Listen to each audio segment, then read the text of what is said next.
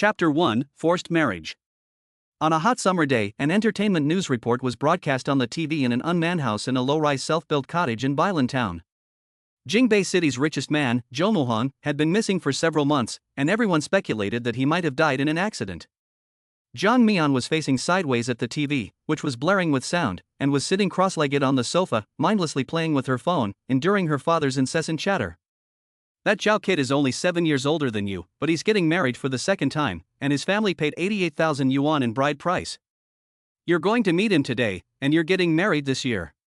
As usual, Jiang Mian pretended to be deaf and dumb, ignoring him and just complaining to her best friend on the phone about her family's insane pressure to get married. Her cold treatment made Jiang's father even more angry, and he went up to her and snatched her phone away from her, slamming it onto the ground. "You're 26 and still not married, and everyone says you have a physical problem that prevents you from having children and no one wants you. You've disgraced the Jiang family. You still don't listen.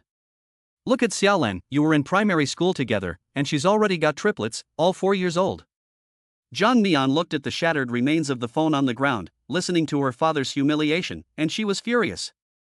She stood up suddenly and looked directly at her father's angry red eyes. "Do you even know if you're my real father or not? Everyone in town knows that the man divorced his wife because of domestic violence and sent her to the hospital, and he's still dragging his 2 sons along. If I marry him, I'll be a stepmother and die from exhaustion, even if he doesn't beat me to death. I'd rather die than marry a man like that." John's father was so confronted, his manly dignity was threatened, and he was even more angry. He slapped her hard in the face. "This year, you will get married whether you want to or not. I will tie you up and take you to the Civil Affairs Bureau." Jiang Mian felt the pain on her face, and she was completely stunned. Her disgust for men rose to a new level. It's not that she doesn't want to get married, she just hasn't met the right person to entrust her life to. She didn't want to marry a man with extreme male chauvinism like her mother, but was too weak to resist.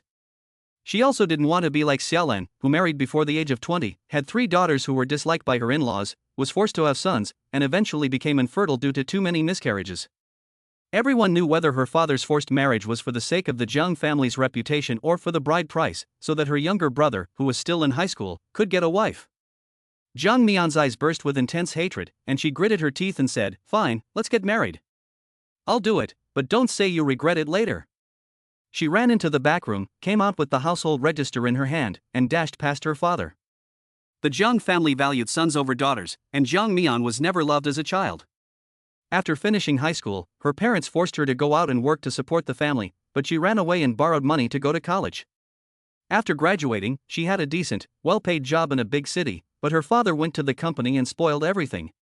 Every time Jiang Mian found a job, her father went to the company to make trouble. In the end, Jiang Mian had to compromise and return to the small county town to open a store on her own. Jiang Mian's father's goal in causing trouble was only one: his daughter, who was already able to earn money, must never go too far away from home, otherwise it would be difficult to manipulate her. Her upbringing made her somewhat extreme in character, doing things her own way, and not many people dared to provoke her. Because only in this way can she protect her own interests. Now Jiang Mian, who is overwhelmed by anger, has only one thought: forced marriage, right? She walks down the street, observing every man she encounters. She has to find an old, ugly, poor man to make her parents proud. But when she really sees a few old bachelors wandering the streets, and comes into contact with their greedy, lecherous eyes, she becomes timid again. Just the thought of marrying someone like that, the way they would touch her, gave her goosebumps. "Sister, I'm hungry." A dirty hand tugged at Jiang Mian's sleeve. Jiang Mian turned her head and was shocked. A man who was more than a head taller than her was now looking at her pitifully. A woman passing by explained, "Jiang Mian, this is the idiot who came to town a few days ago. He rummages through the trash cans every day and is filthy. The day before yesterday, he even hit a child. He has violent tendencies. You'd better stay away from him." Jiang Mian surveyed the man, who hung his head in silence. There was a lot of black grime on the man's face, his clothes were dirty and torn, his body gave off a sour stench, and his arms and legs were covered in wounds. His eyes were soft and pleading, and he didn't seem very aggressive. The man muttered in a low voice, "They threw stones at me, it hurts." Jiang Mian understood, it must be those children bullying the idiot, and the idiot only returned the hand. Judging from the injuries on his body, he should have been beaten in retaliation by the children's family. The idiot's facial features were not bad, and he looked much more pleasing to the eye than the old bachelors in town. A thought flashed through Jiang Mian's mind, and a smile appeared on her face. Hungry? The idiot nodded. Jiang Mian, I'll feed you, but you have to do me a favor, okay? The man, who had been hungry for 2 days, nodded like a well-behaved puppy. Okay. Jiang Mian was very satisfied. Let's go. She bought the idiot some bread and a carton of milk, and as she watched him devour it, she felt a surge of sympathy. Everyone in this world has their own share of misfortune, she thought. After the idiot had eaten, she bought him some clean clothes and led him to the hotel. While the idiot took a shower in the bathroom, she sat on the bed, clutching the household register in her hands. Sister, I'm done showering, came a man's voice. Jiang Mian looked up, her eyes flashing with surprise. The idiot was even better looking than she had imagined, with facial features like exquisitely carved jade. Not only did the man have a good-looking face, he was also tall and straight. His bare upper body was covered with thin muscles, and his fingers were long and well-defined. If it weren't for his vacant eyes, he would give off an air of arrogance that made people feel intimidated. Jiang Mian, who was already a little attracted to good-looking men, felt a little better. The idiot's damp hair was dripping with water, and he looked at Jiang Mian timidly, calling out again, Sister. Jiang Mian came back to her senses and began to ask, Do you know your name? The idiot blurted out, Amu. Jiang Mian frowned, Amu. You know your name, you're not stupid. So where is your home and who is in your family? Amu scratched his head for a long time, and finally shook his head.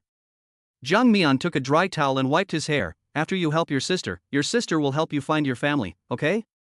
Amu nodded repeatedly. Jiang Mian pondered for a moment and said, In the future, you will be called Chen Mu, 27 years old, and my husband. I will be Jiang Mian, 26 years old, and I own a small beauty salon in the county. Remember? Chen Mu muttered, Wife. An hour later, Jiang Mian and Chen Mu, dressed in clean clothes, reappeared at the Jiang family home, holding hands. With a pop, Jiang Mian threw 2 red marriage certificates onto the coffee table in front of her parents. Chapter 2, Picking a Fool for a Husband. Isn't marriage just marriage? I'm getting married. Are you satisfied? Jiang Mian tilted her chin defiantly at her parents and introduced, Chen Mu, 27 years old, from Jingbei. As soon as they heard that he was from Jingbei, Jiang's parents' eyes lit up. That's the most prosperous big city, where the natives are either rich or noble, and a house there is worth tens of millions, so the bride price must be 8 or 80 million? Seeing the fresh red stamp, Jiang's father was overjoyed. If only you had said you had a boyfriend, you would have spared your mother and me all this worry. Chen, what does your family do, and how much have you prepared for the bride price? He first tried to sound out Chen Mu. Chen Mo looked at Jiang Mian with confusion. He didn't understand what a bride price was, and didn't know how to answer.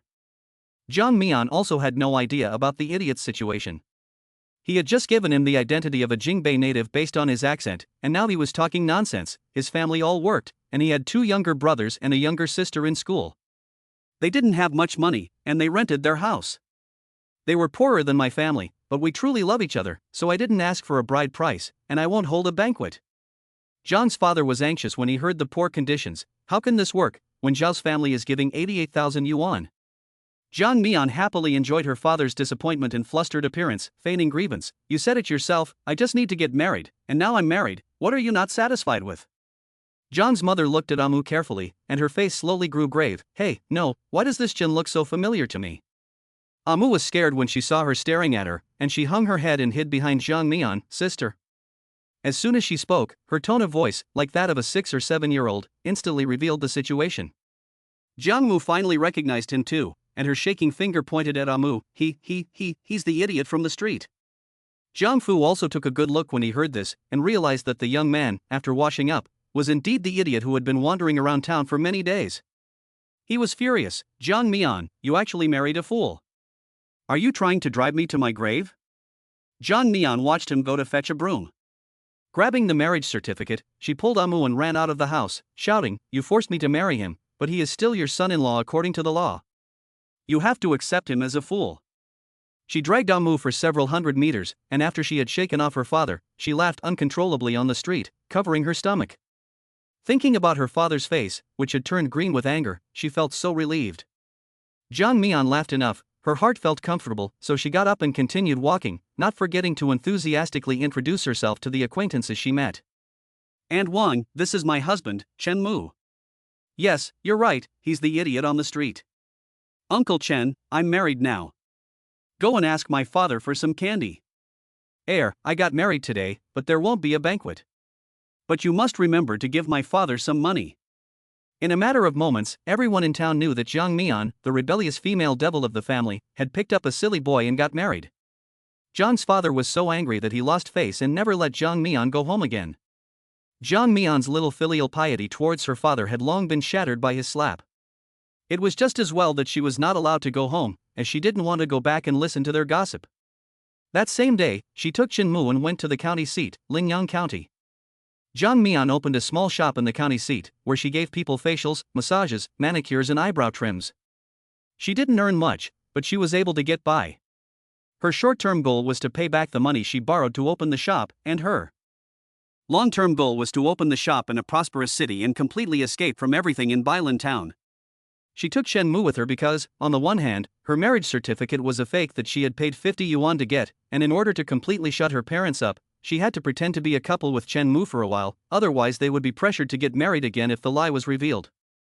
On the other hand, she had promised to find Chen Mu's family for him, and spending more time together might make Chen Mu remember something and provide a clue.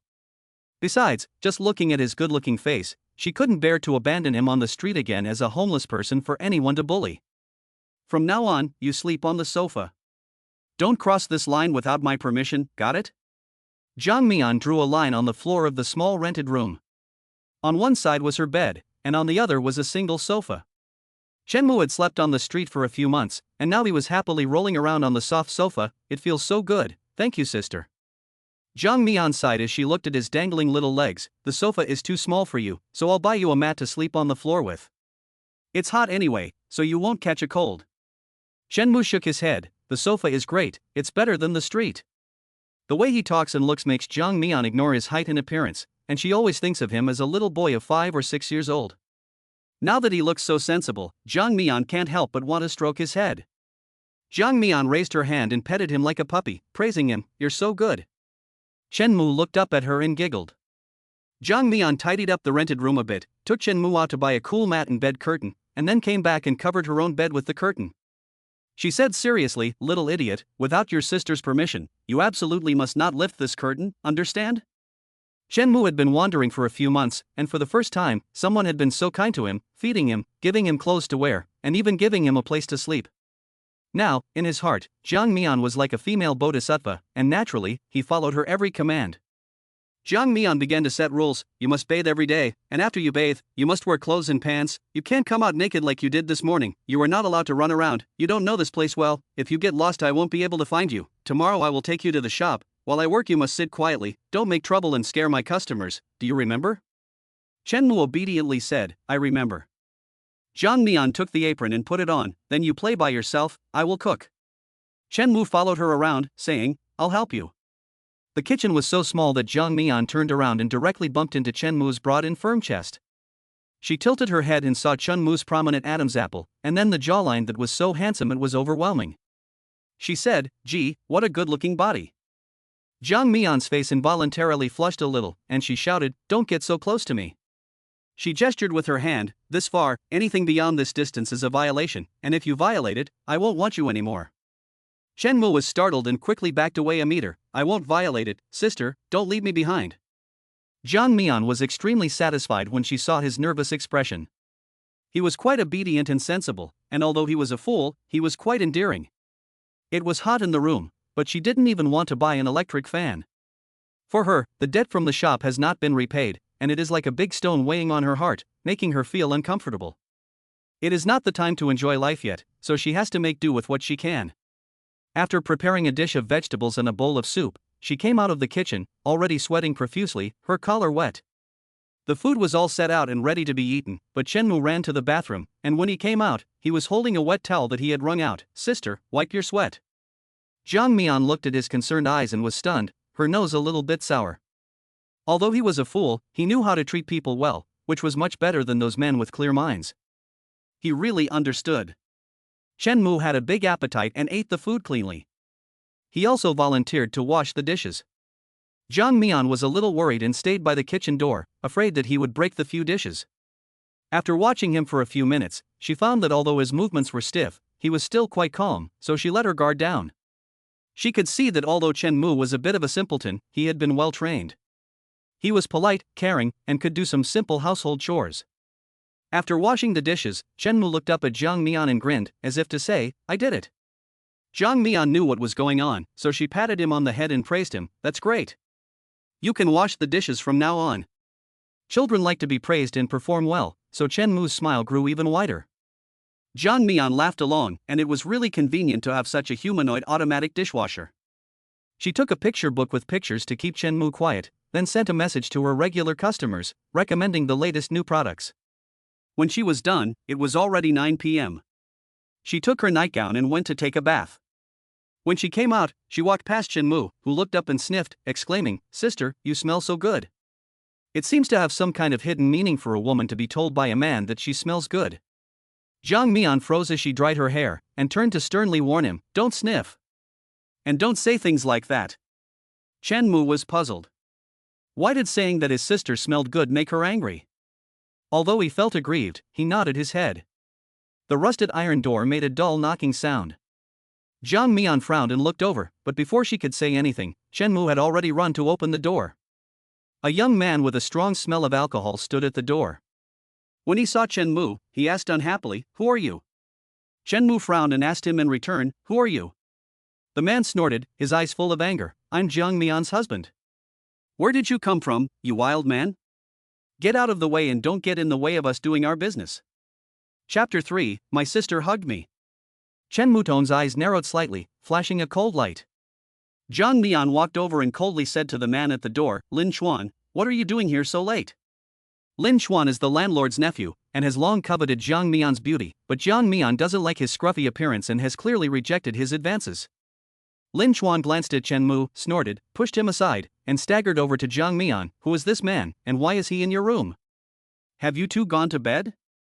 Jiang Mian sniffed the smell of alcohol on him and said coldly, "None of your business. Get out." Drunk and emboldened, Lin Chuan paid no heed to Jiang Mian's words, and even reached out to grab her, which Jiang Mian waved away. Looking at the slightly open neckline of her nightdress and her bulging breasts, Lin Chuan's eyes burned with flames. What's with the innocent act? Wearing something so slutty, aren't you just trying to seduce men? The obscene words were unbearable to hear, and Jiang Mian was ashamed and angry. She raised her hand and slapped him. "Get out, or I'll call the police." Lin Chuan, who had been drinking, was excited by the slap and covered his face, cackling evilly. "He can sleep with you, so can I. Jiang Mian, let me sleep with you twice a month, and I'll waive the rent." "Cheap man, go sleep with your mother. Get out of here." Jiang Mian pointed at the door. "Jiang Mian, don't be so arrogant. There are plenty of women who like me. I'm giving you face by looking at you." Lin Chuan's feet were swaying as he closed in on Jiang Mian. Jiang Mian was hot-tempered, but when faced with a drunk man, she was still a little timid. After all, she couldn't beat him up, and there was nowhere to escape. She was really afraid that Lin Chuan would do something irrational, so she could only take a step back until her calves hit the edge of the sofa and she fell down. "Lin Chuan, if you dare to do anything, I will kill your whole family." "Okay, before you die, let me have some fun first. Maybe after I have had my fun, you won't want me to die." He lifted one leg and knelt on the sofa next to Jiang Mian, reaching out and tearing Jiang Mian's nightdress. The nightgown was not of good quality, and the drunkard had great strength. With one pull, the small piece of fabric ripped with a direct sizzle. A piece of the snow-white body was exposed. Jiang Mian looked at Lin Chuan's bloodshot eyes burning with lust, and she was truly scared. Her body trembled uncontrollably, and even her voice of resistance was shaking. "Rape is illegal." Lin Chuan unfastened his belt, leaned down, and was about to press down on Jiang Mian. "I like your kind of barbaric passion." Jiang Mian was so ashamed and angry that she raised her hand to resist his approach. Chen Mu, who had been stunned for a while, reacted and realized that his sister was being bullied. He yelled, took 2 steps, ran over, grabbed Lin Chuan's clothes, and with all his strength, pulled him up and threw him to the side. Then he furiously punched and kicked Lin Chuan. "Don't bully my sister. Don't bully my sister. I'll kill you." Lin Chuan was not as tall as Chen Mu, and he had been drinking. Now he was completely unable to fight back, and could only endure the heavy blows and howl in agony. Jiang Mian was terrified, and hastily pulled the sofa cover over herself, her body shaking with fear. Seeing Lin Chuan's bruised and swollen face, Chen Mu still had no intention of stopping, so she began to panic and shouted, "Mu, stop, don't hit him anymore." Shen Mu went crazy, as if he couldn't hear anything, and the strength in his hands didn't lessen by half. Zhang Mian really wanted to use Chen Mu's hands to kill Lin Xuan, but her reason told her that this was not okay. She couldn't care about that, and dragged herself up from the torn clothes, coming over to hold Chen Mu tightly. Mu, stop, if you keep hitting him, he'll die. Chen Mu's arm was held by her, and he slowed down his movements. He looked down at her. The corners of his eyes were red, as if they were hiding bloodthirsty beasts inside, which made Zhang Mian instinctively flinch. Zhang Mian steadied her mind and spoke softly to comfort Chen Mu. It's okay, Mu, don't hit anymore. She hugged Chen Mu so tightly that her half-naked breasts were pressed tightly against his tan arms. Chen Mu's gaze swept over the area where their skin was in contact, and his face flushed a little. It seemed as if an uncontrollable fire had sprung up in his body. Like a child who has done something wrong, he quickly pushed Zhang Mian away, turned around, took the sofa blanket and wrapped it around Zhang Mian, and said with a muffled voice, "He bullied my sister, he deserves to die." Zhang Mian was both scared and moved, and said gently, "He deserves to die, but if you beat him to death, you will also die." Shen Mu looked at Lin Xuan, who was wriggling on the ground, and a cold light burst from the bottom of his eyes. If he dies, he will never bully my sister again. Zhang Mian was being defended like this for the first time, and a warm current welled up in her heart. But I don't want to watch you die together. You promised me that you would listen to me. Can't you do that now? Shen Mu felt a little ashamed. After a moment of silence, he said, I'll listen to you, sister. Zhang Mian saw the scarlet in his eyes fade, and he became that gentle and sensible little idiot again. Only. Then did she let her guard down? She went into the bathroom and changed into a long-sleeved shirt and long pants. When she came out, she found that Lin Xuan was no longer there. I threw him downstairs. Chen Mu looked at her as if to claim credit, waiting for praise. Zhang Mian was shocked. After all, Lin Xuan had almost been knocked unconscious a moment ago. If something had happened when he was thrown out, she could not bear the consequences. She quickly opened the door and ran downstairs, relieved to see Lin Xuan stumbling and running away into the distance.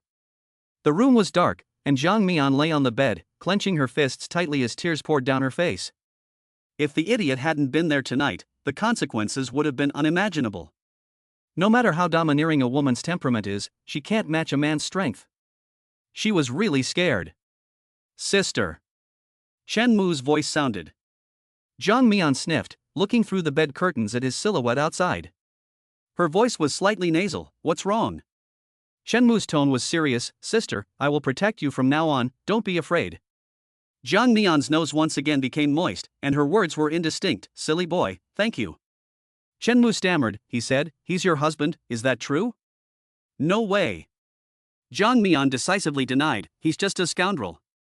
He couldn't win me over, so he spread rumors everywhere. Shen Mu's face slowly flushed with joy, and he whispered, I told you, I'm your sister's husband, ha. Zhang Mian. Then she remembered that she had repeatedly told Shen Mu during the day that he was her husband and she was his wife, so there was nothing much to it.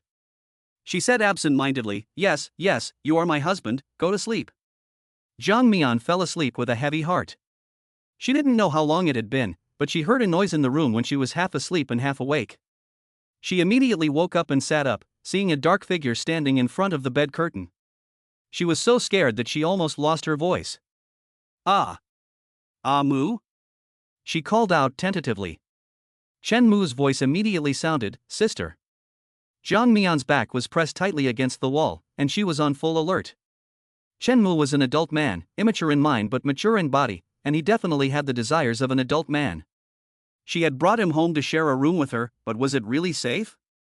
If he went berserk, he would be even more dangerous than Lin Xuan, and she would be even more unable to defend herself. Just because she likes his handsome face doesn't mean she's willing to have a relationship with him.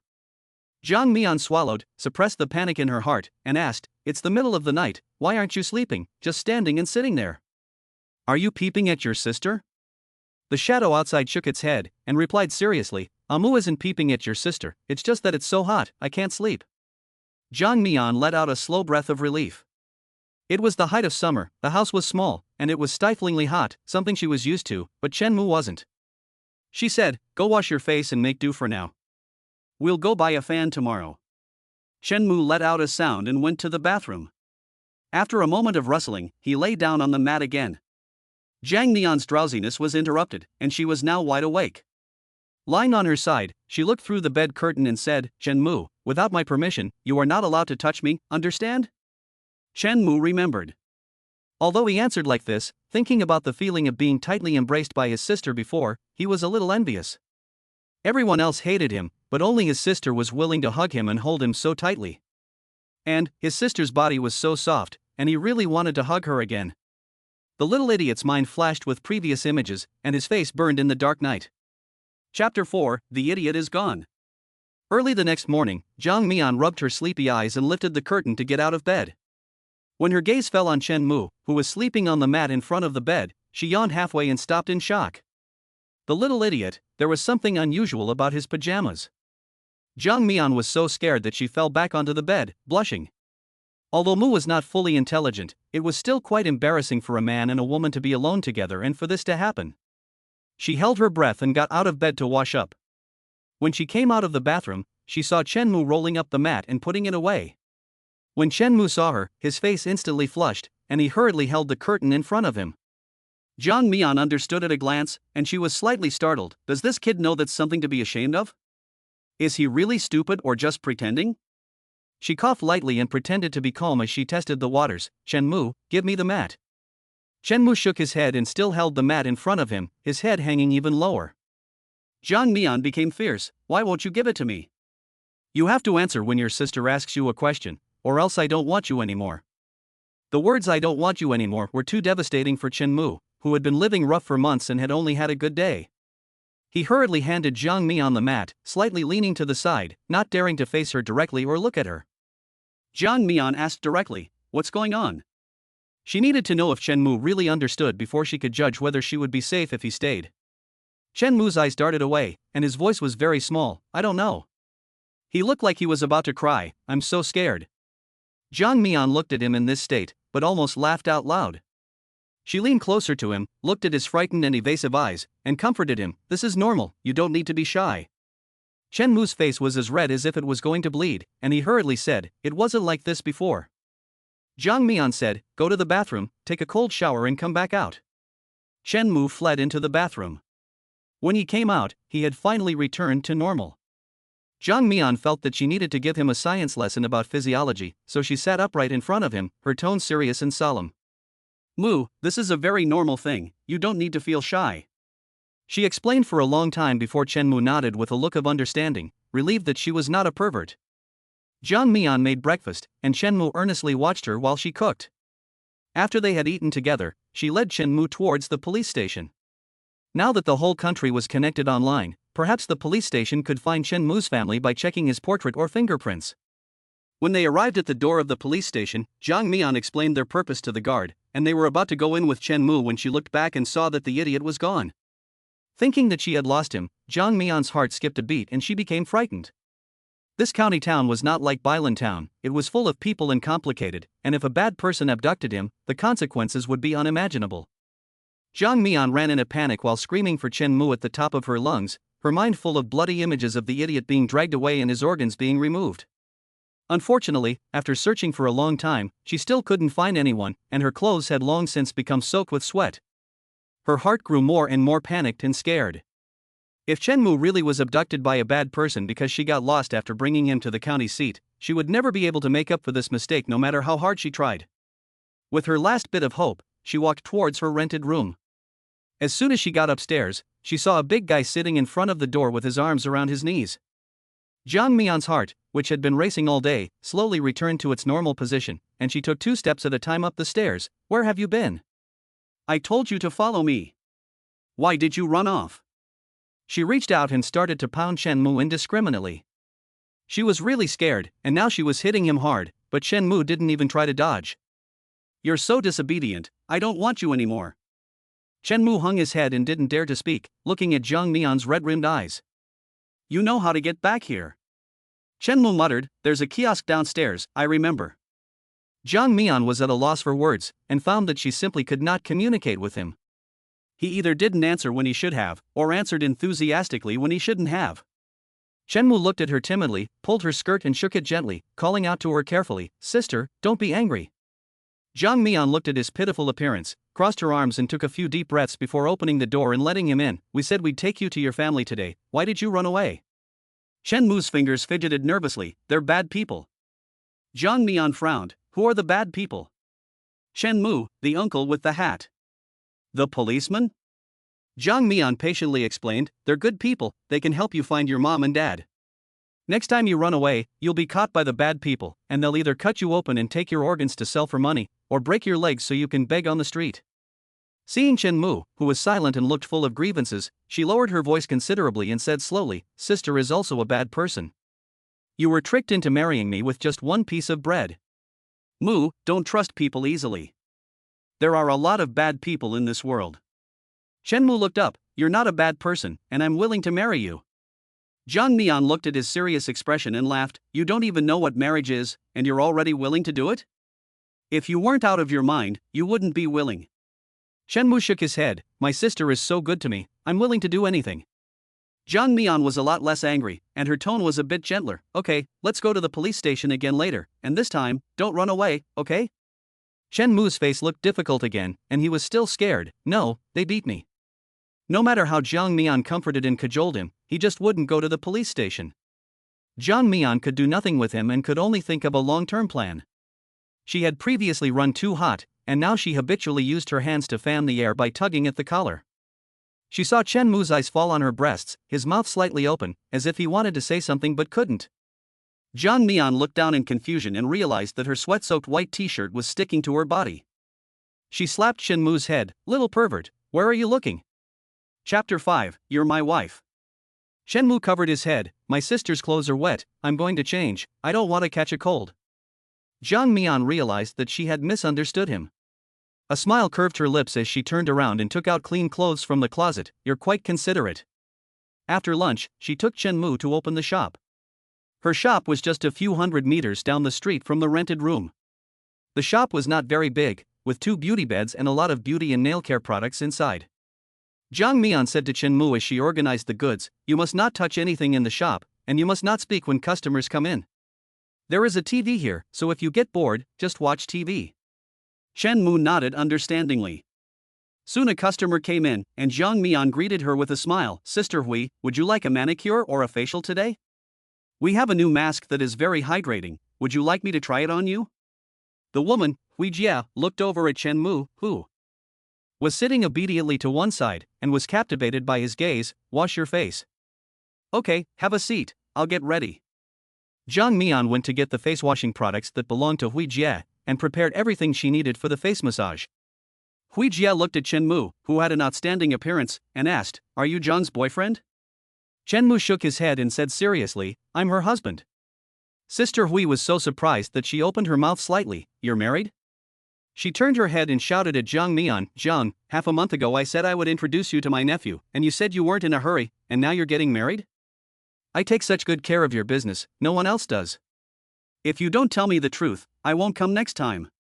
Jiang Mian wiped her hands and came over, smiling and saying, Sister Hui, it's not what you think, the situation is very special, don't be angry, it's ready here, let's start washing faces. Sister Hui looked at Chen Mu again and finally noticed that he looked a little dazed and confused, not quite normal. She pointed at her head and whispered to Jiang Mian, he's here. Jiang Mian nodded, rolled up her sleeves, put on a mask, led Sister Hui to lie down on the beauty bed, removed her makeup and washed her face, and started chatting. Sister Hui, you're one of my regular customers, so I won't hide anything from you.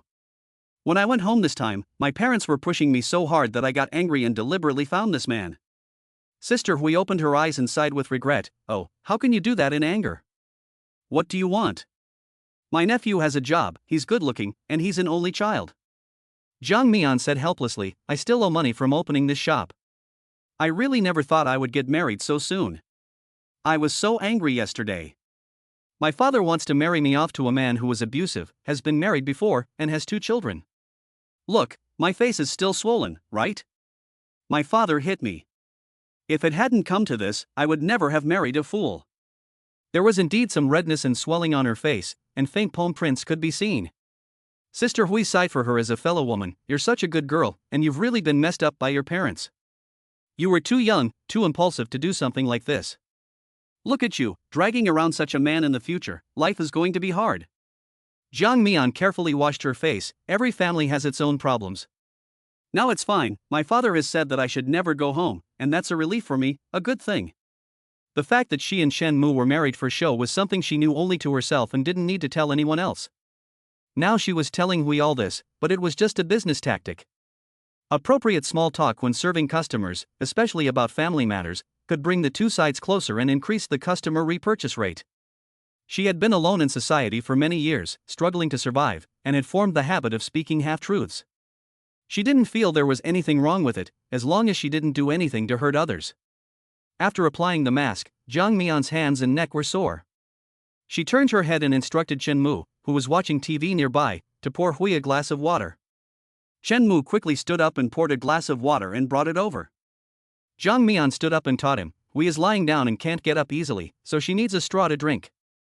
Chen Mu held the glass with a straw in it and handed it to Hui with both hands, saying in a dry voice, drink some water. Sister Hui was wearing a face mask and found it difficult to speak, but she couldn't help praising him, you're quite sensible. After delivering the water, Chen Mu returned to his seat and continued watching TV. Jiang Mian glanced at the screen, oh, watching the financial channel, can you understand it? Chen Mu's eyes were still on the TV, I don't know, it's interesting.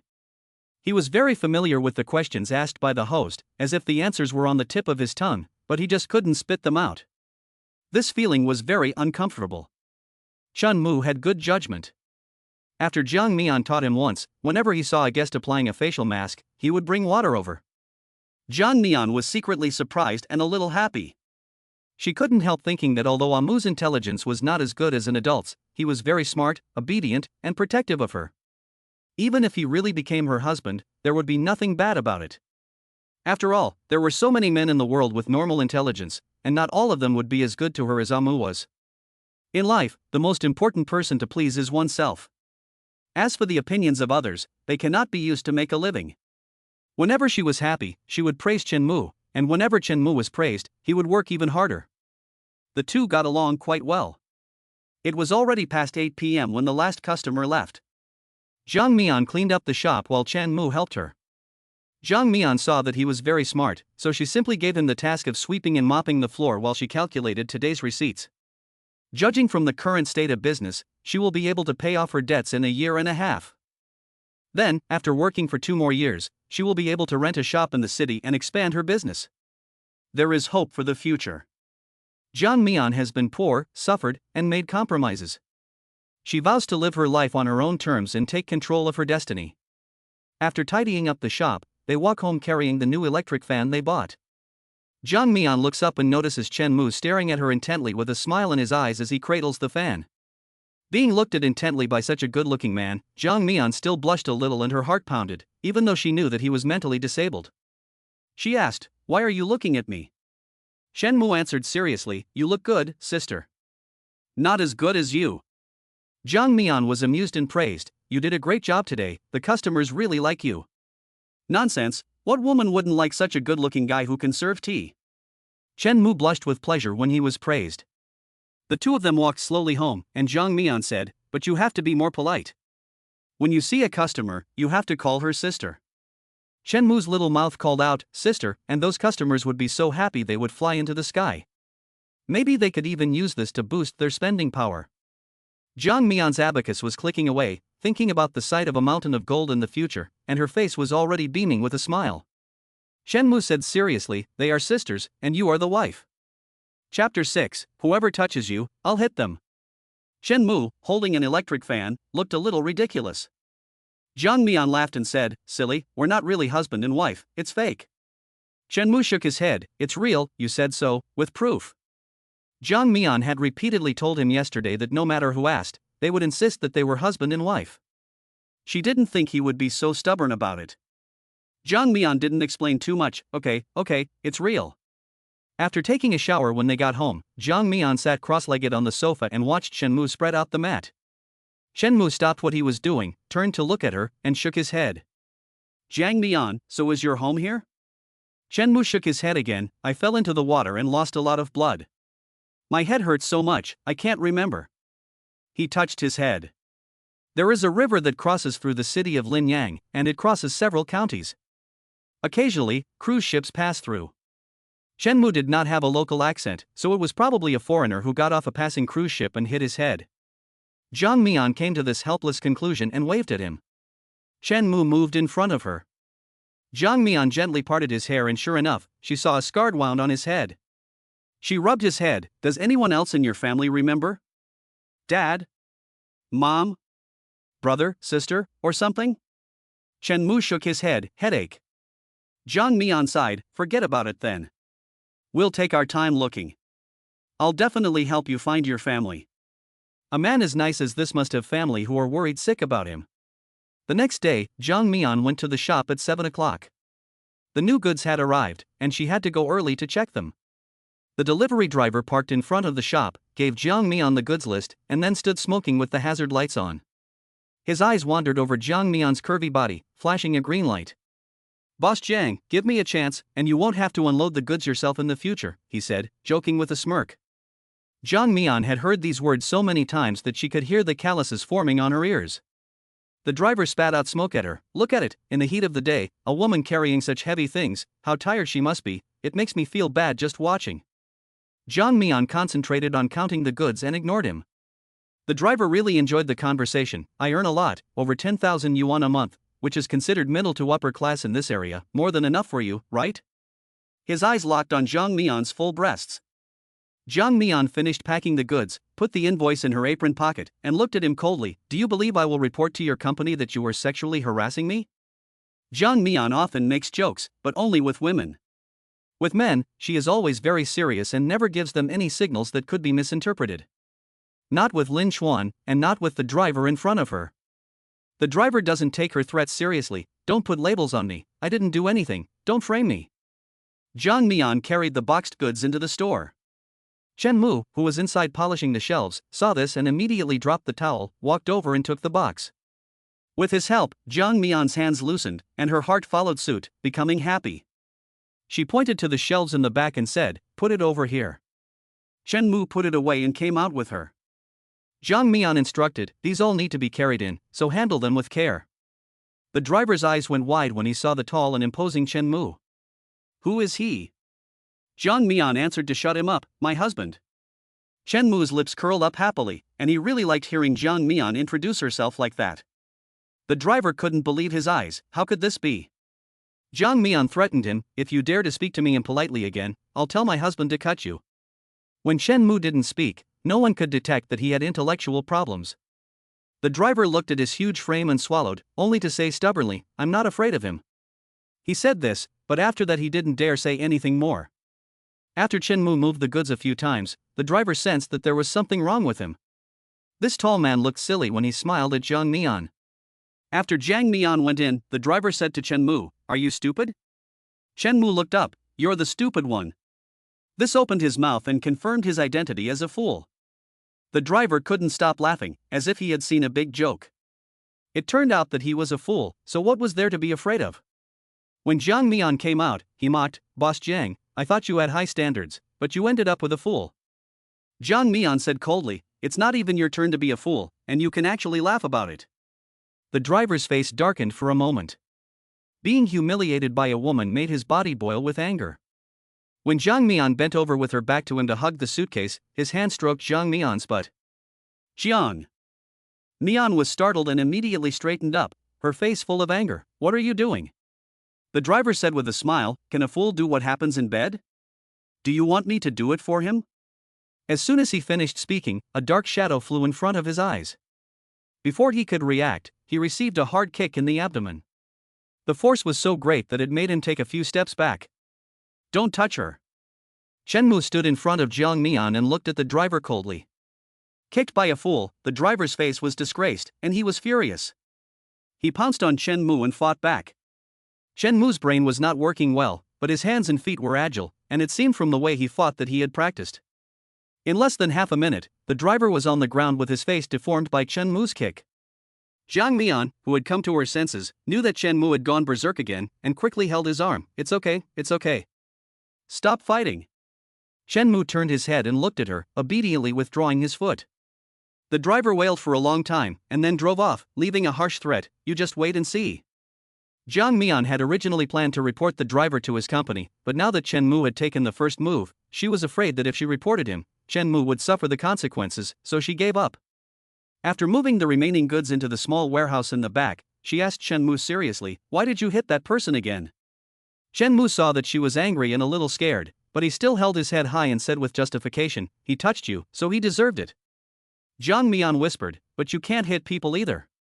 You don't know the consequences of your actions. If you beat him up, you could go to jail.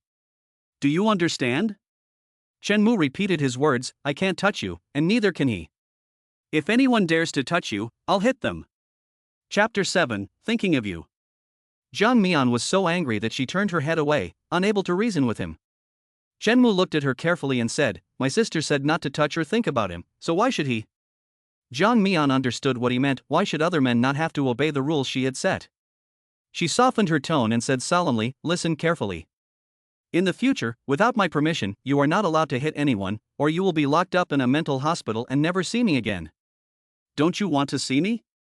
Chen Mu's eyes filled with panic, and he shook his head quickly. "I can't be locked up, I want to see my sister every day." "Jiang Mian, then listen to me, don't raise your hand. I can solve these things myself." Chen Mu reluctantly nodded his head in agreement. Jiang Mian looked at him and felt sorry for him, and she smiled and said, "But you will protect me, I am very moved and very happy." Chen Mu laughed foolishly again. In just a few days, everyone around knew about Jiang Mian's foolish husband. She could tell that everyone was secretly laughing at her. After all, what was the point of a beautiful woman like her choosing a fool for a husband? She didn't bother to explain, because those people were not important to her, and she didn't need to care about what they thought. After spending more time together, Jiang Mian discovered that Chen Mu was smarter than she had imagined. After just watching her do something once, or even just watching it on TV once, he could do it himself, and he did it quite well. However, the customers in the shop are all women, and sometimes when giving full body massages, the customers are naked from the waist up, which is always inconvenient for Chen Mu. Jiang Mian was thinking that since Chen Mu already had the ability to take care of himself, maybe she should just let him stay at home by himself. Chen Mu didn't want to be apart from her, but he didn't dare to disobey. On the first day they were apart, Jiang Mian felt a little uneasy in her heart, afraid that Chen Mu would have an accident at home. At noon, when there were no customers, she was about to close the shop and go back to check on him, but she didn't know that Chen Mu was holding a bowl in his hand and appeared in front of the shop.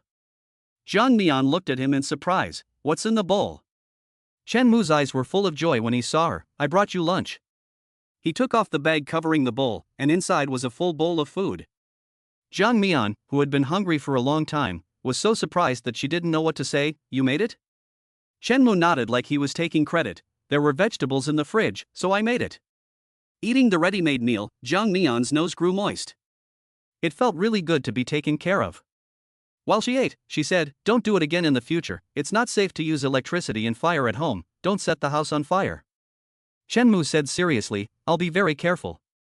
My sister taught me." Jiang Mian was relieved and curved her lips up. "Mu is so good." Her expression stiffened when she glanced at the red back of his hand. Then she pulled his hand over and asked, "What happened?" Chen Mu retracted his hand and wanted to hide it. "You must answer when I ask you a question." Whenever Jiang Mian got angry, Chen Mu would be honest, "It's hot, but it doesn't hurt at all."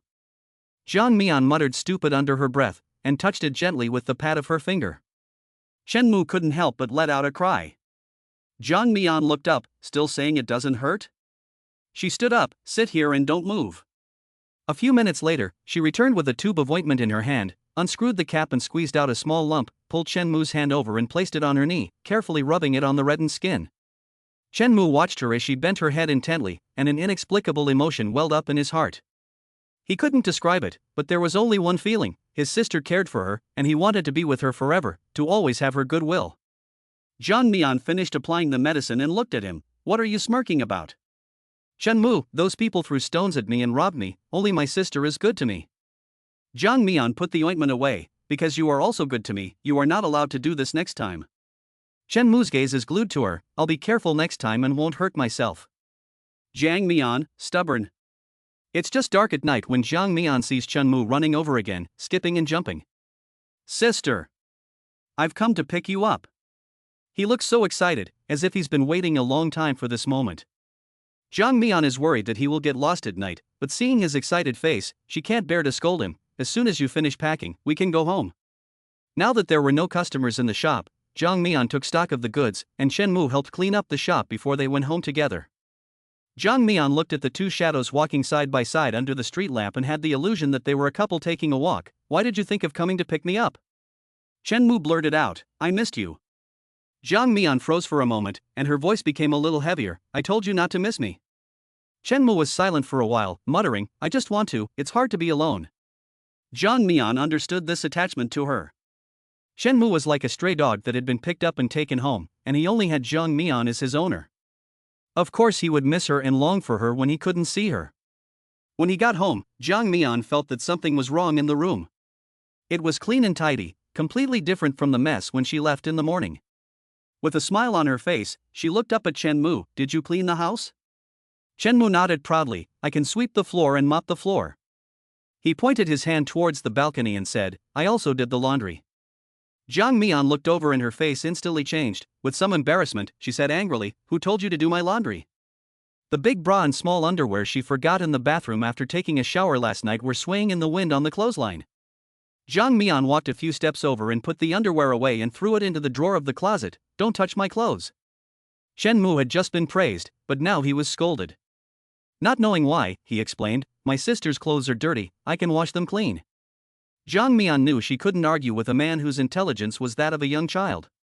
He didn't understand anything and wouldn't have any evil intentions. However, the image of her intimate clothing being hand-washed by a big man made her feel too shy to think about it. She looked up and asked, When you washed my clothes, did you play with them?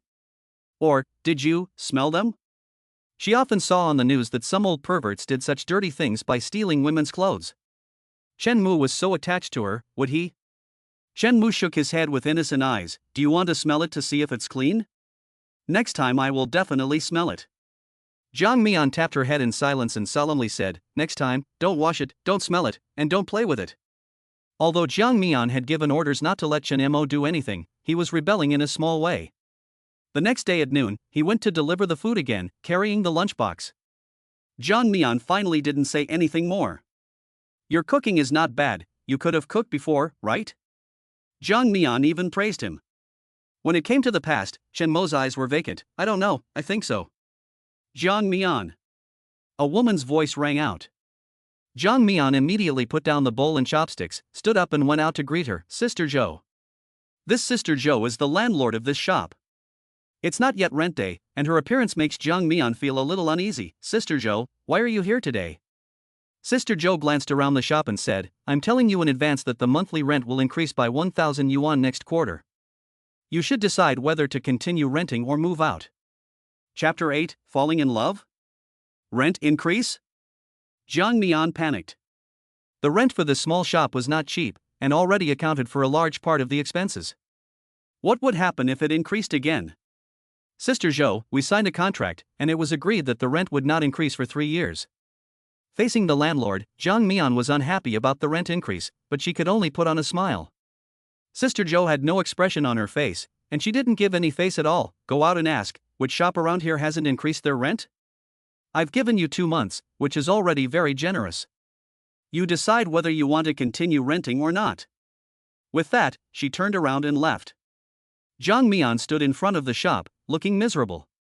She knew that the landlord had violated the contract and raised the rent because she knew she would not move out. She had spent a lot of money renovating the shop, and the cost of finding a new location and opening a new shop would be much higher than the extra 1,000 yuan in rent each month. Besides, she has just built up a clientele, and leaving now would mean starting all over again, which would be a huge loss. But the house isn't hers, so she can only go along with what the landlord wants. Sister. Chen Mu's eyes followed with concern. Jang Mian's eyebrows and eyes relaxed, and she smiled and said, It's fine, I'll just stay open a little longer in the evenings. Extending the opening hours will more or less increase the income a little. Chen Mu also understood a little. Does it cost a lot of money? Jang Mian continued eating, unable to help but sigh. Yes, an extra 1,000 a month, 12,000 a year. How many faces do I have to wash to make that 12,000? Rent increases are one thing, but now with Chen Mu's mouth, living expenses have also increased, and Jang Mian's monthly savings repayment plan has been completely disrupted. Seeing that she was in a bad mood, Chen Mu didn't say much, waited until she finished dinner, cleaned up the dishes, and quietly left. Summer rainstorms come suddenly. It was only a little after 4 in the afternoon, but the sky was dark and heavy, rain splashing everywhere, and there were very few pedestrians in the street. There were not many customers in this situation, but Jiang Mian was not discouraged and stubbornly stayed on. It was not until 8 o'clock in the evening that a customer still hadn't arrived, and she was about to sulk and go home when she closed the door. A dark figure with an umbrella ran towards her, and Jiang Mian stopped what she was doing and looked at Chen Mu, who was drenched. "What are you doing here in this heavy rain? I brought you an umbrella." Chen Mu stood in the doorway, dripping with water, afraid to go inside. Jiang Mian said, "Come in and sit down," before he stepped inside. Jiang Mian took a dry towel and wiped the rain off his head. "It's raining so heavily, there's no need to pick me up, I have an umbrella here." Chen Mu looked up at her and stubbornly said, "I had to." As soon as the time struck 8, he dashed out. Jiang Mian's heart trembled when she looked into his deep, bright eyes, and she sighed, touching his wet face. She was being gradually won over by Chen Mu, and felt a little afraid of falling in love. Chen Mu's face couldn't help but arch towards her hand, and he felt so comfortable that he vowed, "I will always be good to you." Jiang Mian's heart was melting, and she laughed, okay, be good to me forever." He really was like a puppy. She dried his hair. Let's go home." She picked up an umbrella, and the two of them walked back while holding the umbrella together. The wind was so strong that after just a few steps, the fabric of her umbrella was lifted directly into the air, leaving only the skeleton frame swaying back and forth. "Damn it!" Jiang Mian cursed under her breath, and the rain drenched her face. Chen Mu hurriedly moved his umbrella over her head, and his body wanted to lean over, but he was afraid of being scolded if he got too close, so he could only stand dazed in the rain. Jiang Mian laughed and said, "What a silly thing to do." She took the initiative to lean over, put her hand on Chen Mu's arm, leaned closely against him, and walked back under the same umbrella. Chen Mu's arm felt her body temperature, and his heartbeat became a little abnormal. His originally cold body began to heat up. He cunningly slowed down his pace. This way, his sister could cling to him for a little longer. When they reached the bottom of the stairs, they were both soaked to the bone, and they giggled at the sight of each other's disheveled appearance. Jiang Mian walked upstairs first. "Hurry back and take a shower, or you'll catch a cold." As she entered the room and turned on the lights, she passed by the dressing mirror and noticed that her soaked dress was clinging to her body.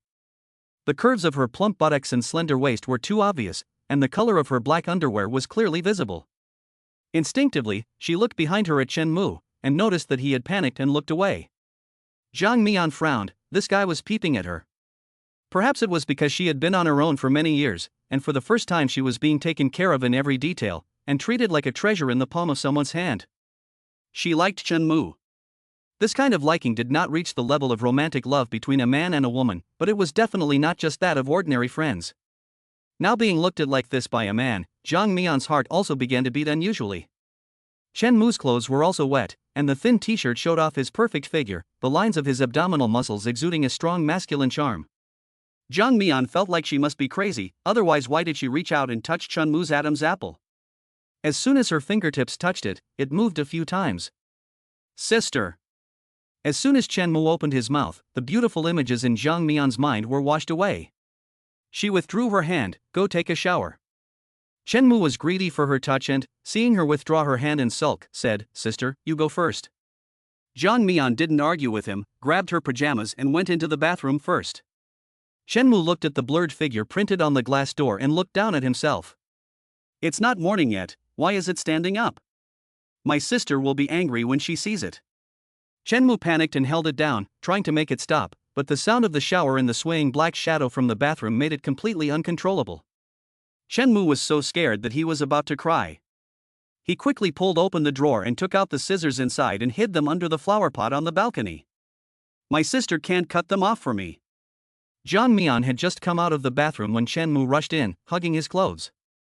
Jiang Mian cursed at the bathroom door, which slammed shut. "Be quiet, you. If you break it, you'll pay for it." Inside, the sound of running water could be heard. Chen Mu scrubbed himself vigorously without answering her. After taking a shower and eating dinner, Jiang Mian locked herself inside the bed curtain and took out her notebook to do some calculations. The extra rent and the money to support Chen Mu meant that her monthly expenses had increased, and her repayment plan at the end of the year would be disrupted. But business at the store has always been so mediocre, and she can't just raise product prices because the rent has gone up, or else she'll definitely lose customers. It would be nice to have a few more ways to make money. She sighed. Chen Mu's voice came from behind her. Sister, what's wrong? Jiang Mian closed her notebook and fell asleep. You talk about those rich people, where do they get all that money? How did they make their first pot of gold? Chen Mu asked. Sister, do you like money a lot? Jiang Mian, of course. With money, I wouldn't have to squat in this corner. With money, you wouldn't have to sleep on the floor, we could buy a big house, and you could have your own room, your own big bed. Envisioning a life of wealth, she couldn't help but smile. It really is sweet to daydream. Chen Mu said seriously, then I'll make a lot of money in the future and buy a big house for my sister. Jiang Mian lifted the curtain. Really? Chen Mu also leaned over to look at her. Really, what else do you want? Jiang Mian snorted. You men, you just like to promise the world, but... She giggled. I want a big house, a big car, a super big beauty salon, hire a lot of staff, and I'll be the boss, sitting in the office all day, counting money with the air conditioning on. Chen Mu repeated seriously, I'll buy it for you. Jiang Mian lay back, a happy smile on her face. It was a dream, but I'm really happy to hear you say that. Chen Mu still stared at the curtain of her swaying bed. Sister, I really mean it. Okay, it's true, I'll wait, go to sleep, and everything will be fine. She really had a beautiful dream, in which Chen Mu became a billionaire and she became a rich wife, lying in a pile of money counting it. Chapter 9, I Will Listen. The rain continued the next day. There were only 2 customers in the morning, and the income was not even enough to pay the rent. In the afternoon, the rain got heavier and heavier. Jiang Mian knew that there was no hope for the day, so she closed the shop at 5 o'clock and went home. On the way to the police station, she received a call from her second aunt. Mian, you have to give me the 20,000 yuan next month. Jiang Mian's heart sank at the mention of repayment. She stopped under her umbrella and put on a smile. Auntie, we agreed that I would pay you at the end of the year. Is there a problem at home? Auntie was at a loss for words. Your cousin has found a girlfriend and they are getting engaged. It's going to cost tens of thousands of yuan. Marriage is a big deal, and Jiang Mian can't afford to delay. She can only grit her teeth and say, Congratulations, Auntie. I'll call you next month. Thank you. After the call ended, Jiang Mian stood in the rain and sighed. It was really raining cats and dogs, and there were expenses everywhere. She thought angrily that perhaps she should really find a man to marry, earn 100,000 or so in bride money, and pay off the debts she owed. But this absurd thought was just a thought, and if she had to go through a bad marriage, she would rather stand alone and grit her teeth. When she arrived at the police station, she explained her purpose. Hello, I asked you to help look into the disappearance of a tourist on a boat. Have you found anything? The staff looked through the information. We have checked the missing persons in the area for the past 3 months, and there is no man with the pronunciation Mu as you said, and there has been no report of a tourist missing at sea. Jiang Mian was disappointed, but not giving up hope. She asked again, what about a little further back in time? The staff member said cryptically, we've checked everything we can, and indeed there's no news. The person you're talking about, in fact, many homeless people like him don't get lost, it's possible that they're families. He didn't say the rest, but Jiang Mian understood. Chen Mu had a problem with his brain, and perhaps he was simply abandoned, which is why no one reported him missing. The police station's meaning was that she could give up. Jiang Mian didn't know what to do for a moment. If she couldn't find Chen Mu's family, did that mean she had to keep him? It was expensive to raise an adult, and she was already struggling to make ends meet, so how could she take care of a found idiot? But they had been together for so many days, and she couldn't bear to throw him out again. Jiang Mian returned home with 1,000 thoughts racing through her mind, thinking that she would be able to surprise Chen Mu by coming home early. Chen Mu. Jiang Mian knocked on the bathroom door, but there was no answer. Chen Mu wasn't home. Where could he have gone in the rain? Jiang Mian was anxious, turned around and walked back out, wondering if the idiot had picked her up. She looked all the way to the store, but still didn't see anyone. Jiang Mian was completely panicked. She knew Chen Mu wouldn't wander off, but what if he had? What if he had wandered too far and got lost? She looked everywhere nearby with her umbrella. In the heavy rain, it got dark earlier than usual, and there were very few people on the street. Jiang Mian felt distracted. 2 hours later, she ran home with a last-ditch hope. When she went upstairs, she noticed wet footprints by the door. Jiang Mian trembled with excitement, took the key and poked it into the lock. Sister? Chen Mu had indeed returned, and was now looking at her with surprise and confusion. Why are you here so early today? I haven't even started cooking yet. Jiang Mian looked at his wet clothes, which he hadn't had time to change, and asked with a stern face, Where have you been? Chen Mu saw that she was angry and became afraid. His mouth opened, but no sound came out, and he hung his head in shame. Answer when you're spoken to. Chen Mu still didn't say anything. Thinking about the panic she felt just now when she couldn't find anyone, and then looking at the dumb guy who was now keeping his mouth shut, Jiang Mian, who was already in a bad mood because of the money, was even more angry. She grabbed Chen Mu's arm and tugged him out. Sister! Chen Mu didn't understand what she was going to do. Jiang Mian, with a dark face, dragged him out of the door and slammed him outside. You're not listening, you go? Chen Mu was completely panicked and desperately knocked on the door. Sister! Let me in. Sister, I was wrong. Please let me in. Standing in the dark hallway, he was so scared. He didn't want to sleep on the street again, or look for food in the trash, and he definitely didn't want to lose Jiang Mian. Jiang Mian leaned against the wall inside, her chest rising and falling rapidly. It was ridiculous. How could she have let a fool like him stay by her side? Her own life was a mess, and she didn't have the energy to take care of an uncontrollable fool. His parents don't want him anymore, so why should she care? He helped her lie to her parents, but she has fed and clothed him for a long time now, and she has done her part. They owe each other nothing. Jiang Mian convinced herself with all kinds of excuses not to interfere in other people's karma and to let her own life return to peace. Go away. I'm sick of you. Jiang Mian shouted with red eyes and a hoarse voice. I don't have the money to support you anymore, so go. Chen Mu's desperate voice lowered, pitiful, Sister, I'm wrong, I'll listen to you in everything. Jiang Mian tilted her head, her eyes watering. Sister, please let me in, okay? I won't run away anymore, I'll listen, really. Chen Mu's pleading voice grew smaller and smaller. Sister, do you really not want Amu anymore? Jiang Mian's heart felt like it was being stirred by something, and it was difficult. Her mind was in a mess. When she realized that there had been no sound outside for a long time, her heart started to panic again. Has he really left? It's pouring with rain, and he doesn't have a penny, so where can he go? The iron door was suddenly flung open, and Chen Mu was crouching at the door, looking up at her with sad eyes. Jiang Mian let out a sigh of relief when she saw that he was still there. Chen Mu slowly stood up, cautiously watching her expression with his eyes. Seeing that Jiang Mian's face was not as angry as before, he reached into his pocket and fished around. When he took his hand out, there were a few crumpled, wet bills lying in the palm of his hand. Here you go. His head hung low and his voice was very quiet. Jiang Mian was puzzled. Where did you get the money? Chen Mu took her hand and stuffed the money into it. I sell the junk I pick up. Jiang Mian's heart skipped a beat. This idiot goes picking up junk to sell for money? So he wasn't running around just now, he was going to earn money? While she was still in shock, Chen Mu coughed a few times and silently turned around and went downstairs. Chapter 10, His love is 8.5 yuan. Where are you going? Jiang Mian clutched the few yuan in her hand tightly. Chen Mu's footsteps stopped, like a child who had done something wrong, his voice muffled, You don't want me, I'm leaving. Jiang Mian felt even worse, and went downstairs with a thump, took his arm and brought him back.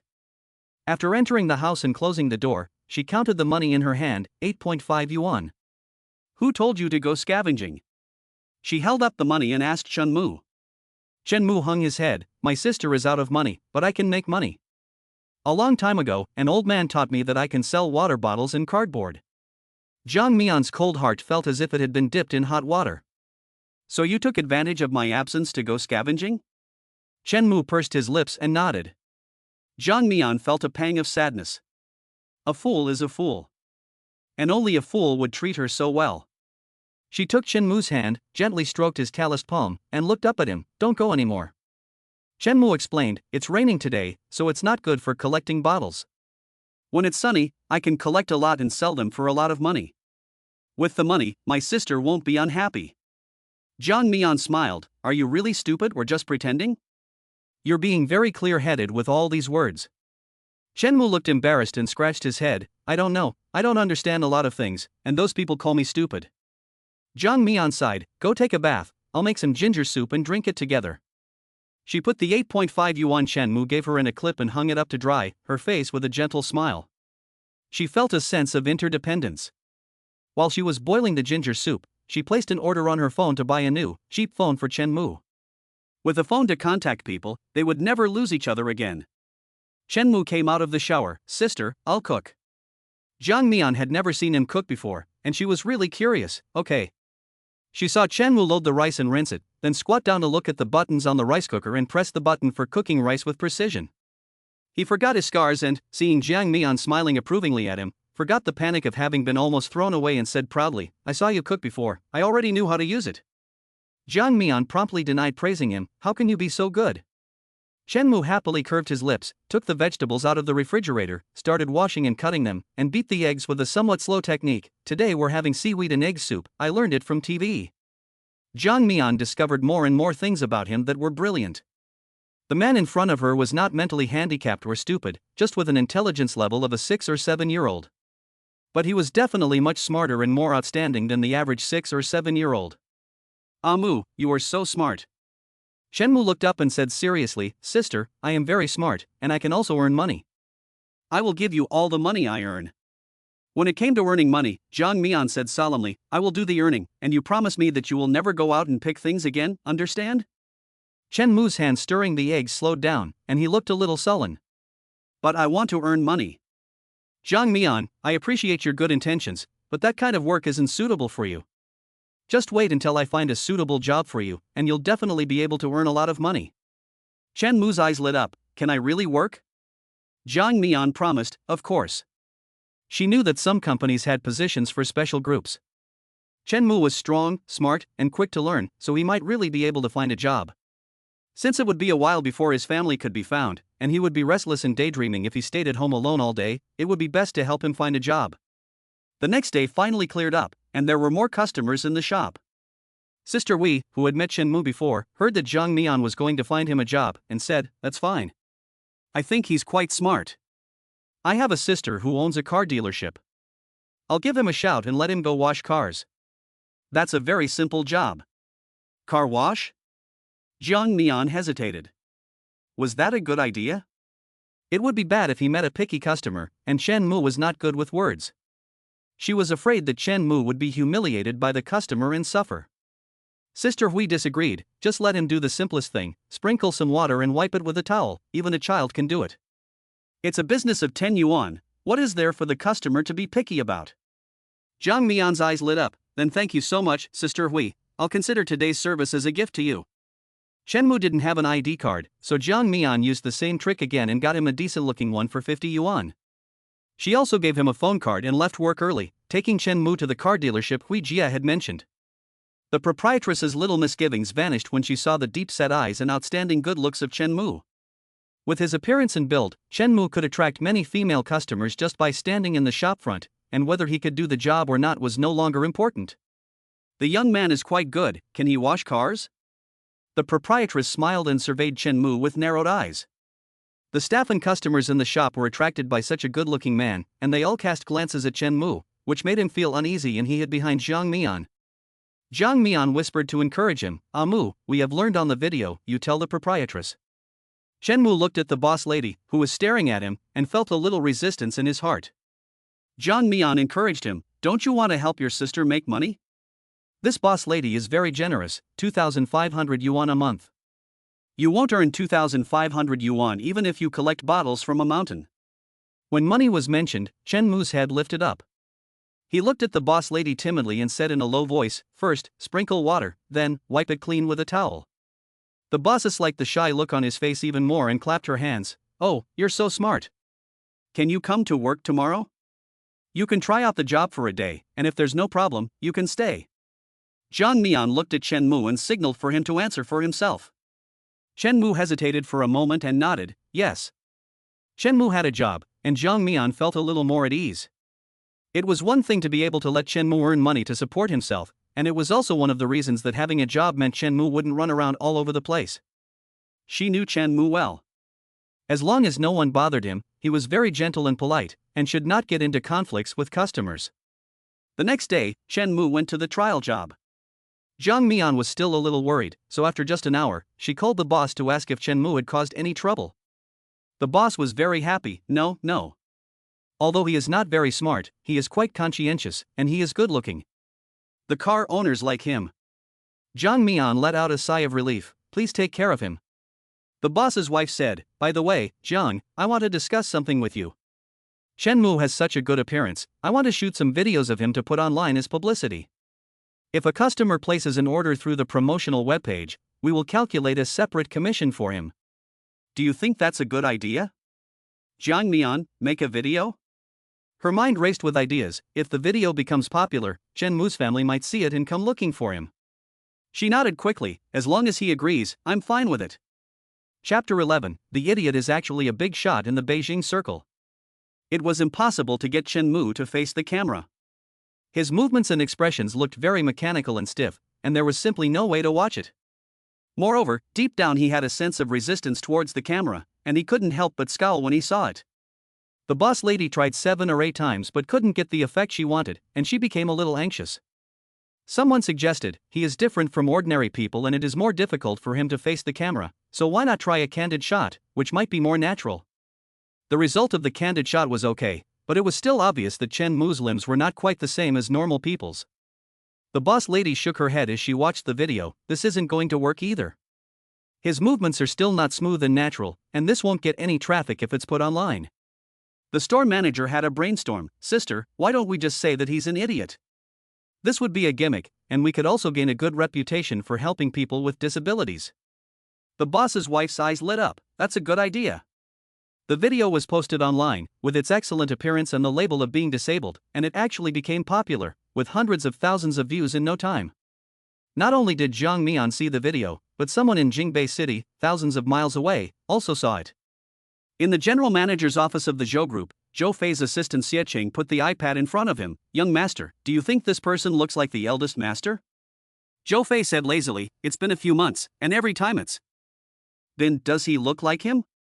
I told you guys to find some reliable information and report back to me. Even though he said that, he still took the iPad and clicked play.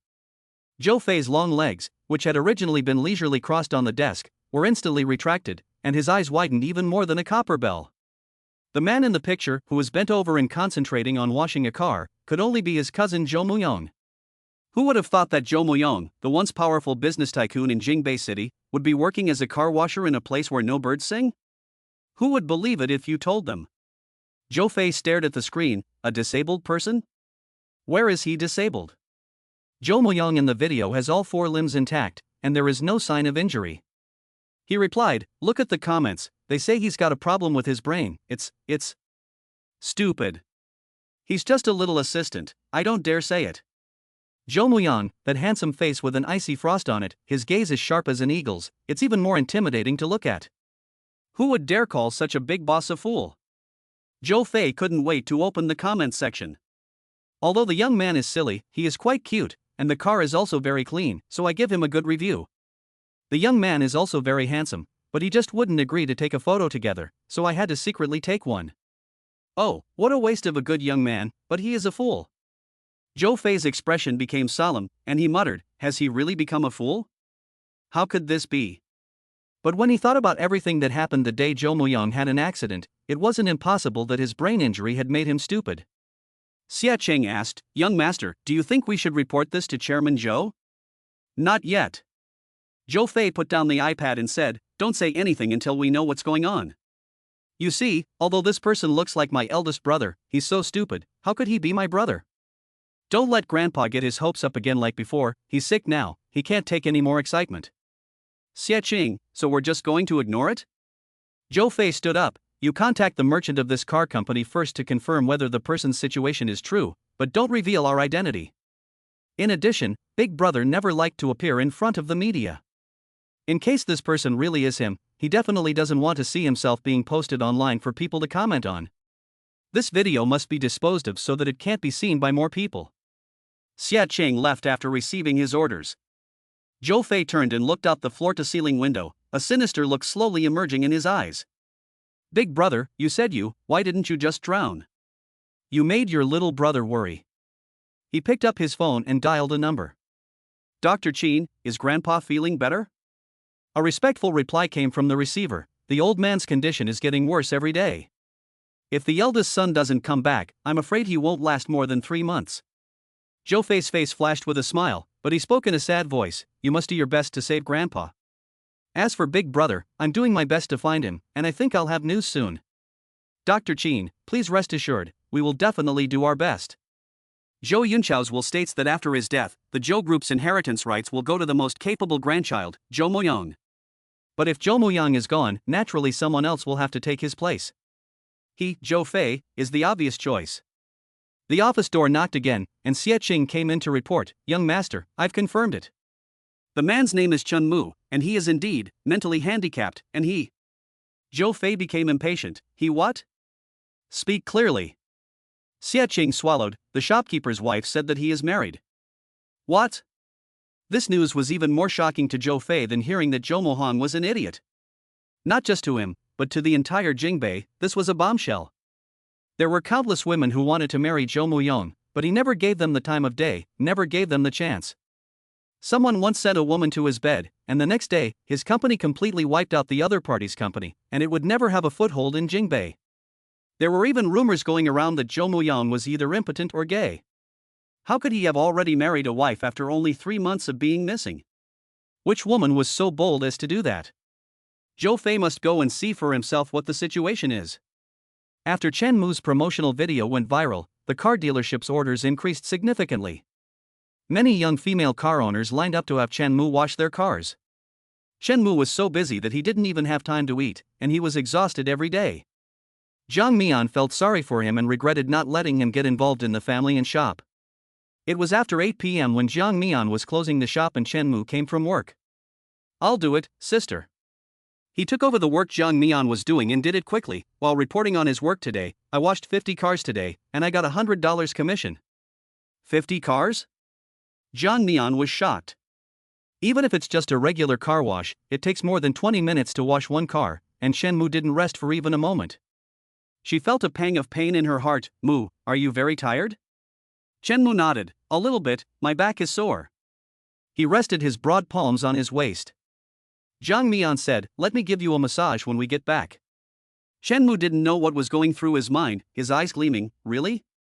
Zhang Mian didn't notice his expression, hesitated for a moment, and said, you're so tired, of course I have to give you a massage. Mu, let's quit this job. In the past, after work, Chen Mu always liked to pester her, and even lie on the cool mat at night looking for someone to talk to. Now, after returning home, eating dinner, taking a shower, and not even speaking 2 sentences, he fell asleep. He was so tired. Chen Mu kept shaking his head. No way. I'm not tired at all. I can earn a lot of money. Zhang Mian persuaded for a long time, but Chen Mu was stubborn and wouldn't relent, so she had to give up. She said, by the way, I heard from the boss today that a charity organization saw your video and called to say that they want to help you. Chen Mu frowned. I have food and drink. What do you mean by help? Zhang Mian said, help you see a doctor, don't you want to be a fool forever? Chen Mu was silent. Zhang Mian faced him and walked backwards, looking into his eyes. Why aren't you talking? Chen Mu slowly moved with her. If I'm not a fool anymore, will you still want me? Chapter 12, I want to sleep with my sister. Zhang Mian tilted her head as she walked, thinking, well, it's hard to say. It feels like if you weren't stupid anymore, you wouldn't want me. You don't even know how popular you are with women right now. They're young and pretty, and they have money to buy cars, which is so much better than me. Chen Mu's face was even more pained. I don't like them, I only like you. I don't want any financial support, and I don't want to go to the hospital. Zhang Mian didn't say anything about his decision to refuse medical treatment. She also hopes that Chen Mu can return to normal, but at the moment, other people's assistance is probably looking at his traffic, and Zhang Mian doesn't want him to be consumed. When I make more money, I'll take him to the doctor myself. Zhang Mian's mind was running wild, and she didn't notice that she had stepped on a stone, and her body suddenly tilted, about to fall backwards. Ah! She screamed, instinctively reaching out to Chen Mu in front of her. Chen Mu's body reacted a little slowly. Although he grabbed Zhang Mian's hand, his body leaned forward, and it looked like he was about to press Zhang Mian firmly to the ground. How could Zhang Mian's small body withstand his pressure? Fortunately, when he landed, he flipped over while holding Zhang Mian, otherwise with his body weighing more than 100 pounds, he would have definitely crushed Jiang Mian to death. Jiang Mian only felt dizzy, and then she fell heavily onto Chen Mu, and she was completely dazed. Chen Mu was also very scared, and he tightly embraced her waist with both hands and didn't move a muscle. When he came to his senses, he looked down and saw Jiang Mian's half-naked chest. It was like touching a hot potato, so he immediately let go of her, turned his head to the side, and couldn't help but let out a muffled grunt of pain in his throat. Jiang Mian immediately got up from him. "I'm sorry, I made you fall too." She helped Chen Mu up. "Are you okay? Did you fall hard?"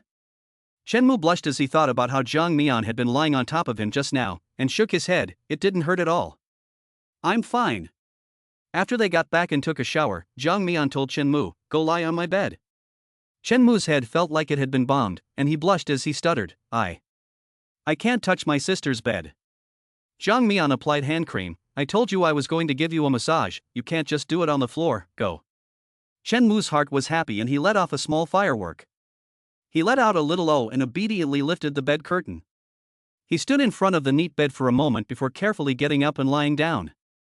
Wow, sister's pillows are all fragrant. When it comes to massage, Jiang Mian is a professional. When customers in the shop are wearing masks, she will give them a massage. Now she leans slightly forward and starts at Chen Mu's shoulders, looking for pressure points and pressing down. Her fingers are nimble and in the right place. Chen Mu starts off tense, but gradually relaxes and can't help but let out a sigh of relief. Jiang Mian says while pressing the pressure points can relieve fatigue and help you sleep. "You'll sleep well tonight." Chen Mu can't help but say, "Big sister, teach me." "Jiang Mian, what do you need to learn this for?" Chen Mu said seriously, "I'll give you a massage when you get off work." Jiang Mian laughed, quite filial, "You haven't been raised in vain." She squeezed Chen Mu's waist. "You brat, you're all muscles and quite hard." When she got to the small of his back, Chen Mu suddenly let out a hiss. "What? Did I go too hard? I'll go easier." Jiang Mian was startled. Chen Mu's brows were knitted together, as if the pain was excruciating, and he couldn't utter a word. Jiang Mian lifted up his shirt with doubt, and only then did she notice a large bruise on his lower back. Her heart skipped a beat. Had he fallen and hit it on a rock? Chen Mu turned around, pulled down the hem of his shirt to cover the bruise, and said, "It's fine, it doesn't hurt at all." Jiang Mian felt very uncomfortable. "Idiot, it's bruised like this, and you're still saying it doesn't hurt." She said while looking for ointment, "Next time you get hurt, you must tell me. If I know you're hiding it from me again, I'll fix you." Although she was fierce, Chen Mu's heart was sweet, and he gave a little smile. Jiang Mian found the ointment. "Lie still, and it won't hurt so much." The cool ointment rubbed on his skin, and although it still hurt a little, Chen Mu felt so comfortable. Especially his sister's hands, so soft, he liked the touch. He didn't understand why thinking about his sister's touch made his heart beat faster and his body feel warm. His hands gripped the bedsheet slightly, restraining the strange feeling in his body. Jiang Mian applied the ointment and couldn't help but sigh. "Amu, do you know that no one has ever been so good to me since I was little?" Chen Mu sincerely said, "No one has been as good to me as my sister." Jiang Mian's eyes filled with a smile. "In the future, if you leave, I won't be used to it." She could feel that her bond with the little idiot was growing stronger every day, but she knew that the little idiot would leave once he found his family. Chen Mu turned to look at her and promised seriously, "I won't go. I'll always be with my sister." Jiang Mian asked, "Even if you find your family, you won't go home?" Chen Mu muttered, "Didn't you say that this is our home?" Jiang Mian smiled, Yes, you have a good memory." She finished applying the medicine and came back to continue massaging him. "Amu, tomorrow I'll buy you a bed, so you don't have to sleep on the floor anymore." Buying a bed costs money, and Chen Mu immediately refused. "I like sleeping on the floor." Jiang Mian knew what he was getting at and said with a smile, "You work so hard now, it's not good to sleep on such a hard surface." Chen Mu still shook his head. "No, there's no room at home." Indeed, there was simply no extra space in this small room for another bed. Jiang Mian looked around and said, "Then you sleep on the bed and I'll sleep on the sofa." "I'm small, so I can sleep on the sofa." The sofa is only 1 meter and 2 centimeters long, so no matter how small she is, she has to curl up when she lies on it. Chen Mu was rarely decisive, but this time he said firmly, "You are not allowed to sleep on the sofa." Jiang Mian knew that when he was stubborn, he was very difficult to talk to. Just as she didn't know how to convince him, she heard Chen Mu say in a low voice, "The bed is big enough for 2 people." Jiang Mian almost couldn't catch her breath, and gave him a hard knock on the head. "Dare you sleep next to me, I'll beat you up." Chen Mu let out a cry of pain. He felt that Jiang Mian had some violent tendencies. When she was gentle, it hurt; when she hit him, it really hurt. Jiang Mian saw the expression on his face as he pursed his lips, and burst out laughing again. I know you didn't mean anything by it, but men and women aren't supposed to be intimate, and we can't just sleep together. Chen Mu muttered, but they say that husbands and wives are supposed to sleep together. Chapter 13, The Fool is Being Made to Look Bad. Jiang Mian frowned and stopped what she was doing. Who said that? Your colleagues at work? Chen Mu nodded. Jiang Mian looked serious. What else did they teach you? She could almost imagine the scene, those people molesting Chen Mu, asking him about his time with her, and then adding in some lewd instigation and teasing. Her expression made Chen Mu afraid to say anything else. The men asked him if he had touched Jiang Mian, and even asked if he had kissed her. He didn't really understand, but his intuition told him that these were all very embarrassing things, and if his sister knew, she would be unhappy. He lied. No, I didn't teach her anything. Jiang Mian snapped, tell the truth. Chen Mu was most afraid of Jiang Mian getting angry, so he could only answer in a low voice. They asked me if I kissed you, if I slept with you. Jiang Mian's chest kept rising and falling uncontrollably, and she was so angry that she could hardly breathe. Anything else? Chen Mu began to shake his head. Jiang Mian gritted her teeth and said, next time they say something like that, you say, sleep with your mother. Remember? Chen Mu seemed to understand but not, and he remembered. Jiang Mian got in the mood to tease him. Say it once for me. Chen Mu turned his head and looked at her, his voice very small. Sleep with your mother. Jiang Mian shouted, louder. Show some spirit. Chen Mu spoke a little louder. Sleep with your mother. Jiang Mian nodded in satisfaction and continued to massage him. Amu, we can't let others bully us, so we must be a little fierce. Many people bully the weak and are afraid of the strong. If you are fierce, they will be polite. If you are weak, people will find ways to take advantage of you. She stood up. Okay, no more massage. You sleep on the bed, I'll sleep on the sofa tonight. Chen Mu sat up and retorted, no, I don't want my sister to sleep on the sofa. Jiang Mian looked at her 1.5 meter wide bed and hesitated for a moment. Then you sleep inside and I'll sleep outside. If you dare to touch me, I'll chop off your hand. Chen Mu nodded repeatedly, his heart filled with an indescribable sweetness. It wasn't until he saw Jiang Mian bring the cleaver over and place it by the bed that he was shocked and his Adam's apple rolled around a bit. Sister, are you really going to chop me up? Jiang Mian smiled, hiding a knife in her smile, threatening him, if you dare to touch me, you will naturally be chopped. Chen Mu hurriedly leaned in, his back pressed tightly against the wall. I promise not to touch. Jiang Mian was also tired after a long day and lay down directly. Go to sleep, don't be annoying. After spending so much time together, she understands Chen Mu. This man loves her very much and listens to her very much. If she says she can't touch, he won't. She trusts him. But the next morning, Jiang Mian woke up in Chen Mu's arms. The man's broad embrace, perfect jawline, and sleeping face like a prince were right in front of Jiang Mian's eyes. She thought she was dreaming, and quietly admired it for 2 seconds before she felt something was wrong. She slapped Chen Mu, who was still asleep. Chen Mu, you have the nerve. What did I tell you last night? Not only did you touch me, but you also dared to hug me to sleep. Chen Mu was stunned by the blow and instantly came to his senses. He sat up, feeling aggrieved. Sister, I didn't move, it was you. He pointed at the half-empty bed outside. Jiang Mian looked at it and saw that Chen Mu's body was still obediently pressed against the wall, but she herself had long since crossed the 38th parallel. Ha! Her face flamed with embarrassment, and she wanted to find a crack in the ground to crawl into. Not only did she crawl into someone else's arms, she also scolded the other person, which seems a bit excessive. She immediately smiled cheekily and stuck close, touching Chen Mu's face, which she had just hit. I'm sorry, I misunderstood you. Does it hurt? Let me blow on it for you. Saying this, she pouted and pretended to blow on Chen Mu's face. Chen Mu was so aggrieved that he protested in a low voice, Sister, can you hit me a little softer next time? Jiang Mian promised, I won't do it again. I'm sorry. He. She should have said something. Last night, she lay in Chen Mu's arms and slept quite well. This little idiot may not be very smart, but he has a great body. No matter how you look at it, she was taking advantage of him. A feeling of tenderness welled up in her heart, but she said seriously, if you lean over again while I'm asleep tonight, push me away, got it?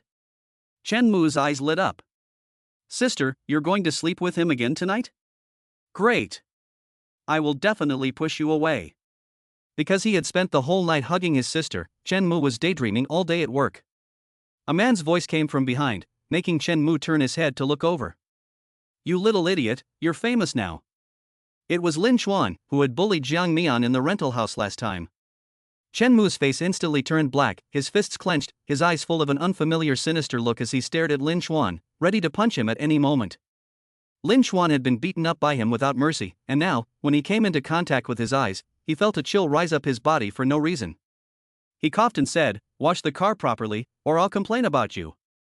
Chen Mu's voice was cold, "I'm not washing it for you." Lin Chuan crossed his arms, "Hey, I'm going to make sure you wash it for me." The boss's wife came out to greet him. "Ah, Boss Lin is here, come inside and rest."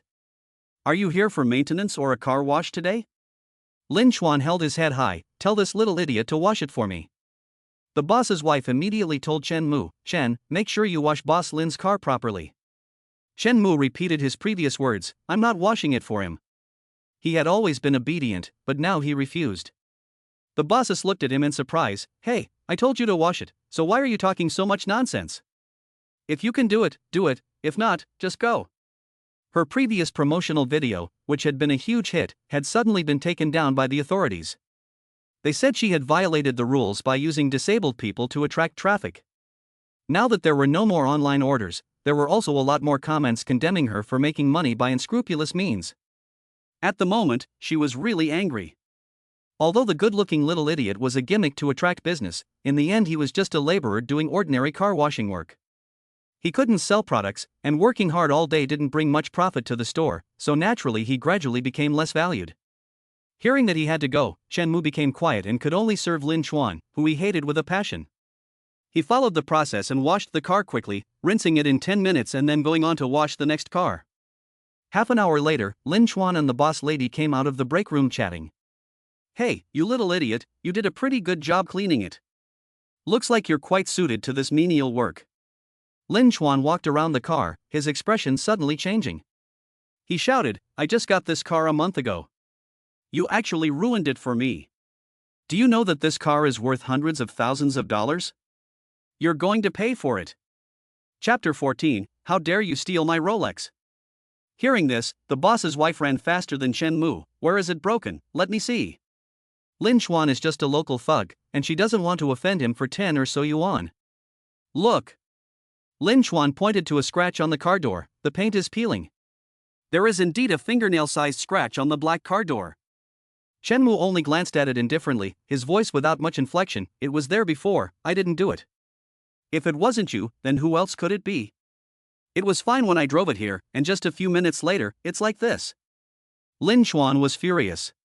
The bossess looked carefully and said with a smile, "Boss Lin, we use a towel to wipe the car when we wash it, so it won't get scratches like this." Lin Chuan snorted, "Of course it won't get scratches if you use a towel, but what if you don't use a towel?" He pointed his finger at Chen Mu. "He did it on purpose, taking his anger out on my car while I wasn't there." The bossess was puzzled. Where did this come from? Although Chen is not as intelligent as normal people, he is very careful and responsible in his work and has never made a mistake. All customers have praised him during this period of time. Lin Chuan revealed, "He is just a fool. Last time he went crazy and hit me. I didn't argue with him and just scolded him a bit. I never thought that this time he would deliberately damage my car again. Let him pay for the damage. Otherwise, I'll fire him." It turned out that there had been a long-standing grudge, and the bossess understood. There were other customers in the shop, and she didn't want to make a big deal out of it. "Boss Lin, you know Chen's situation. It's really not easy for him. How about this? We'll help you repair the paint damage and give you a full beauty treatment for free." "No way. I don't need the money. And don't make it sound like I'm trying to scam you." Lin Chuan was completely unyielding. The boss lady sighed and said, "In that case, please go inside and rest for a while. I'll call his wife." She called Jiang Mian on the side while Lin Chuan continued to inspect the car. "Let me see if there is any other damage." As soon as the boss lady hung up the phone, she heard Lin Chuan scream in the car, "Where is my watch? I clearly left it here before." The boss lady hurriedly asked, "What watch?" Lin Chuan rummaged through the various storage compartments of the car. "Rolex, over 100,000 yuan. Now. It's gone." He looked at Chen Mu with burning anger in his eyes. Chen Mu's face turned red with anger. I didn't take it. Lin Xuan's eyes narrowed slightly. I didn't even say it was you who took it, but you're already panicking. You're such a fool, you've already revealed your hand so quickly. A watch worth 100,000 yuan, not to mention the issue of compensation, if it really was stolen, this is punishable by law. The proprietress was completely panicked, and looked at Chen Mu with a cold face. Chen, did you take it? If so, hurry up and give it back to Boss Lin. Chen Mu threw the towel in his hand hard, his eyes red. I didn't take it. Stealing from others is wrong. You know it's wrong and you still stole it? Lin Xuan looked at him disdainfully. Chen Mu was being framed, his chest began to rise and fall violently. Not knowing how to prove his innocence, he could only impatiently repeat one thing. I didn't take it, I didn't steal it. Before he started working here, Zhang Mian had taught him carefully how to treat customers politely and work carefully. He must never touch anything in other people's cars, not even money. No matter how poor they are, they must not take unjust wealth. He had taken every word his sister said to heart, so how could he possibly touch someone else's watch? Lin Xuan picked up his phone and said, let's call the police and let them handle it. Calling the police will cause a big fuss. No matter what the result is, it will definitely affect the reputation of the store. The proprietress quickly held his hand and smiled. Boss Lin, Zhang Mian will be here soon. Xiao Chen listens to her most. Just let Zhang Mian come and ask. You see, we are all neighbors. Give me face. If there is a misunderstanding, we can just clear it up. There is no need to make a big deal of it, is there? Lin Xuan reluctantly put away his phone. I am just giving you face. Otherwise, I would have to send this kid to jail right now. The boss nodded repeatedly. Yes, I knew you were the most generous and easygoing person. Please take a seat inside. What's there to sit for? Search him to see if he still has the stuff on him. If he's transferred it, who am I going to find? It's more than 100,000 yuan. Even if I'm rich, I can't just let it go like this. The boss could only turn to Chen Mu and ask, Chen, did you take it or not? If you did, hand it over now, and I won't blame you. No. Chen Mu stuck out his neck. Lin Xuan gave a wink to the two male employees standing nearby. A search will tell us everything.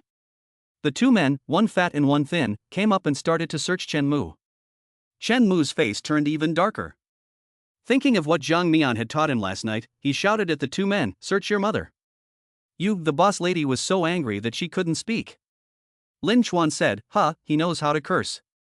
Is he pretending to be stupid on purpose to steal from the customer? Search him. When Zhang Mian arrived in a hurry, she saw Chen Mu fighting with the two men. Mu. Stop. Zhang Mian was so scared that her heart was in her throat, and she quickly ran over to pull Chen Mu away. She knew too well how fierce Chen Mu could be when he went berserk, and she was afraid that the two men were no match for him. Hearing her voice, Chen Mu immediately stopped, feeling guilty, but as a result, he took a few solid punches from the two men. When he saw Zhang Mian, his eyes turned red. He felt aggrieved and guilty. Sister, it wasn't me, I didn't. Zhang Mian looked at the two men with bruises and gave Chen Mu a glare. She pulled him behind her and then asked the proprietress with a smile, Sister, what happened? The proprietress sighed, if I hadn't accepted Chen because of Ah Hui's face, I wouldn't have had to deal with all this trouble. Lin Xuan snorted beside her, your silly husband not only ruined my car, he also stole my Rolex. Zhang Mian had been in society for a long time, and she knew better than anyone why Lin Xuan was making things difficult for Chen Mu. Now that so many people were gathered around, and Chen Mu was so emotional, she also wanted to calm things down as soon as possible, and said, let me talk to Chen Mu first. She pulled Chen Mo aside and said in a low, cold voice, Mo, tell your sister, do you hate that person and deliberately damage his car? Chen Mo shook his head in distress, I didn't. Zhang Mian touched his face to comfort him, okay, I believe you. Then let me ask you again, did you take his things? Tell me the truth, if you confess, I won't blame you, but if you lie to me, I won't want you anymore. Even though she said this, Chen Mo was equally resolute, I didn't take it. Zhang Mian let out a sigh of relief. She knew how protective Chen Mu was of her, and on the way here she had even thought that Chen Mu might really damage Lin Xuan's car in retaliation. Now looking into Chen Mu's eyes, she knew that she had been worrying for nothing.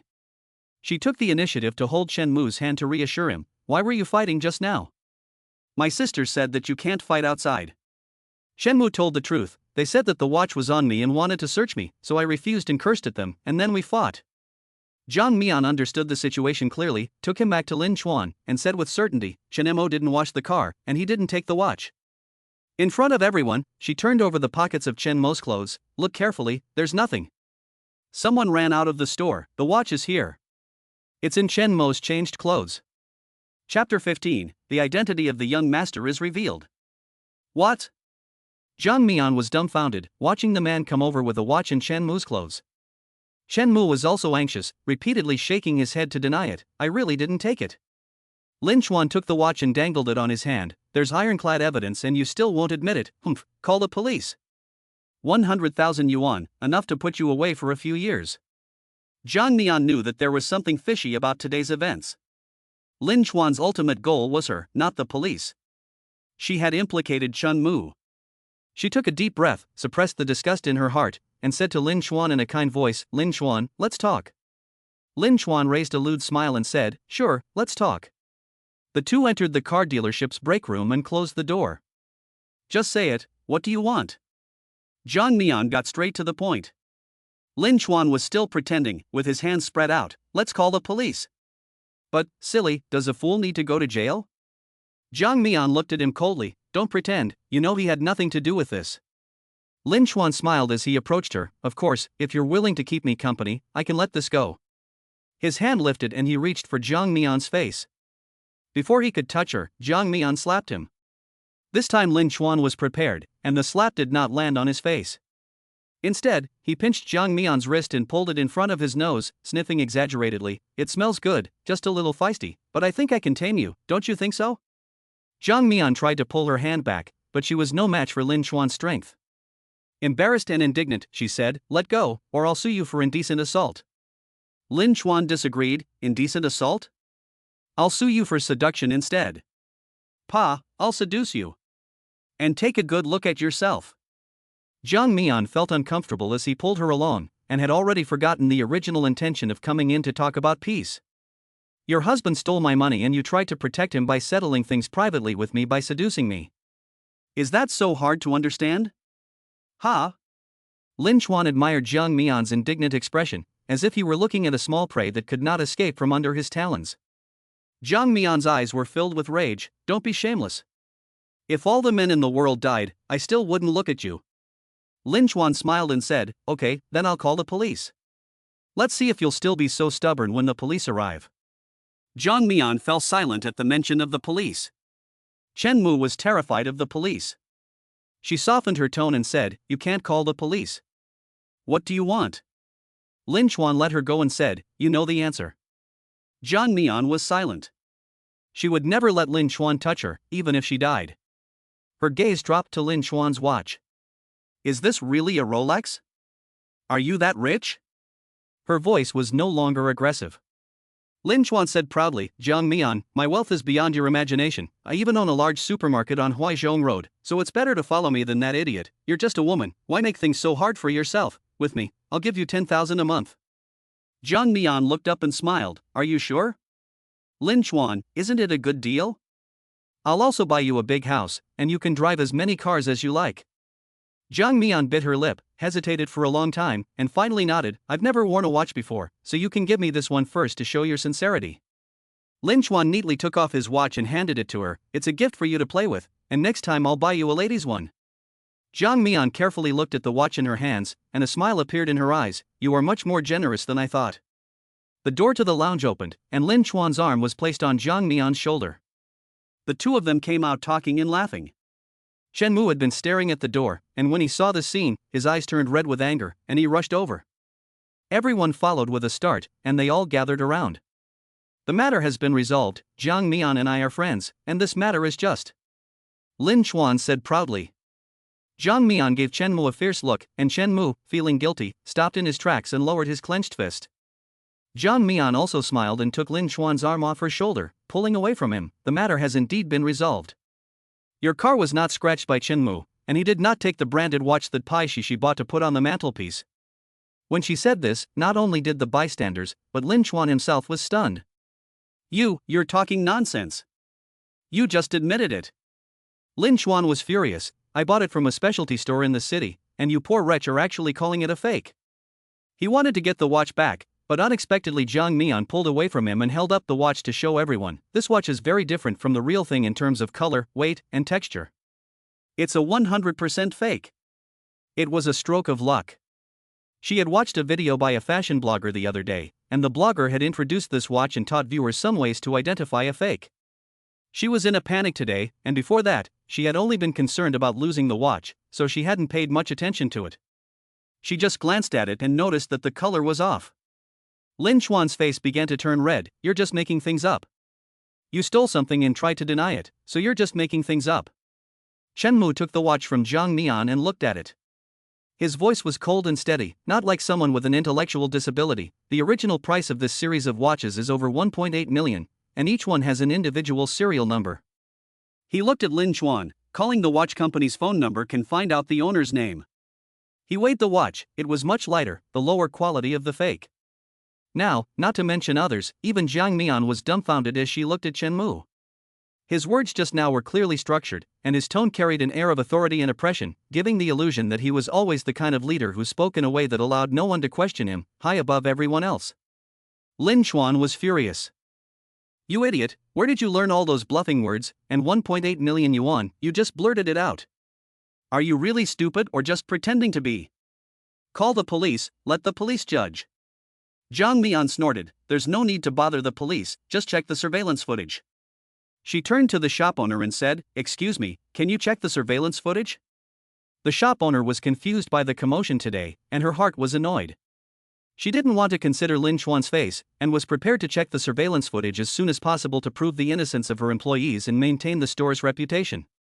However, as soon as her eyes fell on Lin Chuan, she was glared at by Lin Chuan with a frown. This glance made her understand the truth of the matter. After all, Jiang Mian and Chen Mu were insignificant outsiders, and Lin Chuan was the local snake. Out of fear, she could only stand on Lin Chuan's side. She could only say, "I think today's incident was a misunderstanding. Forget it. Boss Lin, we will repair your car for free. Since the watch has been found, you both should give me face and let this matter pass, okay?" Jiang Mian wanted to say something else, but the proprietress looked at her earnestly, with a hint of pleading in her eyes. She could only give up.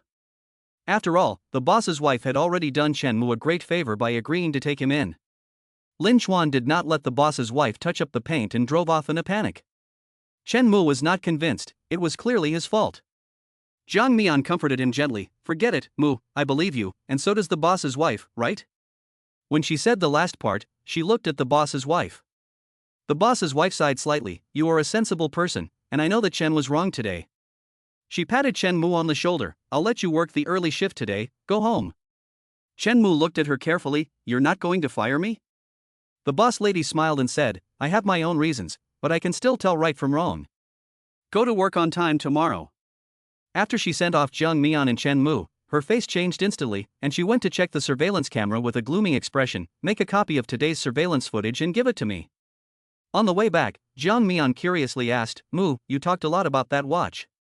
Did you learn about it on TV again?" Chen Mu's brows furrowed slightly as he also recalled, "No, I remember wearing a watch like that before. I'm familiar with it." "Worn it? A watch worth 1.8 million? Jiang Mian looked at him in disbelief. "Don't kid with me, don't tell me you're the rich family's eldest son? Young master?" Chen Mu muttered, as if that was what they called him. Jiang Mian made a few noises, and said, "You're just bragging.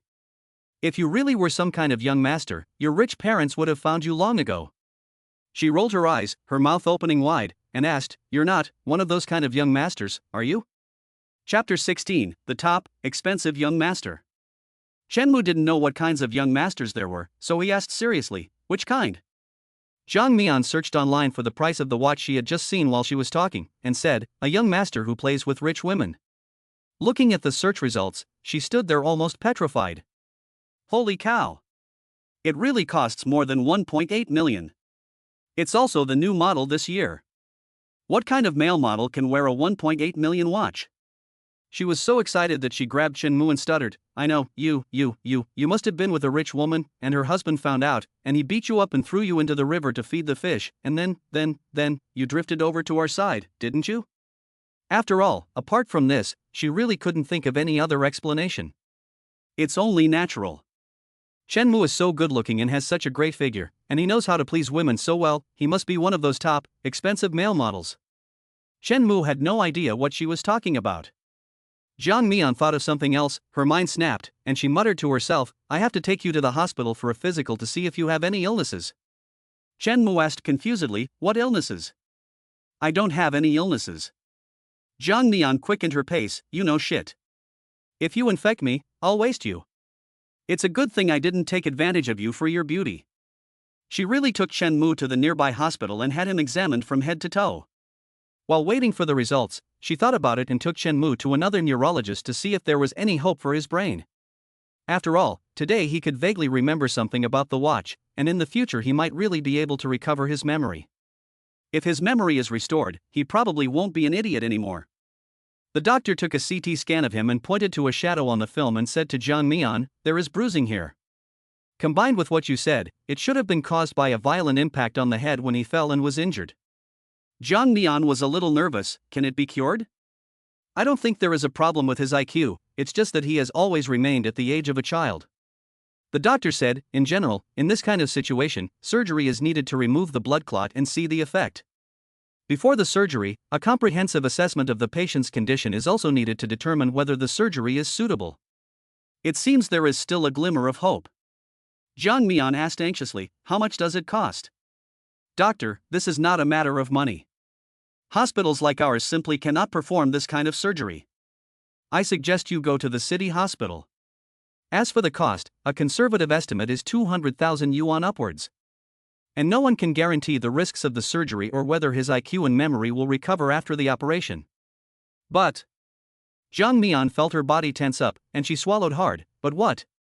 Doctor, but if we don't do it, the blood clot will move and press on other nerves, and I'm afraid his condition will get even worse. More worse, Jiang Mian became more and more scared as she listened. Doctor, hemiplegia, or total paralysis, loss of speech, blindness, are all possible. I suggest you take him to a big hospital as soon as possible for a proper examination. Jiang Mian's face was gloomy and ugly as she walked out of the doctor's office. Sister! Chen Mu was chewing on a lollipop and handed Jiang Mian another one. Jiang Mian was not in the best of spirits. Where did you get it? Chen Mu pointed at a little girl who was walking away. That little sister gave it to me. Jiang Mian took it, peeled off the wrapper and put it in her mouth, speaking indistinctly, just taking food from other people, you're not afraid of being poisoned. Chen Mu said smugly, I've already eaten it, it's not poisoned, you can eat it with confidence, sister. His sweet words did not make Jiang Mian feel any happier. Jiang Mian really couldn't imagine what it would be like for this man, who was over 1.8 meters tall and stood straight in front of her, to become paralyzed and unable to take care of himself. Fortunately, the results of the previous physical examination showed that Chen Mu was healthy in all other respects, and as for sexually transmitted diseases, there were none. Go home, it's fine. She put the report in her bag and walked slowly home with Chen Mu. The doctor's words made her feel like a big stone was weighing on her heart, making it hard to breathe.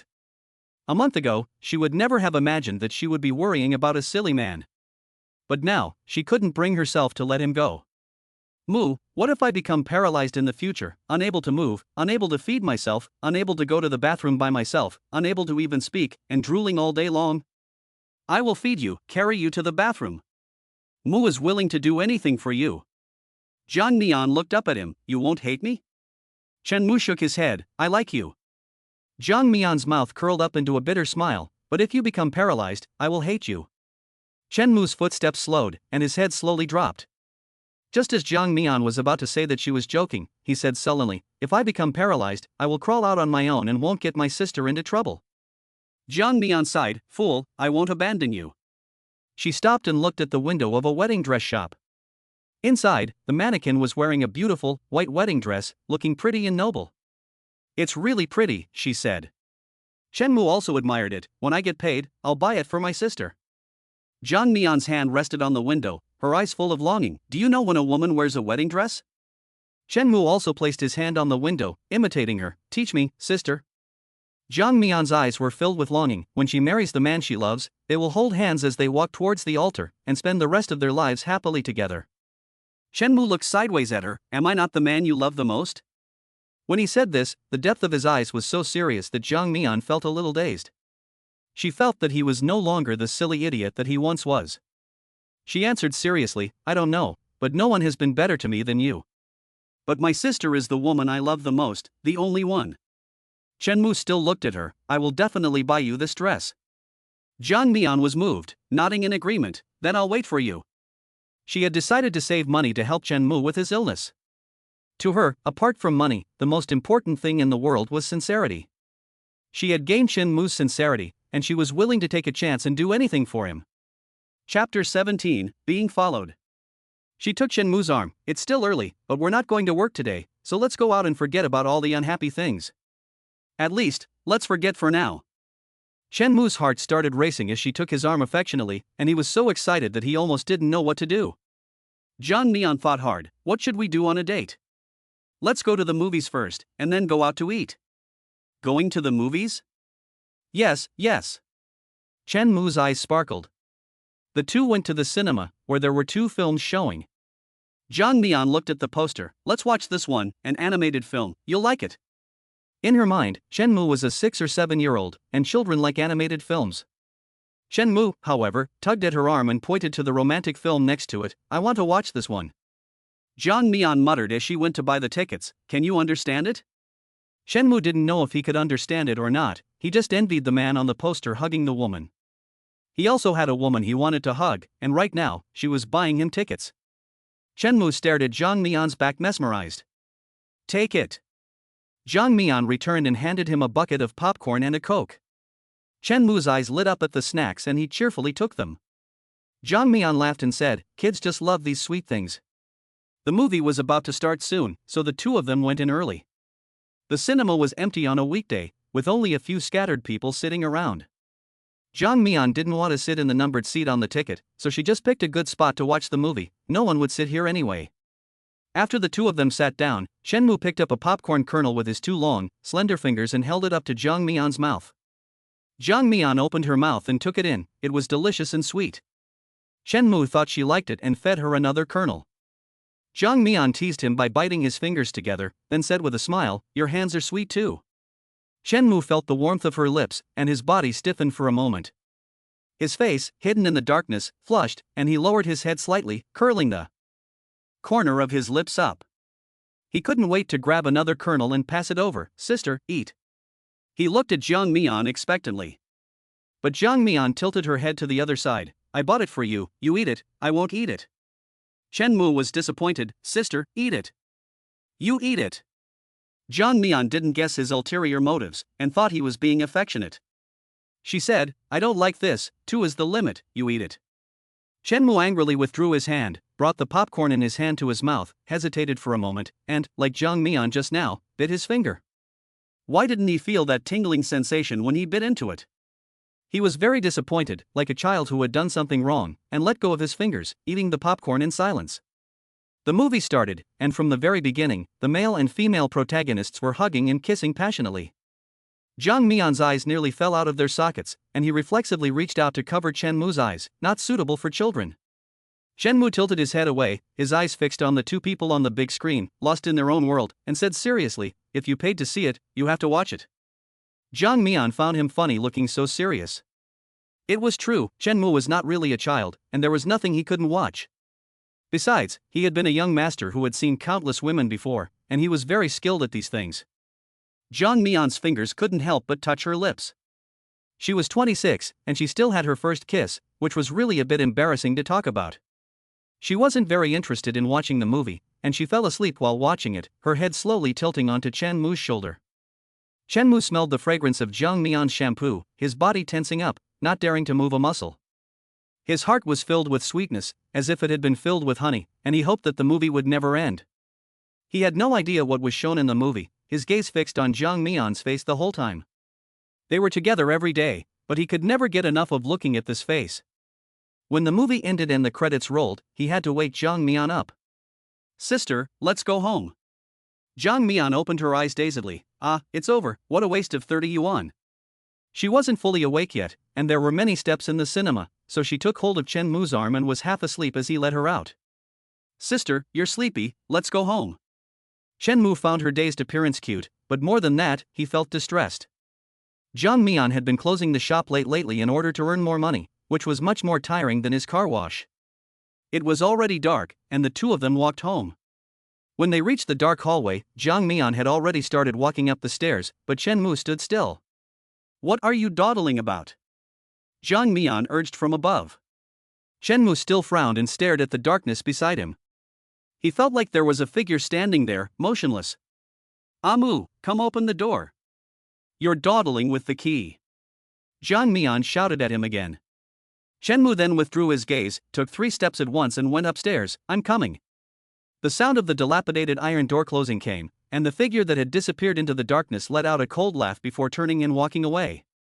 As the saying goes, practice makes perfect. Jiang Mian and Chen Mu had already shared the same bed last night, and she didn't act coy again today, but simply lay down in the same bed. Of course, the kitchen knife was still placed next to the pillow. Having slept for over an hour at the cinema, Jiang Mian couldn't sleep even with her eyes closed. Just then her phone vibrated. She took it out and saw it was a WeChat message from her best friend Yuanxi. First there was an emoticon of a sad, depressed face, followed by a string of text, "Missed again." Yuanxi had been married for 2 years, but her husband had weak sperm and they had never been able to conceive a child. Jiang Mian comforted her, "Go to a big hospital and have another look. You're both so young, and you like babies so much, it's just a matter of time before you conceive." Yuanxi complains, "It's one thing to have trouble getting pregnant, but the point is that his family all think it's my problem, and they say really nasty things. If it weren't for the fact that they raised my husband, I'd really want to fight back. Jiang Mian, in my opinion, you should just tell them the truth. I'm just afraid that they'll come begging and coddling you, afraid that you'll dump their son. Yuanxi, my husband and I are true love. I can't bear to see him being pointed at and criticized. Fortunately, he listens to me on everything." Yuanxi and Jiang Mian have completely different views on love. She is an absolute romantic, having been in college love and been a couple for so many years, and they are still as close as ever. Jiang Mian doesn't really believe in love, but she admires the Yuanxi couple. "Yuanxi, Mian, how are things with your little idiot? Are you really planning to raise him for the rest of your life? You were the goddess of our school when you were in high school, and I really feel sorry for you." Jiang Mian turned her head to look in the direction of Chen Mu and noticed that Chen Mu was staring straight at the screen of his phone. She turned around, lay facing Chen Mu, so that he couldn't see, and threatened him, "If you keep peeking at my phone, I'll hit you." While talking, she sent a message back to Yuanxi, "It's not a matter of worthiness. Does a goddess have to be matched with a god? Besides, our little idiot is not bad. He's handsome, in good shape, and gentle with me." She even took a picture of Chen Mu and sent it over, wanting to show off Chen Mu's good looks. Yuanxi sent back a voice message. Jiang Mian was quick and clicked directly, and Yuanxi's bomb-like voice sounded unusually loud in the small room. "Damn it, didn't you say it was a fake marriage, but you're already having sex?" Chapter 18, I have to cure him. Jiang Mian almost had a reflex, and while blushing, she hid her phone under the covers. Chen Mu's face was full of confusion, and he spoke seriously, "Sister, what does rolling the bedsheets mean?" Jiang Mian just reacted, Chen Mu is such a fool that he doesn't understand these words at all, and this realization eased her embarrassment to a certain extent. She coughed twice and pretended to explain seriously, "It means lying on the bed together." Chen Mu's dark eyes sparkled, "I like rolling in the sheets with my sister, I want to roll in the sheets with you every day." These words left Jiang Mian speechless. She sighed, "What a fool, close your eyes and go to sleep." Seeing Chen Mu obediently close her eyes with a smile, she curved her lips again, thinking that it was just childish talk. She fished her phone out of the covers and sent a message to Yuanxi, "No, you know there's only one bed in this shitty house.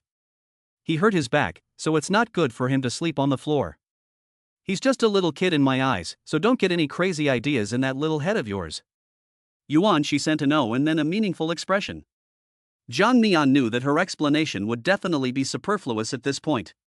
After teasing her, Yuanxi became serious, Mian, I'm really happy for you to have such a good man, but he's not very smart and will become a burden to you." These words made Jiang Mian look sad. She thought about what the doctor had said.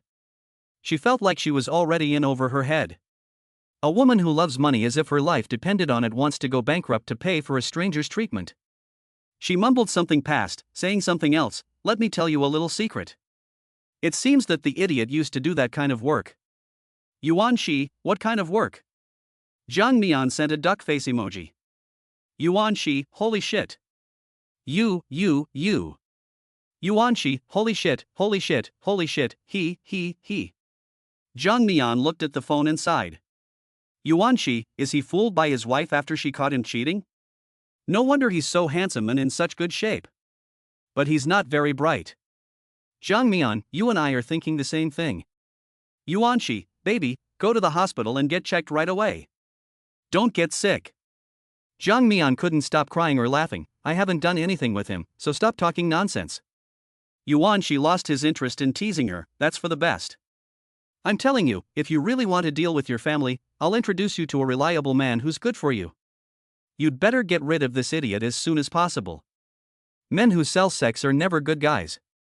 She sent a series of messages. Yuanshi, people in this profession have problems with their values. They're good at flattering women and saying whatever comes to mind. From what you've said, he's silly and stupid, but he knows how to please you. It's probably just a professional instinct.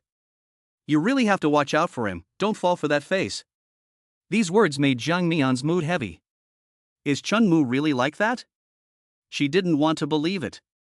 At least in this world, he is the first good man who has opened his heart to her, the man who is willing to risk his life for her. He can't fake the way he protects himself. She didn't want her best friend to worry about her, so she replied, don't worry, he's stupid but I'm not. I can't really fall in love with a fool, can I? I was just joking before. I'll send him away once I find his family. They said goodnight to each other, but Jang Mian felt even more sleepy. Chen Mu next to her had already fallen asleep with even breathing. She gently tapped Chen Mu's nose with her finger and muttered, tell me, am I worth it? Will you make me sad in the future? No one answered her. Jang Mian got up gently and took her own account book to do the accounts. She had to repay her second aunt's money next month, and her wallet would be empty by then. The rent would go up in 2 months, and the 200,000 yuan operation fee would take years to save up. But if she didn't have the operation, Chen Mu's illness would risk worsening, and she couldn't bear to see him become a disabled person with no dignity. Yuanshi is rich, and 200,000 yuan is not a big problem for her, but Jang Mian has not yet repaid the money she borrowed to open her shop, and she is now too ashamed to ask her for more. But everyone else around her has already borrowed money from her once when she opened her shop, and they have not yet repaid her.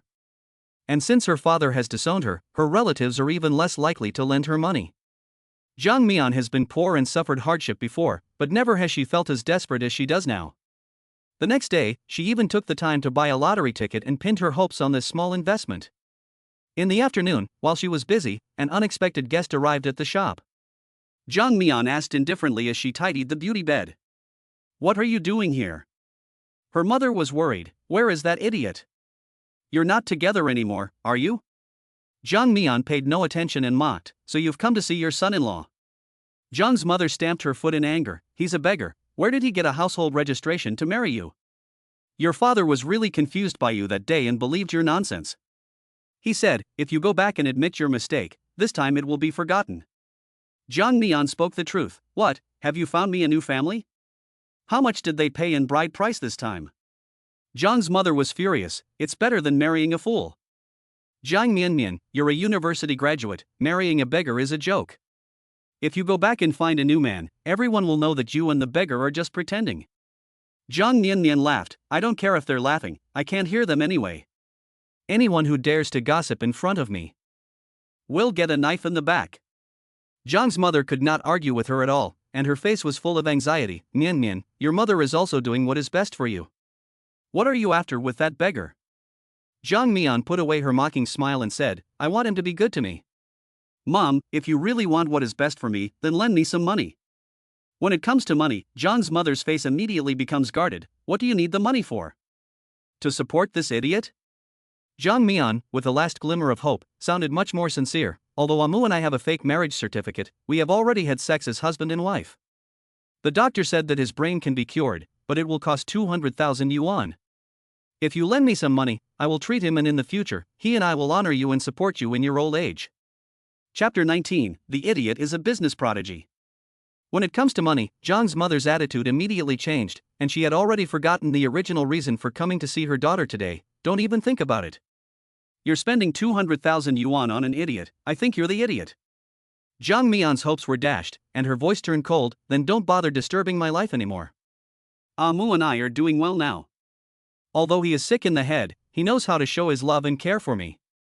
He is much better than those sober, cold-blooded and heartless people. After driving her mother away, Jiang Mian sat down in a chair, feeling powerless. Blood ties are nothing but a joke. In order to raise money for the operation, Jiang Mian racked her brains to drum up business and generate revenue. She printed a batch of flyers and went around the neighborhood to distribute them during the heat of the day when there were no customers. She also filmed the situation in the store and uploaded it online, hoping that it would go viral like Chen Mu's previous videos and bring in some business. But after the video had been uploaded for half a day, it had less than 500 views and simply couldn't go viral. Jiang Mian began to learn from her peers' filming techniques and discovered that they not only introduced their products and services, but also showed off their good-looking employees. It's just different when there are beautiful women to look at, and there were countless people interacting in the comment section, half asking for the store address and products, and half praising the beautiful women who appeared in the videos. Jiang Mian thought she was prettier and had a better figure than those people, but she didn't want to be in the spotlight, and insisted on only filming serious business introductions. After 5 consecutive videos failed to get any views, she was discouraged. Chen Mu came to pick her up after work and saw her angrily throwing her phone aside. "Sister, why are you upset?" "Who's upset you?" Chen Mu frowned and cared about her. Jiang Mian looked at his handsome face. "Amu, do people in this world only like to look at handsome men and beautiful women? They want to spend money, shouldn't they pay more attention to the quality of the products and the service?" Chen Mu picked up her phone and saw the browsing history on the screen, and understood why Jiang Mian was unhappy. He said seriously, "But only a good-looking cover can attract people to click in. If no one clicks in at all, how will they know about our products and services?" Jiang Mian's eyes lit up, and she patted Chen Mu on the head. "You've hit the nail on the head. Are you really stupid or just pretending to be? How come I feel that you're smarter than me?" Chen Mu returned her phone and replied very seriously, "Is it really that simple a truth that you don't know, sister?" Jiang Mian tapped him on the head. "Compliment you and you're floating." Chen Mu covered his head and muttered, "Sister is hitting me again." Although he was complaining, the corner of his lips was curled up, obviously happy. He picked up the flyers on the table. "Amu is going to distribute the flyers. See you later, sister." "Jiang Mian, it's dark, there's hardly anyone out. What's the point of distributing flyers? Don't go." Chen Mu said, "I'll go to the night market, there are a lot of people there. By the way, the boss said I'll be off tomorrow, I can go out and distribute them during the day tomorrow." He was about to leave with the flyers when Jiang Mian stopped him. "It took me a few days to figure out the trick in the video, did you really see it at first glance?" Chen Mu couldn't tell if it was a compliment or a put-down, so he didn't dare answer. Jiang Mian was in the mood, so she pulled him down and sat him down. "Don't go handing out flyers today. You can study how to increase our store's turnover." Chen Mu had never thought about these issues before. Anyway, he just did whatever Jiang Mian told him to do during the week. He was used to being called stupid, and he had come to think of himself as a stupid person who knew nothing. A few minutes later, he looked serious. "If we go out and attract new customers ourselves, not many people will come." He handed out flyers for a few days and noticed that although the young ladies happily took his flyers and asked for his WeChat, they were just interested in hanging out with him and didn't really have a business need. Jiang Mian nodded in agreement. "It's not bad if you get 5 new customers for every 100 flyers you hand out, but that's not a high conversion rate. Chen Mu, that's why we need to get our regular customers to bring in new customers, and both sides need to offer discounts. You see, Huijia has already referred several people to us, and compared to our flyers, the word of mouth from acquaintances is more credible." Jiang Mian stared at Chen Mu in surprise. "Amu, where did you learn all this? Why is his thinking so clear?" Chen Mu rubbed his head in confusion. "I just thought of it. Anyway, you asked me, and these words just came to my mind." Jiang Mian's eyes lit up. "My dear Amu, you really are a business prodigy." She took a notebook and looked at Chen Mu expectantly. "Go on, I'll write it down." Chen Mu was flattered and overjoyed, so he worked even harder. "In addition to developing new customers from existing ones, you can also establish a community where you can announce new products and promotions. This will attract people on the one hand, and on the other hand, as long as existing customers say a good word for you in the community, it will enhance the loyalty of new customers." Jiang Mian kept taking notes while Chen Mu was talking. "I just learned about this knowledge of establishing a community from the internet yesterday." The two of them chatted for more than an hour. Jiang Mian looked at Chen Mu, who was talking enthusiastically, and before she knew it, she had already ignored his silliness. In fact, she even looked at him with admiration and adoration. She was thinking that before Chen Mu was injured, even if he was a young master, he was still a very, very good young master. In her eyes, he was no longer a fool. Her mood brightened. As long as she cured Chen Mu's illness, he would be able to sit in an office building and work as a high-level white-collar worker, instead of holding a rag and working as a car washer. It seemed like there was hope for the future. Good, Mu, I will definitely cure you. It was already 10 o'clock. The two closed the shop and went home. Yuan Shi's phone rang. Baby, are you going to the high school reunion on Saturday? Zhang Mian instinctively refused. No, I don't like to join in the fun. Reunions are all about comparing notes. She had fared so poorly, she didn't want to go and sit there being the object of everyone's ridicule. Yuan Shi, however, persuaded her, Go we go, it's been almost 10 years since graduation, and you haven't been to one yet. Zhang Mian was about to say no, but then she thought, if I can sell a few of my products at the reunion and develop a few new customers, that wouldn't be bad. After all, her top priority right now is to make money. Great, I'll go. At the thought of expanding her customer base, Zhang Mian instantly perked up. Eager to implement all the suggestions Chen Mu had given her, Zhang Mian was so excited that she couldn't sleep. After taking a shower, she began to make detailed plans. When Chen Mu came out of the shower, Zhang Mian was writing the script for the video. Sister, you need to blow dry your hair. Okay, then turn on the electric fan for me. Zhang Mian didn't even look up. Chen Mu didn't turn on the electric fan and brought the hairdryer instead. His long, slender fingers carefully combed through Zhang Mian's hair, making her stop what she was doing and look up at him. Chen Mu continued to blow dry her hair, explaining, the electric fan blows cold air, which will give you a headache. Keep writing, I'll dry your hair for you. Zhang Mian's nose became a little runny with emotion. She sat there, her gaze dropping from his face with a smile, and inadvertently landing on his waist. Chen Mu stood very close to her, almost too close, to facilitate the blow-drying. Zhang Mian's mind was racing, and she reached out and embraced the slender waist in front of her. Chapter 20, Can I Hug You? The hand that had been gently moving over her head stopped. Chen Mu's body tensed. After a few seconds, he looked down at Zhang Mian and whispered, Sister.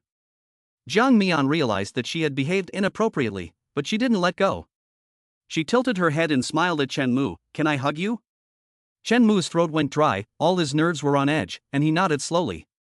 Zhang Mian could feel that this silly boy liked her, and she seemed to be slowly falling in love as well. This was the first time she had hugged a man like this, and the feeling was very good, like having a temporary resting place to lean on, a sense of security. She smiled and said, So what are you doing? Keep blowing. Chen Mu immediately began to blow dry her hair again, a smile slowly creeping onto his lips. Zhang Mian buried her head in Chen Mu's waist, It smells so nice. Chen Mu felt his body temperature rising. He was terrified and wanted to push Zhang Mian away, but he didn't dare to, and he didn't want to. Slowly, his body was undergoing some indescribable changes. He was afraid that if he continued to be held like this, Zhang Mian would go for the scissors, so he just speeded up the drying process and dried her hair haphazardly. He blushed and said, Sister, it's done. Zhang Mian still didn't want to let go, but she had to. Her eyes accidentally glanced at Chen Mu's pants, and her face suddenly flushed. This smelly man, is his body so sensitive? Just hugging him like this and he's already like this? He doesn't have any self-control at all, what a loser. The two of them are still young and full of blood, if they continue to spend time together like this, something will happen sooner or later. Amu, your waist injury is already healed, tonight you sleep back on your own floor. Chen Mu's hand, which had been giving off static electricity, froze in place, his face full of disappointment, and his voice plaintive, Sister. Zhang Mian didn't dare to look up at him and meet his gaze, pretending to continue writing her copy, It's too hot to sleep together in the heat, and the bed is small, so if I roll over I could fall to the bottom. Chen Mu was unhappy, and whispered, My back is still not healed, it hurts. Zhang Mian could still see through his little scheme, Then you can continue sleeping on the bed. Great. Chen Mu answered quickly this time, even raising his voice a bit. Zhang Mian just said leisurely, I'll sleep on the floor.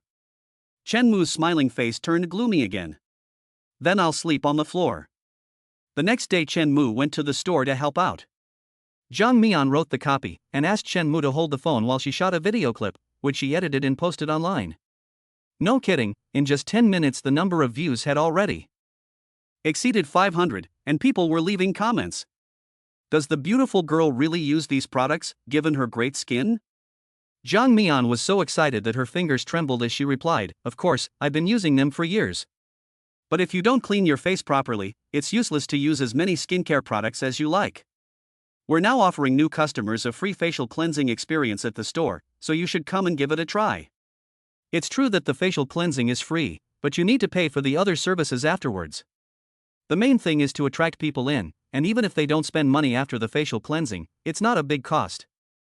You have to give something to get something. Chen Mu taught her that. In the morning, two girls really came together and said they wanted to experience the free facial cleansing. Jiang Mian was thrilled by their arrival. This proved that making videos had an effect, and Chen Mu was right.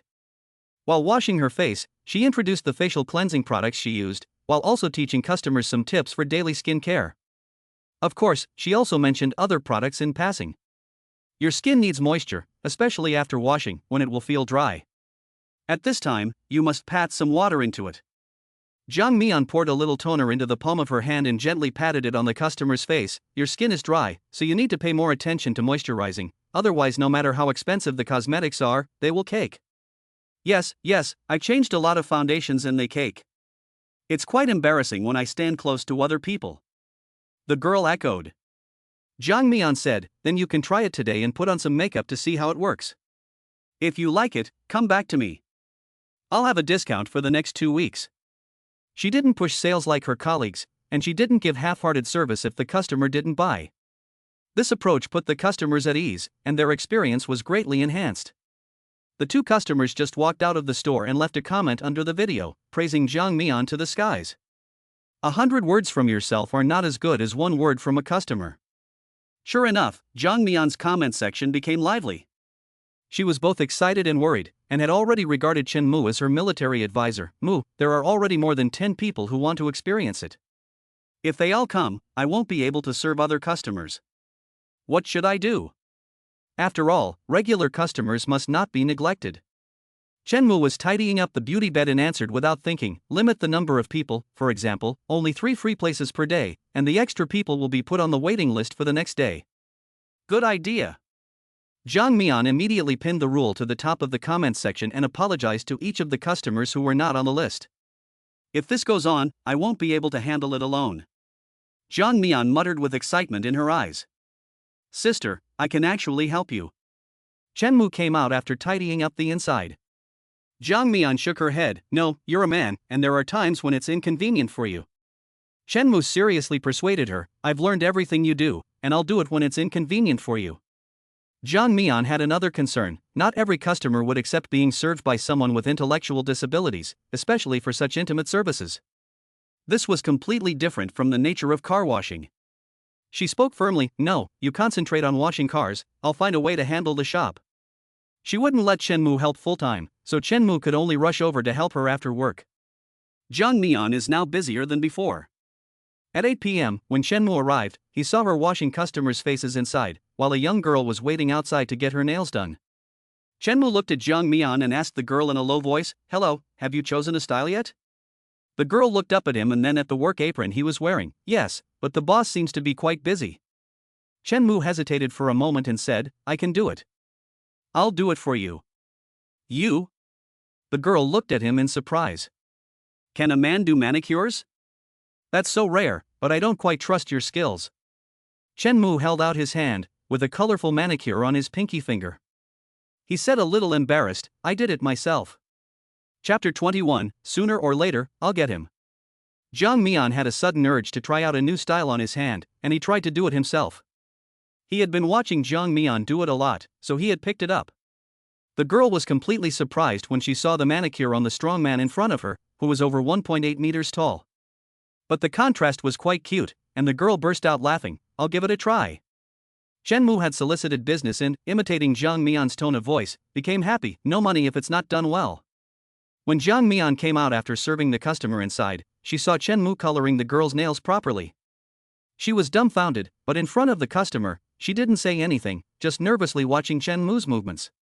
The girl thought it was strange and took out her phone to record a video. Chen Mu saw this and said, please don't film my face. He hates it when people film him, except for Jiang Mian. The girl laughed and said, don't worry, I'm filming his hands. I'll share it with my girlfriends so they can see what a handsome guy did to my nails. Chen Mu nodded and said, thank you for helping us advertise. If you help us post it on WeChat Moments and get 66 likes, I'll give you a 20% discount next time. The girl's eyes lit up. Really? Chen Mu's movements on the hands became more and more skillful. Jiang Mian's heart slowly sank. Chen Mu was much better than she had imagined. They had never talked about things like accumulating likes on WeChat moments, and she never imagined that he would be so fluent. With his reaction skills, who would dare to say that he was stupid? She was completely at ease with him. When the two of them had some free time, it was already 10 o'clock. Jiang Mian was exhausted, but she gritted her teeth and cleaned up the store before going home. The turnover had increased significantly in the past few days, but it was almost impossible to raise 200,000 yuan in such a short period of time. What should she do with such a large sum of money? Sister, you sit here, I'll clean up. Chen Mu came over with a mop and took the rag Jiang Mian was holding. Jiang Mian sat in a chair, watching Chen Mu, who was cleaning the shop quickly, and felt a sense of guilt. If only she could find the money for the operation right away. On the way home, Jiang Mian, like a couple in love, took the initiative to put her arm around Chen Mu's arm and rested her head on his shoulder. I'm tired, lean on me for a while. Chen Mu's lips curved uncontrollably. Great. Jiang Mian was really tired, holding Chen Mu's arm and leaning half on his shoulder. She didn't even need to look at the road. Her mind was empty as she thought about getting the money. Tomorrow is a high school reunion. If she asks her classmates, will they lend her the money? She has no more concern for her reputation. As long as she can get the money without breaking the law or violating morality, she is willing to try anything. Two people are walking crookedly in front of her. From the sound of their voices, it seems that they have drunk too much. Jiang Mian stands up straight and pulls Chen Mu to try to avoid trouble. She doesn't know that one of them stops directly in front of Jiang Mian. Jiang Mian looked at him in the light of the street lamp. Lin Chuan. Get out of the way. She stared coldly at the drunken Lin Chuan, whose eyes were wandering. Lin Chuan was beaming with lechery. Yo, isn't this my little Mian Mian, still out so late, going to a hotel, aren't you? The other drunkard let out a lewd laugh. Jiang Mian felt Chen Mu trying to break free of her hand, and it was obvious that this stupid idiot was going to fight for her again. She didn't want to get into trouble, so she took Chen Mu by the hand and walked away at a brisk pace. Don't get into trouble. Lin Chuan shouted from behind. Jiang Mian, I'm going to sleep with you sooner or later, just you wait, hee hee. Chen Mu's eyes turned red, and he wanted to turn back, but Jiang Mian held onto his arm tightly. Amu, forget it. She didn't want to waste her time on someone like Lin Chuan. A chill spread across Chen Mu's face. I'm going to get rid of him sooner or later. His expression was gloomy and terrifying, as if he wasn't just saying this, which made Jiang Mian feel strange and scared. She said softly to comfort him, he's drunk, let's ignore him. Mu, promise me, don't fight outside. Chen Mu's hostility slowly dissipated in his eyes, and he nodded slowly, boldly grabbing Jiang Mian's hand. Let's go home. Jiang Mian's hand was held in his wide palm, and a wave of warmth followed in her heart, as if the troubles of being harassed had been washed away. She turned her hand around, took Chen Mu's hand in hers, and held it up. No wonder that Yuan Shi, that stupid girl, was in love. It turns out that falling in love feels so good, just holding hands makes pink bubbles appear in your heart. Amu, tomorrow night I'm going to a class reunion, so I won't be at the store. After work, go home and cook for yourself, don't wait for me. I'll pick you up. No need, you won't be able to find the place. I can. His range of movement is limited to the area around the shop, but the place where the reunion is tomorrow is at the other end of town, 7 or 8 kilometers away. If I say you're not going, you're not going. Jiang Mian's tone was stern, and Chen Mu didn't dare say anything more. The next day, when Jiang Mian arrived at the agreed place, she realized it was an upscale Western restaurant, and she cursed inwardly. The average spending per person here is not low, and she feels bad spending so much money. Just as she was about to make up an excuse and go home with her phone in hand, someone called her name. Jiang Mian. Jiang Mian quickly put away her phone and looked at the handsome man in front of her. He was a classmate from high school, and he looked familiar, but she couldn't think of his name. She smiled awkwardly and said, "Hello, you're here too." The man's face wore a helpless smile. Can't remember my name, right? Jiang Mian still refused to admit it. No, you are, the one with the excellent grades. The man didn't continue to embarrass him, and took the initiative to introduce himself. Jin Shu, I sat behind you in the first year of high school. As soon as he said his name, Jiang Mian remembered. Yes, at that time you kept pulling my hair. You've changed a lot, I almost didn't recognize you. Back then, Shinshu was short, wore thick black-framed glasses, and was completely unattractive.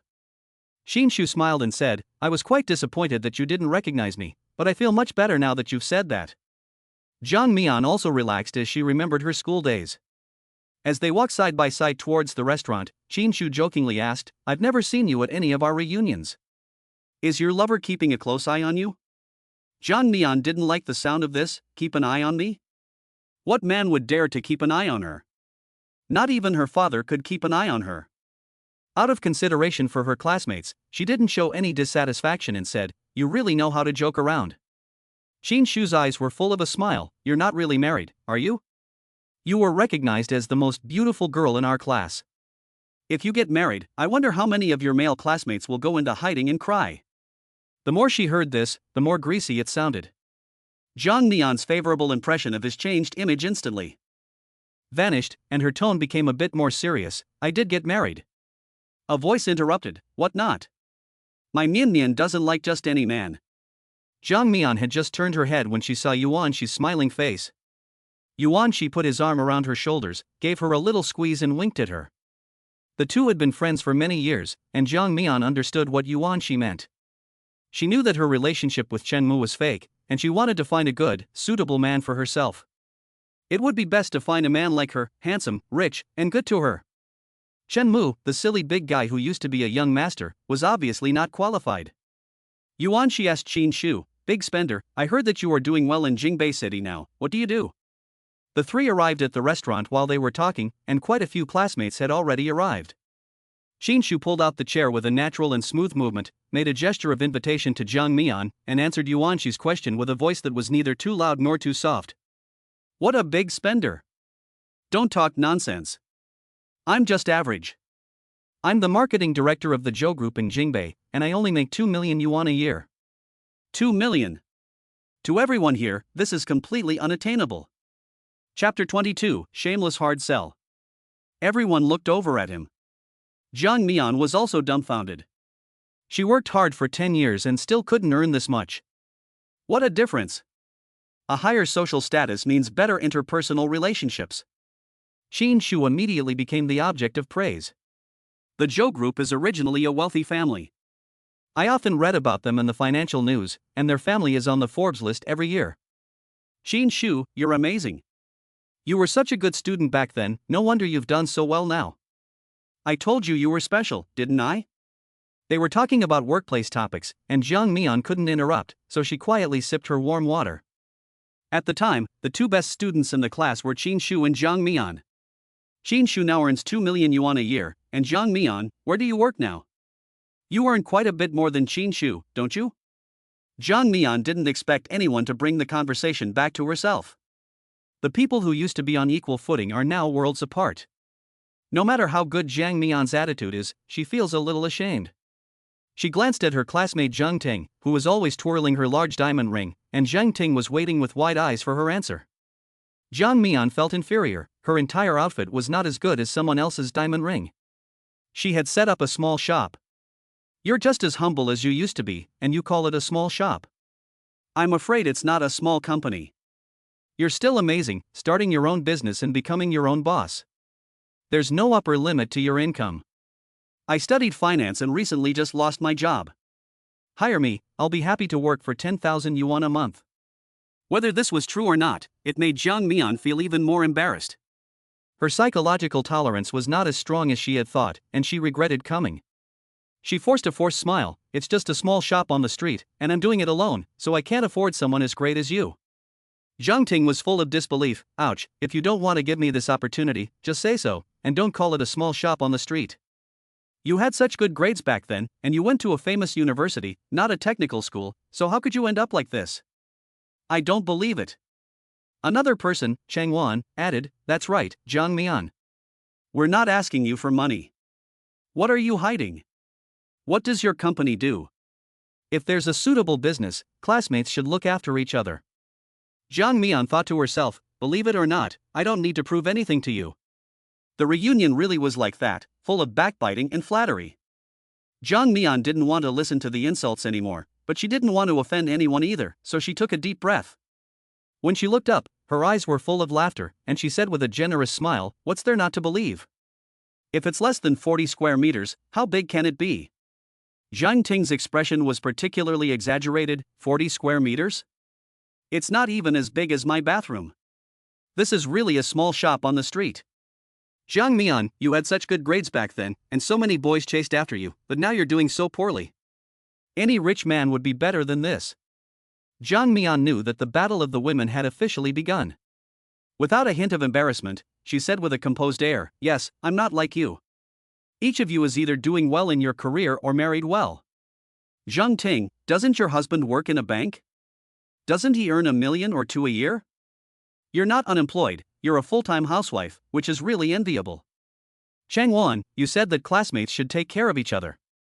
I sell feminine hygiene products, and the products I sell can be used by all the female classmates here.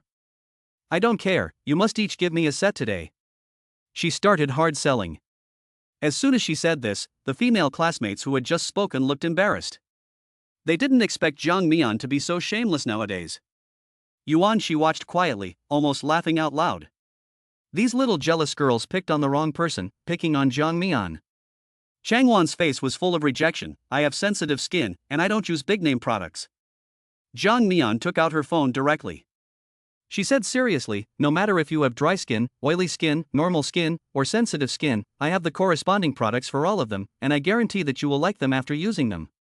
Where is your address? I will send them to you by express delivery tomorrow. The original price is 1,299 yuan for a set, but as a classmate discount, it is 999 yuan, and I won't make any profit." Chang Wan stammered, "You can't just buy this kind of thing. I'll do it some other time." Zhang Mian interrupted directly, in a tone that was half serious and half joking, "You were just saying that you'd take care of my business, right? Just give me the address. And Zhang Ting, Lu Xingxing, you guys, you have to each give me a set today. You little rich girls, you have to give me face today." Everyone was acting coy, their eyes darting and afraid to look at her again. Yuanqi was about to sing his part, but Qin Shu, who had been smiling, spoke first. "That's good, I'll buy one for my sister, Zhang Mian, write down my shipping address." Zhang Mian looked at him in surprise. "You really want it?" Qin Shu nodded. "Just tell me your WeChat, I'll transfer the money to you." Zhang Mian didn't want to extort money from a man, but then she thought, Qin Shu earns 2 million yuan a year, so a few hundred yuan is nothing to him. It's ill-gotten wealth, and she won't feel guilty earning it. "Sure, Yuanqi, add me to the class group." After she'd taken Qin Shu's money, she didn't let go of the other women. "Zhang Ting, Chang Wan, I'll leave one set for each of you. 999, the wholesale price. You won't find this kind of discount even if you look for it with a lantern." After repeatedly asking, even if she had no shame, those female classmates still had some, so they could only grit their teeth and transfer the money to her account. Usually selling something for 400 yuan, Zhang Mian was now selling it for 999. Although the money was hard-earned, she felt really good when she looked at her classmates, who didn't dare say anything more. She and Yuan she smiled at each other. Zhang Mian's ears were now quiet, and no one even dared to look her way anymore, for fear of being dragged into spending. The classmates had all arrived, and the waiter began to serve the food. Qin Shu stood up with a glass in his hand. "It's rare for everyone to get together, and we've also invited Zhang Mian, who we haven't seen in a few years. I'll treat everyone to this meal, so if there's anything else you want, just order it." Zhang Mian, who didn't have any money, let out a sigh of relief when she heard that the rich guy was going to pay. Normally, she would never take advantage of other people, but now she had to plan every penny she spent. As soon as Qin Shu finished speaking, the compliments started pouring in. Qin Shu gestured towards Zhang Mian's glass. Zhang Mian doesn't usually drink, but she was too polite to refuse, so she had to take a sip. Everyone sat down and focused their attention on Qin Shu again. "Qin Shu, I heard that the chairman of Zhou's is dying. Is that true or not?" Qin Shu elegantly sliced the foie gras. "This is company confidential information. Rumors from the outside world are not necessarily true, so don't believe them. Classmate Tao, I bought your company's stock, and if the chairman really dies, the stock price is going to drop. Can you let me know?" Qin Shu's face wore a gentle smile. "All I can say is that there have been some personnel changes in the group in the past few months. I know, the eldest grandson passed away unexpectedly, so the original heir is gone, and now the patriarch is dying, so the remaining people will naturally fight for the position and it will be bloody." Qin Shu didn't comment on such rumors, just smiled and remained silent. A classmate spoke with a tone of regret. "Speaking of the intended heir, it is really quite a pity that he died so young and accomplished. Qin Shu waved the wineglass in his hand. Master Zhou is indeed a talented person. When he was here before, we often ate together. Ate together? Didn't he say that although he was a business prodigy, he was very cold and indifferent, didn't recognize his relatives, and didn't like to interact with others? You guys ate together, right? Chapter 23 Borrowing Money. Another person said, Are you stupid? Who is Qin Shu? Group Director, Core Management. What's so strange about having dinner with the president? Qin Shu's lips, which had been pursed, relaxed. The eldest son is cold, but that's to outsiders. In my opinion, he is very easygoing. No one here can match the honor of being friends with the heir to a large corporation, and there was an outpouring of praise. Zhang Mian also secretly envied Qin Shu for being so dazzling. She had never eaten Western food before, and she couldn't even pronounce the names of some of the things on the table. She wasn't very skilled with the knife and fork, and she attracted the sneers of the others, but no one dared to say a word. Qin Shu responded to other people's idle chatter, and without a word, he took the plate in front of Zhang Mian and skillfully cut the steak into small pieces, then naturally placed it in front of her.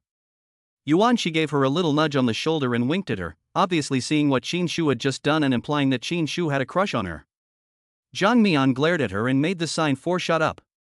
She chewed on the steak. Expensive things are just different, they are fresh and tender and taste great.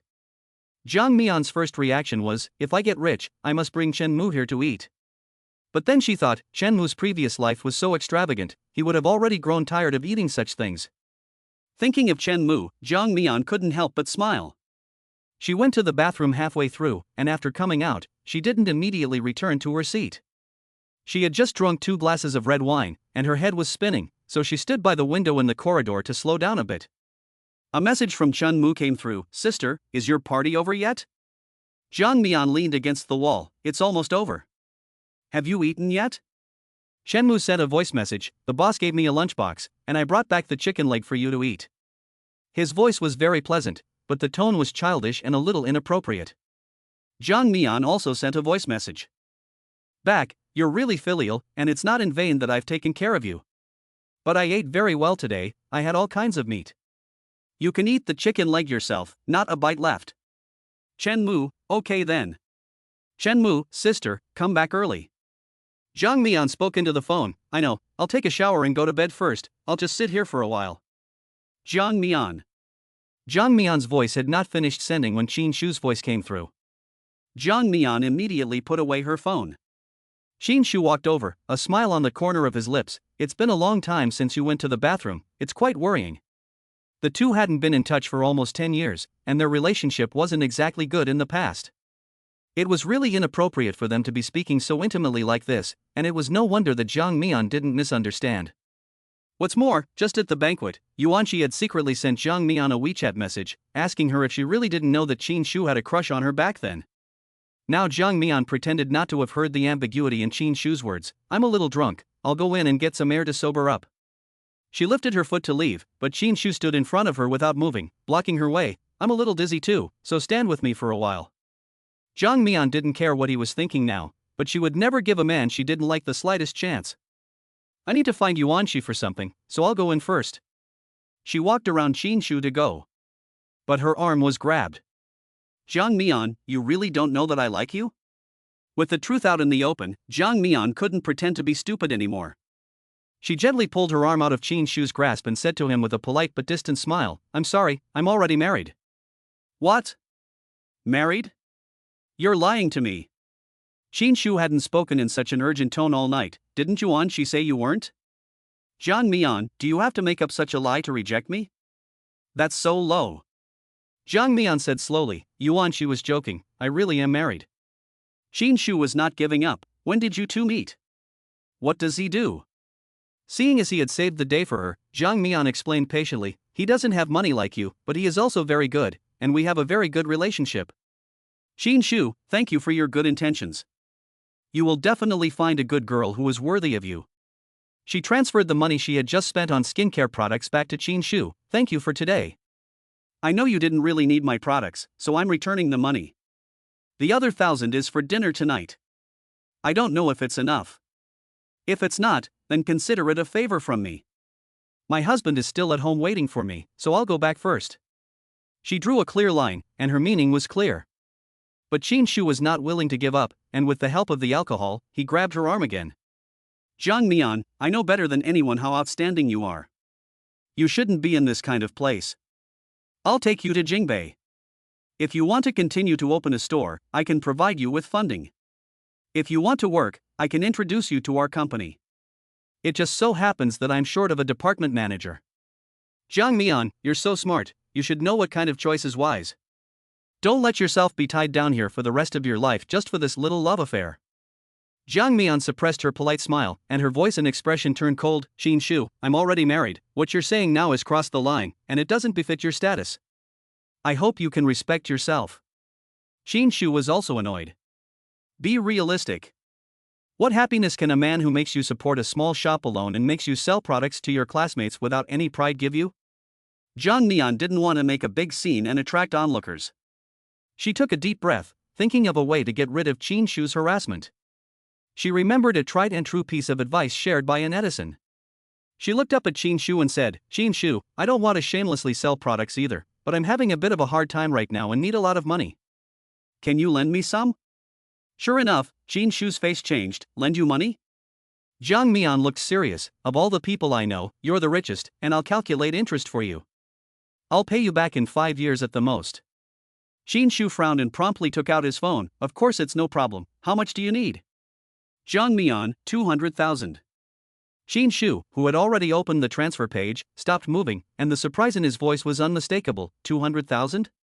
Jiang Mian had long expected that with such a sum of money, even if Qin Shu wanted to pretend to be cool, he would not be willing to lend it to her. She said, if it's inconvenient, that's fine, I'll think of another way. I'm sorry to have troubled you, I'll go now. This time, Qin Shu did not stop her again. Jiang Mian turned around, curled her lips, feeling sad and funny at the same time. She had long since seen through the ways of the world in order to borrow money to open this shop, and Qin Shu's reaction was completely expected. Whoever wants to attend this stupid class reunion in the future is on their own, she would never come back. Her phone vibrated, and she picked it up. Her feet stopped abruptly, and her pupils dilated. Behind her, she heard slow footsteps. Jiang Mian turned to look at Qin Shu, holding up her phone, and stammered, 200,000? You really want to lend it to me? Chapter 24, I'll come pick you up. Qin Shu wore a smile on her face. Jiang Mian, I'm very happy that you're willing to ask me for this, and if it's not enough, I'll give you more.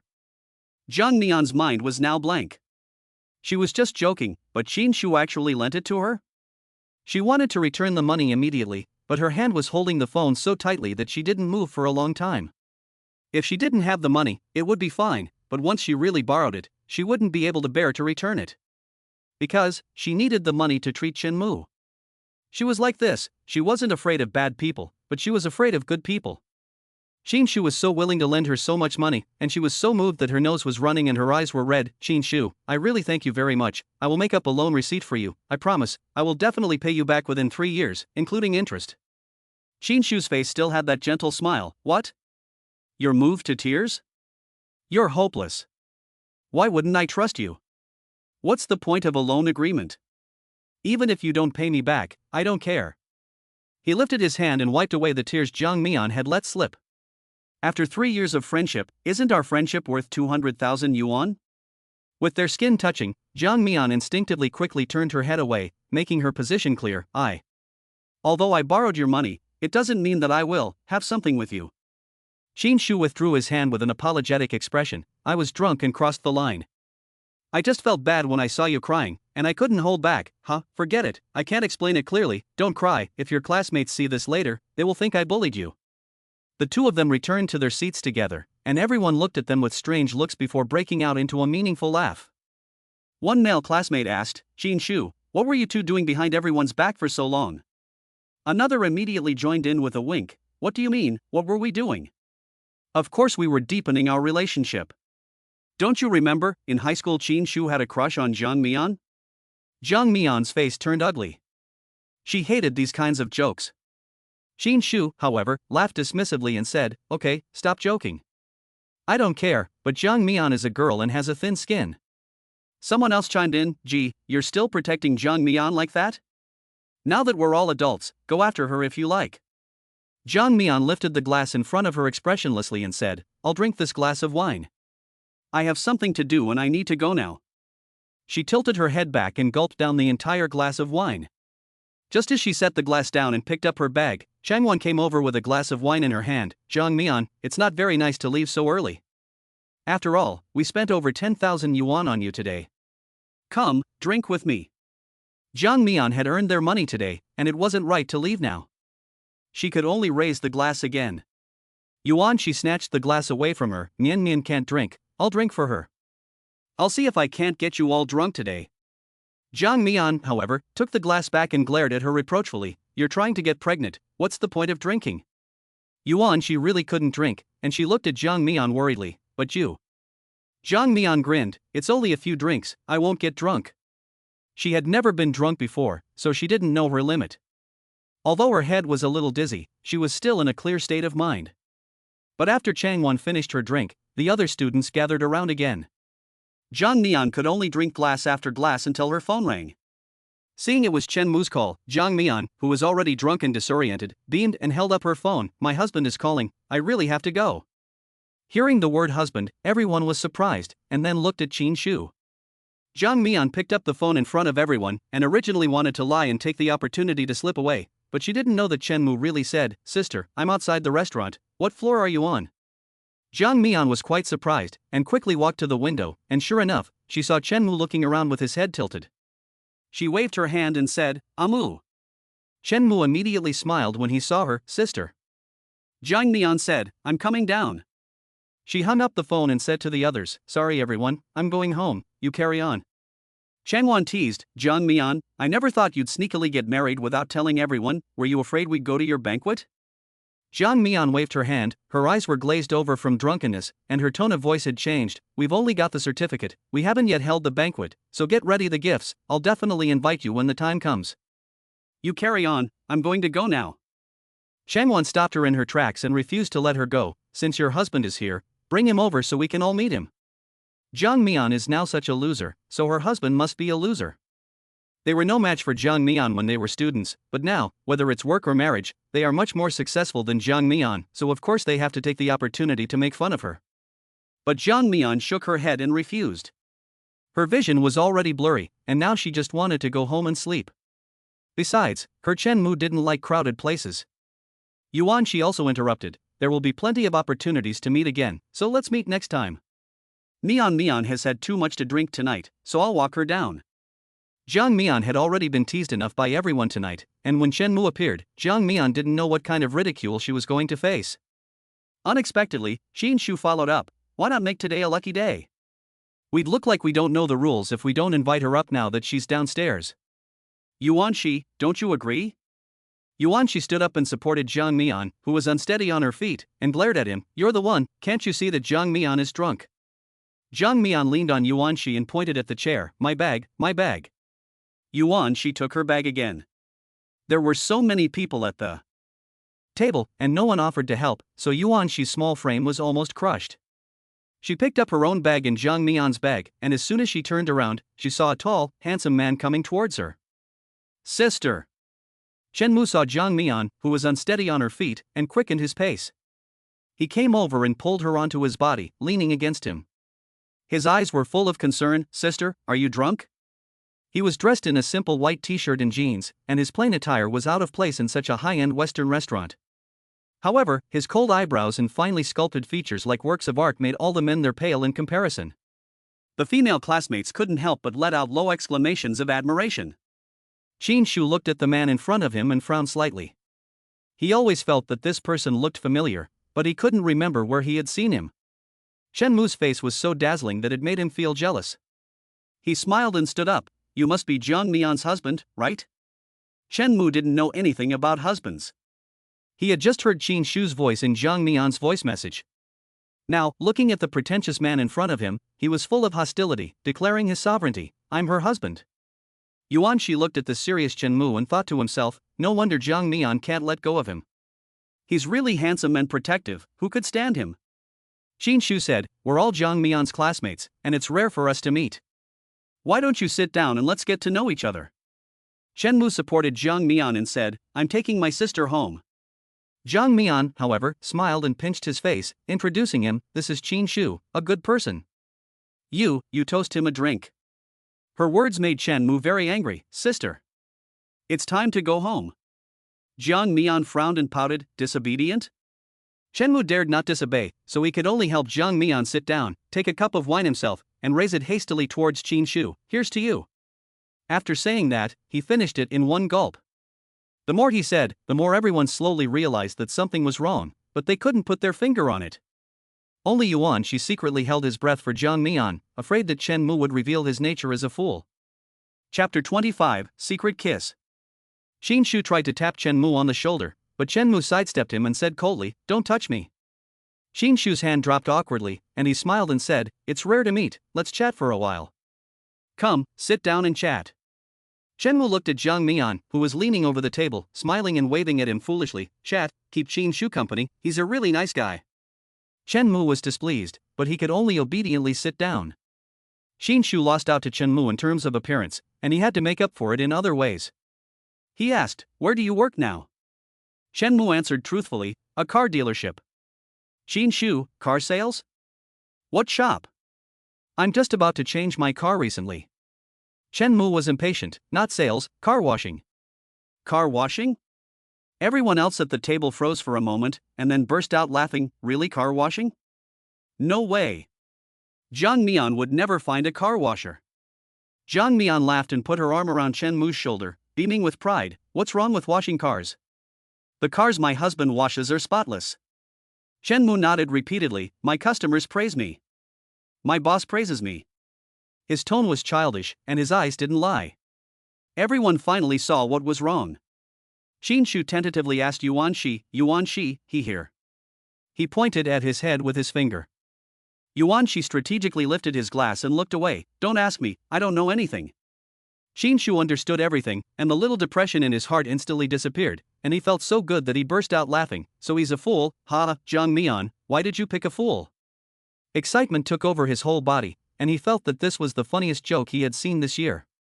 The other students also reacted, realizing that Jiang Mian's husband really was a fool, and they began to laugh. Chen Mu didn't understand what they were laughing at. He just felt uncomfortable as everyone stared at him. Qin Shu finally stopped laughing and said to Chen Mu, you've never been to this kind of restaurant before, right? What would you like to eat today? Just order whatever you want, I'll pay. With so many people there, Chen Mu hated him the most, and he didn't want to eat his food. Yuan Shi couldn't bear to watch any longer, and said to him half-jokingly, if someone's treating, just order whatever's expensive and make him pay. Qin Shu's lips couldn't stop smiling. But he was a fool, after all. Could he even read? Could he even order? He rested his hand on the back of Chen Mu's chair, as if he were teasing a bird, and watched him leisurely. Chen Mu looked at the menu that had been thrust into his hands, and his gaze scanned over the names of the dishes. Qin Shu teased, it's okay if you don't know, just look at the pictures. Even children order food by looking at the pictures. The crowd also burst into laughter. Jiang Mian, what do you see in him? Just his face? Being handsome doesn't pay the bills, haha. Women, don't be vain, being handsome is useless. Qin Shu listened to everyone's mockery, contented, and said to Chen Mu, I'll order for you. Chen Mu said slowly, no, I don't like the food you order.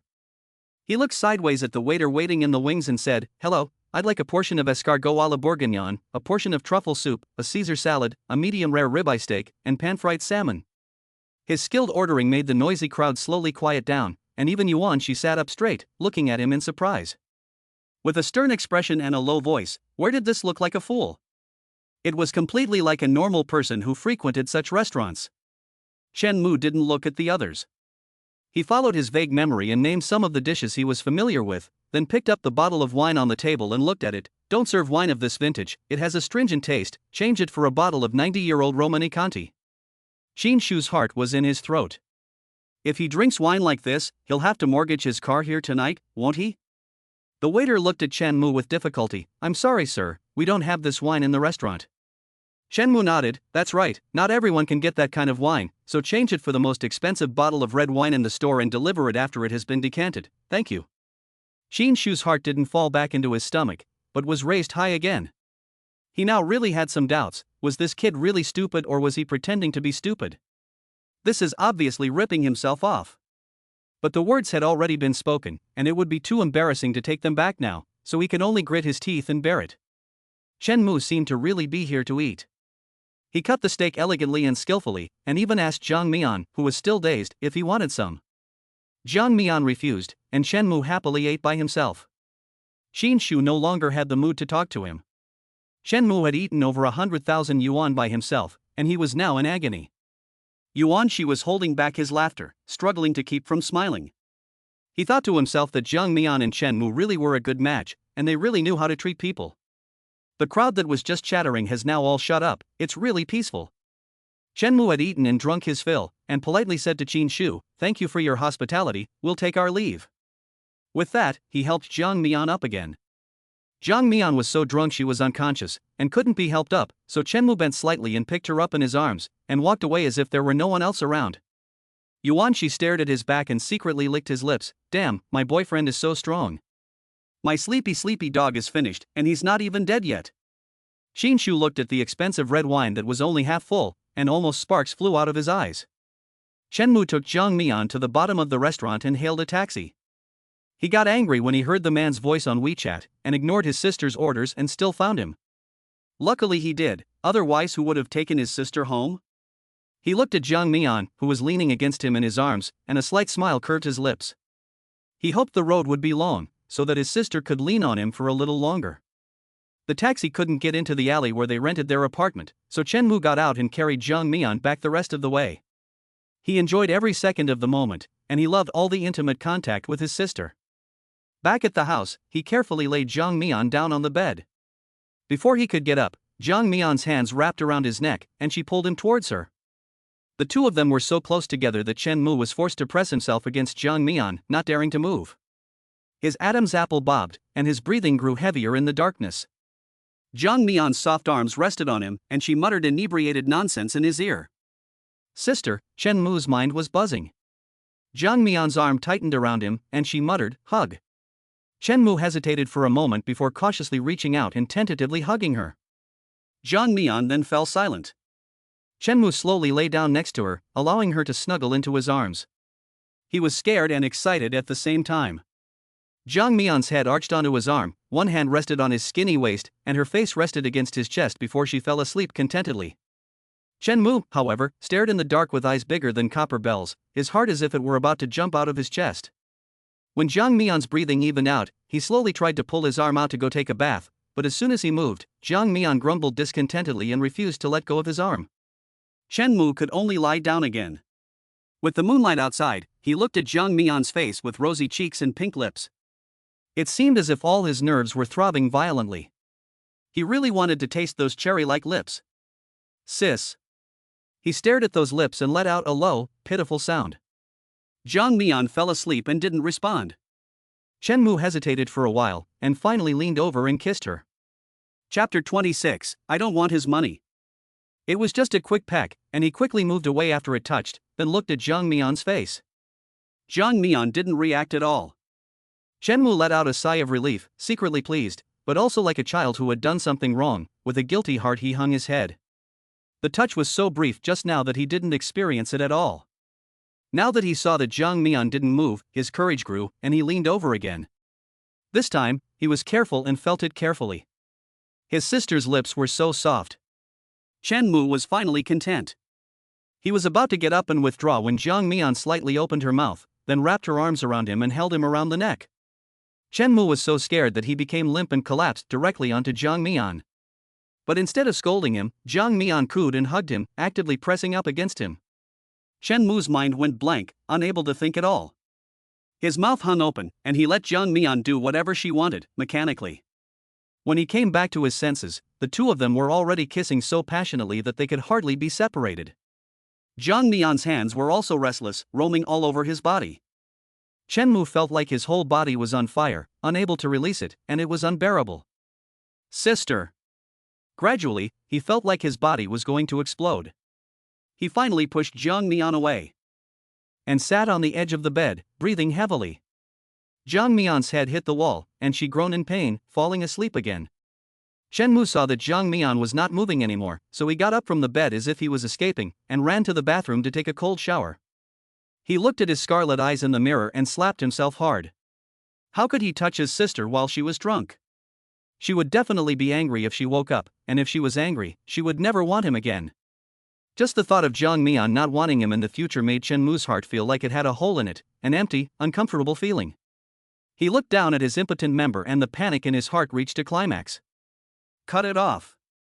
Chen Mu wrapped a towel around himself and went to the balcony to get the hidden scissors from the flower pot. But when he actually held the scissors in his hands, he hesitated to go through with it. If I bleed a lot, I'll die, right? If I die, I'll never see my sister again. Chen Mu threw the scissors away with a jerk and knelt down by Jiang Mian's bedside, looking at her helplessly. Sister, I was wrong. Jiang Mian woke up the next day, still feeling dizzy and uncomfortable, and there was an inexplicable pain at the back of her head. She felt behind her head and found a small bump. Amu, get me some water. She sat up in bed, her eyes still closed, her face full of pain. There was a rustling sound outside, and then a hand reached in through the curtain and took Jiang Mian's glass. Jiang Mian took it and gulped it down, feeling a little better. She said weakly, "Get changed, we're going to the hospital." She forced herself to get out of bed, pulled back the curtain, and went to wash up, only to realize that Chen Mu's eyes were red and his gaze was avoiding hers. What's wrong with you? Jiang Mian looked at him in surprise and reached out to feel his forehead. There's no fever, but why are your eyes so red? Did you stay up late? Chen Mu looked at her carefully, hesitated for a long time, and was about to admit his fault. Sister, last night, Jiang Mian was puzzled. What happened last night? Chen Mu's voice was so low it was unrecognizable. I shouldn't have. Jiang Mian looked at him as he stammered, and said, You shouldn't have picked me up, right? Fool, I'm not angry. I didn't let you go before because I was afraid you would get lost, and now you're fine, right? But then how did I get back here? I don't remember at all. You don't remember? Chen Mu finally looked up, with a little mischievous gleam in his eyes. Jiang Mian pressed her temple. I just remember you picking me up and then sitting down to drink with them. She tried to remember, but it seemed that she couldn't drink casually in the future, as she had lost her memory. Chen Mu saw that she couldn't remember stealing a kiss from her, and her heart, which had been hanging in the balance all night, finally slowly returned to its original position. She said resolutely, no more drinking in the future. If my sister gets drunk and is taken away by another man, and that other man does that to her too, he will definitely kill someone. Jiang Mian nodded, no more drinking. I'll go wash my face first, you change your clothes, and we'll go out later. She went into the bathroom, closed the door, looked up at her flushed face in the mirror, and couldn't help but touch her lips with her fingers. She had had a shameful dream last night. There was kissing, lingering, clothes coming off, and a man and woman caught up in love becoming one. The person she was lingering with in the dream was Chen Mu. The feeling was so real, as if it had really happened. If she hadn't woken up this morning in the same clothes as yesterday and her body hadn't felt any different, she would have really doubted that last night was not a dream. Jiang Mian slapped herself in the face, cursing herself for having lustful thoughts about Chen Mu and daring to do those shameless and embarrassing things to him in her dreams. He's still a child, and you're so shameless, Jiang Mian. Jiang Mian sighed and scolded herself, pouring cold water over her face. When she came out of the bathroom with a composed expression, Chen Mu had already changed his clothes. Jiang Mian, I'm taking you for a physical examination, and the doctor will schedule your surgery. After you have the surgery, no one will call you stupid anymore. Chen Mu was not happy, but frowned. I'm not going. Jiang Mian was surprised. Why not? Do you want to remain stupid? Do you want to become a paralyzed person one day? Chen Mu shook his head desperately. No. I'm not going.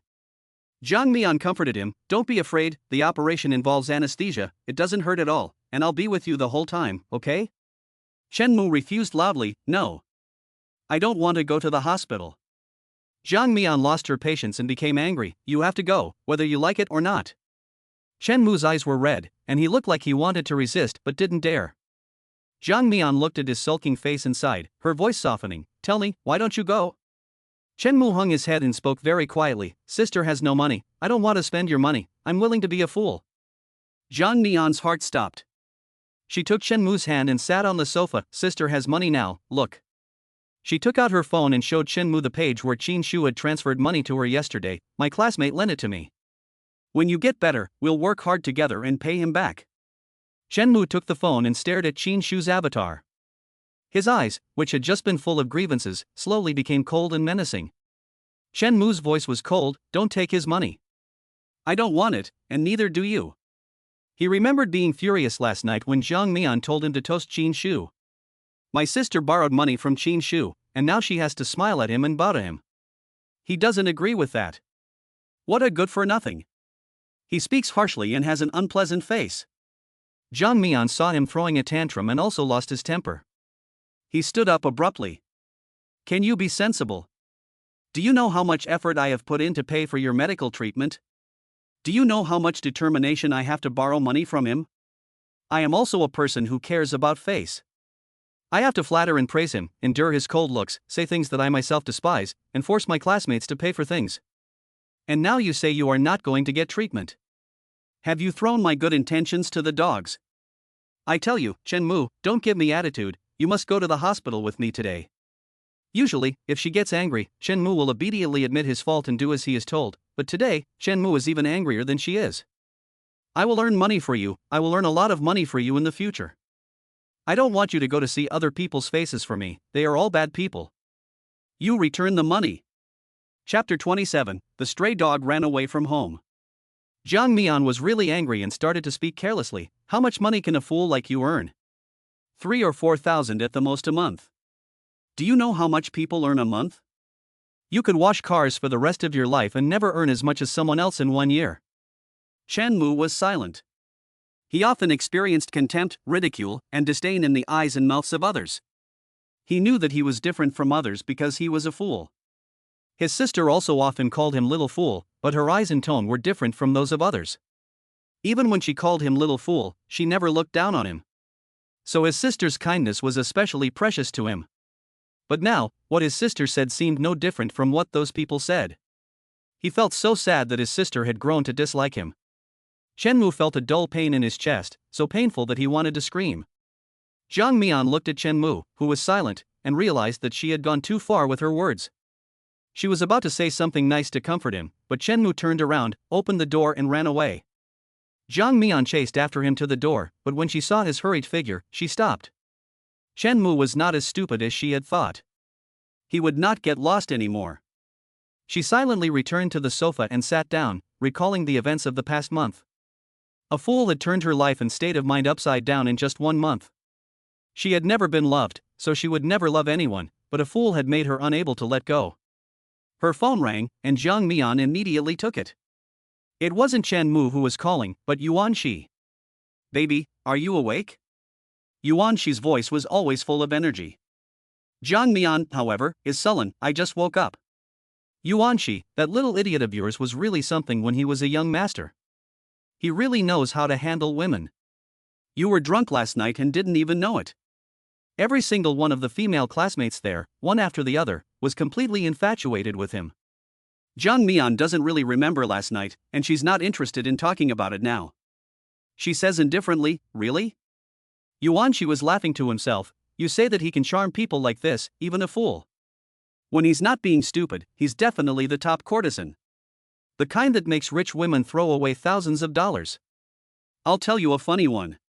Ha ha, she laughed first, and Qin Shu flaunted himself by letting the idiot order the food. The idiot ordered a lot, and even asked for a bottle of red wine that cost more than 100,000 yuan. Qin Shu's face changed with pain.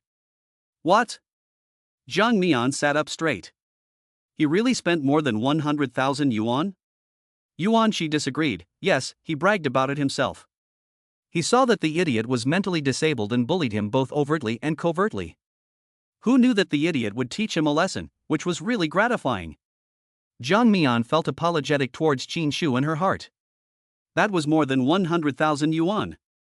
Yuan Shi sighed. Before, I was a little worried for you. Finding such a fool is a burden, but after seeing him yesterday, I realized that he is much stronger than an average man. Although his intelligence is not normal, he is neither humble nor arrogant, and he is gentle and considerate to you. If you two really make it, I will still be a sister and wish you well. These words made Jiang Mian feel even worse. Her relationship with Chen Mu is now a mess, and she doesn't know where it will lead in the future. She was not afraid of the world's opinions, but when Chen Mu was rebellious, he was completely out of her control. Could this life be easy? After the phone call, she looked at the red dot on her phone's location and saw that it was still at the car lot, which put her mind at ease. That silly boy, Chen Mu, actually went to work after arguing with her. There was no way to convince him today, so she could only go to open the store. It was only at 9 o'clock in the evening that she looked outside countless times, but still didn't see Chen Mu's shadow. If she hadn't seen Chen Mu's location still at the car dealership, she would have been so worried that she would have rushed out to look for him. At 10 o'clock she closed the shop, and Chen Mu still hadn't shown up. Her heart flared up with anger. Why was Chen Mu being so stubborn? Was he not going to come home? She had held back all day, and finally dialed his number. Still not coming home. Chen Mu was adamant, I'm not going back until you pay him back. Zhang Mian was infuriated by his defiance and said angrily, if you don't come back today, don't ever come back. Chen Mu hesitated. After running away from home, Chen Mu walked aimlessly along the road. He was still angry at Zhang Mian, angry that she was groveling to another man. He was angry with himself, angry that he was incompetent, and that his sister had to humble herself to borrow money from a man because of him. He crouched by the roadside and pounded his head with his hands. Why can't he get better on his own? If his brain could heal itself, he wouldn't have all these troubles. A black Maybach stopped next to him, and a pair of black leather shoes appeared in Chen Mu's line of sight. He slowly raised his head and looked at the smiling man standing in front of him. Zhou Fei carefully watched every expression on Chen Mu's face. He wanted to see if he was really stupid or just pretending. They stared at each other for a minute without saying a word. Zhou Fei spoke, "What are you doing here?" Chen Mu withdrew his gaze, stood up and walked forward. Zhou Fei followed. "Where are you going?" Chen Mu said in a muffled voice, "My sister said not to talk to strangers." The tone of his voice was like that of a child a few years old, and it was really worlds apart from the once mighty Zhou Muxing. Zhou Fei's eyebrows shot up. "You don't know me?" Chen Mu stopped in his tracks and looked at him doubtfully and earnestly. They were cousins, and on the surface they had been like brother and friend, with a harmonious family, but secretly, Zhou Fei had always been afraid of Zhou Muyang. Now Zhou Fei knew that he was already an idiot, but when he was looked at like that, his body still couldn't help but tense up. After a long while, Chen Mu tentatively asked, "Have I washed your car for you?" Zhou Fei let out a sigh of relief. "You finally remembered, the car you washed was very clean." Chen Mu let down his guard. "Boss, is there something you need from me?" Zhou Fei smiled and said, "Nothing, I just saw you alone by the roadside and wanted to check on you." "What's wrong? Can you tell me?" Chen Mu looked dejected, hesitated for a moment, and said, "My sister wanted to take me to the hospital for treatment, but she borrowed the money.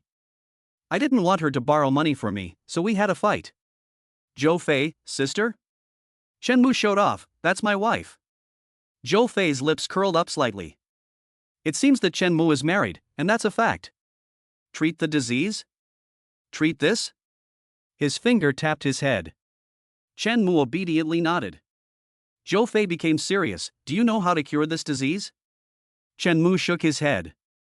Zhou Fei gestured, "Use a knife to cut open your head, take out the bad things, and then sew your head back up." He spoke in an exaggerated and bloody manner, and Chen Mu's face clearly showed fear. Zhou Fei said slowly, "If you're lucky, you'll still be able to move after the operation.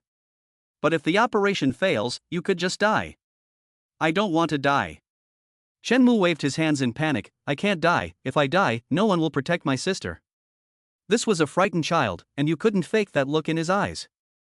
Zhou Fei completely let go of his worries. He said with great earnestness, "That's why you shouldn't have gone through with the operation. Now you're alive and well, aren't you? There was no need to take that risk. Think about it, if you died, your sister would be with someone else, and she wouldn't even remember who you were." Chen Mu shook his head desperately. "No, she can't be with someone else." Zhou Fei looked at the silly Zhou Muhang in front of him and a faint smile curled his lips. With a silly-looking Zhou Muyang like this, he is almost zero threat to him, and he is now completely at ease. Zhou Fei patted Chen Mu on the shoulder and said solemnly, "You really are a hopeless romantic. Remember, this surgery absolutely must not be done." Chapter 28, Pay Back the Money. Chen Mu was distracted while washing the car, and Zhou Fei's alarmist words kept echoing in his head. He was originally very happy to receive Zhang Mian's call, but Zhang Mian said, "If you don't come back today, don't come back ever." This threat made him hesitate. But then he thought about what Zhou Fei had said. His sister was willing to lend him money to pay for his treatment, which showed that she loved him, and she could never really abandon him. He stuck out his neck and said, "I'm not going back until you pay me back." As soon as he finished speaking, Jiang Mian hung up the phone. She hurried angrily towards the rented room, cursing incoherently.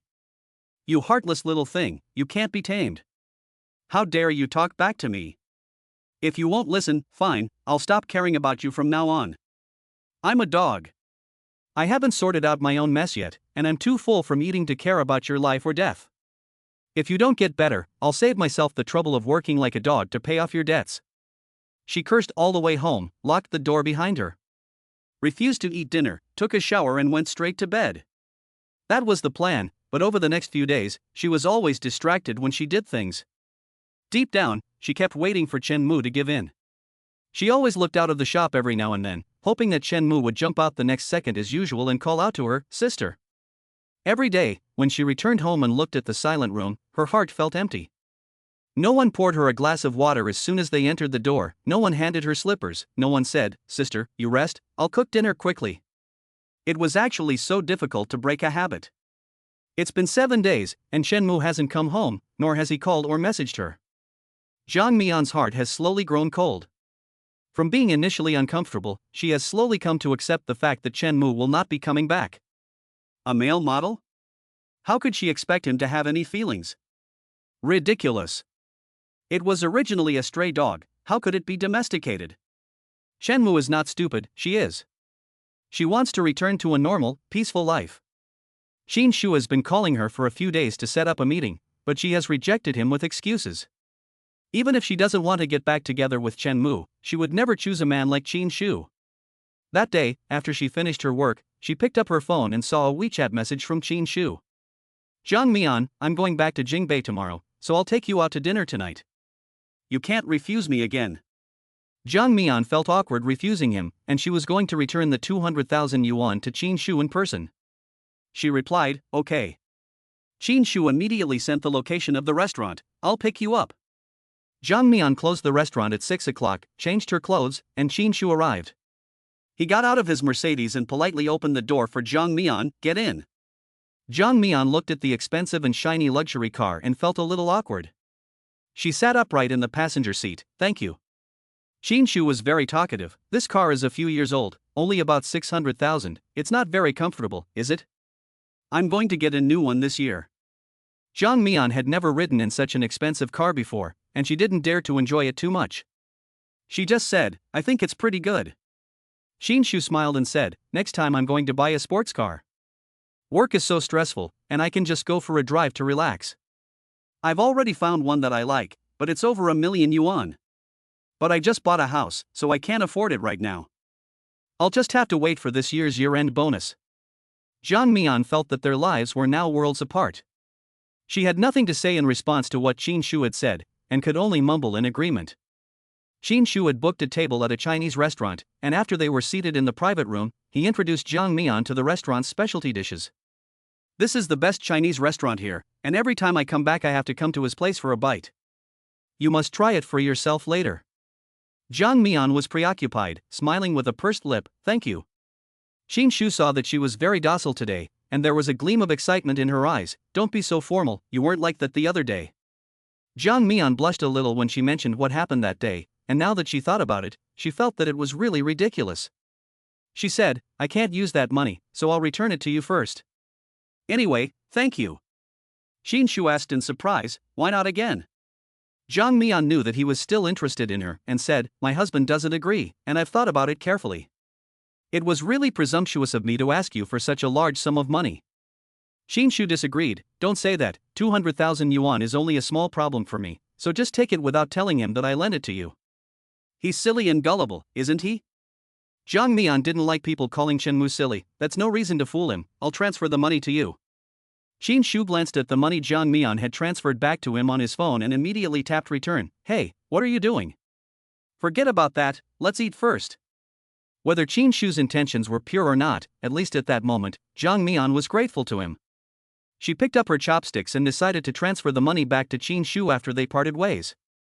Qin Shu was again beaming with excitement as he talked about the glamorous life in Jingbei. The prosperity of the metropolis was incomparable to this small Lingyang county. The Zhou Group's building was located in the city center, towering high into the sky. His office was more than 100 square meters, and standing in front of the floor-to-ceiling windows, he could overlook Jingbei. Do you know our company's big boss, Zhou Muhang? He is the top guy in all of Jingbei. I have a great relationship with him. We often play golf together, ride horses and so on. We have also made plans to go skiing in Switzerland this year. Jiang Mian, do you want to go? I'll take you there. Jiang Mian listened to his boasts and absent-mindedly ate her food. I'm not going. I can't do anything. If you don't know how to do something, you can learn. I'll teach you. Xinshu looked at her without blinking. Jiang Mian, come with me to Jingbei, I'll find you a job there, it'll be better than here. When Jiang Mian heard this, she knew that he was trying to get out of it. Thank you for your kindness, but I like it here. Xinshu's eyes were full of affection. As long as you're willing to go, you can bring your stupid. Seeing Jiang Mian's eyebrows slightly wrinkled, he paused for a moment. I can also help him find a job. Isn't he washing cars? There are plenty of jobs like that in Jingbei. Or you can go to the community and see if there are any doorman's positions available. My house is over 300 square meters, so there's no need for you to rent a separate place. You can just live there. Chapter 29, My dear, you need to be appeased.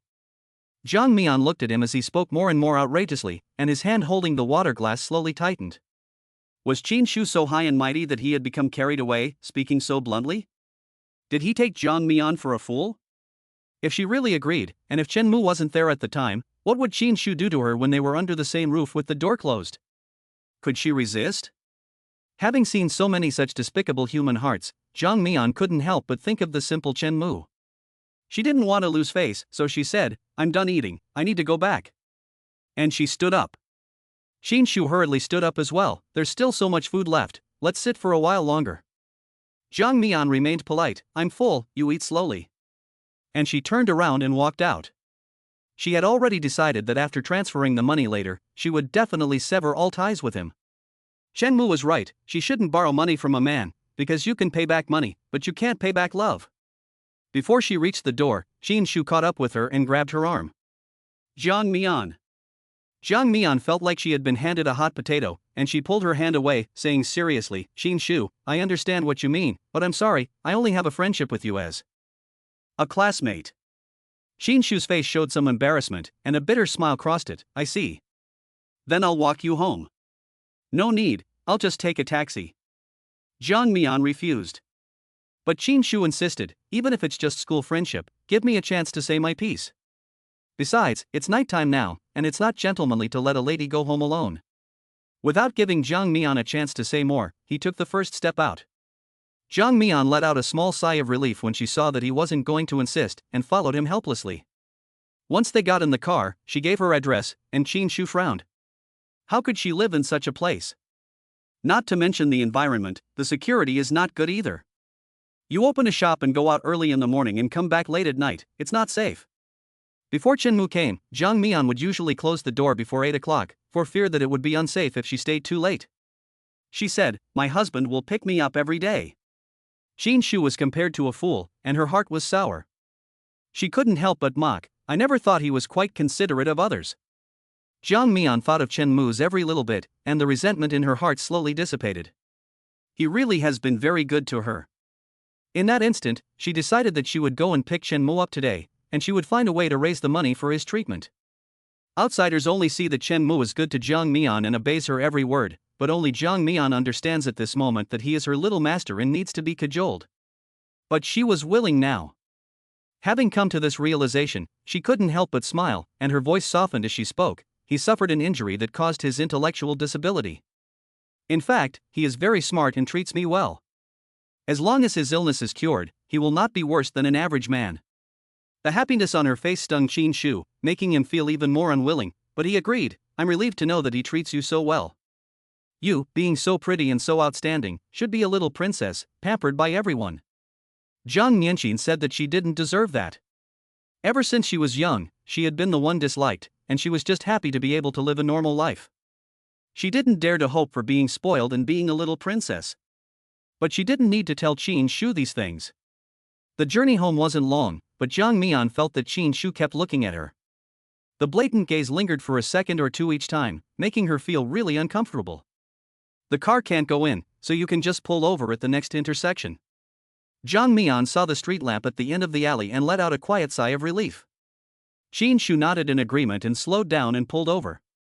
When the car came to a stop, Jiang Mian quickly unbuckled her seatbelt. "Thanks, I'll be going first." As soon as she touched the handlebar, her arm was grabbed by Qin Shu. The force was so strong that it made Jiang Mian jump, and she looked back at him warily. "Qin Shu, what are you doing?"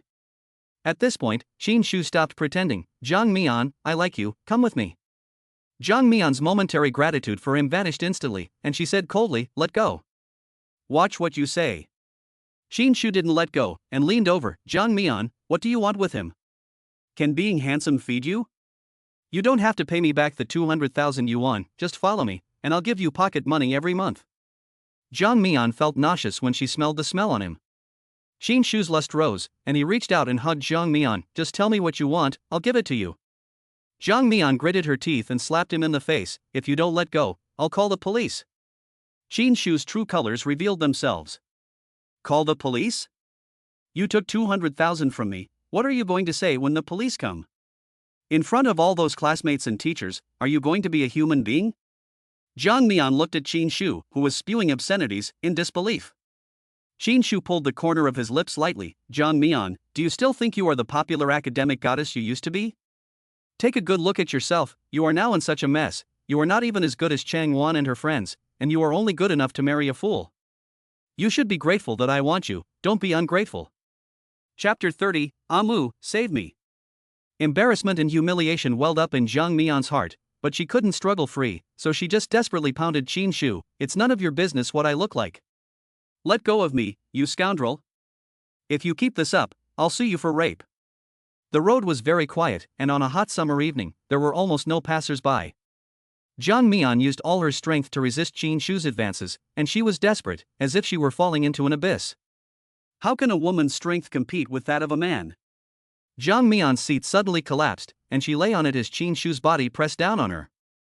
"Why would anyone lend you 200,000 yuan for no reason, Jiang Mian? You're so smart, I thought you understood that taking my money is tacit approval of our relationship. How naive of you. Jiang Mian, I know you can't get past that mental hurdle, but it's okay, after tonight, you'll be grateful for the choice you made today. I'm saving you from a life of misery." He leaned down to kiss Jiang Mian. Women and young girls being molested is not uncommon in small places. Don't those men know the law? No, they just think that even if a woman suffers a loss, she will be too ashamed to tell anyone about it, which is why they are so bold. The criminal is a man, but the one who is shamed and cursed is the woman who has been hurt. Qin Shu thinks the same way. Even if he forces himself on Jiang Mian today, as long as he says a few kind words and gives her some money, Jiang Mian won't tell anyone about it. Jiang Mian's family background was no secret in high school. Everyone knew that she was a money spinner in the family, unloved by her father and mother, with no one to support her. What's more, she has now married a fool. Qin Shu doesn't need to worry about the consequences if he wants to bully her. If Jiang Mian really blabs the whole thing out, he will just say that she seduced him. Now Jiang Mian is desperately tilting her head to one side to avoid Qin Shu's touch, as tears of despair rolled down the corners of her eyes. Once again, she felt the helplessness of a small person. SSSHHHH. The thin t-shirt was torn, and large patches of snow-white skin were exposed. Qin Shu's eyes began to glisten green. Jiang Mian's initial verbal abuse and resistance turned into begging. "Please, don't touch me, let me go, okay?" Her pleas and tears only made Qin Shu more excited. "Jiang Mian, don't resist me like this. I've liked you for so many years, just give me a chance. Your husband is so stupid, he won't mind. You're a smart person, you have to let go a bit to have a good life." Jiang Mian felt like she had used up all her strength, but she still couldn't stop Qin Shu's assault. She desperately thought, if only I hadn't had a fight with Chen Mu, then he wouldn't have allowed himself to meet Qin Shu, and this wouldn't have happened. Amu. Amu, save me. Amu. She called Chen Mu's name in despair, just like when she was bullied before. With a loud crash, the front windshield of the Benz cracked like a spider web. The two people tangled in the car looked over at the same time.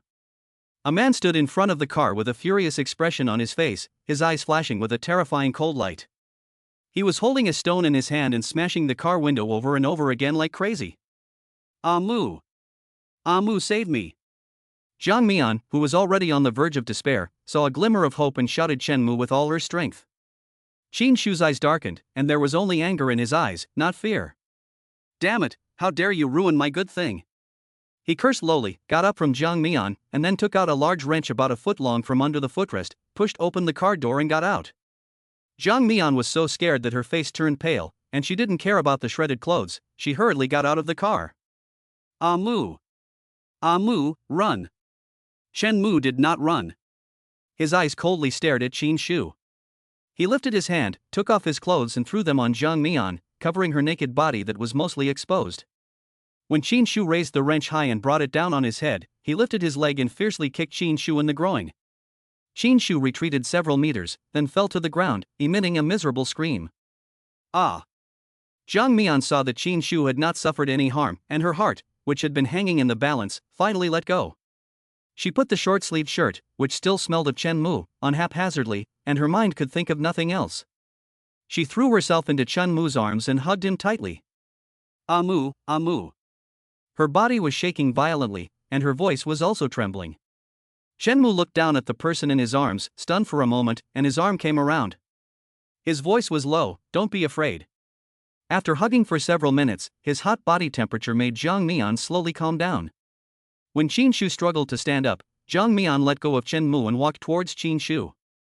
He lifted his foot and kicked Qin Shu in the groin again without missing. Chen Mu was not idle either, and followed him. The two of them alternated between kicking Qin Shu with their left and right feet until his screams gradually subsided. Then Jiang Mian took Chen Mu's hand and said, "That's enough." This time Chen Mu listened obediently and stopped. "Sister, give him his money back." Jiang Mian didn't need him to say it, and she would never have anything to do with Qin Shu again. She retrieved her phone and transferred the money back, then looked at Chen Mu and said, "I want to call the police." If Chen Mu hadn't shown up just now, she would have been raped already. She absolutely couldn't let Qin Shu get away with it. Hearing the word police, Chen Mu's mouth opened, but he didn't say anything in the end, and he just nodded slowly. Jiang Mian then remembered that Chen Mu was afraid of the police. She glanced at Qin Shu on the ground and finally put down her phone. "Let's go home." Chen Mu looked at her in surprise. "No police report?" Jiang Mian said, "He has already been punished, let him go this time." Today's Chen Mu was a little different from the past. Jiang Mian's hug just now encouraged him, so he bent slightly and picked Jiang Mian up in his arms. "Let's go home." Jiang Mian was startled when she suddenly felt herself lifted into the air. Her arms instinctively wrapped around Chen Mu's neck, and her face pressed against his warm chest. She heard her heart beating unusually fiercely. She looked up into Chen Mu's gaze, which was full of deep affection, and her heart began to pound even more fiercely. She hesitated for a moment and whispered, "Moo," her face gradually flushed with shyness. Chapter 31, Confirming One's Intentions. Chen Mu, his body tense, walked Jiang Mian to the end of the alley, bent down, picked up a large bag that was on the ground, and continued walking in silence. Held in his arms, Jiang Mian's frightened heart slowly calmed down. "Chen Mu, a gift?" Jiang Mian asked curiously, "What gift?" Chen Mu didn't say, "You'll find out when we get back." Jiang Mian's face broke into a smile, "You're playing hard to get." They walked through the dark alley, went upstairs, opened the door, and the lights in the room turned on. The two of them looked at each other without saying a word. Jiang Mian's hair was messy, and there were red marks all over her pale neck, collarbone, and chest, which looked absolutely shocking. She struggled slightly, and Chen Mu hurriedly put her down. She hung her head and said in a muffled voice, "Sister, I'm sorry. If I didn't argue with you, he wouldn't have the chance to bully you." As soon as he admitted his fault, Jiang Mian was not angry at all. "It has nothing to do with you. If it weren't for you today, I'm afraid." Thinking about the scene just now, her heart is still beating heavily. She tilted her head up and met Chen Mu's eyes. With one arm, she took the initiative to hug his waist and leaned her face against his bare chest. "I was really scared just now." She could clearly feel Chen Mu's body tremble for a moment, and the sound of his heartbeat pounding against her eardrums. After a few seconds, Chen Mu's hand tentatively returned to hug her. "Sister, don't be afraid. From now on, I will never run away from home again, I will always be with you, and I will never let anyone bully you again." Jiang Mian's heart warmed, "You have to keep your word." Chen Mu nodded solemnly, "MMM. His chest was firm and broad, making Jiang Mian feel safe and secure. She leaned back comfortably, and even though it was hot, she didn't want to let go. What did you mention just now? Such a big bag. Chen Mu's voice was a little excited. It's for you, the wedding dress. Huh? The wedding dress? Jiang Mian instantly looked up from Chen Mu's arms. Chen Mu let her go with a silly smile, bent down, took the white and fluffy wedding dress out of his pocket, carefully shook it open, and said proudly, I told you I would buy you the one I saw last time, and I went out and bought it today when I got paid. Jiang Mian's mouth opened in surprise, forming an O shape. Chen Mu looked at her expectantly. Sister, try it on. Jiang Mian looked at the wedding dress, and her eyes moistened. No woman with love in her heart can resist the temptation of a wedding dress. Because in their eyes, it represents not just a piece of clothing, but a heavy, sincere expression of love. Jiang Mian's hand gently stroked over the wedding dress. It's really beautiful. She looked up at Chen Mu. Can you help me try it on? Chen Mu happily nodded. Jiang Mian went to the bathroom to wash her face and fix her hair. After she came out, she drew the curtains and looked steadily at Chen Mu. Chen Mu couldn't wait for her to try on the new clothes he had bought, and urged, Sister, come on, try it on. Don't you like it? He even thoughtfully pulled back the bed curtains for Jiang Mian. This time, however, Jiang Mian did not go to the bed. He looked at Chen Mu's bright starry eyes, raised his hand, and took off the loose t-shirt and threw it aside. Now all that was left on her body was a black corset, tightly wrapping her full body. Sister! Chen Mu's voice suddenly went hoarse, and he hurriedly closed his eyes and turned around. Mu didn't see anything. My sister said that I must never look at her when she is naked, otherwise, the consequences will be very serious. It was just a flash, but he felt his brain fill with blood. Even though he was keeping his eyes tightly shut, the image wouldn't go away. Jiang Mian was amused by his cautious appearance. He stood in front of Chen Mu. Why are you blushing? Chen Mu hugged the wedding dress and shook his head desperately. I didn't see anything. Jiang Mian had already decided on Chen Mu, so she had nothing to be shy about. She asked directly, Mu, do you like me? Chen Mu's ears turned red, and it took him a long time to whisper, yes. Jiang Mian, then do you like other beautiful women? Chen Mu shook his head, I only like you. Jiang Mian's heart was sweet. It turned out that she could be someone's only, too. She smiled with pursed lips, I like you, too. From now on, we'll be together. She stood on tiptoe and kissed Chen Mu on the lips. Open your eyes. Chen Mu had kissed Jiang Mian before, so even with his eyes closed, he knew what she had just done to him. His sister had said she liked him and that they would be together, and she had even kissed him on the lips. His head was buzzing, and he felt like his body was about to explode with excitement. He slowly opened his eyes and looked at Jiang Mian, whose cheeks were flushed. His Adam's apple bobbed, and his voice was so low it was unrecognizable. Sister. Jiang Mian smiled at him. Aren't you going to help me put on my wedding dress? It's too heavy for one person, so you have to help me put it on. Chen Mu quickly looked away from her face and blushed as he helped Jiang Mian put on the wedding dress. Jiang Mian straightened the dress and pulled down the pants inside and threw them aside. Chen Mu stood behind her and helped her adjust the straps. Looking at her smooth back, he really wanted to kiss her gently. But he didn't dare. He squatted down and carefully arranged the hem of the dress, his eyes sparkling. You look so beautiful, sister. Jiang Mian held up the hem of the dress and twirled in front of the mirror. It looks really good. How much did it cost? Chen Mu was overjoyed to see that she liked it and said, I spent it all. What? Jiang Mian's face instantly changed, and she turned to look at him. You spent all of your 4,000 yuan salary on this?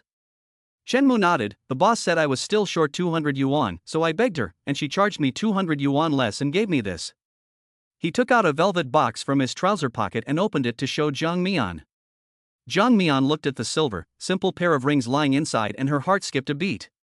She carefully took the ring out. It was made of silver, not worth much, and the ring band was worn. It looked like a prop used by wedding dress shops for taking photos of customers. It was probably a gift from the boss to Chen Mu for fun, as he looked so silly. But Jiang Mian held it like a treasure. It felt so good to be loved. After 26 years of being unloved, at that moment, he felt that being alive was warm and meaningful. Her nose became a little bit sour, and she told Chen Mu, wash your face properly and go get that white shirt and put it on.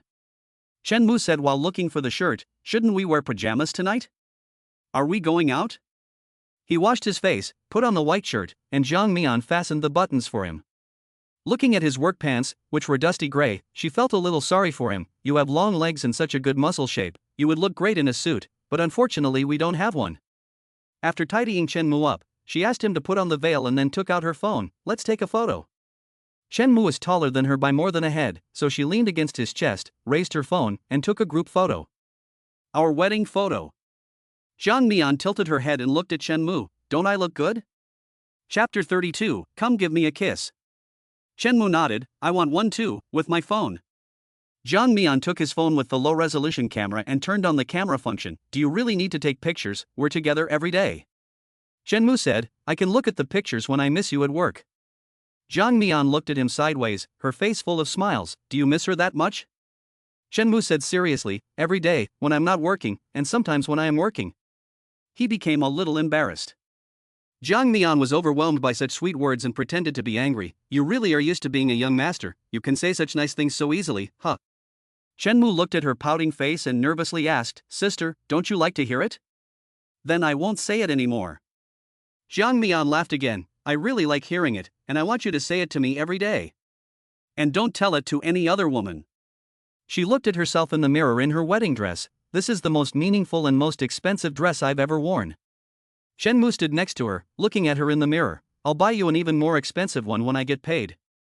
Zhang Mian turned around and solemnly warned, Idiot, don't buy any more in the future, it's meaningful to wear a dress like this only once in a lifetime.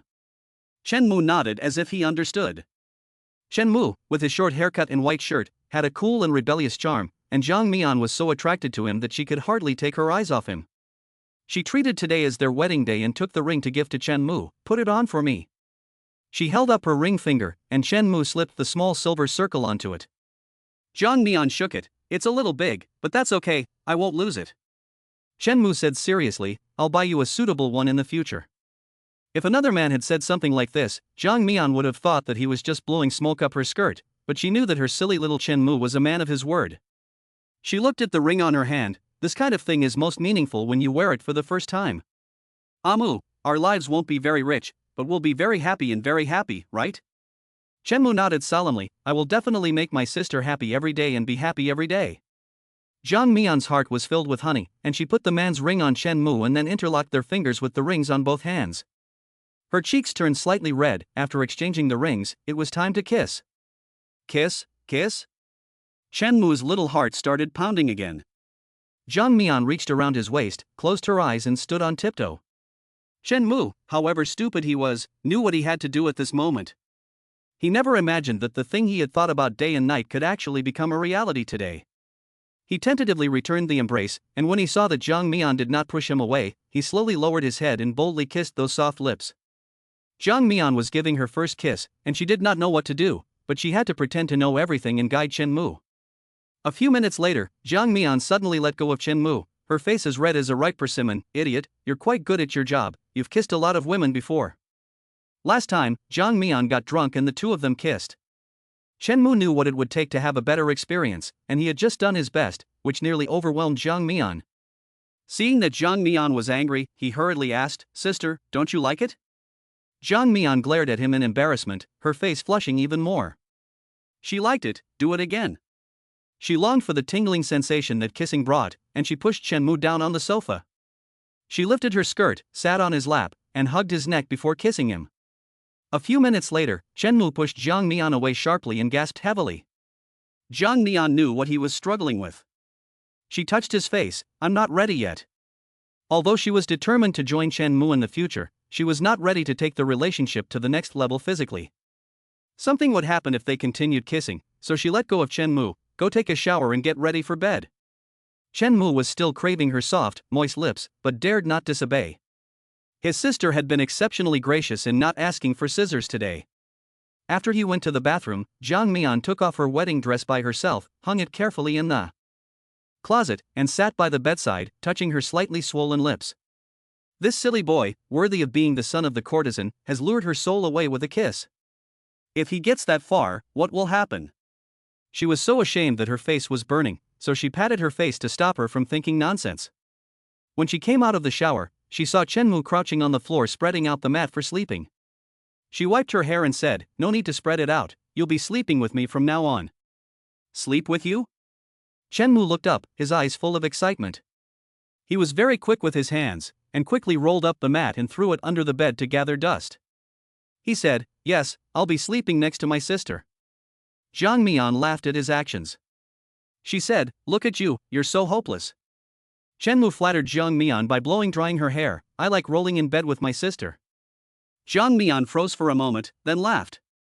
This idiot really thinks that rolling in bed means lying together in bed. Now the two of them are lying side by side in bed. Chen Mu, as before, is obediently leaning against the wall, afraid to touch Jiang Mian. Jiang Mian waited for a long time, but he didn't hug her. She felt a little disappointed and resentful, but she also knew that if she didn't give Chen Mu some pointers, he would never know how to get along with someone in a relationship. She took the initiative to pull Chen Mu's arm over to her side, lay down in his arms, put her hand on his waist, and told him seriously, "Mu, we're already together, so you can hug me to sleep." Chen Mu's body stiffened, and he didn't dare to move a muscle, but he couldn't hold back his excitement and confirmed, "Every day?" Jiang Mian looked up at his chin, of course. As soon as she said that, she felt Chen Mu's arm tighten a little, almost choking her, and she couldn't wait to ask, "So what else can we do?" Jiang Mian coughed a few times exaggeratedly, making him let go of her hand. "We can hold hands, hug, and kiss." Chen Mu was still not satisfied. "Anything else?" Jiang Mian pretended to be angry. "Not enough? What else do you want?" Chen Mu smirked, emboldened. "I want to be close to my sister forever." Jiang Mian's heart was as sweet as honey. "From now on, don't call me sister. When no one is around, call me wife." "Wife?" Chen Mu echoed. Hugged by a man with an invincible figure and appearance, it felt so good to be called wife, and Jiang Mian always felt like she was taking advantage of Chen Mu. Her hands slipped into the hem of his shirt and touched his thin abdominal muscles. They stood there, signing an unequal treaty. "I can touch you, but you can't touch me." Chen Mu was clever for once and resisted. "That's not fair, I wanted to." His eyes dropped and settled on Jiang Mian's breasts. Jiang Mian gave him a gentle pinch. "You little rascal, where are you looking? Are you really stupid or just pretending to be? How dare you stare at a woman's breasts?" Chen Mu quickly closed his eyes. "I won't look anymore, I was wrong." It was late at night, but neither of them could bear to go to sleep. This day had been unforgettable for them. Jiang Mian felt that Chen Mu had given her a new life, and that there was now someone else in her future. Since they had decided to be together forever, Chen Mu's illness must be cured. Jiang Mian had thought about it. If she couldn't borrow the money, she would sell the shop. With the decoration, the stock and the customers, she would get 200,000 yuan without any problem. But she hadn't mentioned the treatment to Chen Mu yet. The two had just had a fight about it the other day, and she couldn't act blindly this time. Jiang Mian thought about things until the middle of the night, and then she fell asleep. When she woke up the next day, it was already past 9. She sat on the bed, watching Chen Mu, who was wearing an apron, come from the kitchen with a tray. "Honey, have some congee for breakfast. I've fried 2 side dishes." Although Jiang Mian had asked for this title, she was still a little shy when she actually heard Chen Mu call her that. She smiled and got out of bed to wash up. "Why didn't you wake me up earlier?" Chen Mu followed her to the bathroom, being incredibly considerate, and squeezed the toothpaste for her before handing her the toothbrush. "I wanted you to sleep a little longer." Jiang Mian took the toothbrush, washed up in a flash, and came out, asking Chen Mu, who was waiting at the door, "Did you brush your teeth?" Chen Mu nodded. "Of course I did. You said it, we have to be hygienic." Jiang Mian hung her hands around his neck and praised him like a tomboy. "Good, you're a good boy, come give me a kiss." Chapter 33, I Don't Want to Be a Widow. Chen Mu was still stunned when Jiang Mian's lips came up to meet him. He had already kissed her twice before, and now Chen Mu's technique was even more proficient.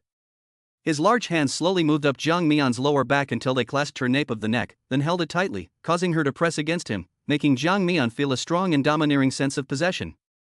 Previously, she had been well-behaved and obedient, but now she was unrestrained and aggressive. Jiang Mian was no match for him. She had originally wanted to take control of the situation, give Chen Mu a little sweetness, and then take the opportunity to talk about curing her illness. Little did she know that she was the one who surrendered first. She wanted to let go, but her body was held by Chen Mu's palm, and she could hardly move. Judging from the situation, if Chen Mu didn't let go, she would have no chance to escape. It wasn't until her resistance became obvious that Chen Mu reluctantly let her go, carefully watching her face. He had deliberately not let go just then because he hadn't had enough of her, but now he was afraid of Jiang Mian's rebuke. Jiang Mian leaned against him, taking a long time to breathe evenly, scolding him, "You little rascal, you're really good at your job, before giving him a slap on the chest and pretending to be fine as they went to have breakfast. Chen Mu stared at her back, still full of desire. Jiang Mian held a bowl of congee and lifted her eyelids to look at Chen Mu sitting opposite her. Mu, I want to discuss something with you. Chen Mu had a faint smile on his lips, and his eyes were full of possessiveness and affection. No need to discuss it, you're in charge, I'll listen to my wife. Jiang Mian gave a satisfied smirk. In the future, I'll be in charge of the little things at home, and we'll still need to discuss the big things together. Your illness. Chen Mu's expression froze for a moment, and his hand stopped moving. Jiang Mian knew that this topic was not so easy to talk about. With patience, she spoke gently to Chen Mu. I didn't say I want to treat it now, after all, I don't have that much money.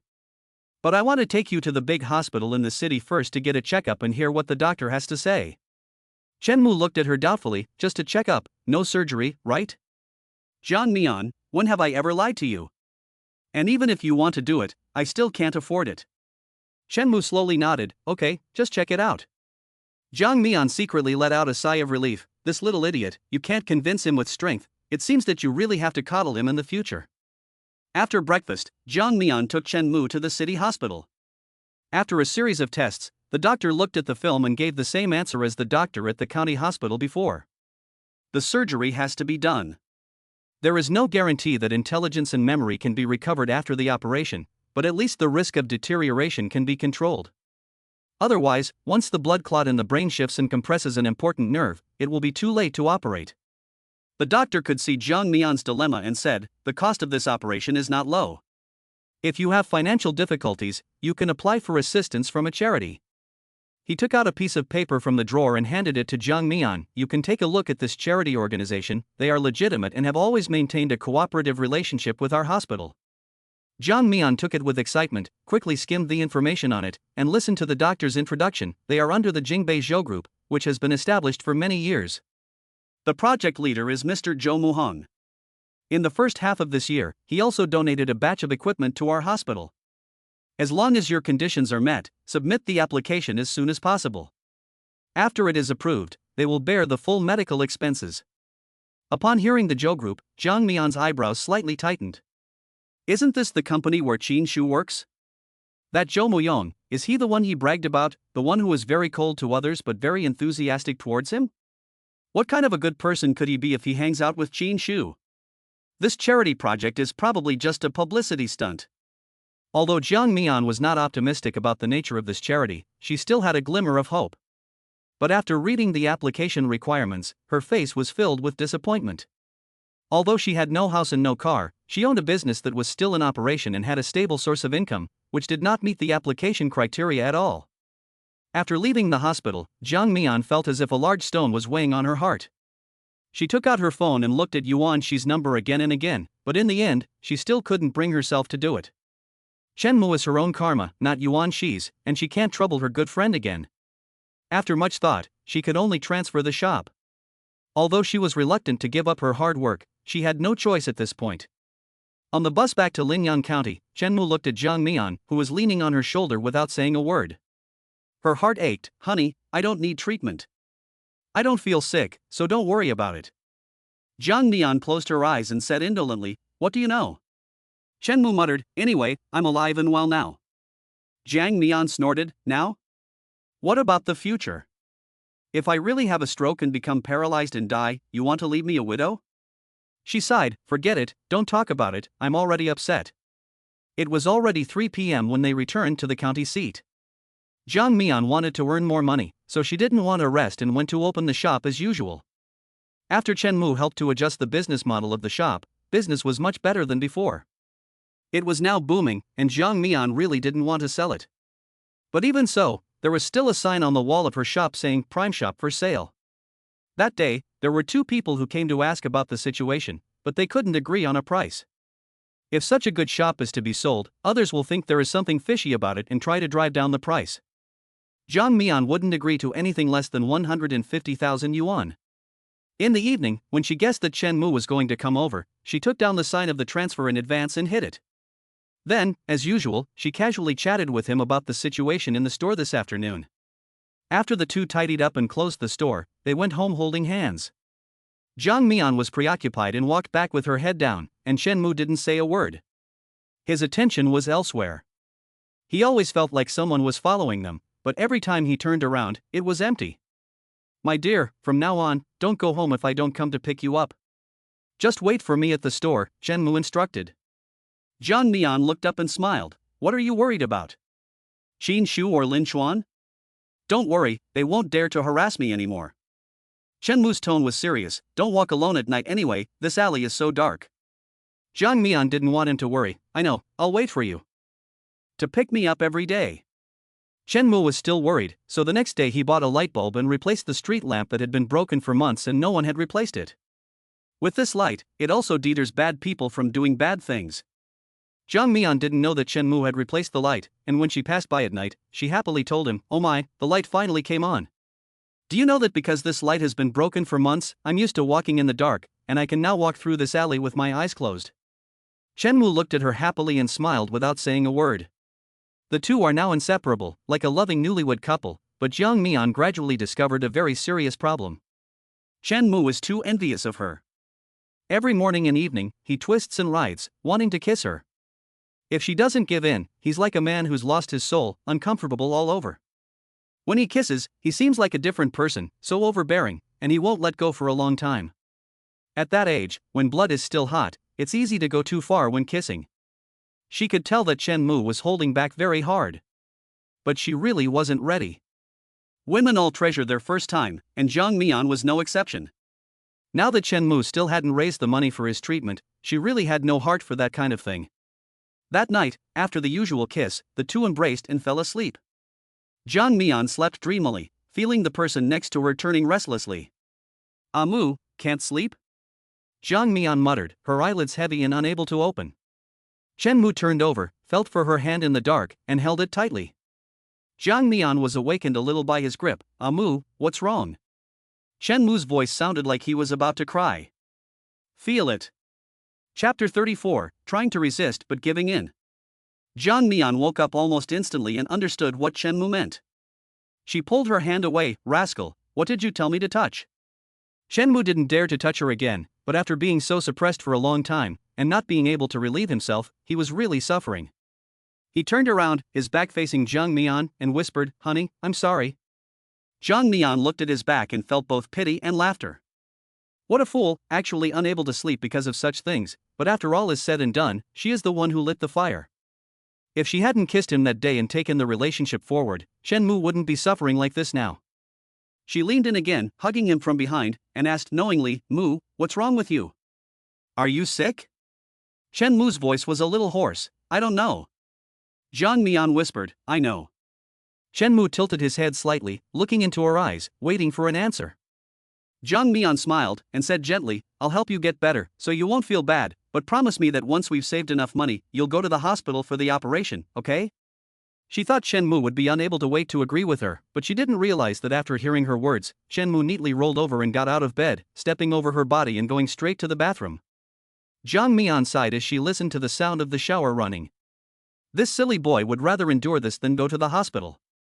She stared at the ceiling, trying to think of a way to get Shenmue to agree to the operation. And she really came up with an idea. Shenmue was in his 20s and in the prime of his life, and as long as she tried hard to seduce him, there would always be times when a cold shower wouldn't solve his problems. By then, he would have no choice but to agree. Jiang Mian was so happy that she was rolling around in bed, hugging Shenmue's pillow. She felt so ashamed, a young girl in her prime, actually thinking about how to seduce a man. When Shenmue came out, his face was full of resentment, and he gave Jiang Mian a cold glance. Jiang Mian sat cross-legged on the bed, smiling sweetly and charmingly, and waved at him. "Good evening, Mu, come over here, I'll help you wipe it off." Shenmue avoids her like he's looking at some kind of super dangerous object, shaking his head frantically. No. He dares not touch Jiang Mian now, or he'll be the one suffering. He avoids her on purpose, but Jiang Mian deliberately seduces him, her eyes flirtatiously inviting, her voice gentle as water. "Come over here quickly, it's late, and once you're clean, you can go to sleep." For the first time, Shenmue takes the initiative and says, "I'd rather sleep on the floor." It's too hard to sleep next to his wife, his body doesn't listen to him. Jiang Mian got out of bed barefoot, took his hand and sat him down on the bed, took the bath towel and wiped his body. "Sleep on the floor? What, do you want to break up with me? That's great, if you break up, you can move out, I don't like living with my ex." Chen Mu's expression softened again, and he muttered, "I'm not moving out." Jiang Mian smirked. When the towel in her hand touched Chen Mu's thigh, her wrist was tightly squeezed. "Sister, don't touch." Chen Mu's tone was resolute. Jiang Mian did it on purpose, but pretended to be serious. "You'll catch a cold if you don't wipe it clean, so sit still." She knew very little about men's bodies, and had never seen a real one, but now she pretended to be an experienced woman and carefully wiped the water droplets off his body. She could clearly feel Chen Mu's nerves were on edge, and when she looked up, she met his scarlet eyes. "Okay, you can go to sleep." Before she could finish speaking, her waist was encircled by a pair of strong arms, and her body was flipped onto the bed as she was held in his embrace, his heavy body pressing down on top of her. Jiang Mian looked at Chen Mu's piercing gaze and felt as if she had overreached. She instinctively wanted to resist, but she seized the opportunity and bit her lip, softly saying, "What are you doing? Have I ever said that you can't do this to me without my permission?" Chen Mu's eyes fixed on her, as if he wanted to devour her into his body. Jiang Mian's face was so red, her lips so bright, and her voice so beautiful. Jiang Mian could see in Chen Mu's eyes that he was already captivated by her. She whispered, "Get off, I want to sleep."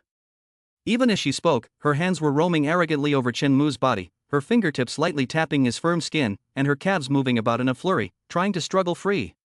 Chen Mu had no idea that every one of her movements was calculated, and that she was simply too much for him. After a long time, he let go of her and begged her, "Sister, please don't touch me, okay?" Jiang Mian sat up and straightened her clothes. Okay, I won't touch you anymore, ha." She threw the towel aside, lay down with her back to Chen Mu, and grinned. Chen Mu slowly lay down behind her, keeping a distance of a galaxy from her. The next morning, Chen Mu still made breakfast, while Jiang Mian slowly got up, washed up, pretended nothing had happened, and leisurely ate breakfast.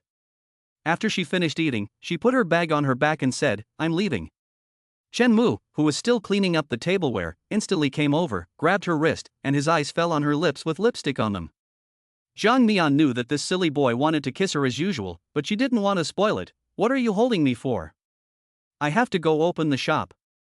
Chen Mu was full of resentment and refused to let go. Jiang Mian frowned. "Mu, what do you want?" "I have an appointment with a customer today, and they will be here in 20 minutes. Let go." Chen Mu did not dare to delay her from earning money, and said with difficulty, "I won't kiss you today." Jiang Mian glared at him and said sternly, "You said it yourself last night, don't touch you. If you don't touch, just let go of me, I'm going to be late." She could see that Chen Mu was itching to wait, but she just wouldn't do what he wanted. She would seduce him while rejecting him, waiting until he reached his limit before taking control. Chen Mu didn't dare disobey orders, and reluctantly let go of her hand. Jiang Mian would not pity him now, and pulled open the door and stomped downstairs. Chen Mu had sent her a lot of messages that morning, expressing all kinds of emotions in a roundabout way, trying to win Jiang Mian's favor. Even when Jiang Mian was free, she wouldn't immediately reply to his messages as she had before. She would always wait 20 or 30 minutes and then reply with a simple, "Oh, I was busy." As soon as she replied, Chen Mu would immediately call her on the video phone. Jiang Mian would hang up decisively and send him a voice message, "Be a good boy, you have a visitor. I'll get back to you after I'm done." What the hell? After sending the message, he threw the phone aside and went to organize the products in the store. She played with Chen Mu coldly and hotly, and the silly boy was no match for her. Once Chen Mu's shift was over, there were still cars waiting in line to be washed, and if he worked overtime, he could get a higher commission, but he changed his clothes and ran off, and the boss couldn't even call him back. Jiang Mian frowned as she looked at Chen Mu, who appeared in front of her at only 6:30 p.m., and asked, "You finished work so early today?" Chen Mu had been thinking about her all day, and now that there were no customers in the shop, he was a little angry. "You just said you were very busy, where is everyone?" Jiang Mian lied without blinking, "They left after spending money." "You came back so early, you weren't fired, were you?" Chen Mu's face was full of displeasure. He could tell that his sister was just going through the motions today. He muttered, "No way." He stayed for less than a minute before Jiang Mian sent him away. "Go back and cook then." Chen Mu did not refuse to work overtime just to go home early to cook. With a stern face, he took Jiang Mian's wrist and led her to the small utility room at the back where goods were stored. Jiang Mian had just asked what he wanted when Chen Mu pushed her against the wall and she heard his heavy breathing. Chapter 35, Who Will Fall First? Jiang Mian really didn't expect Chen Mu to be so bold. Judging from the situation, was he trying to kiss her? But why was there a little bit of anticipation and excitement in her heart? Her silly husband, his male hormones were about to explode at this moment. She loved it. The lust in her eyes was not fake, and her voice was so soft it could be heard dripping with water. What do you want to do? Shenmue locked one hand around her two delicate wrists, and with the other he wrapped his arm firmly around her waist. Their foreheads touched, and he whispered a prayer, "Wife, kiss me." Jiang Mian's heart felt as if she was sitting on a small boat in a huge stormy sea, going up and down, and it was so exciting that she was dying. She said in a coquettish voice, "You said you couldn't touch me." Shenmue rubbed his nose against hers, his voice low and hoarse, with infinite magnetism. "I missed you so much today, when I was washing the car, when I was eating, all the time." Jiang Mian felt as if she had miscalculated. Was it really herself seducing Shenmue, or was it Shenmue seducing her? If this went on, she would be the one to surrender first. Now, even without Shenmue saying anything, she wants to take the initiative and kiss him. Her precious Amu, how you know how to arouse a woman. Jiang Mian's breathing became erratic, and she couldn't hold back any longer, slowly closing her eyes. Shenmue's lips came close. He gently caressed and tested, then became uncontrolled and fierce. Jiang Mian was like a fish being slapped on the beach, gasping for air, her body's strength being sucked away. Her wrists were released, and she naturally wrapped her arms around Shenmue's neck. The two kissed more passionately than ever before, unable to tear themselves apart. "Is Xiao Jiang here?" "Xiao Jiang." Outside, the voice of a guest asking for Jiang Mian could be heard. Jiang Mian suddenly opened her eyes and tried to release Shenmue, but he held her even tighter and his attack became even more fierce. The guest, okay." Jiang Mian struggled for a few moments before Shenmue reluctantly released her. Jiang Mian glared at him, quickly tidied her hair and clothes, ordered him to stay there, and then pulled open the door to the grocery room to greet the guest. It was Sister Hui, who, upon seeing Jiang Mian's rosy cheeks, teased, "Hey, what were you doing in there? I've been calling you for ages." Jiang Mian felt a sense of shame like she'd been caught cheating, and pretended to be calm, tallying goods. "What does Sister Hui need today?" Sister Hui looked at her face. "I can see you're looking well. What skin care products do you recommend?" Jiang Mian casually took a set of products: face wash, facial mask, essence, and toner. Use the whole set, but most importantly, you need to be in a good mood and get plenty of sleep. The results will be visible in half a month, and if you keep using it for 2 months, you'll definitely look 5 years younger. Sister Hui's eyes lit up. "That's amazing, I have to try it." Sister Hui is very open-minded and enthusiastic. Her business is very good, and Jiang Mian likes dealing with her very much. "Okay, I'll give you 2 free face washes, you can come over anytime." Sister Hui narrowed her eyes. "You can come over anytime? I heard that you're going to sell the shop. Is that true?" This made Jiang Mian look nervously behind her at the door and whisper, "Shenmue needs a lot of money for medical treatment, and I have no savings, so this is all I have." "Sister Hui, you know a lot of people, so if you have any friends who are interested, could you please introduce them to me?" "Oh, you're such a caring person, it's really rare. You're so pretty and capable, I really don't know what you see in him." Sister Hui sighed for her. Jiang Mian could tell that Sister Hui really felt sorry for her, but she had no regrets about her choice. "Sister Hui, Amu is very stubborn and doesn't want to go to the hospital because he's worried about the cost. I've kept the fact that I'm changing stores from him, so you have to keep it a secret for me."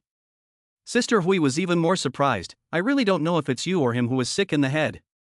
"Hey, I'll ask my friends if they want to take over." Jiang Mian was beaming. "Thank you in advance. I'll give you a trial set to try first. If it doesn't work, just bring back the regular set and I'll give you a full refund." Sister Hui paid and said, "You're such a practical person, that's why I like coming here." After she left, the door to the grocery store slowly opened, and Shenmue came out, complaining, "Sister, why didn't you let me come out?" After Hui's interruption, the anger between the two subsided. Jiang Mian calculated the day's turnover. "This kind of thing can only be done behind closed doors, otherwise people will laugh at us. You go back and cook, I'll be back in an hour." Shenmue was satisfied and obediently went home. "I'll come get you when I'm done cooking." As soon as he left, Lin Chuan entered Jiang Mian's shop. "Oh, Jiang Mian, you've gotten prettier since I last saw you." Jiang Mian heard his voice, and before she looked up, her expression already showed disgust. "I don't serve men here, so please leave." She didn't want to have a conflict with Lin Chuan in her own shop. Lin Chuan, however, thoughtlessly wandered around the small shop. "Men can also consume, can't I buy it as a gift?" "No. I won't do business with you. Get out." Jiang Mian felt disgusted when she saw him, and her tone was icy. Lin Chuan was not annoyed, and his eyes roamed wantonly over her body, from her buttocks to her waist, then to her breasts, and finally resting on Jiang Mian's moist lips. He felt that Jiang Mian was even more charming today than usual, and his soul was about to be lured away by her. What happened to your mouth? Did you kiss? Lin Chuan looked at Jiang Mian with a smile. When are you going to give me a kiss? I've liked you for a long time. Jiang Mian's lips were a little swollen from Chen Mu's kiss earlier. She turned her back to Lin Chuan and said, if you don't stop acting like a pervert, I'm going to call the police. Lin Chuan was itching to get started. Don't be so serious, I'm here to talk business with you. Aren't you going to sell the shop? I want it. Let's find a place to sit down and have a good chat. Jiang Mian didn't even think about it. If I sell it, it won't be to you. 250,000 yuan, really? Jiang Mian was silent. The price was really tempting. With 250,000 yuan, she could pay for Chen Mu's treatment and pay off her previous debts, so the burden on her shoulders would not be so heavy. However, Lin Chuan was a devil, and she absolutely must not be lured into his trap by this bait. She had already fallen for Qin Shu's trap once over money, and she absolutely must not fall into Lin Chuan's pit of fire again. Lin Chuan laughed. Jiang Mian, don't be in such a hurry to reply to me. I'm only giving you such a generous price because I've seen our old friendship. To be honest, your shop isn't worth much. If you can really transfer it out for 200,000, you're something. I'll give you the number. Contact me whenever you're ready. He placed his business card on Jiang Mian's cash register and leisurely walked out. Jiang Mian tore the card into pieces and threw it in the trash. Lin Chuan left the store and got into a car. The fat man driving the car had a lewd smile on his face. Brother Chuan, here again to see this little girl? Haven't got her yet? Lin Chuan lit a cigarette, thinking about Jiang Mian's moist red lips, his heart itching with impatience. It's only a matter of time. The fat man teased, you're just boasting, she doesn't give a damn about you. If you keep waiting, you'll probably wait until the end of time. Lin Chuan snorted lightly through his nose. I have my own rules for doing things. I'll give her one more chance. If she doesn't know how to appreciate it this time, then I really will lose my patience. His eyes were glowing green, a little hussy from the countryside, and I can't handle her? You underestimate your brother Chuan. The fat guy said, don't forget, that little idiot by her side is very capable of fighting. Lin Chuan disagreed. What does a fool have besides foolish strength? Am I going to fight a fool with brute strength, and then I'll become a fool too? You need to use your brain, do you understand? He had followed Jiang Mian for so long that he had long since figured out her routine when she came home from work. As long as he distracted the little fool, Jiang Mian would be his. Chapter 36, Promised. It was a little after 7 p.m. when Chen Mu returned to the store after cooking dinner.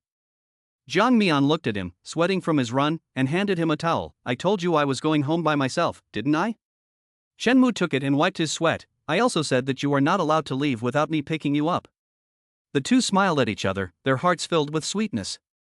After returning home, having eaten and taken a shower, Chen Mu stuck close to Jiang Mian as she looked at the receipts. Jiang Mian put the book away and put the cash collected that day in the drawer. Mu, if you need money, you can take it yourself, but you have to tell me afterwards, okay? Chen Mu, I don't spend money. Jiang Mian, how can you not spend money? You're the one who buys all the groceries. She closed the drawer, returned to the sofa, and sat cross-legged facing Chen Mu. She put her arms around his shoulders and said, ever since you came, you've taken care of everything at home by yourself. I've never had such a carefree life. Chen Mu said proudly, my grandfather said, the Zhou family doesn't support lazy people. A man has to know a little bit about everything. Jiang Mian said in surprise, Zhou family? Your surname is Zhou? Chen Mu patted his head, I don't know, but this sentence just rolls off the tongue. Jiang Mian muttered to herself, Zhou Mu, is your name really Zhou Mu? She looked up at Chen Mu expectantly. Since you remembered your grandfather, try to remember, do you remember his phone number? Can anyone else in the family remember it? Chen Mu shook his head, I can't think of anything else. Zhou Yinchao always kept the Zhou family motto of not keeping idle people in mind, and was extremely strict with the education of future generations. Anyone from the Zhou family, if randomly picked, would be outstanding and beyond the reach of others. Chen Mu had heard this many times, and now suddenly blurted it out.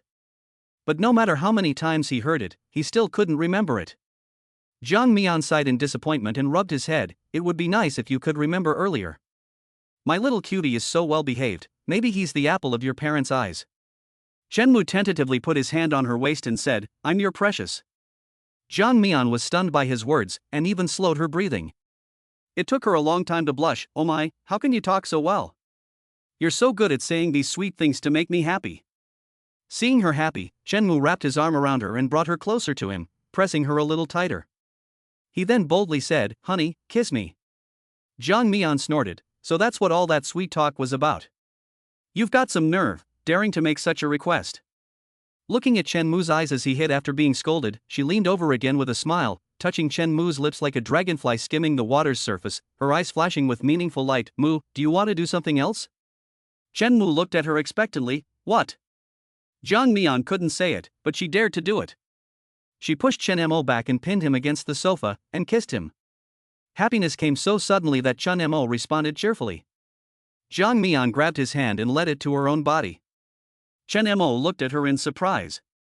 Jiang Mian's face turned slightly red. Don't like it? Chen Mo's eyes had a bloodthirsty scarlet tint, his Adam's apple rolling, and his breathing was rapid. The next second, he flipped over with Jiang Mian in his arms, and the positions of the two were reversed. Jiang Mian's lips were once again covered. And she had originally only wanted to give him a taste of sweetness in order to negotiate, but now she had simply invited the wolf into the house, and she did not have the ability to resist. She truly regretted it. Promise me that you will have the surgery, and you can do whatever you want in the future. Shenmu's eyes suddenly changed, the flush slowly faded, and his hand pulled out of Jiang Mian's clothes. He obediently sat up straight, crossing his legs. No. He sat upright and crossed his legs, as if the aggressive man just now was not him at all. Jiang Mian looked at his determined expression and angrily covered her forehead. I really give up on you. Don't ever touch me again. Shenmu looked aggrieved, but didn't say anything. Jiang Mian was so angry that she sat up. Tell me, why won't you go? Shenmu stuck out his neck. I don't have the money, I won't go. Jiang Mian, I have money. Yuan Shi, remember? My best friend, she's super rich, she promised me, she'll lend me the money. Shenmu still refused. Even if he had the money, he still wouldn't go. If you push me again, I'll. Jiang Mian pointed at him. You'll what? You'll run away again, right? Try running away again, and see if I won't beat you this time. Shenmu pursed his lips and stopped talking. Jiang Mian was furious. Tell me, why don't you have the operation? Shenmu hesitated for a long time before slowly saying, if I have the operation, I will die. I don't want to die. If I die, no one will protect you. Jiang Mian. She always thought that Shenmu only cared about the money, but she never imagined that it was because of her. The fact that someone cared about her so much moved her to tears. She took the initiative to lean over and hug him, her voice softening. Good, Amu, I'll find you the best doctor, you won't die, you have to stay with me forever. She tilted her head and touched Shenmu's face. You're my husband, the best man in the world to me, I can't bear to lose you either. If your illness isn't treated, you might die, or you might become a completely disabled invalid, and if you're disabled, no one will be able to save you if someone bullies my sister. Do you think I'm harming you by letting you get treatment? Shenmu shook his head. Sister would never harm me. I want to protect you forever. The doctor said that day that there were indeed certain risks involved in such an operation. Jiang Mian thought about it for a while and changed her mind. Mu, if I take you to the best hospital and hire the best doctor, there will definitely be no risk. If you love me, promise me that you will definitely have this operation, okay? Shenmu hung his head, thinking about what the boss had said that day about dying if you had your head operated on. Then he looked at Jiang Mian's concerned eyes and pondered what she had just said. If I die from the operation, I die. If I don't die from the operation, I still die. So, let's do it. He finally nodded. Okay, let's do it. Jiang Mian was so happy to hear this that she hugged him. Don't worry, after the operation, we'll be healthy and happy again. Shenmu let go after she had hugged him enough, and muttered, so can I. Jiang Mian, can you what? Shenmu looked at her breasts. Can I continue? Jiang Mian then remembered her deal with him, and laughed angrily. What are you thinking, brat? You can't do that until after the operation. Shenmu's face was full of disappointment. Jiang Mian's finger tapped on his chest. Did you like it just now? Shenmu nodded. I liked it. Jiang Mian's face blushed before she could finish speaking, and she put her arm around Shenmu's neck and whispered in his ear, Good Shenmu, after the operation and when you've recovered, there's something that I'll do that you'll like even more. Chapter 37, Daddy's Money. Once Chen Mu was taken care of, the only thing left was the money. Zhang Mian called the doctor in the city for advice. The doctor said that the best hospital was Jingbei. The doctor gave Zhang Mian a number of a former classmate who was currently working at the Jingbei hospital. Zhang Mian could contact him if she really needed to go there. Zhang Mian hung up the phone and immediately called the doctor's classmate. No one answered, so she thought about it for a while and edited a text message to send. Hello Dr. Duan, sorry to bother you, but your contact information was given to me by Dr. Fong Ming. My husband has a head injury and bruising that requires surgery. I want to take him to Jingbei Hospital for treatment. Dr. Fong said I could contact you. Could you please call me back when it's convenient for you? I can answer the phone 24 hours a day. Sorry to bother you. After sending the text message, Zhang Mian was worried. The medical conditions in Jingbei were better, but correspondingly, the costs were also completely out of the question for such a small place. Money, money, money. The original plan was to get 200,000 yuan, but she still doesn't know where to get more money. Last night, she said Yuanqi was going to lend her the money, but that was just a lie to fool Chen Mu. Zhang Mian can only hope to sell the shop. Oh, what's the point of doing business with a long face? Just as she was thinking about Yuanqi, she heard his voice. Zhang Mian just looked up and stood up, and the sign saying Prime Shop for Sale was thrown in front of her. Yuanqi's voice was loud. Tell me, what's going on? Why are you giving up a good business? Zhang Mian picked up the sign and hung it back up. I'm too tired to do it anymore, I want to find a job. You're lying, weren't you going to make your business bigger and stronger and turn it into a chain? Who are you trying to fool by working for someone else? Tell me, what's going on? Zhang Mian looked troubled. Business is hard to do, everything is rising in price, the rent has gone up too, I can't make much money, I don't want to do it anymore. Yuanqi's face fell. Zhang Mian, are you the kind of person who backs down when you encounter difficulties? Do you think I've only known you for a day? I don't deserve to hear the truth, do I? Zhang Mian saw that she was angry, sighed, took her arm and pulled her to sit down, and told her the truth. Don't be angry, I need a lot of money to treat Chen Mu. If you need money, you can ask me. You don't know that my husband is rich. Yuanqi guessed that Zhang Mian was short of money when she learned that she wanted to switch stores. Zhang Mian looked at her and said, I can't keep bothering you whenever I need money. Besides, that's your husband's money, not yours. I don't want to affect your relationship because I keep asking you for money. Yuanqi's face turned cold. What's his money and my money? It's our joint marital property. Besides, my husband loves me to death and knows that you're my best and most loyal friend, so he won't say anything. She took out her phone and said, Handsome, how much is it going to cost to treat you? Will 100,000 yuan be enough? I'll transfer it to you first. Zhang Mian was moved when she saw that she was serious, and quickly pressed her phone. No, I said I can't borrow from you anymore. I'll have money when I sell the shop. Sell what? Just be a good boss and pay me back when you make money. Zhang Mian, do you even consider me a friend? You don't even ask for help when you're in trouble. Are we that distant? Zhang Mian's nose tingles. I do consider you a friend, that's why I can't always turn to you. Yuanqi, if you keep this up, I'll treat you like a creditor, and there's no way I can be an equal friend anymore. Yuanqi doesn't listen to her explanation. Don't give me that. If you think that after I take your money, we can't be equal friends, then just call me dad. Since your real dad doesn't love you, I'll love you instead. She's always been a feisty talker, and Zhang Mian really can't decide whether to laugh or cry. But she still said, don't give me the money yet. She told him about her plan to take Chen Mu to Jingbei for treatment, and then said, the doctor there hasn't gotten back to me yet, so I don't know the exact cost. Yuanqi, if you really consider me a friend, help me find someone reliable to take over my shop. If the money isn't enough, I'll definitely ask you for more. Yuanqi knew Zhang Mian's stubbornness and could do nothing about her now. Okay, I'll ask around for you and get you a good price. After this hurdle, I'll help you start up again, and we'll definitely open 100 chain stores. If I really can't have children in this life, I'll let you and the idiot's child support me in my old age. With Yuanqi as her financial backer, Zhang Mian was somewhat relieved. Soon after Yuanqi left, Zhang Mian received a text message saying that money had been deposited into her bank card. 200,000 yuan. Yuanqi's message also came through. Baby, this is all I have on hand right now. It's the pocket money my husband gave me over the years. You keep it for now. I'll talk to my husband about the rest. I'll definitely call you when you go to the hospital. She sent a motivational emoji, there's nothing we can't overcome. I'll be there for you. Jang Mion's eyes welled up as she read Yuan Shi's message after message, if that silly boy ever dares to betray you, I'll be the first to chop him up with a knife. Jang Mion's 1,000 words were finally reduced to the heavy 4 words, thank you, Dad. Yuan Shi's kindness to her far surpassed that of those family members with blood ties, and she could never repay him in her lifetime. Jang Mion was taking a bath at night when Shenmu knocked on the door outside. Honey, the phone's ringing.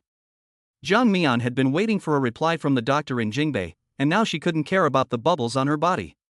She quickly opened the door and held out her wet hand, give it to me. Shenmu handed over the phone, and his eyes swept over the naked Jang Mion, and his mind instantly exploded. His sister's breasts, he had touched last night, but hadn't seen them yet. So, they were so nice to look at. Jang Mion lifted her hand and turned off the shower, looked at the number of Dr. Duan, and carefully picked up the phone. Hello, Dr. Duan, my name is Jang Mion. Dr. Duan's voice sounded a little cold and impersonal. What's the situation with the patient you mentioned? Shenmu's eyebrows instantly furrowed when he heard the man's voice. Jang Mion knew that he was jealous again, and gave him a warning look before replying. He had a head injury before, and the doctor who took the x-rays here said there was bruising inside. If I don't perform a craniotomy, the blood clot may move and compress the nerves. To reduce the risk of surgery, I want to take him to a hospital in Jingbei for surgery. Dr. Duan said, this kind of surgery can be done anywhere. Fang Ming is already a leader in this field. If you're still not confident, you can send me the patient's examination films for me to take a look. Okay, thank you, Dr. Duan. As for the cost, she needs to know how much it will cost in order to try to get the money ready.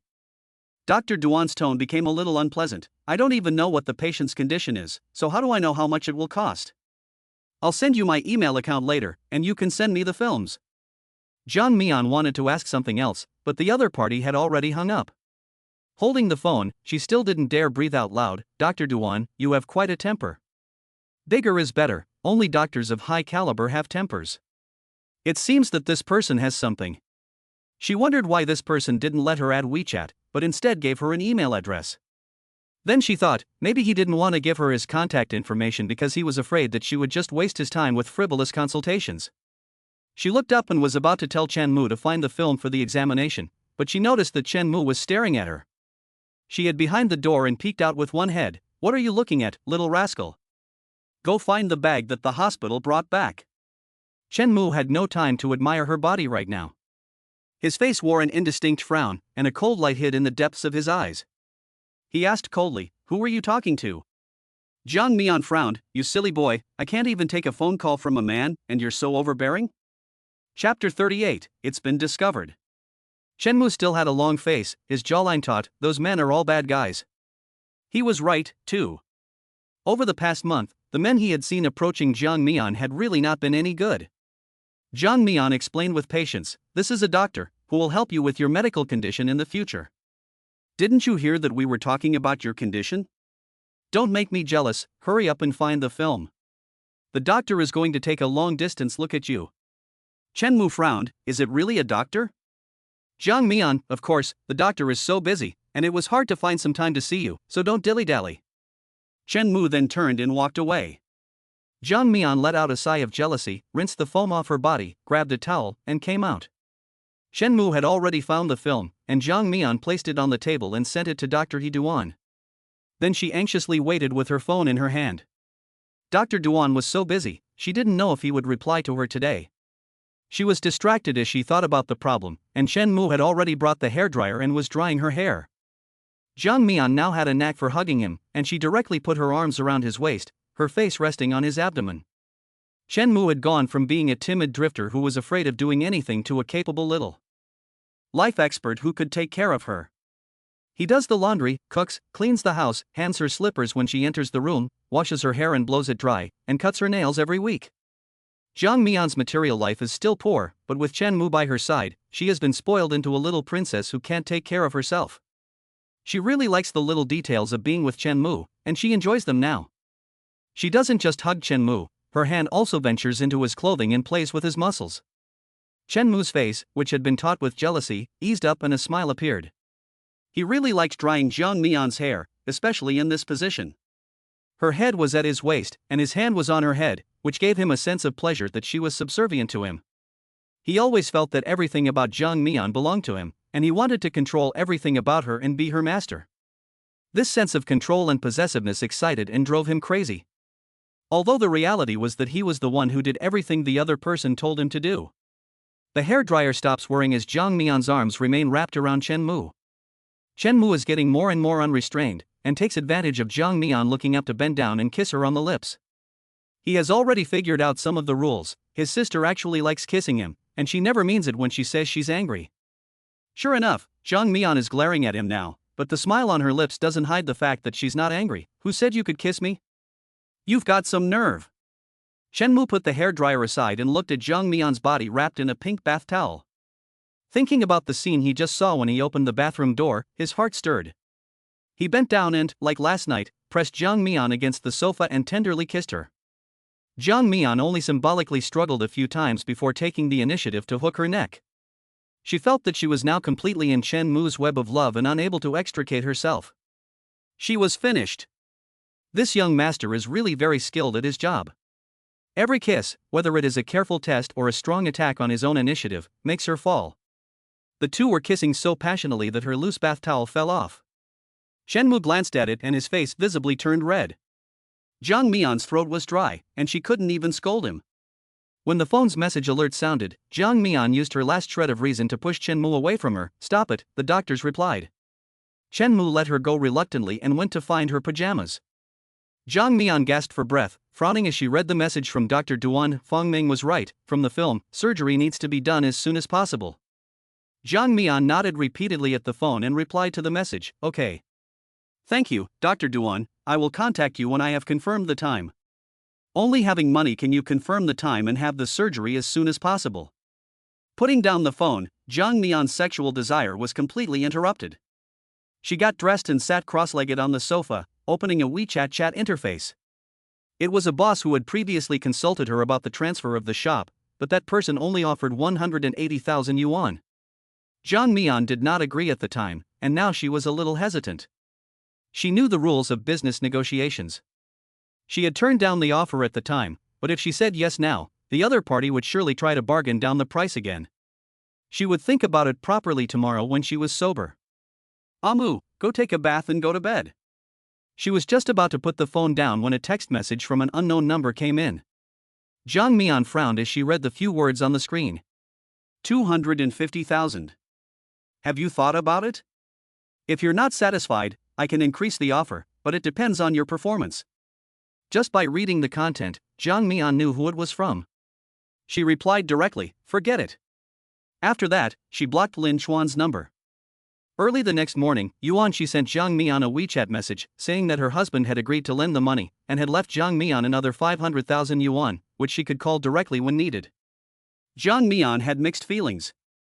She was grateful and guilty, but mostly excited. Although she didn't want to borrow She's money, with this backing, she was greatly relieved. "Thank you.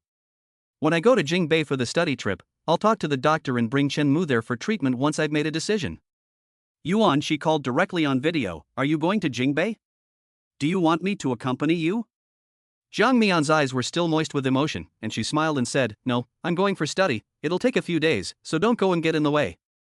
Regardless of whether the store will eventually be sold, professional learning cannot be lost, and this is the industry training she signed up for a month ago. She said with a smile, "It's boring to stay at home anyway. In order to prepare for pregnancy, my husband won't let me go to work, and he also restricts me from going out, saying that he's afraid I'll get heatstroke in the heat. It's annoying." Jang Mian said, "That's because he cares about you. Don't be ungrateful when you're already blessed." After chatting with Shi for a while, Jang Mian hung up the video call and started her day with a spring in her step. At noon, as she was about to leave a customer and go buy lunch, Chen Mu walked in with a long face. "Mu, why are you here in the middle of the day?" Jang Mian's words had barely finished when she saw a sign in his hand that read "Wangpu for sale." Jang Mian's face changed. "Mu, let me explain."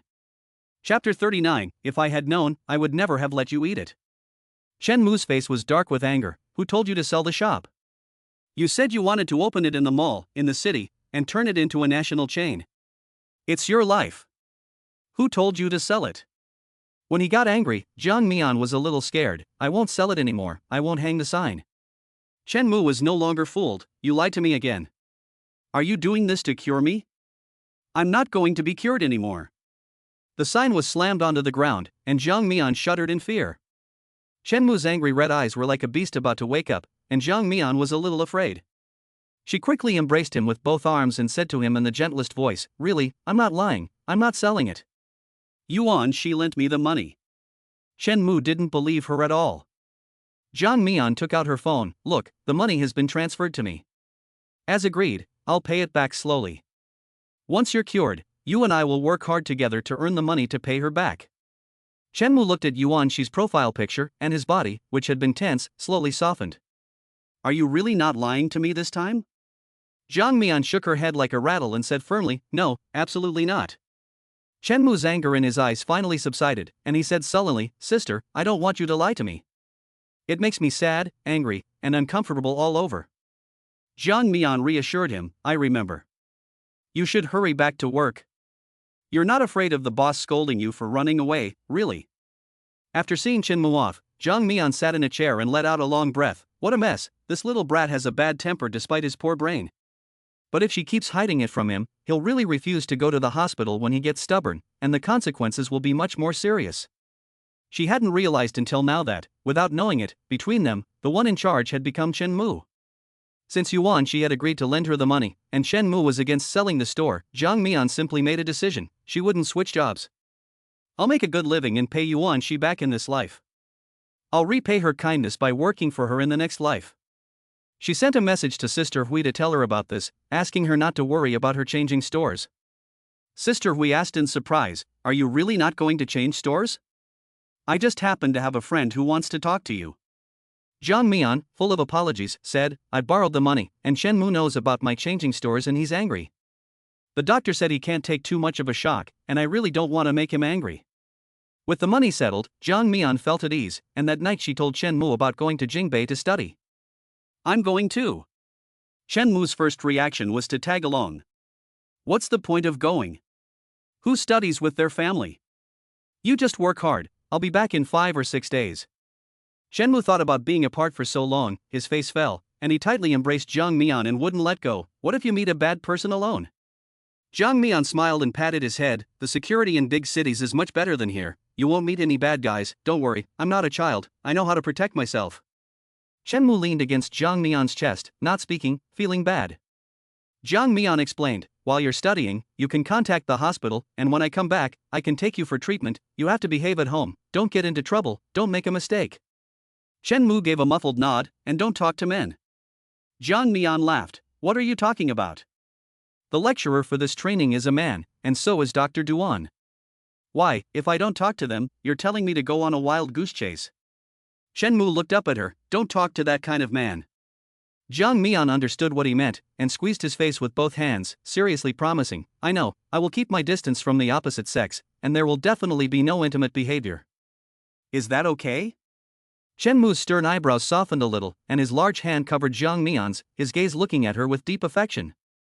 Jiang Mian also looked at him. My Amu is so good looking, what a handsome guy. Why don't you start a live broadcast and become a face value blogger? Let those little girls send you gifts, and I'll just lie around and count the money. It's so beautiful just thinking about it. Chen Mu frowned, I don't want gifts from girls. Gee, so self-righteous? Jiang Mian's satisfied praise, a good husband who practices the 24 filial exemplars. Chen Mu thought about her leaving and became more and more reluctant. He gathered his long, powerful arms and drew her into his embrace. Wife, I want to. His eyes glanced at Jiang Mian. He hadn't gotten enough of her before. Jiang Mian pinched his waist. You little rascal, don't even think about it. She looked at Chen Mu's slowly gathering flame-like eyes and muttered, If I had known, I would not have let you eat it so well. Chen Mu was full of grievances. What if I want to kiss you when you're gone? And no one will sleep with me. Jiang Mian, before we met, you didn't kiss or hug, and you got by just fine. Oh no. Back then you were hugging rich women. Just thinking about Chen Mu's previous occupation, Jiang Mian became a little jealous. Chen Mu said seriously, What rich women? I never hugged any rich women. Jiang Mian snorted, Of course you don't remember now that you've lost your memory.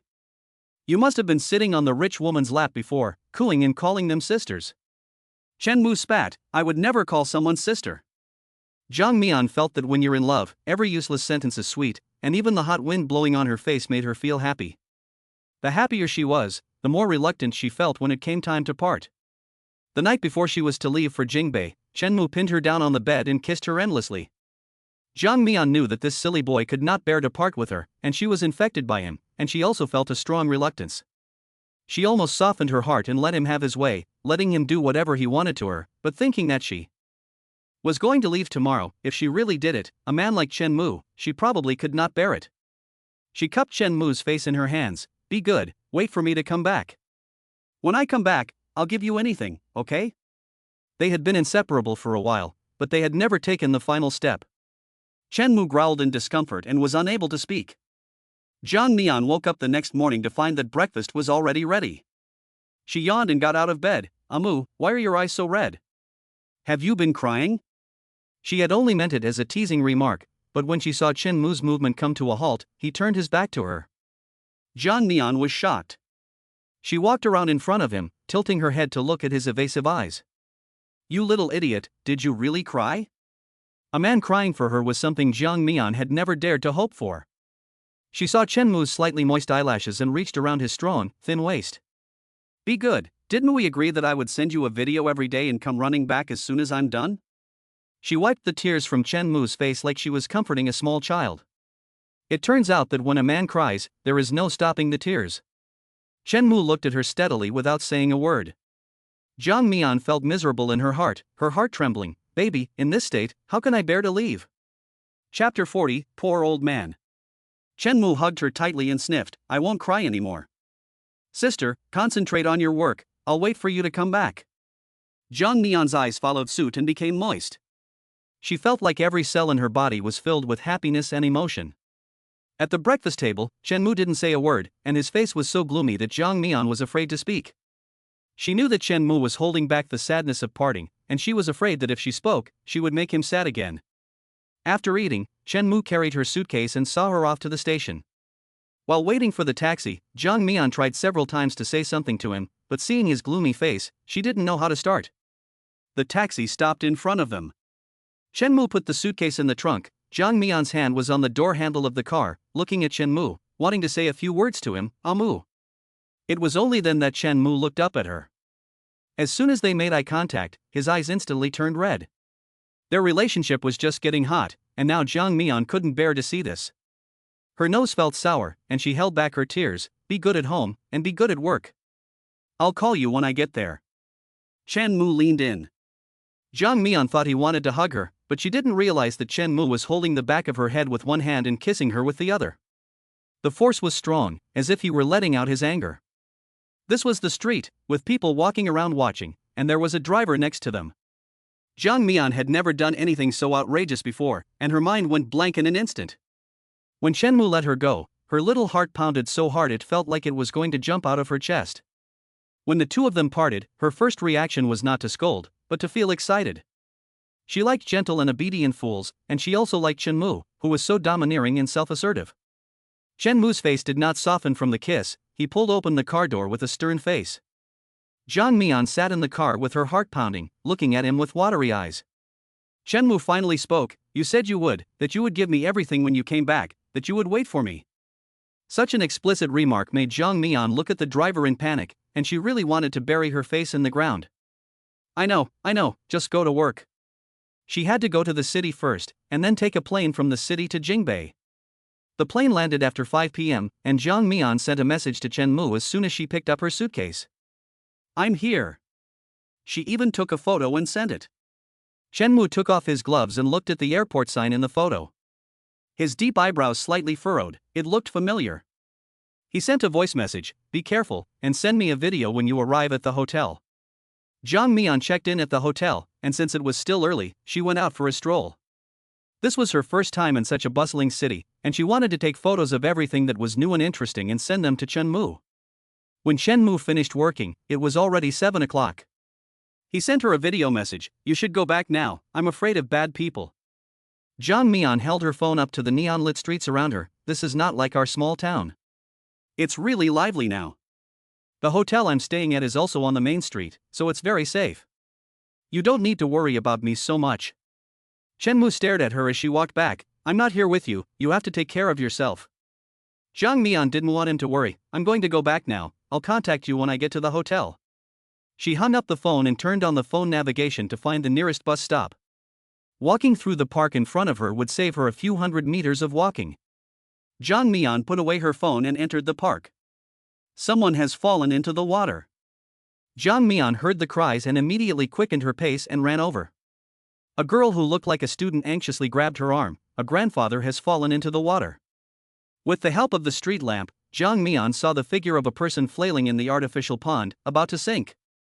Without thinking, she took a few quick steps and jumped directly into the water, swimming towards the flailing old man.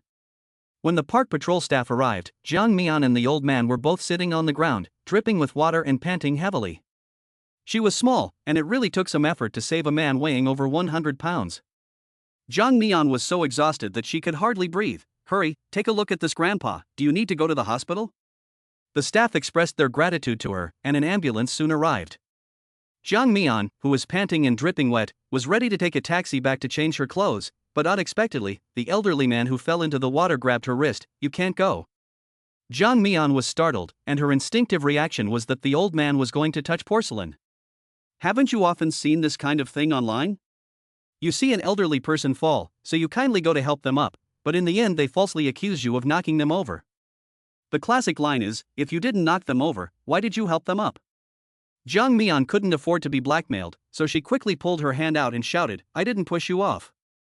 The female student who had just spoken also said in a trembling voice, it was this grandfather who fell by himself, it had nothing to do with this young lady. Zhang Mian said to the staff, you heard it, she fell by herself, it had nothing to do with me. The old man raised his hand and spoke as if it was difficult for him, I fell by myself. What I mean is, you should also go to the hospital to have a checkup to see if you are injured. Zhang Mian then realized that she had misunderstood the old man. She was embarrassed and ran her fingers through her wet hair. Her tone changed completely and she spoke gently, oh, it's nothing, I'm fine. Grandpa, you should go to the hospital and get checked out, and tell your family to come take care of you. The old man looked downcast and said nothing. Zhang Mian asked curiously, Grandpa, what's wrong? The old man's clouded gaze fell on her face. My wife has long since passed away, and my family, they all hope that I will die soon. People grow old and are easily disliked. This phenomenon can be seen everywhere in the town where Zhang Mian was born. She is not someone who was overflowing with love, and the dive to save the man just now was purely an act of bravery in a moment of desperation. But now, looking at the old man's sad eyes, she could not bear to see him like this, and said, then I will go to the hospital with you.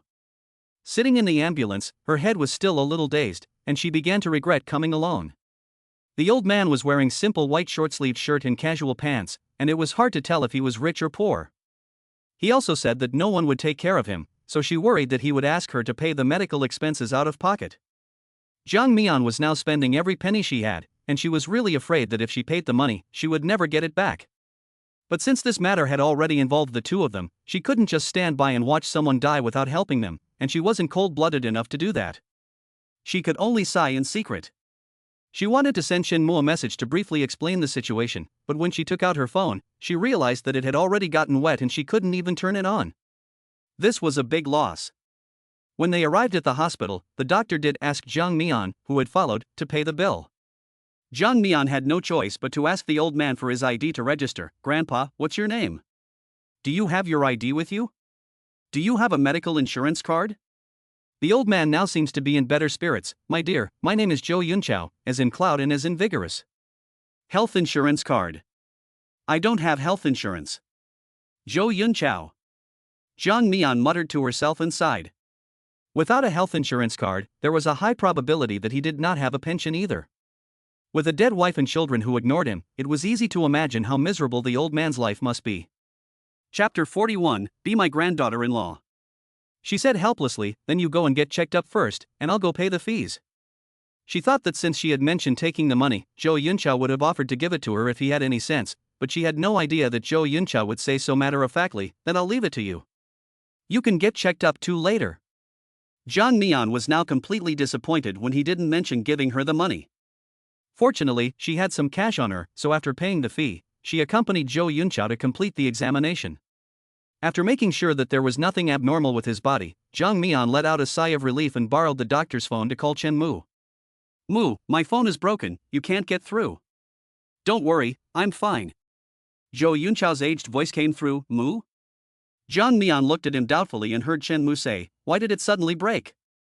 Zhang Mian didn't want him to worry, ignored Zhou Yunchao, and said to the phone, I was in a hurry to catch the bus just now, and my phone fell out of my pocket. It won't turn on now. It will definitely be fixed tomorrow afternoon, and I'll call you then. Chen Mu let out a sound of relief, and I'll buy you a new one when I get paid this month. Zhang Mian's gloomy mood finally eased a little after an hour. My Amu really cares about people. I'm borrowing this phone, so I'll talk to you later. After hanging up, she returned the phone to the doctor. Zhou Yunchao asked curiously, who are you calling, girl? Zhang Mian felt bad about the money she had advanced and the broken phone, so she answered in a depressed voice, my husband. Zhou Yunchao was a little disappointed. You're married? Yes. Hey, I wanted to introduce you to my grandson. You're pretty and kind-hearted. It's a pity that such a good girl like you is married. You have a grandson? Zhang Mian's eyes lit up. Aren't grandparents close to their grandchildren? Your son doesn't care about you, but he should care about his grandson. Call him and tell him to come to the hospital quickly. If she has a grandson, someone will pay her back, and she might even get a thank you fee. She now values money very highly, and as long as it comes from a good source, she won't say no. Unexpectedly, Zhou Yunchao sighed, it's a pity, my grandson. Zhang Mian looked at him expectantly, what happened to him?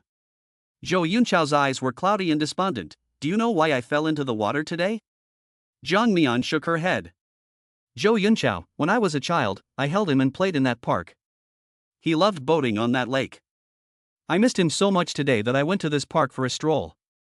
Little did I know that when you get old, you can't pay attention, and you fall. Zhang Mian vaguely heard something wrong. She thought that her grandson needed to go to the old park, couldn't they just meet or send a video? She asked tentatively, Grandpa, where is your grandson now? Zhou Yunchao's voice seemed to have aged many years, he is no longer here. He shares the same name as your loved one, Amu. Ah. Zhang Mian broke out in a cold sweat, her speech incoherent with excitement, Grandpa, please don't say such unlucky things. I have no grudges against you, and I even saved your life, so why would you introduce me to your grandson who is no longer here? She was really getting a little creeped out. Zhou Yunchao waved his hand, I didn't mean it that way, it's hard to explain in a few words. What's your name and where do you live? Zhang Mian had heard of the feudal superstition of marriage, and she was really afraid that the old man would use her for marriage with his grandson. Now she didn't dare to reveal a single word of information about herself, and kept shaking her head, you don't need to ask my name, I'm not from here, I'm just here for a visit. Since you're fine, I'll be going back then. She also didn't plan to ask for the money she had advanced, after all, money was not as important as life. Just as she slipped to the door, Zhou Yunchao called out to her, wait a minute. Zhang Mian's legs felt as if they were tied with a rope, unable to move. She was on the verge of tears, old man, what more do you want? My Chinese zodiac sign is not compatible with your grandson's, we are not a good match. Besides, my husband would never agree to this. Zhou Yunchao looked at her in shock and laughed, don't be afraid, I was asking for your card number so that I can pay you back the money you advanced today. Hearing the word money, Zhang Mian hesitated and confirmed, are you really not going to hit on me again? Zhou Yunchao smiled and said, no, I'm an old man and I don't believe in that stuff. Zhang Mian thought about it and decided that money was more important. She wrote down her card number on a piece of paper and quickly ran away. She ran into a man in the corridor who was also hurrying, and the pain made her grit her teeth. Sorry, are you okay? The man wanted to help Zhang Mian, but seeing her wet clothes clinging to her body, he was embarrassed to reach out. Zhang Mian just wanted to go back to the hotel and take a shower, so she waved her hand and said, it's okay. When he arrived at the ward, he saw Zhou Yunchao sitting on the bed in a daze. Grandpa Zhou, I heard from a friend who works here that you were admitted to the hospital. Are you okay? Zhou Yunchao slowly turned his head and looked at him. It's Duan Che. I'm fine. I'm old and useless. I fell into the water and couldn't get up. Thanks to a little girl. Drown?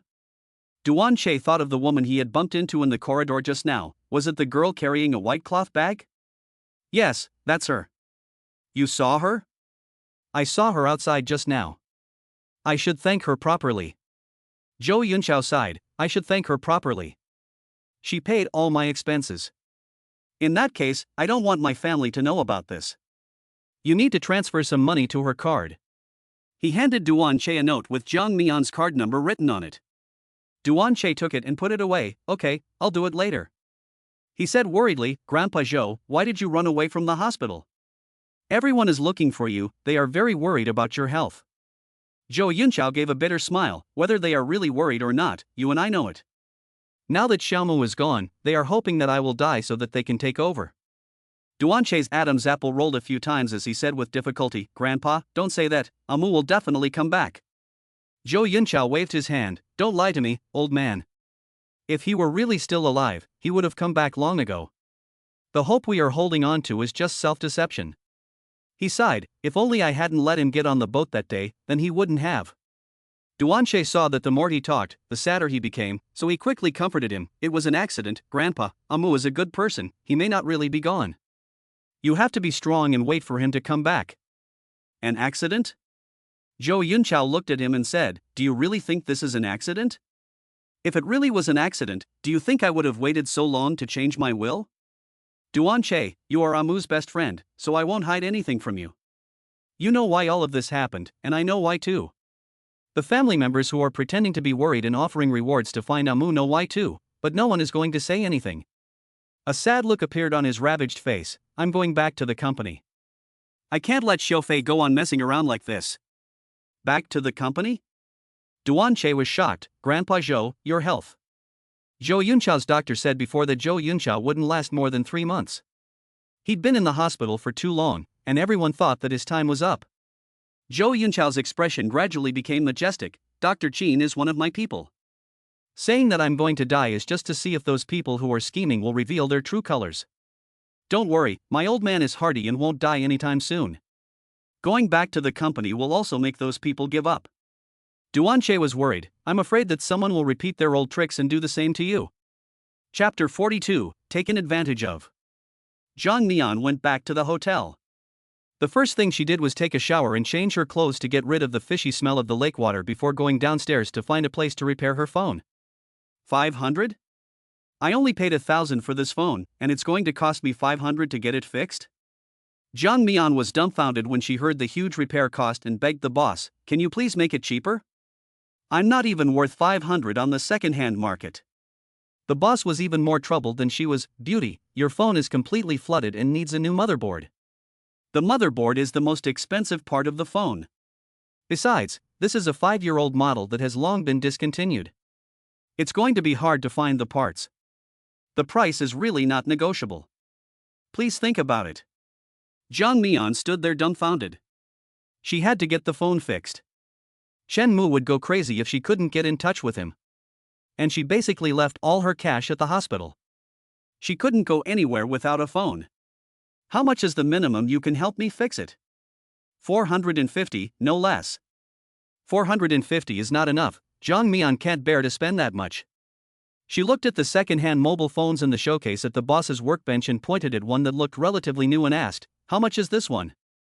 The boss took it out and put it in front of her, 500. Zhang Mian, so will you recycle this one of mine, how much? 50. 50? Zhang Mian's voice instantly rose, you'll take 50 for it, but sell it for 500. The boss laughed and said, Beauty, I don't even want to take this old broken phone of yours for 50 yuan. I'll have to repair it after I take it back. I need to cover my costs, okay? Zhang Mian stood there for 2 minutes, hesitating, and then gritted her teeth and said, I'll take one of yours for 400 yuan.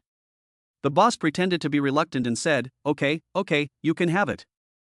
400 yuan is just the cost price. I'm feeling sorry for you, otherwise I definitely wouldn't sell it at this price. Zhang Mian herself runs a business, and she knows very well how much water there is in these words of the boss.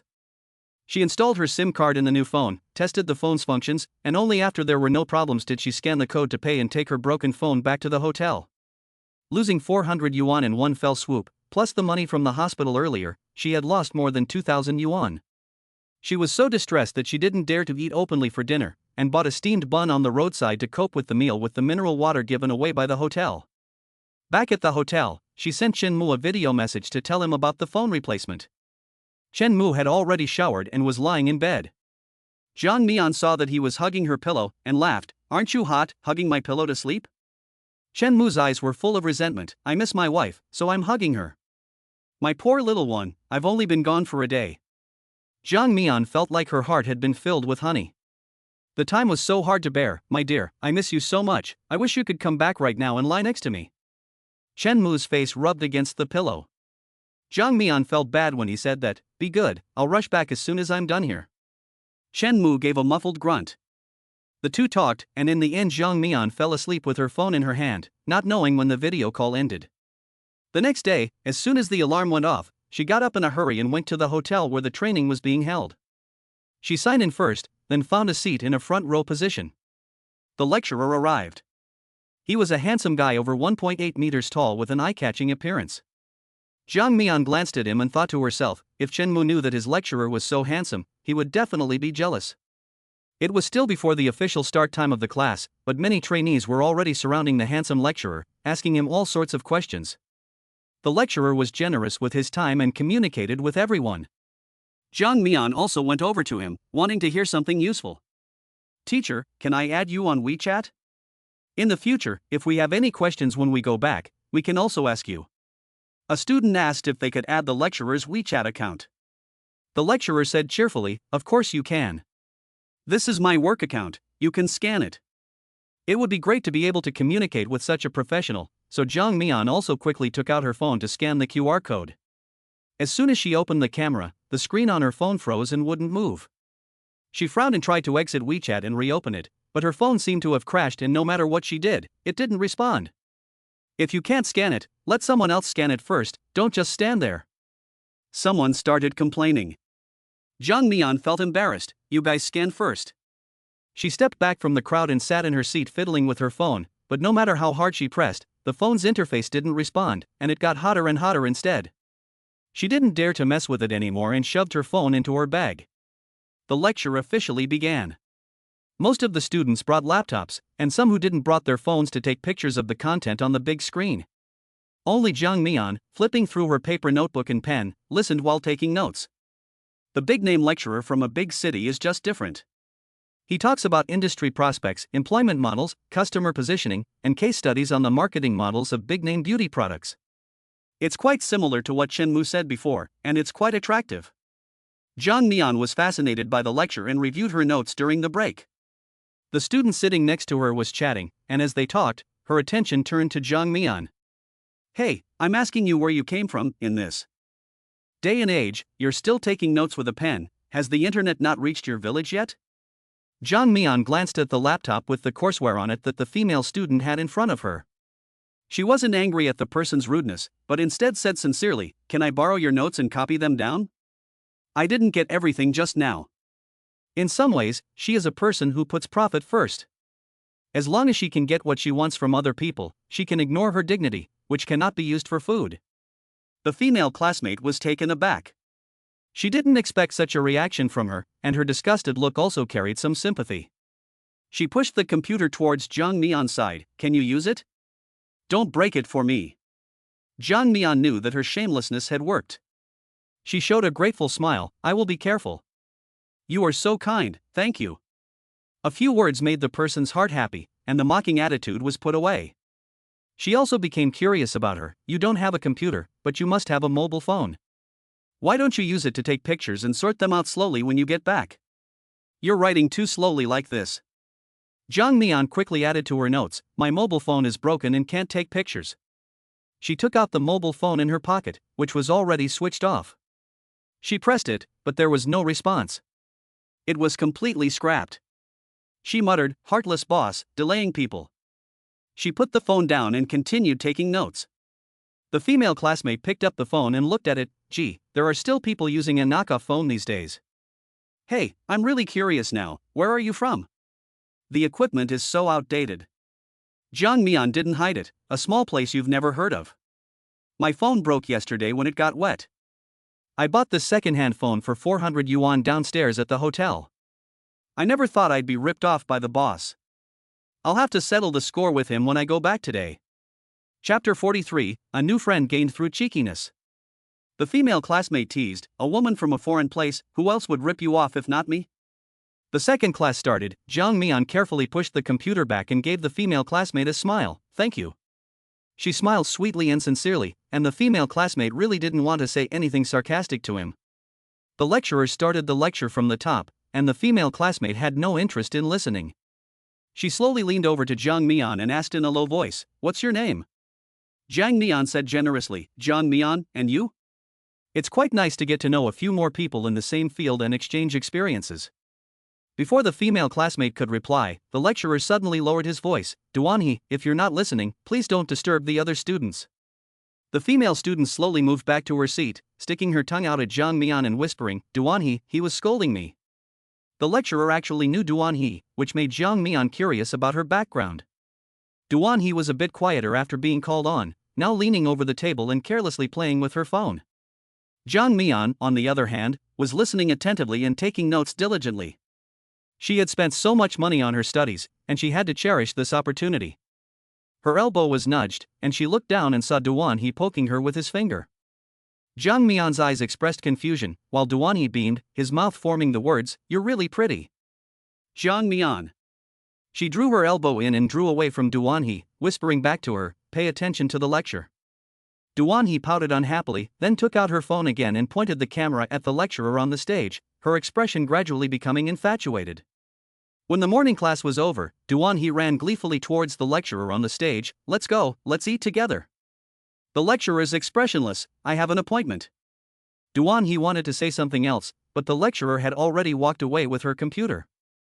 Duanhe stamped her foot in anger, then turned her head and saw Jiang Mian, who was still writing furiously. "Jiang Mian, let's go out to eat together." Jiang Mian's phone doesn't work, she didn't bring her bank card, and she only has a little over 100 yuan on her. If the heartless phone owner doesn't refund her for the broken phone, she really doesn't know how she'll make ends meet. Duanhe is clearly a wealthy person, and she can't afford to go out with her. She can't just refuse directly, so she makes an excuse, "I'm dieting, so I'm not eating lunch." Duanhe's eyes widen. "I've only heard of skipping dinner to lose weight, but not skipping lunch as well. Are you crazy?" Her voice is not loud, but everyone around her looks over curiously. Jiang Mian once again experiences the embarrassment of poverty and forces a smile. "It's for the sake of the effect, go ahead and eat." Duanhe thinks back to what she said about her phone freezing up before, and realizes that Jiang Mian probably doesn't have any money. After all, these days, how many people still carry cash on their person? She sat down. It's no fun eating alone. Jiang Mian looked at her in surprise. "You're not eating either?" Duanhe scrolled on her phone, ordering takeaway. "Jiang Mian, if you're not going out, I'll borrow your computer to take notes." "Go ahead, I have all his courseware, and if you have a USB stick you can copy it." "Ah?" Jiang Mian asked in surprise, "Do you know the teacher?" "Well, he's a friend of my brother's, and I'm after him." She tapped her fingers on the computer. "I have all his courseware." "But you're too slow to take notes by hand, you won't be done in 3 days and 3 nights. Leave me your WeChat ID and I'll send you a copy directly." "Duanhe, you're really too kind." Jiang Mian couldn't contain her joy and quickly gave Duanhe her WeChat ID. Duanhe added her as a friend, put away his phone and looked at Jiang Mian. "I find you quite interesting." She's been a spoiled brat since she was a little girl, and she knows that sometimes she can be quite rude. But Jiang Mian wasn't angry, and she even had the nerve to ask her for the computer. She's really different from the other women who either get angry or fawn over her. Jiang Mian was so happy right now that she was spewing out compliments like they were free. "You're the interesting one, and you're also beautiful and kind. You're the first nice person I've met in Jingbei." Duanhe couldn't help but wonder, "What kind of people have you met that you would think I'm a good person? Do you know that my brother always says he gets a headache when he sees me?" Jiang Mian sighed helplessly as she thought about her encounters over the past 2 days. She hadn't met anyone special, just an old man who wanted to arrange a marriage between his grandson and a ghost, and a heartless cell phone store owner who tried to rip her off. "Ah, that's so exciting, I want to hear more." Duanhe was so interested in her experiences. Jiang Mian waved her hand. "It's so strange, I don't want to talk about it. Anyway, it can be summed up in 2 words, bad luck." Duanhe was about to ask, but her phone rang. It was the takeaway. She didn't want to move as she slumped over the table, and she gave Jiang Mian a little nod. "My takeaway has arrived on the first floor, could you go and get it for me?" Jiang Mian was now grateful to her, and she didn't have a single complaint. "Sure. Helping Duan He do something is like repaying her a little kindness, and it will make her feel a little more balanced. When she went downstairs and saw the delivery boy, she asked doubtfully, 2 orders? You didn't make a mistake? The boy showed her the order. Yes, 2 orders. Jang Mi-an thought, I guess Duan He ordered it for the lecturer. When they got upstairs, Duan He put the other order in front of Jang Mi-an and started unwrapping his own order. 1 for me, 1 for you. Jang Mi-an's mouth opened, but she didn't say a word. On the one hand, it was because she knew that Duan He had seen through her financial difficulties, and on the other, it was more of a feeling of being touched, grateful, and thankful. Don't tell me you're going to cry. Duan He looked at her red eyes.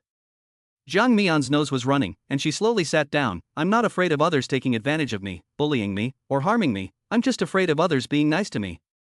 Duan He, you're really a good person. When I get my phone fixed, I'll transfer the money for dinner to you. Duan He waved his hand. If you dare to pay me back these few tens of dollars, that's an insult to me. Eat quickly, and in the afternoon I'll go with you to find that heartless boss. It doesn't matter if you pay or not, the point is that we can't take this crap. There's another purpose, too. There's a show to watch. Isn't that much more fun than going for tea and shopping? Her open-mindedness made Jang Mi-an feel warm. Jang Mi-an let out a long breath. Great. Class ended at 4:30 p.m. Duan He couldn't wait to grab Jang Mi-an's wrist. Let's go, I'll drive. Jang Mi-an knew that Duan He was rich, but when she saw the supercars in the garage, she was still dumbfounded. She didn't even know the brand. Duan He, get in the car. What are you doing just standing there? Jang Mi-an sat in the car, her hands gripping the seatbelt tightly, afraid that she might move and dirty or damage the other person's luxury car. Duan He, however, was as usual, talking nonstop, constantly asking Jang Mi-an about her situation. Jang Mi-an had nothing to hide, and apart from the matter of Chen Mu, she told him everything. It's great that you're a boss at such a young age. What makes me even more envious is that you have a career you like. Duan He sighed, unlike me, I still don't know what I want to do, all I do is eat, drink, play and flirt with men, it's so boring. She tilted her head and smiled at Jang Mi-an, you've given me a sense of freshness. Chapter 44, Smashing the Store. The car pulled up in front of the mobile phone store from the previous day. Jang Mi-an unbuckled her seatbelt and said to Duan He, don't go in yet. She was afraid that Duan He's hot temper would get into a fight with the owner. She didn't want to cause trouble while she was away from home.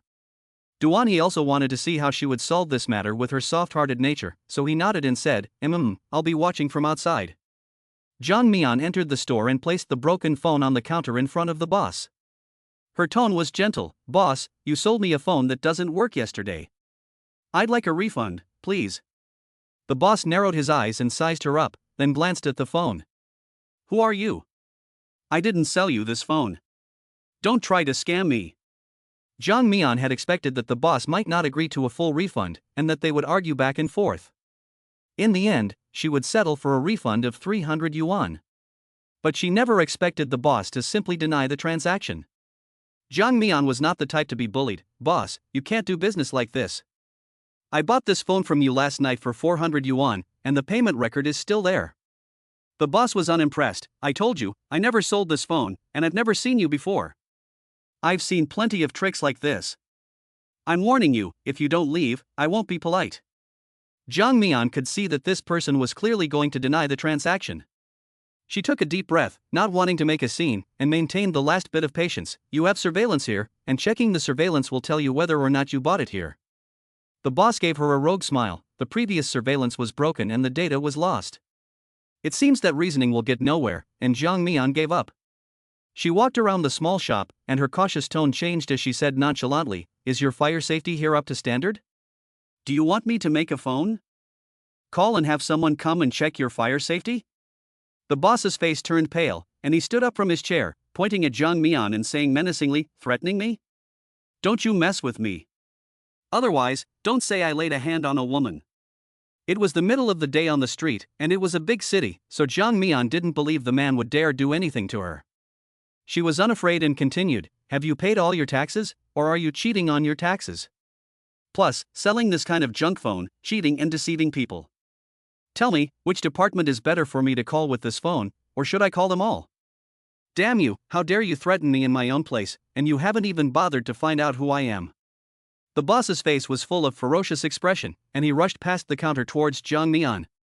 Jiang Mian was really scared by this menacing look. Her throat tightened, and she took a few steps back, turning her head to look for a weapon to defend herself with, but she found that the shutter behind her was slowly lowering. This heartless boss was going to lock her in the store and deal with her.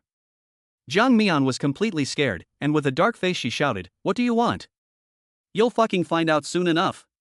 The boss had already reached her, holding a wrench in his hand. "A real man doesn't take losses lying down. I can't take a beating for a few $100. Jiang Mian quickly turned around, bent over and tried to escape through the gap in the door that hadn't fully closed, but the boss grabbed her hair from behind. Jiang Mian's tears fell out from the pain. "I'll show you what I'm made of. You cheap bitch from the sticks, you dare provoke me. You want to die." The boss grabbed Jiang Mian's hair and Jiang Mian struggled desperately. "Help! Murderer!" The boss raised the wrench in his hand and smashed it down on Jiang Mian's head. Jiang Mian instinctively closed her eyes in fear. Clang! The wrench didn't fall, and the shutter, which hadn't completely locked, made a loud noise as if it had been slammed shut by something heavy. The two of them looked towards the door. A baseball bat stuck out and jammed the door, and then Duan-He bent down and flashed in, swung the bat and pounded it on the boss's body. "How dare you touch my sister, you want to die." She was small but had a lot of energy, and she hit the boss, who screamed and yelled. By the time the boss reacted, he had already taken several blows and couldn't care about Jiang Mian, so he let go. Jiang Mian was still in shock, so she picked up a chair nearby and smashed it at the boss. The burly man was besieged by two women fighting for their lives, and now he was defenseless, until he was lying on the ground wailing in pain. Duan-He stopped panting, looked around the shop, swung the baseball bat again, and smashed it against the glass counter. The glass shattered all over the floor. Jiang Mian was a little shocked. "Duan-He, you..." Duan-He gritted her teeth and smashed the counter and other things, smashing them until the store was in such a mess that she couldn't even step on the floor. Then she revealed a satisfied smile and stopped. It felt so good. Jiang Mian was now a little scared. The boss had been beaten up like this and the store had been smashed. She didn't know how this matter would end. Will I be asked to pay compensation? The peaceful resolution she had originally hoped for has now turned into a completely unmanageable situation. While she was standing there, Duan-He had already started calling the police on his mobile phone. "Police officer, at 68, Zhonghuai Road, a man tried to rape a woman, but I came to her rescue." Jiang Mian was stunned. She was already shameless enough, but she never imagined that Duan-He could lie with a face as unflinching as hers. Duan-He put away his phone and looked at Jiang Mian, who was still in shock, and said triumphantly, "Don't be afraid, we have the right on our side." When the police arrived, the roller shutter was already open. They looked at the mess and the man lying on the ground, and for a moment they couldn't tell who the victim was. Duan-He pretended to be weak and said, "Officer, this is the man who tried to rape my friend. Look, his clothes are all torn. If I had arrived a moment later, the consequences would have been unimaginable. You have to arrest him." When the boss was pulling Jiang Mian, he did tear her t-shirt a little, and with her messy hair, she really looked like she almost got raped. The policeman frowned and said, "Take her to the police station." Jiang Mian felt that her experiences over the past 2 days were so rich that they could be written up in a book. Let's not talk about yesterday, but today, she had ridden in a supercar for the first time, in a police car for the first time, and been to the police station for the first time. On the way to the police station, she was very uneasy. Although the boss was in the wrong, Duan-He smashed up the store, and even if it was in self-defense, it was beyond the scope of what was considered justifiable. She didn't want to go to jail here. As it turned out, she underestimated Duan-He's abilities. The police looked at the surveillance footage from the phone store and confirmed that the store owner was in the wrong. As for excessive self-defense, Duan-He's words were true.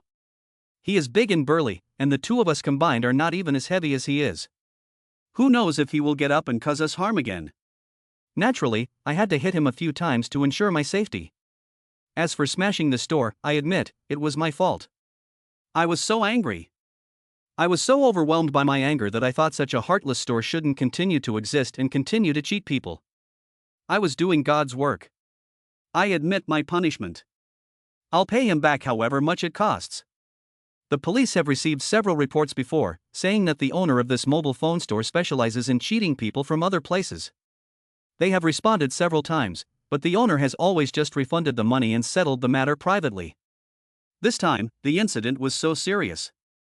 The police appeared to be serious, but in their hearts, they were praising the two women for their actions. In the end, the two women walked out of the police station with their heads held high. Before leaving, Duanhee warned the boss, who was swollen like a pig's head, that he should forget about reopening the store. From now on, for every store you open, I'll shut down one. If you don't believe me, just try. Chapter 45, Gratitude Fee. Jang Mian did not expect things to be resolved so cleanly, and she was not implicated at all. She admired Duanhee. Standing outside the police station, Duanhee tilted his head, closed his eyes, and breathed in the air. Today was really awesome. Let's go, I'll buy you dinner. Jang Mian's panicked heart slowly calmed down. It's my turn to treat you. Treat me? Duanhee looked at her curiously and asked seriously, do you have any money? Jang Mian choked, her smile forced. I have a little cash, I can pay for anything under 100 yuan. Duanhee rolled his eyes, took her hand and walked out. Come, I want to give you something. The two of them got back in the car, and Duanhee took out an unopened mobile phone and handed it to Jang Mian. It was a gift from a friend, and now it's yours. A perfectly functioning mobile phone was a lifesaver for Jang Mian. But she recognized the brand, and it was particularly expensive, costing over 10,000 yuan. She refused. I don't want yours, you lend me 1,000 yuan, I'll buy one myself, put a phone card in it and transfer the money to you. Duanhee frowned unhappily. You've always been so quick to agree, now what are you dithering about? Take it. Jang Mian was at a loss. She really needed a mobile phone, but she couldn't accept such an expensive gift from someone else. But if she was to pay for the mobile phone, she felt that spending more than 10,000 yuan on such a mobile phone would be a waste. Duanhee directly removed the packaging of the phone, opened Jang Mian's bag, and took out her broken phone to replace the SIM card. I also got this from a friend, and it's been sitting there for a long time. It'll just get broken if I don't use it. Just consider it a favor to me, and help me get rid of it. Next time I go to your place, you have to take care of me, feed me, house me, and entertain me. Jang Mian was so grateful to Duanhee that she couldn't find the words to express it. She nodded solemnly, of course. Duanhee set up the phone before handing it to Jang Mian. Then you should take me to dinner tonight, or you'll feel bad about it. Jang Mian nodded repeatedly in gratitude. You know the area well, so what do you want to eat? Duanhee tilted her head and thought for a moment. I wouldn't want to make you pay for anything expensive, and I'm not really familiar with anything cheap, so I'll look it up online. Jang Mian now poured her heart out to her. I opened my shop with borrowed money and I'm still paying it back. And my wife is sick and it costs a lot of money. Ah? Duanhee looked at her in surprise. What's wrong? Jang Mian nodded her finger. She hurt her head and it's quite serious, she needs an operation. Duanhee's mouth opened into an O and it took her a while to look away, no wonder. She shook her head sadly. It's a pity that such a nice person like you has to be with such a man. Jang Mian had heard this kind of thing far too often. Duanhee didn't say anything more, and chose the cheapest noodle restaurant. Eat this. Jang Mian understood what she meant, she just wanted to save money for herself. Neither of them said anything, and they happily ate a bowl of noodles. Jang Mian returned to the hotel, took a shower, and then studied her new phone. She found a text message from the bank during the day, saying that a deposit had been made. She looked at the 7,000 yuan from an unknown source and her eyes widened. She clicked on the mobile banking page and saw the transfer note, medical expenses and a thank you fee. Jang Mian immediately smiled broadly. It must be the money that Zhou Yunchao transferred. In addition to the medical expenses she had advanced, he had also transferred more than 5,000 yuan as a thank you fee. This was an unexpected joy. She was overjoyed for less than half a minute, but then her expression froze again. Zhou Yunchao said that his family didn't care about him, so could it be that he was also in financial difficulties? If Zhou Yunchao really had no money, then Jang Mian felt a little uneasy about taking the several thousand yuan in thanks. A gentleman loves wealth but acquires it in the right way. Jang Mian couldn't sit still any longer, changed her clothes and went out, heading for the hospital. Zhou Yunchao? The doctor looked it up. Yesterday his family discharged him from the hospital and he left. Jang Mian asked, family member? Does he look rich? The doctor looked at her in puzzlement.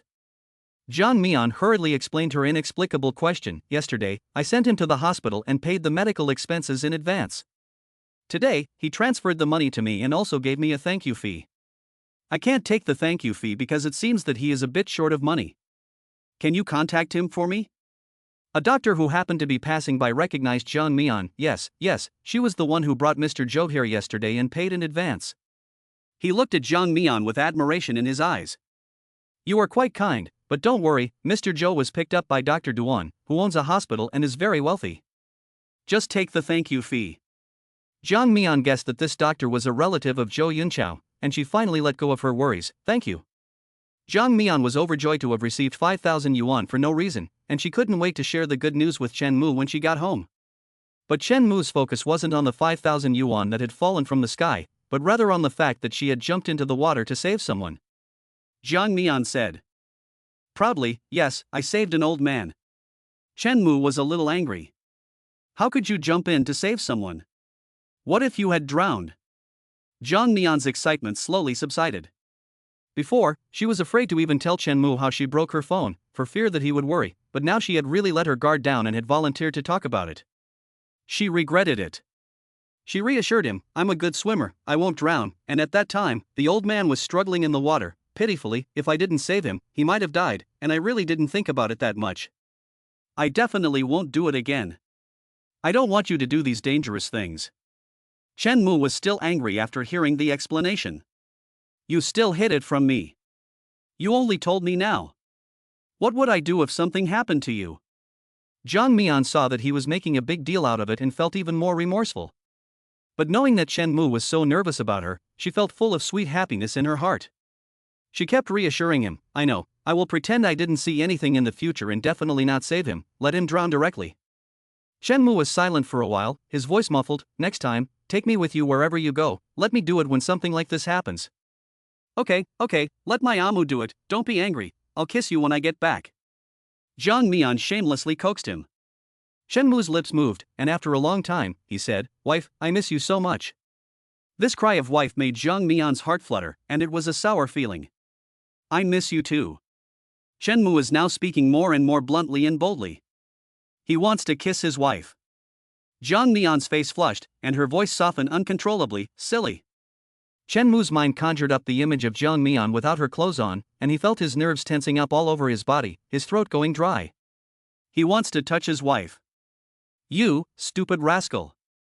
Jiang Mian lay on the hotel bed imagining that scene, her face blushing so hard it was dripping blood, and she scolded him softly. Chen Mu was serious, didn't you say that when you came back, we could do whatever we wanted? Jiang Mian bit her lip and pouted, then you shouldn't have said it, it's so embarrassing. Chen Mu asked very seriously, my wife doesn't like to hear it? Jiang Mian couldn't answer. She was embarrassed to admit that she liked to hear Chen Mu say sweet nothings, and she also liked to hear him say these ear-burning, naked words. Chen Mu pursued unwillingly, you really don't like it? Jiang Mian bit her finger and whispered, I like it very much.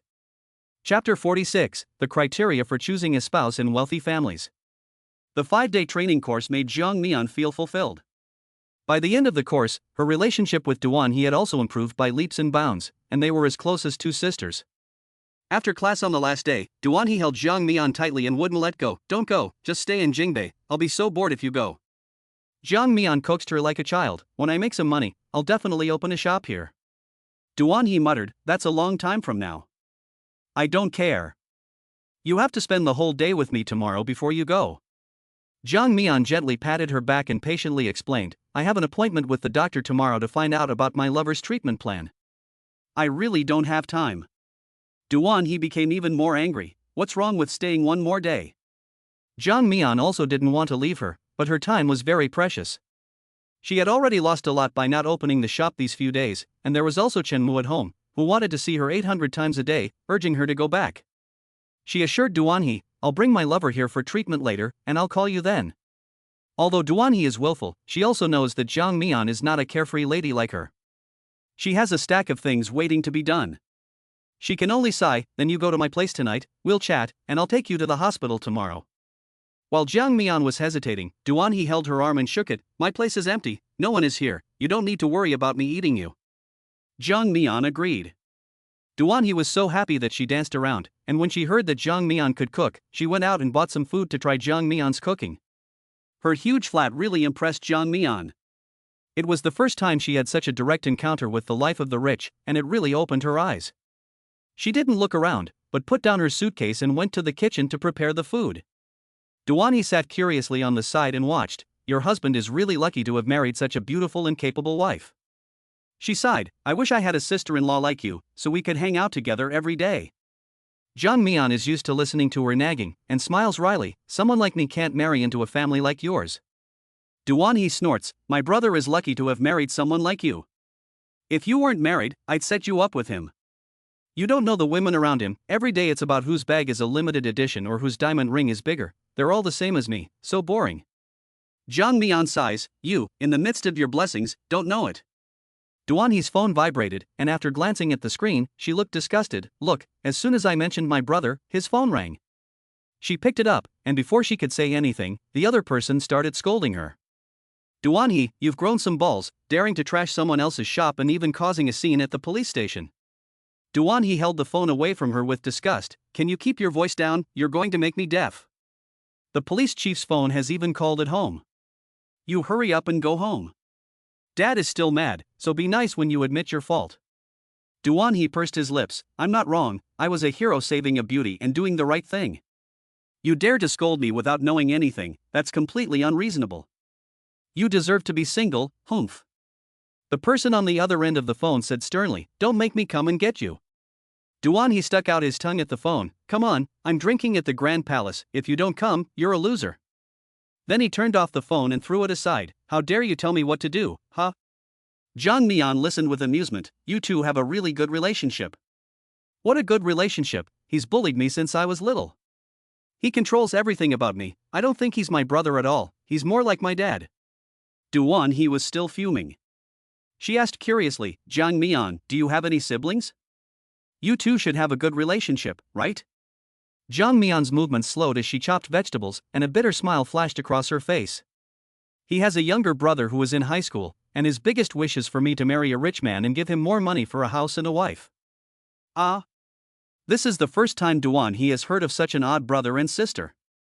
Jang Mi-an continued preparing the vegetables, so you know how much I envy you and your brother? Although they seem to quarrel a lot, they truly love each other, unlike our family, where everyone is always scheming. Duan-hee sighed, I've seen siblings plotting against each other too. I'm an elder, and I'm old. My two grandsons are fighting over the right to inherit the company, and the younger one got the older one killed. Killed? Jang Mi-an looked up in disbelief, is that illegal? If you kill someone, you have to pay with your life, so how can you inherit the company? It's not worth it. Duan-hee laughed, you're so naive. If someone wants to kill someone, they won't leave any evidence, okay? The grudges of the wealthy are dirty and bloody. She looked at Jang Mi-an curiously and continued, in fact, rich people are not that easy to deal with. Not to mention the grudges and feuds, in many things, they are not free, like in my family. She sighed. My father has a little money, but my brother is not interested in business, and I know nothing about it. My father wants me to marry a man in business so that the Duan family business will not be ruined. Jang Mi-an, but don't you like the teacher we have in class? Duan-hee, exactly. What's the point of me liking him? My father would never accept him as a son-in-law. I'm just taking advantage of being young to have fun. When I'm done, I'll marry the man my parents have arranged for me. It's so boring. Every family has its own problems. Jang Mi-an said, our situations are more or less the same. She flashed a toothsome smile at Duan-hee and asked, do you know why I married someone who was sick? Yes, why? Duan-hee asked curiously. Jang Mi-an's tone was light and carefree, it's similar to yours, I was forced to do it. My father wanted to use my bride price for my younger brother, so he forced me to marry an old man who was remarried with 2 children and had a history of domestic violence. Your father is so inhumane. How could he do that? Just hearing it, Duan-hee felt like his chest was full of flames. Is he a good father? Jang Mi-an, so in a fit of anger, I found a man with nothing and got together with him, and he was furious, ha ha ha. She laughed first.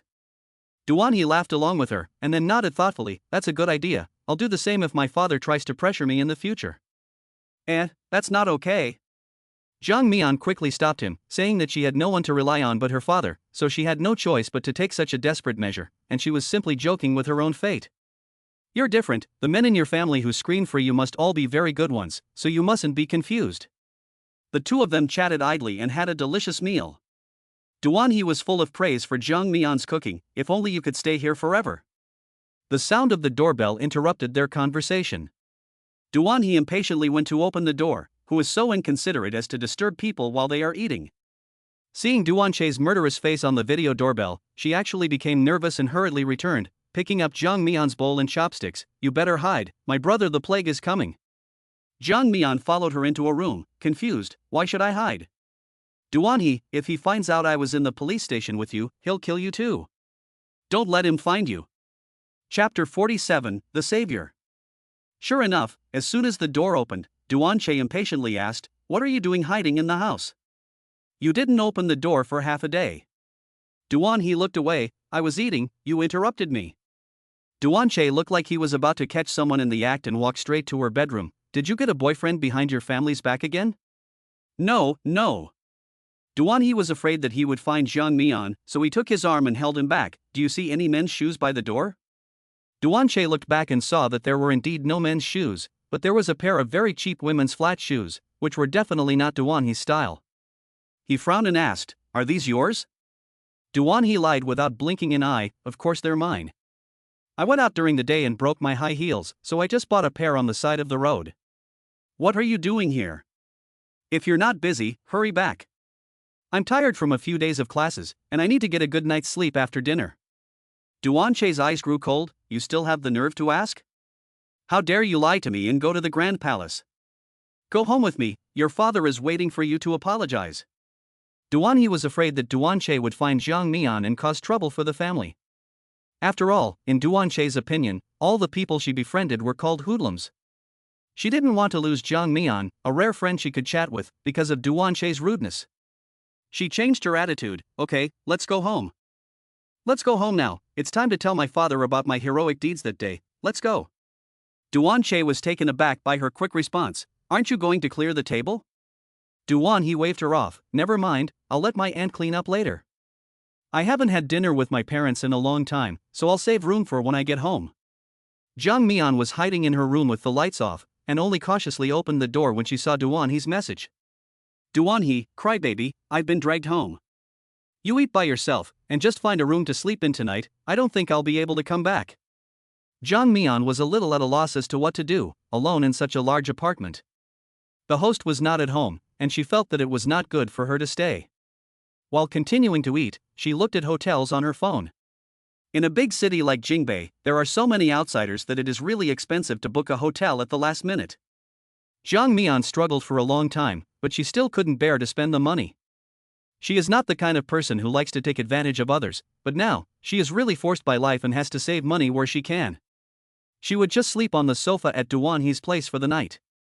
After tidying up the kitchen, she sent a message to Duanhe, but there was no response from him. Zhang Mian reorganized Chen Mu's medical report and called Dr. Duan to confirm the time of their meeting tomorrow, but Dr. Duan never responded. Zhang Mian didn't dare to disturb him too much, so she sent a message and curled up on Duanhe's sofa, closing her eyes. Zhang Mian woke up early the next morning and only then did she see Duanhe's reply from late last night. "Sorry, I promised to go with you to the hospital, but my father locked me up and wouldn't let me go out, so you'll have to go by yourself tomorrow." Zhang Mian quickly replied, "Are you okay? You called the police because of me, so I'll go explain to your family." By the time she finished washing up and was about to go out, Duanhe still hadn't replied. Zhang Mian was afraid of missing the appointment with Dr. Duan, so she hurried to the hospital with her suitcase. Standing outside Jaha Hospital, Zhang Mian was dumbfounded. This hospital exudes two words just from the exterior: luxury. She had been so preoccupied with consulting Chen Mu's condition that she had neglected to ask Dr. Duan what hospital he worked at. She subconsciously thought it was just a normal public hospital here. Now she realized that it was the largest private hospital in Jingbei City. The biggest, and the most expensive. What could cost 200,000 yuan in Lingyang County would probably cost 2 million yuan here. Zhang Mian clutched the medical report in her hands, hesitating whether she should go in or not. After a few minutes, she took a deep breath and told herself, expensive things are expensive for a reason. Anyway, let's go in and take a look. Is that you? Duanche looked at the woman who appeared in his office with a suitcase in her hands, a little surprised. Zhang Mian didn't recognize him and wondered why he was reacting like this. She hesitated and asked, "Dr. Duan, have we met before?" Duanche had already stood up and was about to say that he had bumped into Zhang Mian at the hospital that day. The words were on the tip of his tongue, but he swallowed them back down. He had mistaken her for someone else. He thought she was his junior high school classmate. You two do look quite similar. Zhou Yunqiao is the head of a wealthy family like this, and there are countless people fawning over him, basically all for the purpose of dividing up the benefits. That day, Zhou Yunqiao asked him to give his life-saving benefactor a sum of gratitude, but he was afraid of being taken advantage of if he gave too much, so he deliberately only gave a few thousand yuan, thinking that he would find an opportunity to examine Jiang Mian's character, and if she was not someone who coveted benefits, then he would thank her again. Duan Che decided to find out more about what kind of person Jiang Mian was. Jiang Mian didn't think much about this little incident. She handed over the examination reports with both hands. Dr. Duan, these are all the examination reports for Chen Mu. I want to know the probability of success and the cost of surgery if he comes here for treatment. Duan Che had only talked to Jiang Mian on the phone about the illness before because of his friendship with Fang Ming. Now that Jiang Mian had the added status of Zhou Yunqiao's rescuer, Duan Che treated Jiang Mian with a little more patience and care. He carefully read each report. From his examination results, the best time for surgery would be within 3 months. If there were no special circumstances, the success rate of the surgery would be over 95%. Duan Che's diagnosis was not much different from what he had said before. With such a success rate, there was no difference between 95% and 100%. Jiang Mian's heart felt a weight lift, and she nodded. Then another stone rose up: the cost. The patients who come to Jaha Hospital are the ones who don't lack money the most.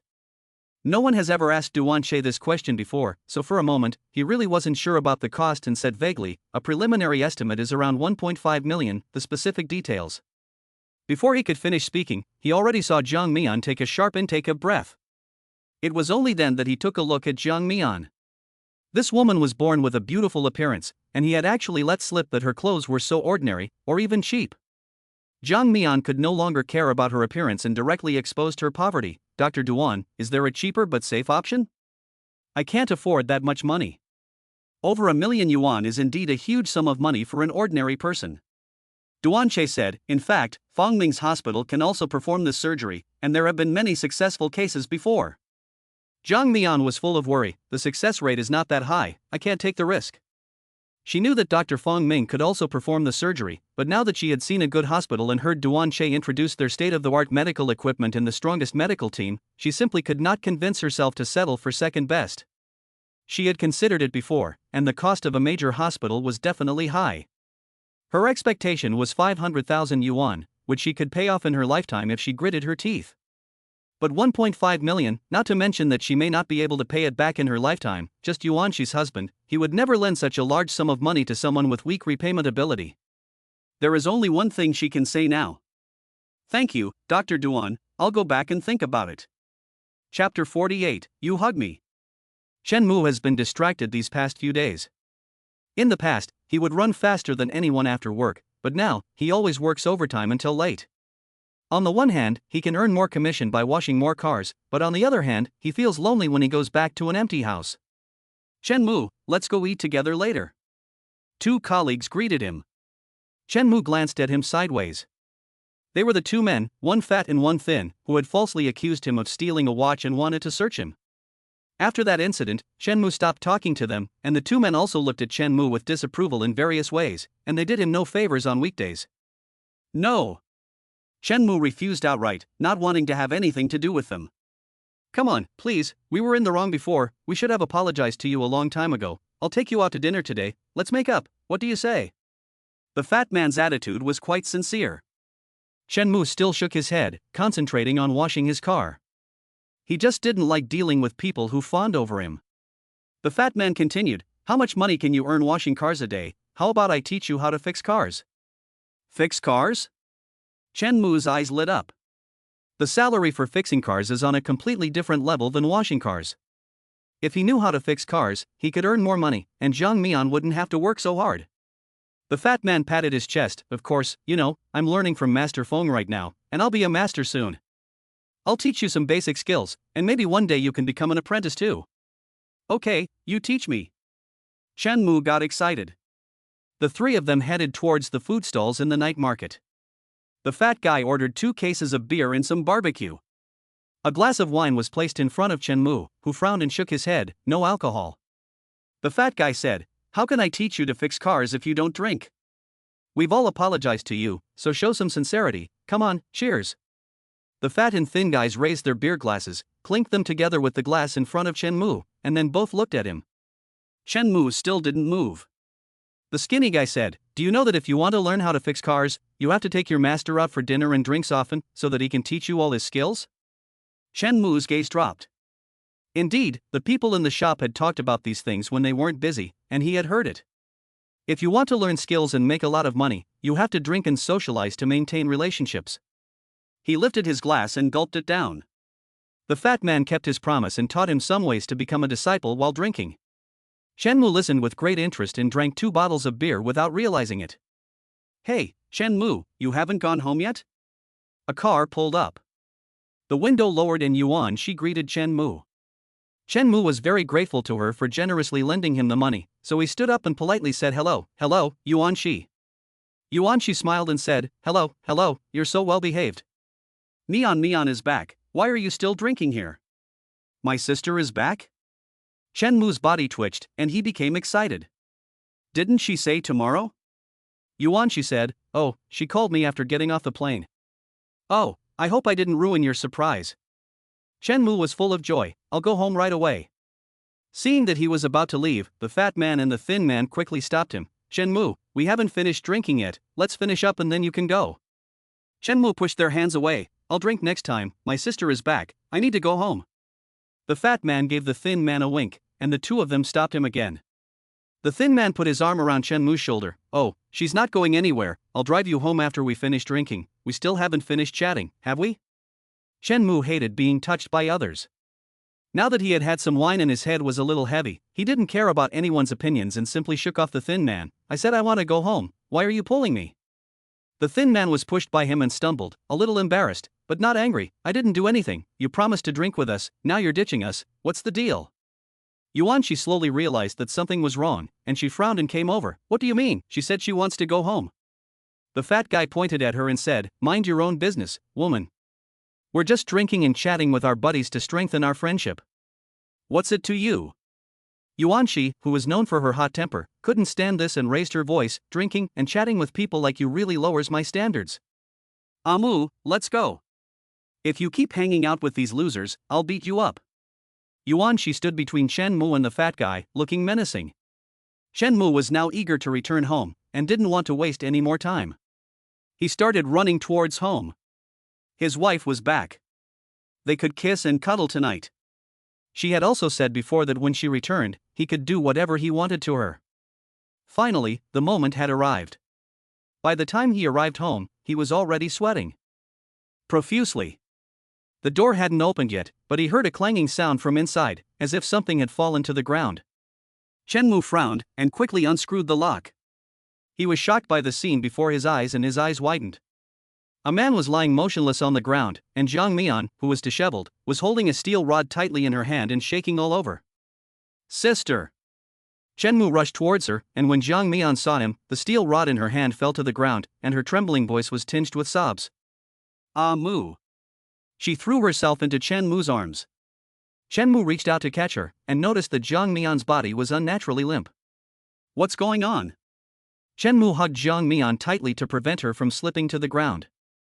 Jiang Mian's voice was intermittent. Lin Xuan sneaked into the room and tried to molest me.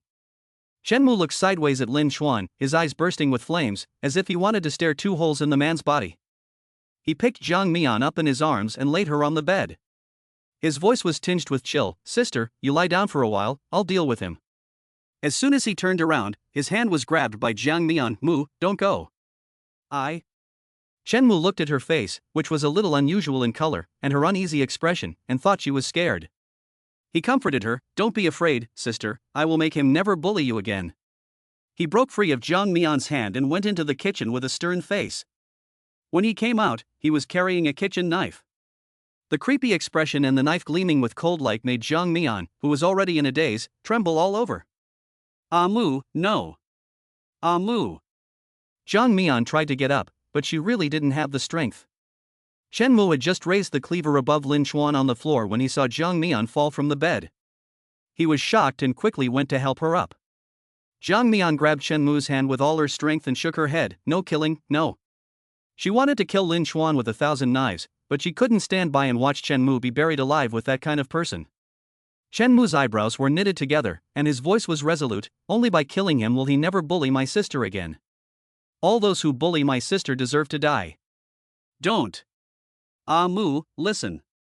Jiang Mian's voice was very small, and the heat in her body made her increasingly uneasy. The sound of a kitchen knife hitting the ground woke Lin Xuan up from his unconscious state. He struggled to sit up and rubbed his aching head. Get out of here, do you want him to chop you up? Jiang Mian urged him, trying hard to keep her eyes open. Lin Xuan glanced at the kitchen knife on the ground and Chen Mu, who was covered in cold sweat. He knew he wasn't Chen Mu's match and fled in a panic. Chen Mu tried to go after him, but Jiang Mian held him back. Mu, I feel so bad, hug me. Chapter 49, I will take responsibility for you. After Jiang Mian left Duanche, she went straight to the airport. She deliberately told Chen Mu that she would only be back tomorrow, just to surprise him. When she got home, she went to take a shower first. She heard some noise outside and thought it was Chen Mu coming back. When she got out of the shower, she didn't see anyone. She thought she was hearing things, but she had clearly heard the sound of the door opening. Jiang Mian wiped her hair doubtfully, picked up the glass she had left by the table and drank it all, before looking for her phone to call Chen Mu to confirm. When she saw Lin Xuan hiding on the balcony, it was too late. Jiang Mian, I'll give you one last chance, do you want to be my woman? Lin Xuan smiled lecherously and closed in on Jiang Mian. Jiang Mian spat at him and said disgustedly, You're not worthy. Take a look at yourself in the mirror. Lin Xuan sneered, Fine, I've given you so many chances, but you've given up on your own. When you beg me later, don't cry. Jiang Mian took out her phone and said coldly, Trespassing. You can tell the police that. She pressed 110, but before she could dial, Lin Xuan snatched the phone away from her. I don't think you'll wait for the police to arrive before you change your mind. Lin Xuan glanced at the empty glass. They say this stuff is tasteless and colorless, and the drinker definitely won't be able to tell. Jiang Mian heard the innuendo in his words and had a bad feeling. What did you put in my glass? Lin Xuan laughed arrogantly and smugly, Nothing, just some good stuff that will make you very happy. Jiang Mian already felt unusually hot, and she secretly cursed, Give me back my phone. Lin Xuan threw his hand lightly, and Jiang Mian's phone flew out and landed on the sofa. Don't expect that idiot to come to your rescue, he's very busy today. Jiang Mian felt an ominous panic in her heart. What have you done to him? Lin Xuan, you need to think about yourself, not him. He looked at his watch, the medicine is almost done. Jiang Mian, are you willing to be my woman now? Jiang Mian's body was getting more and more uncomfortable. She gritted her teeth and said, Even if I die, I won't let you touch me. She turned around to run out, but Lin Xuan grabbed her by the back of the neck and pulled her back. The two of them struggled and tangled. When Jiang Mian was pinned to the sofa, she felt for a fruit knife on the table next to her and stabbed Lin Xuan in the back with all her strength. When Lin Xuan let go of her in pain, she picked up the iron rod she had previously hidden from the bedside table and smashed it hard against the back of his head with all her strength. Lin Xuan fell to the ground, and her restraint and endurance had almost reached its limit. When she saw Chen Mu break in, she let go and collapsed in his arms. Now Chen Mu was holding her, and he noticed that she was getting more and more out of sorts. He let go of his desire for revenge and nervously asked, Sister, your face is so hot, do you have a fever? I'll take you to the hospital. He had just helped Jiang Mian stand up when she put her hand through the hem of his shirt and began to run her hands all over his body. Chen Mu froze. He stared at the slightly parted red lips in front of him, and his head was buzzing. Ah Mu, kiss me. Jiang Mian's invitation left Chen Mu with nothing but ashes in his head. He lowered his head and looked into Jiang Mian's wet eyes. Sister. I'm not sick. If you kiss me, I'll get better. Jiang Mian was practically begging him. Chen Mu had longed for her so much that he was going crazy, and now he couldn't resist such an invitation. His simple mind didn't think much of it, and he wrapped his lips around the lips he had longed for day and night. Jiang Mian was laid down on the bed. Chen Mu, I will be responsible for you. Chen Mu had thought that kissing his sister would be the happiest thing in the world. But now he knew that, in a different way, he could get twice the happiness. He was a fool, ignorant and clueless, led by Jiang Mian's awkward guidance. But he was also a grown man, quick to understand, and even doing a good job. He was caught in the bliss of happiness, until he saw the bloodstains on the bedsheets. He suddenly let go of Jiang Mian, who was sweating, and his expression changed. Sister, you're hurt. Jiang Mian felt better now, and her face flushed with shame. Fool, I'm not hurt. If I'm not hurt, where did the blood come from? Sister, let me properly examine you to see where you're hurt. Chen Mu's serious and nervous expression made Jiang Mian unable to laugh or cry. She wrapped her arms around his neck and whispered in his ear. When a woman does this for the first time, she bleeds. Chen Mu muttered, first time. He seemed to understand the word, but his extremely strong sense of possession made him instinctively excited at having Jiang Mian's first time. They continued this absurd activity until late at night, and Jiang Mian's effects had worn off, and she fell asleep tired. Chen Mu, however, was full of energy, and carefully changed Jiang Mian's clothes and sheets. Good night, my dear. He hugged Jiang Mian and felt content. When he woke up the next day, he saw Jiang Mian sitting on the bed with her head leaning against the wall, looking at him with a reproachful expression. My dear, when did you wake up? Are you hungry? I'll go make breakfast right away. Chen Mu's love for his wife was even stronger than usual. Jiang Mian's voice was a little hoarse as she began to interrogate him. What did you do to me yesterday? Chen Mu's body froze, and when he met Jiang Mian's cold gaze, he shifted his eyes away guiltily. I didn't do anything. Jiang Mian tugged at the collar of her shirt. The area around her formerly pale collarbone was covered in red and purple marks. How much more brazen did he have to be to leave such a dense collection of imprints? Chen Mu muttered, you're the one who wanted it. Jiang Mian was flustered and could not find the strength to rebuke him. But I also refused later. He remembered last night's Chen Mu, and his body could not help but shiver. His expression was stern, his eyes domineering and fierce, looking down on her as if he were looking at prey, as if he wanted to devour her. He was a complete contrast to the man who was now stammering and stuttering. Chen Mu felt aggrieved. You clearly promised me that when you came back, we could do whatever we wanted. Jiang Mian couldn't argue with him, so she sighed and helplessly closed her eyes. You'll sleep on the floor tonight. Chen Mu certainly didn't want to. They've only just started having sex, and already they're sleeping in separate beds. But seeing Jiang Mian's unpleasant expression, he dares not say anything and can only sulk as he goes to make breakfast. He turns back as he reaches the kitchen door. Did you mean what you said yesterday, that you'll take responsibility for me and look after me for the rest of your life? Jiang Mian stares at him. Chen Mu insists on an answer. Wife, did you mean it? Yes, yes. He's starving, hurry up. Jiang Mian really can't do anything about him. Chapter 50, No Evidence. Jiang Mian listened to the rustling sound in the kitchen, and a smile slowly curled up at the corners of her lips. Her experience last night had been pleasant. What does a woman want from a man? Money, heart, and body.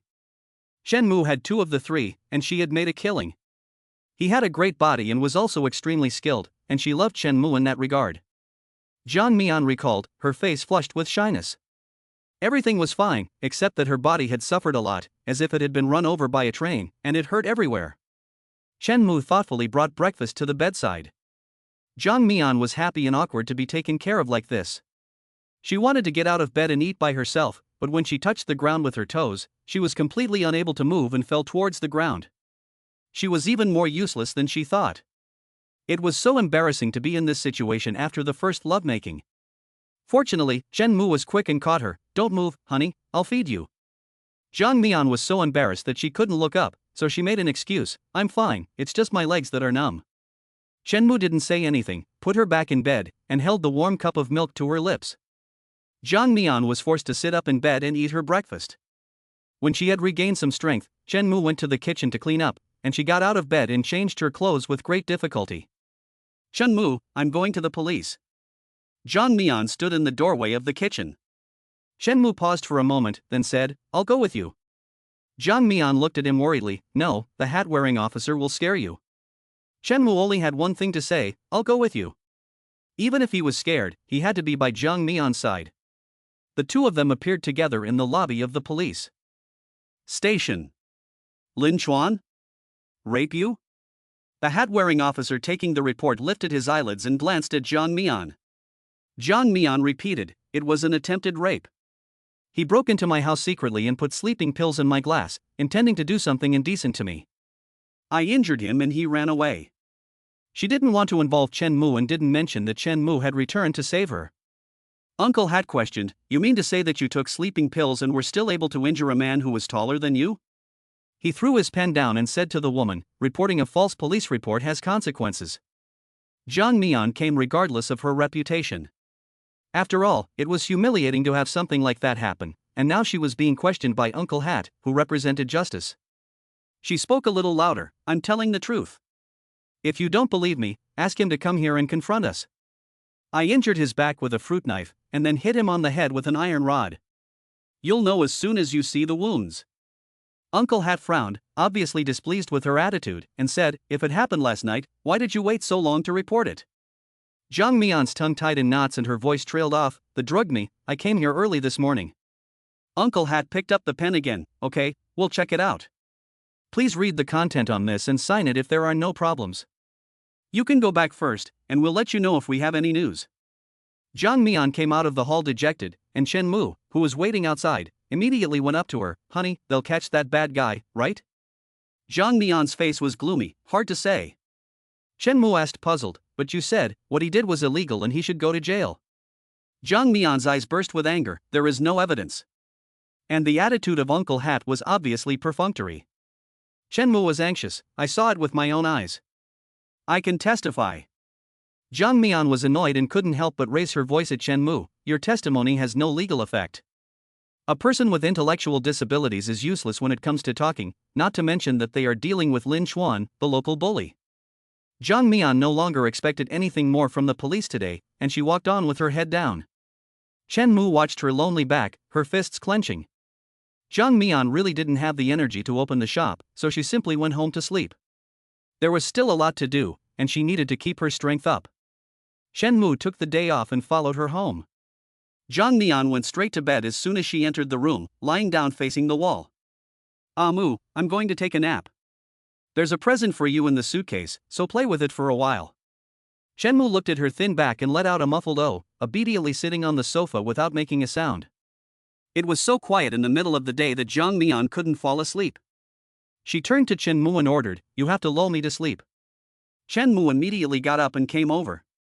In the past, Jang Mi-yeon could fall asleep quickly when she leaned on his chest, but now, as he was about to lift the quilt and get into bed, he remembered Jang Mi-yeon's warning about not sleeping together, and asked seriously, honey, can I come up?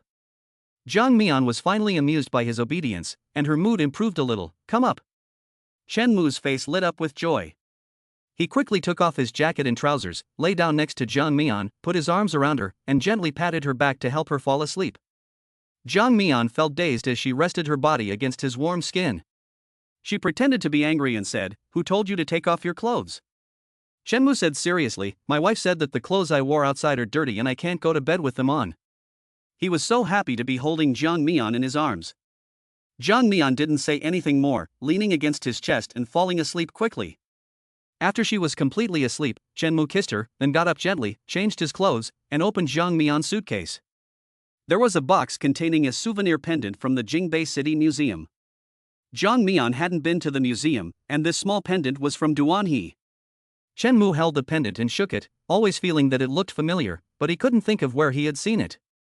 Jang Mi-yeon slept until the afternoon. When she woke up, she saw Chen Mu's beautiful face. The silly boy had fallen asleep next to her without her knowing when. She slowly ran her fingers over Chen Mu's face, tracing the line of his jaw. Chen Mu opened his eyes. Their eyes met, and there was an inexpressible tenderness in their depths. Chen Mu rolled over, pinned Jang Mi-yeon underneath him, and kissed her moist lips. Jang Mi-yeon only struggled a little before submitting meekly. Last night, due to the effects of the medicine, their kiss was too passionate and crazy, but now it was a slow burn. When Jang Mi-yeon felt that Chen Mu was acting strangely again, she suddenly opened her eyes and pushed against his chest, okay. Wife, Chen Mu felt hot all over, looked at Jang Mi-yeon with some pity, and wanted to. What else did he want? Jang Mi-yeon knew exactly. The soreness in her body would not go away in a few days, and she didn't have the energy to play with him. Chen Mu, this little idiot, is very skilled in this area. She is really afraid that she will lose control and be taken by him, which will only add to the pain in her body. Pushing Chen Mu away, she sat against the wall and gave orders, in the future, without my permission, you cannot come to bed. Chapter 51, Notice of Critical Illness. Jang Mi-yeon ran to the police station several times to ask about the follow-up to the report, and the answer was always the same. Wait, the investigation is ongoing, and you will be notified when there is a result. At first she had a glimmer of hope, understanding that the other party was understaffed, but then she had to believe that she was just being given an excuse. No woman could remain completely unaffected when something like this happened to her.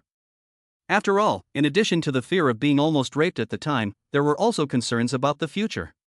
Who knows if Lin Chuan is still not giving up, and will try the same trick again next time? Moreover, how can Jiang Mian swallow the fact that the person who committed such an animalistic act can actually get away with it? Shen Mu is not stupid.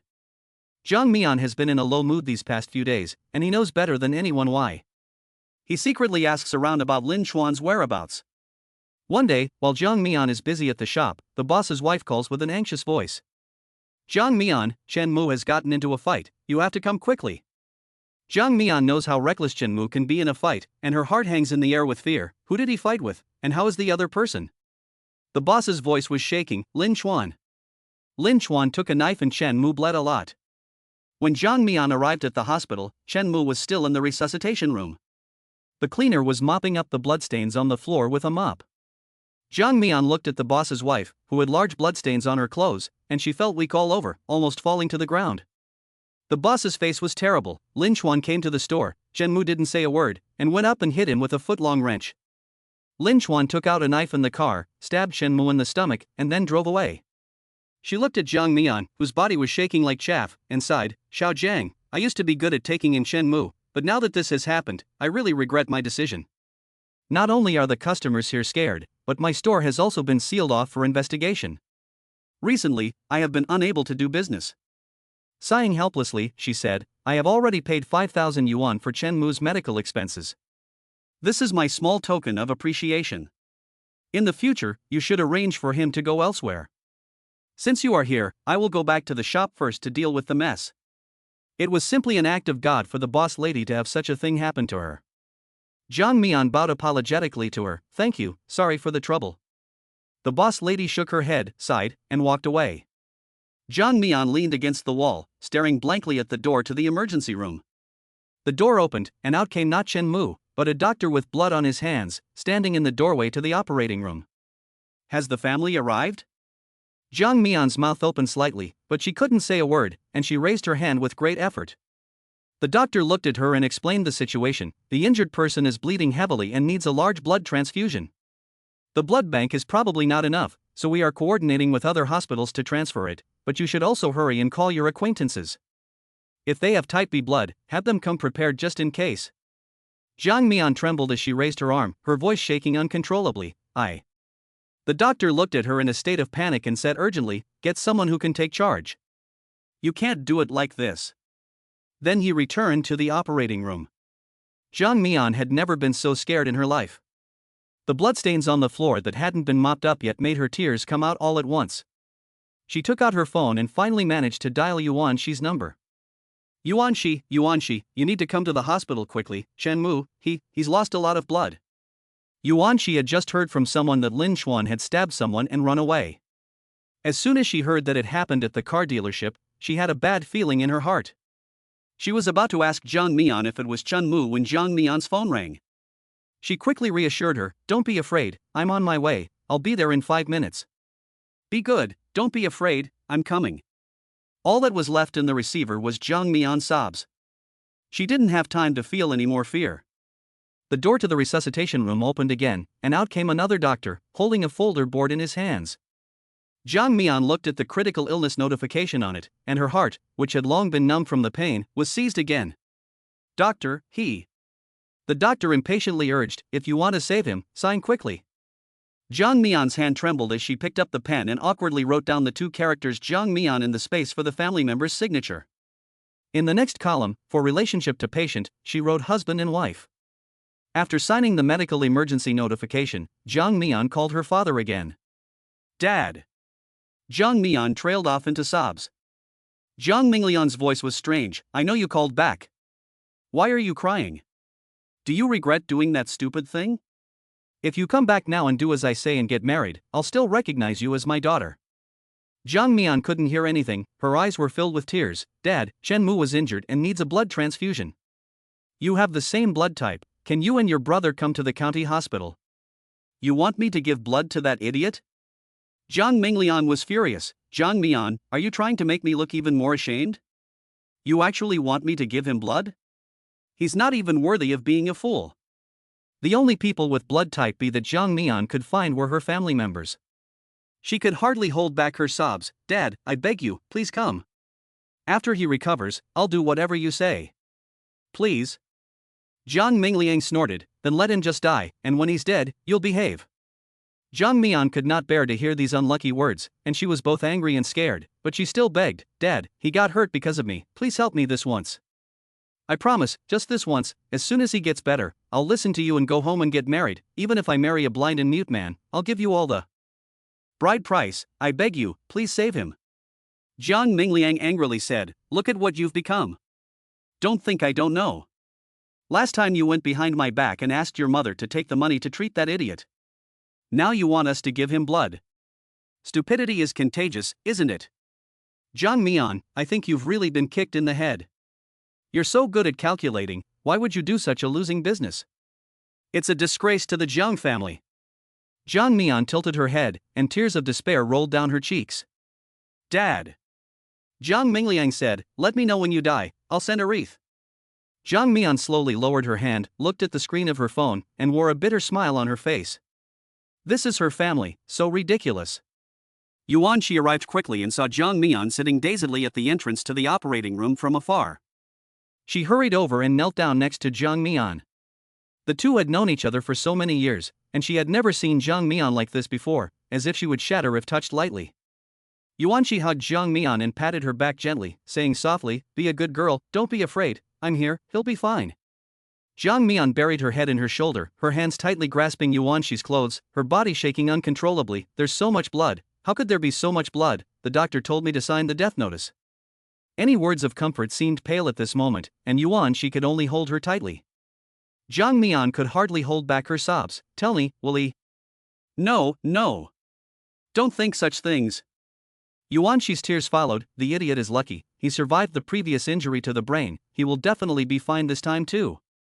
He is still inside, you can't give up. She helped Zhang Mian get up and sit on a chair, took out a bottle of water from her bag and handed it to Zhang Mian. The door to the resuscitation room opened several times, and many doctors came and went. Every time, hope flared up in Zhang Mian's eyes, only to fade away completely. There's not enough blood. Have they found someone with type B blood? The door opened again, and the doctor stood in the doorway asking. Zhang Mian hurriedly stumbled over to him, Me. She finally saw Chen Mu. His blood-stained clothes had been cut open, and he lay on the operating table with his eyes closed and a pale face. Chapter 52, Blood Transfusion. When she left the house in the morning, he had smiled tenderly at her and kept kissing her. How could he now look so lifeless and dying? Zhang Mian felt her heart tighten painfully. She lay down on the other bed and rolled up her sleeves. Bright red blood flowed from her body and into Chen Mu. Zhang Mian kept looking at Chen Mu, who was in a coma, and she was afraid that his eyes would never open again. She heard the medical staff next to her murmuring. She alone is not enough, now at least 800 cubic centimeters is needed. Zhang Mian turned to the doctor and said, I have no problem with 800. The doctor said, that's not possible, you're so thin, you won't be able to handle 800. Zhang Mian said firmly, I can handle it. Even if I can't, I'm just unconscious, I'll be fine after a rest. But he is waiting for a life-saving operation. Doctor, take mine, I'll bear the consequences. The two doctors turned their backs and discussed it in a low voice for a while before saying to Zhang Mian, if you feel any discomfort during the process, you must say so. Zhang Mian nodded slowly and closed her eyes. Yuan Shi waited outside nervously. She didn't have much affection for the idiot, and to be honest, she wasn't really worried, but now that Zhang Mian had gone in, she kept pacing in the same spot, her mind in a whirl, and from time to time she glanced inside, afraid that Zhang Mian would be fine or not fine after the blood test. Zhang Mian's phone in her hand rang, with a note saying it was Dr. Duan. Yuan Shi had heard Zhang Mian mention Dr. Duan from Jingbei, and she guessed that this was an important call, so she quickly picked it up. Duan Che's voice was a little cold. Miss Jiang, how have you considered the surgery? Zhang Mian had never contacted him again after leaving his office that day, which was a complete change from her usual proactive self. After all was said and done, Zhou Yunqiao still owed Zhang Mian a favor, and they would have to find a chance to repay it. And bearing all the costs of Zhang Mian's lover's surgery would be more than enough to repay that favor. But Jiang Mian had not contacted him for so many days, and he was getting a little restless, wondering if Jiang Mian was going to give up her lover's surgery to go to Beijing because she didn't have the money.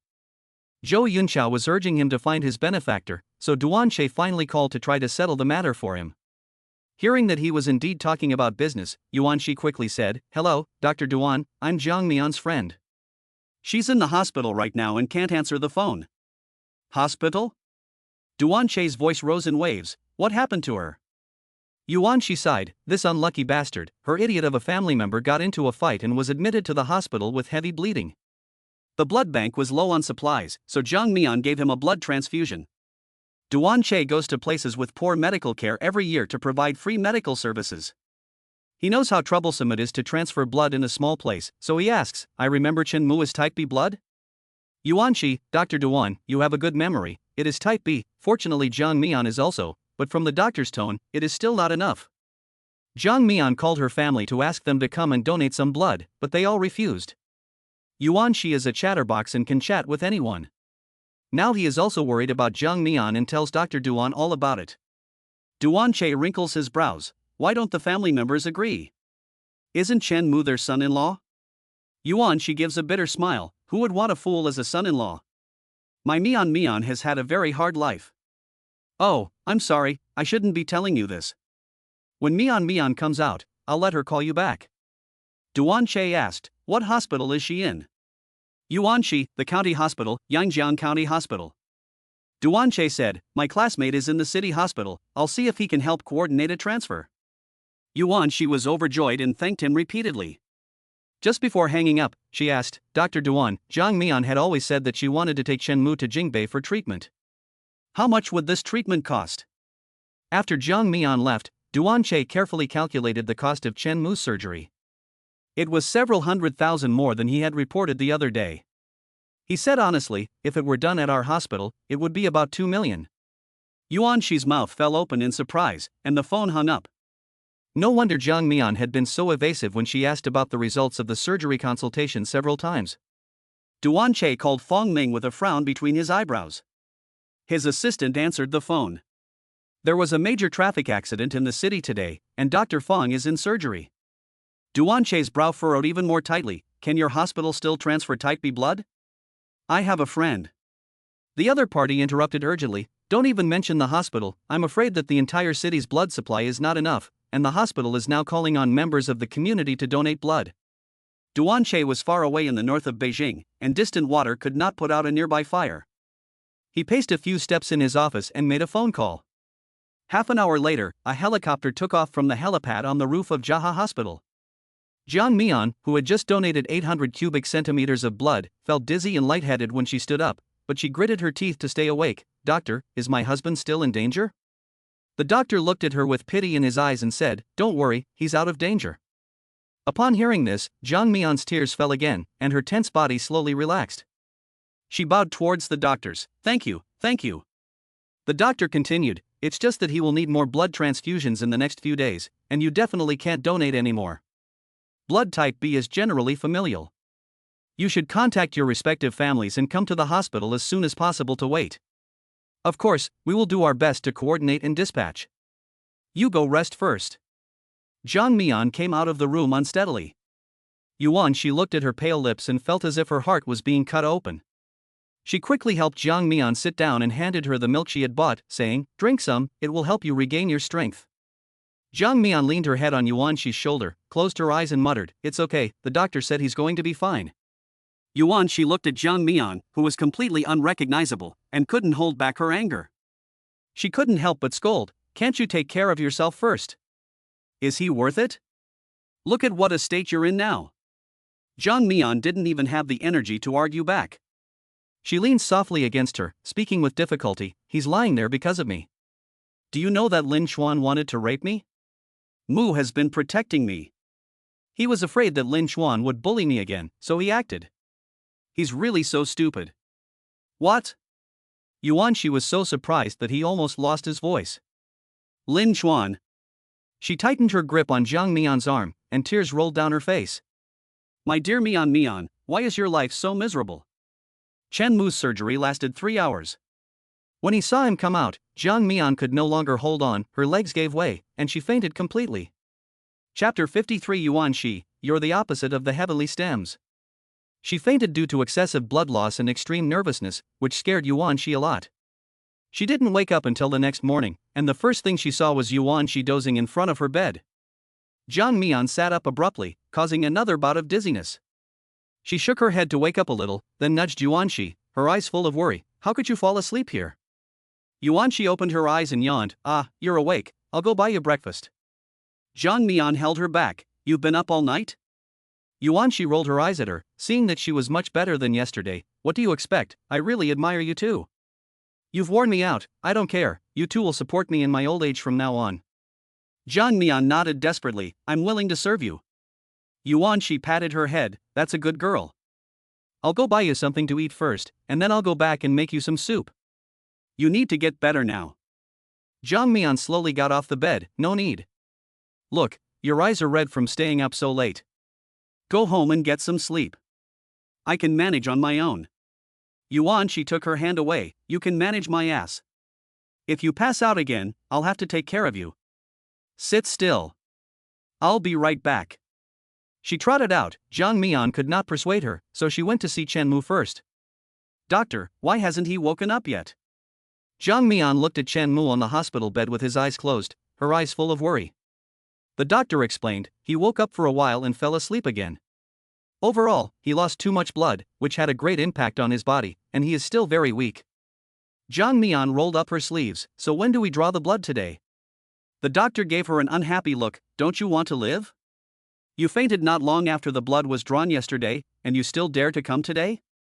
Jiang Mian was afraid of being rejected, so she reassured the doctor, I'm really fine. I fainted yesterday because I was overly worried, and it had nothing to do with the blood draw. I really can do it. The doctor said, I already told you, you don't need to. Doctor. Jiang Mian's voice doubled in volume with her impatience. The doctor said slowly, there is already blood in the hospital, so you don't need to have any. Drawn. Really? Jiang Mian's worried eyes were now full of joy. That's great. The doctor said, I don't know which big shot it was, but they used a helicopter to transfer him from Jingbei City. It said that they had to change planes halfway because it was so far. You're just in the right place at the right time. Jiang Mian felt that Chen Mu had been saved from a desperate situation. She didn't know which big shot she was in the right place at the right time with, but if she was lucky enough to meet him, she would definitely kowtow to him. After asking about Chen Mu's condition, she felt slightly more at ease. Chen Mu had been stabbed twice, one of which had almost reached his heart, narrowly missing by 2 centimeters. The doctor said that he had now passed the critical stage and would just need to rest and recover. Jiang Mian felt a sense of happiness at being spared, remembering her fear yesterday when she signed the death notice. As long as one is still alive, the suffering in front of you is nothing. She stayed by Chen Mu's bedside, holding a cotton swab dipped in water to moisten his lips. Fool, why didn't you listen to me and just go and fight? I don't need you to do this for me, I just want you to be well. Jiang Mian sighed, staring at Chen Mu without taking her eyes off him. Yuan Shi came in carrying breakfast. Stop being so lovey-dovey, come and eat breakfast. Jiang Mian walked over. I heard that a helicopter was used to deliver blood yesterday? Yes. It was a huge scene, it was parked on the roof of the hospital, and a few men in black suits carried it in, just like a movie. Jiang Mian wondered, logically speaking, someone with such a background shouldn't be hospitalized in such a small place. Yuan Shi, what do you know about the world of the rich? They care about appearances, maybe it was just a few drops of blood from cutting their finger. She sighed, if only they had come earlier, they wouldn't have almost turned you into a mummy. She squeezed Jiang Mian's thin shoulders. The doctor said that Chen Mu can't eat yet, so you can eat by yourself. I'll go back and get you something to nourish your body. I'll come back later. Jiang Mian held her back. You really don't need to come, you should go back and rest. Besides, you're still trying to get pregnant. Your husband won't be happy if you're here with me for so long. Yuan Shi glared at her. Is preparing for pregnancy more important than you? Don't argue with me, you need to rest too, don't collapse again, I'm leaving. With that, she grabbed her bag and left. It was only when she got into the elevator that she took her phone out of her bag, which had vibrated several times. Honey. The voice was languid and tired. Xiang Ziyu's voice carried a hint of anger. You don't even answer the phone anymore, do you? Yuan Shi leaned against the elevator wall and pouted. You've called 800 times since yesterday, aren't you tired of it? I'm on my way home. Xiang Ziyu's tone was helpless. I know you and Jiang Mian are good friends, but honey, you've been good to her enough. Besides, even if you're being nice to her, there's a limit, okay? I can't even bear to see you do a little housework, but you go to the hospital to wait on her too. She didn't like hearing this and became impatient. Okay, she's my good friend. What are you so bothered about? Isn't a friend someone who lends a hand in times of trouble? She hung up the phone unhappily. The couple had always had a good relationship, but She helped Jiang Mian more often than not, which made Xiang Ziyu a little unhappy. Not long ago, Yuan insisted on lending Jiang Mian several 100,000 yuan, and the two had some unpleasant arguments, but in the end Xiang Ziyu still agreed. Xiang Ziyu felt that She had no bottom line when it came to supporting Jiang Mian, but She believed that it was rare to have a close friend for life, and besides, she trusted Jiang Mian's character, and she was not being unreturned. Yesterday, She stayed at the hospital with Jiang Mian, thinking that she would be able to go home that night. So when she started to call Xiang Ziyu, she said that she was playing mahjong outside. As a result, Jiang Mian kept falling asleep, and she had to stay with her the whole time. It was only then that she confessed the truth to Xiang Ziyu, who immediately became angry, saying that she had lied to him for Jiang Mian. She yawned as she drove home, and as soon as she entered the door, she habitually shouted, "Honey, I'm so tired, give me a massage, and bring me the foot bathtub so I can soak my feet." There was no response, so she changed her shoes and walked to the living room, where she saw her mother-in-law sitting on the sofa with a gloomy expression. She's eyebrows followed suit, and she called out in a lukewarm voice, "Mom, why have you come over? Where's Zayu?" Her mother-in-law's voice was sharp as she asked, "Where did you go fooling around last night?" She was pouring water when her hand paused. "What do you mean fooling around? My friend is in the hospital, can't I go and see her?" She only maintains a superficial peace with her mother-in-law when Zayu is around. In private, she doesn't put up with the old hag. Her mother-in-law stood up. "If you have the time, why don't you go to the hospital and check why you can't have a baby?" She tightened her grip on the water glass. If it weren't for her husband's reputation, she would have already told the truth. Her silence made her mother-in-law's arrogance rise even higher. "I really don't know what Zayu sees in you, a hen that can't lay eggs." She looked up at her, with a mocking smile in the corner of her eyes. "If you old hens can lay eggs, then you and Dad can have more. After all, you're always talking about keeping the family line going, so it's the same whether you do it or not." Chapter 54, Talking Nonsense and Becoming a Big Shot. Looking at her mother-in-law's green face, she was in a good mood and continued, "But you are in your 50s and should have already gone through menopause, so you won't be able to lay any more eggs. Then you can just let Dad go out and find some young hens and lay eggs slowly until you are satisfied. You are rebellious and have said such uncouth things. I must teach you a lesson on behalf of your parents." The mother-in-law was so angry that she raised her hand to slap her, but She tightly grasped her wrist and violently shook her off. She tilted her chin and said provocatively, "Your son Zayu dares not touch me with a finger, so don't you even try?" The mother-in-law's chest heaved violently. "Pervert the heavens and earth, misfortune befalls the family." She snorted, "I advise you to stay away from me when you're not feeling well, so as not to die of anger. Do you believe that when you die, Dad will find a younger woman right away, and she will spend your money, sleep with your man, and give Zayu a baby brother? Ha ha ha. It's so satisfying to say these things, and just thinking about it makes her feel so happy and entertained." Grandma's sharp tongue was no match for She's, so she angrily kicked the stool aside and left. She walked to the door and then turned around, shouting, "Zayu is already tired from working to earn money, so don't keep calling him all day. A man's hands aren't for doing housework and serving women." She crossed her arms and looked at her leisurely. "You haven't seen him hand wash my underwear yet. You have no shame." The old woman blushed and got into the elevator, and then called Xiang Ziyu on the phone. "Don't just focus on earning money. She's daughter is going to heaven." Xiang Ziyu said helplessly, "Mom, don't make things difficult for her, okay?" The mother-in-law angrily said, "If she can't give birth to a child, that's fine, but she has such a bad temper. I'm telling you, I can't stand this kind of daughter-in-law. Aunt Lee's daughter, you should meet her sometime." "Mom, what are you talking about? I'm already married, can you stop making these random arrangements for me? You can get divorced after getting married. Aunt Lee's daughter is educated and sensible, gentle and virtuous, and is hundreds of times better than that tigress in your family. Don't argue with me, go meet her tomorrow." Xiang Ziyu hung up the phone angrily. She had a fight with her mother-in-law, and the fatigue of the night was swept away. Now she was humming in the kitchen while she cooked angelica and carp soup for Jiang Mian. Jiang Mian sat in front of the hospital bed, lost in thought. Lin Xuan has run away and cannot be found. Chen Mu's medical expenses are a considerable cost, so she has to bear them herself. The doctor said it would cost around 50,000 yuan. As the saying goes, the twine breaks at the most delicate point. Sister. Chen Mu let out a weak voice. Jiang Mian came back to her senses. You're awake. I'll call the doctor. Chen Mu looked at her steadily. I'm sorry. I've made trouble again. Jiang Mian shook her head. I don't blame you. She gently took Chen Mu's hand.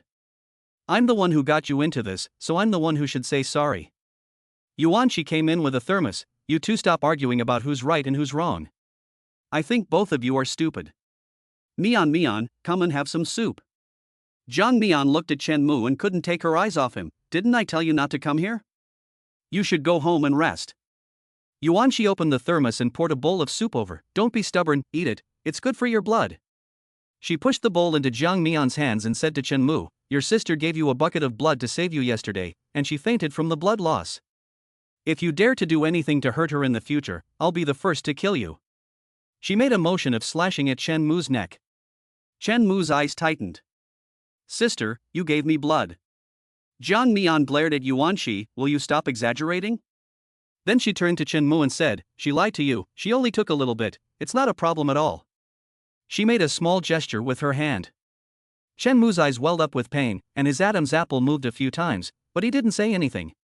The doctor came to check on Chen Mu's condition. His condition was stable, so he needed to be taken care of carefully. Jiang Mian let out a sigh of relief. While Yuan Shi was still there, she hurried home to pack some daily necessities and bring them to the hospital before sending Yuan Shi away. Chen Mu fell asleep more often than not, and when he was awake, he wasn't in a good mood.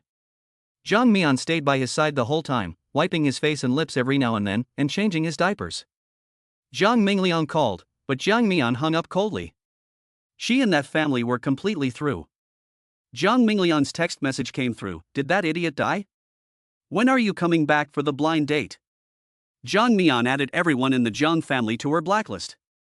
She put away her phone and looked at Chen Mu, who was once again in a coma. Her heart ached. From now on, they would be dependent on each other for the rest of their lives. Chen Mu had a low-grade fever and was talking nonsense again. Grandpa, I will go to the ribbon-cutting ceremony for Xingji Real Estate on your behalf. Who reviewed this contract? Can't you see such a big loophole? If anything happens to him, you will all be buried with him. It's only 800 million, why do you need to ask me? What am I feeding you for? Chapter 55, There is something wrong with your standards for choosing a man.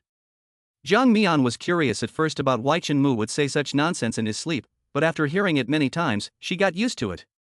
The woman in the bed next to her said with a smile, it seems that he is also a TV addict. My son watches too much TV, and all he talks about in his sleep at night are the lines from the TV. He doesn't pay as much attention to his studies. Jiang Mian nodded in agreement, he just likes to watch the financial news. By the time Chen Mu was able to get out of bed, Jiang Mian had already lost a lot of weight. She supported Chen Mu with her small body as they moved slowly along the hospital corridor. The doctor said that you had an operation and need to move around moderately, otherwise your internal organs may become stuck together, which is very serious. I know it hurts when you move, but let's hang in there. She had to coax Chen Mu before he would come out of his room. What she didn't know was that it wasn't just the pain that made Chen Mu reluctant to move, but also the fact that he still had a urine bag attached to his body, which she found very embarrassing. At first, he was very ashamed when he saw Jiang Mian catheterizing him, but he couldn't move and couldn't stop her. However, Jiang Mian didn't even frown when doing these things, and he couldn't see the slightest expression of disgust. Slowly, he got used to it. After the woman in the next bed was discharged from the hospital, there was only one patient left in the ward, Chen Mu. Jiang Mian could sleep in the empty bed and no longer had to sleep in the narrow and hard folding bed, which made her feel much more comfortable. At night, when Jiang Mian bent over to make the bed, Chen Mu watched her swaying figure and said, "Wife, come sleep in my bed." Jiang Mian spread the blanket neatly, "Stop messing around." Chen Mu looked at her with longing, "I really want to sleep next to you." Jiang Mian straightened up and turned to look at him. "Don't you know what your situation is? Get your mind straight. Stop thinking about all that nonsense all day long." Chen Mu looked at her red lips. "We haven't kissed in so long." Jiang Mian's lips curved up, and she deliberately glared at her. Is that all you think about all day long? She had been submissive to Chen Mu these past few days, and it had made him bolder. Now Chen Mu reached out his arm towards her. Can I at least give you a hug? The two of them had survived life and death, so what's wrong with a hug now? Jiang Mian's state of mind had gradually changed. Live in the present. She sat down beside Chen Mu's bed and gently wrapped her arms around him, telling him not to hug too tightly as it would hurt if he touched his wounds. Chen Mu hugged her, his chin rubbing against her shoulder. Jiang Mian felt a little tickled by him and laughed as she shrunk back, saying, "You're like a big dog now." The big dog wasn't satisfied with just rubbing against her, so he tilted his head slightly, took in the moist red lips in front of him, and gently bit them. Jiang Mian screamed in surprise, her gaze looking towards the half-closed door.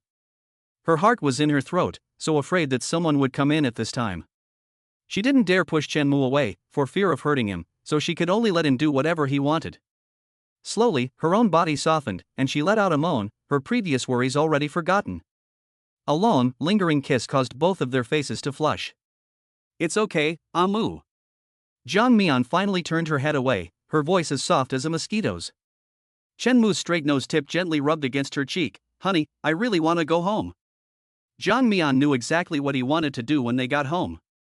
After that time when she was drugged by Lin Chuan and the two of them spent an absurdly happy night together, they continued to kiss and cuddle every day, but they never did it. They were both young and passionate, and after all this time, how could they not think about it?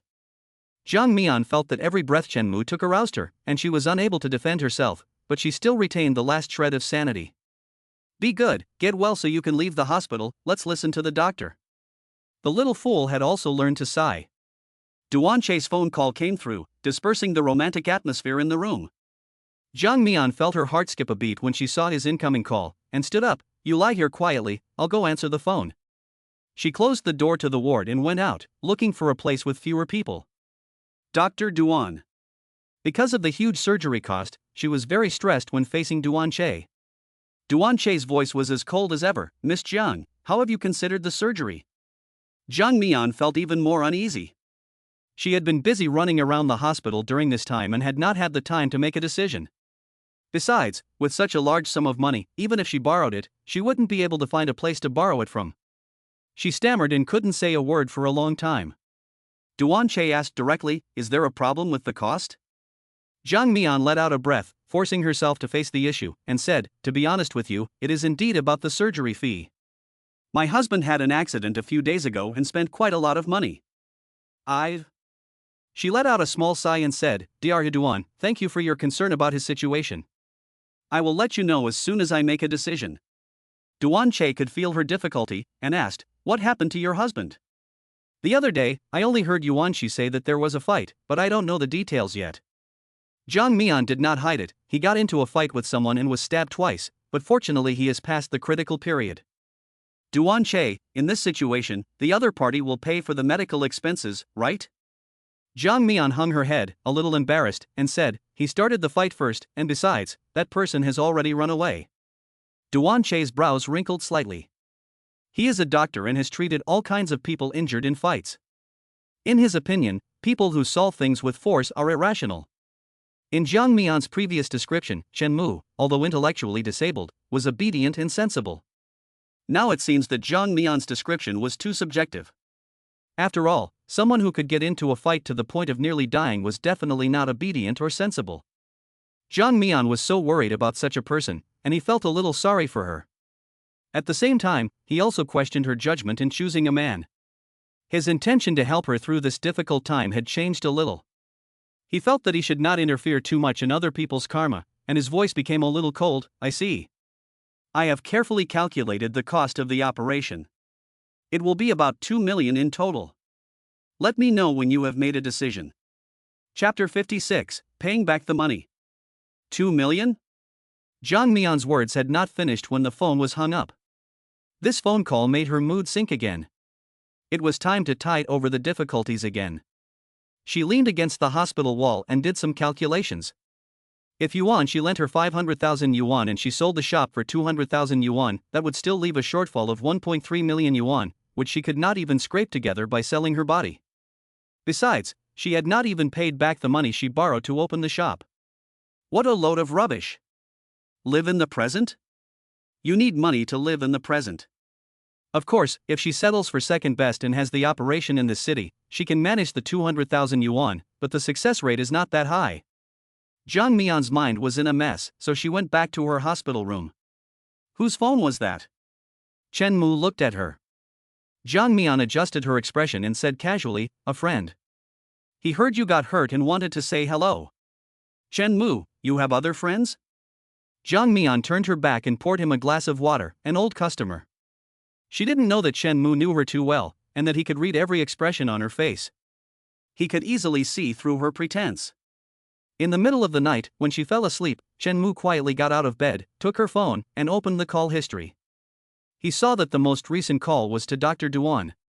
Sure enough, Jiang Mian was still worried about his surgery. He put the phone back in place and then gently lay back down on the bed. The next day the doctor made his rounds.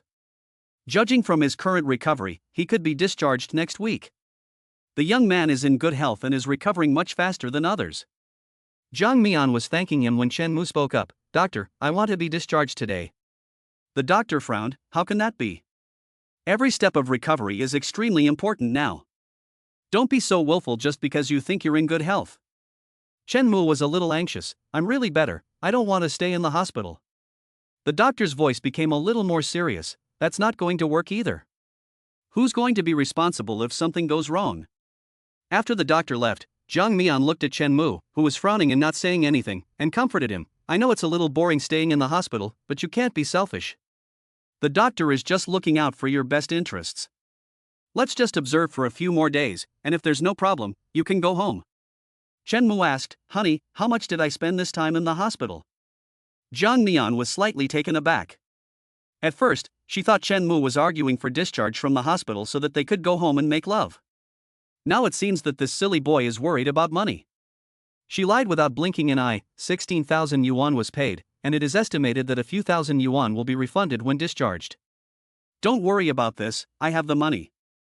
Chen Mu's face turned even more unpleasant, and he felt very uncomfortable. He had already asked the doctor before, and the doctor said that Jiang Mian had paid more than 50,000 yuan in total. Since his condition stabilized, Jiang Mian has not only had to take care of him, but also find time on his phone to handle the shop's business, patiently answer customer questions, promote new products, plan promotional activities, and keep apologizing to customers who have run out of stock. He has seen it all with his own eyes, Jiang Mian working himself to the bone for money, and it's all because of him. However, he can't help in any way, and he's just been causing trouble. He can't even help with something as simple as getting discharged sooner to save a little money. Now that the car dealership has let him go, he has no income, and Jiang Mian's financial pressure has increased. On the surface, the two are in love, but secretly they are racking their brains to think of ways to make a lot of money. On the day of her discharge, Jiang Mian went home to settle Chen Mu and then couldn't wait to go to the shop. She had been delayed for more than 20 days and had not earned a penny, so she was already anxious. Chen Mu understood her feelings and rarely nagged her, letting her go to the shop. Jiang Mian changed her shoes at the door and reminded Chen Mu, Amu, dinner is ready. If you're hungry, just heat it up and eat. The bowls can stay there, I'll wash them when I get back. If you're bored, play with your phone. Chen Mu nodded as he watched her figure. Got it. Jiang Mian straightened up after changing her shoes and saw his reluctant gaze. She came back and hooked his neck for a quick kiss. If I come back and find you've done the housework, I'll be angry, got it? Chen Mu nodded again. Jiang Mian, the doctor said that you need to rest well and get better, so you absolutely mustn't touch anything at home. Now she was really leaving. Halfway there, she sent a notice to her customers that she was back at work, promoting the special offers, in an attempt to attract more traffic. It had been almost a month since the store had opened, and there was a smell of dust in the air. Some of the products that had been opened and used before had expired. Jiang Mian put on her apron and, with a heavy heart, threw them all away, tidying up the store neatly. Hearing footsteps outside, she immediately came out with a smile on her face. Welcome. A graceful and elegant woman in her 50s came in. Her eyebrows were slightly furrowed, and she obviously looked disgusted. Such people are generally not Jiang Mian's target customers. Although she was a little puzzled, she still maintained a professional attitude towards her guests. Hello, feel free to look around, is there anything I can help you with? The woman had an expressionless face, sizing Jiang Mian up, and her tone was cold. I am Yuan, she's mother-in-law. Jiang Mian was surprised for a moment, and quickly said, it's Auntie, hello. Hello, please sit here, I'll pour you a glass of water. Although she knew that Yuan Shi and her mother-in-law did not get along, she had to treat her politely until she found out the reason for her visit. I didn't come here for water. Yuan Shi's mother-in-law held her chin high, with an air of superiority, just as Yuan Shi had described her. Zhang Mian still kept her smile. So what can I do for you today, auntie? Grandma Yuan Shi stared at her. I'm here to ask you for the money you owe me. Chapter 57, A Fool Has Killed Someone. Zhang Mian was worried about raising the money, and now she heard that she had to pay back the money. Her expression froze, and she forced an embarrassed smile. Pay back the money. Grandma Yuan Shi's expressionless face. Yuan Shi lent you more than 200,000 yuan in total, you should pay it back to my family. Zhang Mian, who is usually quick-witted, is so embarrassed when faced with debt collection that she can't speak fluently, and she struggles to maintain a smile. She took you as a friend, so of course she's embarrassed to rush you. Grandma Yuan Shi shouted, do you know that my family, Ziyu, is having difficulty with the cash flow of his business and is borrowing money from everywhere? Yuan Shi is embarrassed to ask for this money, so I had to come forward and lend a hand. Mr. Jiang, you are also in business, and you should understand. If you don't pay this money back now, won't it be hot in your hands? When Zhang Mian heard that Yuan Shi's family business was in trouble, her first reaction was worry. What's wrong with the business? I'll give Yuan Shi a call. Of course she denied it to put your mind at ease. Grandma Yuan Shi became a little impatient. Don't think I'm making up excuses to lie to you. If you go out and ask around, you'll know that the upstream supplier of Ziyu's company ran off with the money. Ziyu has advanced a large sum of money, and now he has even mortgaged a house. Do you think I should ask you for this money? Is it that serious? Zhang Mian became worried and quickly said, okay, auntie, I'll transfer the money to Yuan Shi today. Going to the hospital is a big deal, and so is someone else's business. She must pay back the money. As she just picked up her phone, Yuan Shi's grandmother said, you don't need to transfer it to Yuan Shi, just transfer it to me directly. Zhang Mian's eyebrows wrinkled slightly. Auntie, I got this money from Yuan Shi, so no matter what, I should pay it back to her personally. Yuan Shi's grandmother impatiently said, even if she took it from my Ziyu. Just transfer it to me directly. Her attitude made Zhang Mian frown. She couldn't imagine how suffocating Yuan Shi must feel when she spends time with her mother-in-law. She spoke firmly, auntie, I can only transfer this money to Yuan Shi. Yuan Shi's mother-in-law couldn't control her, her chest rising and falling with anger. Don't put on an act for me. I don't think it's you two who are working together to rip me off. What kind of illness costs hundreds of thousands of dollars? I think the treatment is just an excuse. These words made Zhang Mian's heart burn as well. Auntie, Yuan Shi is your daughter-in-law after all, and it's fine for you to suspect me, but how can you make such assumptions about her? Don't think I don't know what kind of person she is. Over the years, how many days has she worked and earned a few cents? She's a good-for-nothing who just wants our family's money. I really don't know where she gets the nerve to give my family's Ziyu orders. Zhang Mian's hands couldn't help but clench into fists. She could somewhat understand why Chen Mu liked to fight. Because she now wanted to punch the old woman in front of her. If it weren't for the fear that Yuan Shi would be caught in the middle and be in a difficult position, she really wanted to tear her face off on the spot. With a stern face, she transferred 200,000 yuan to Yuan Shi's account, then held up the page showing the successful transfer in front of Yuan Shi's grandmother, her voice a little colder. The money has been transferred. I know what you're worried about. She called, and I know what to say. Yuan Shi's mother-in-law looked at the transfer record carefully before giving up. I'll give you credit for that. She turned around and left. As she reached the door, Zhang Mian's cold voice sounded behind her. Auntie, Yuan Shi used to have a good job, with conditions no worse than your son's. If your family hadn't forced her to have a baby, she wouldn't have quit. She hasn't divorced because she has a mother-in-law like you. She's not after your family's money, she's after your son. I hope you can give her basic respect. Grandma Yuan Shi turned around, her face full of mockery. You borrow money from my family every other day, and you have the nerve to teach me how to do things? I'm too lazy to argue with you poor people, it lowers my standards. Her appearance brought enough depression to Zhang Mian. She was depressed not only about the matter of paying back the money, but also about the relationship between Yuan Shi and her mother-in-law. She used to only hear Yuan Shi occasionally complain about her mother-in-law being a pushy person, but now that she has experienced it herself, she knows how disgusting the old woman is. Yuan Shi has been accused of being unable to bear children, and with such a mother-in-law, she doesn't know how she has survived all these years. Just as she is racking her brains, Yuan Shi's phone rings. What does she mean, transfer the money to me? Jiang Mian has already thought of an excuse and says casually, I've got money now, so I'll pay you back your share first. Fuck, where did you get the money? Yuan, she doesn't believe her at all. Jiang Mian smiled and said, didn't I tell you last time that I saved an old man from drowning in Jingbei? Guess what, he turned out to be a very rich man. His family found me and gave me a 200,000 yuan reward. Ha, this is really good fortune from the heavens. Yuan, she frowned, why does it sound so magical to me? It's a lie, isn't it? Jiang Mian said, have I lied to you over the years? Yuan, she was still skeptical, but 200,000 yuan isn't enough for the surgery. Jiang Mian leaned tiredly against the wall, and the forced cheerfulness in his voice slowly faded away. I've thought about it, and I'll have the operation in the city.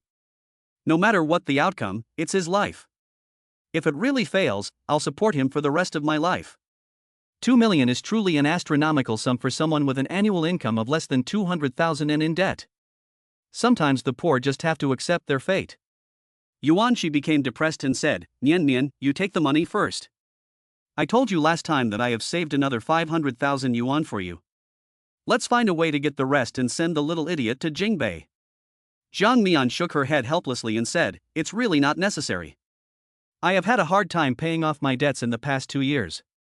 Every day it feels like a mountain on my back. I don't want to continue carrying this mountain for the next few decades. I've accepted my fate. It won't be any worse than it is now. Jiang Mian squeezed a smile, okay, I can't help with your suffering, and I'll carry my own burden. You've helped me too much. I have to go now, we'll talk later. After the call ended, she adjusted her emotions and made another call. Sister Hui, it's Jiang here, sorry to bother you, I want to ask, last time you said someone wanted to take over my shop, does that still stand? Sister Hui had almost broken up with the boss of the car dealership because of Chen Mu's fight at the dealership, and now she was still a little emotional when she received Jiang Mian's call. Do you think people will just wait for you to get rich? They've already invested in other businesses. The phone was hung up. Jiang Mian once again felt the hopelessness of life. Not only was she troubled by the surgery bill, but business at the store was also bad. She had sent messages to several regular customers, all of whom said they didn't have time to come and spend. Jiang Mian was even more depressed after waiting all afternoon for a single customer. Bored, she scrolled through her social media feed and saw a post from a competitor in the next street.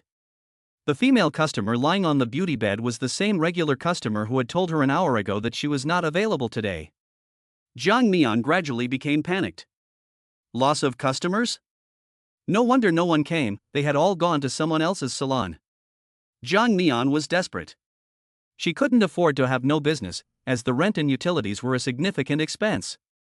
She planned to make some promotional videos and offer some discounts to attract more customers. But when she opened the video software, she saw a comment with thousands of likes at the bottom of the previous video. Don't go to her house anymore, there's a lunatic there who kills people. A few days ago, he got into a fight with someone, took a knife and started stabbing each other, and ended up in the hospital. Chapter 58, Being Targeted. There were hundreds of replies below this comment. Yes, I was there at the scene. That idiot just beat up anyone he saw. It scared the hell out of me. Idiots are not subject to the law when it comes to murder, so who would dare to go to her house to spend money? I used to think that idiot was cute, and let him do my nails.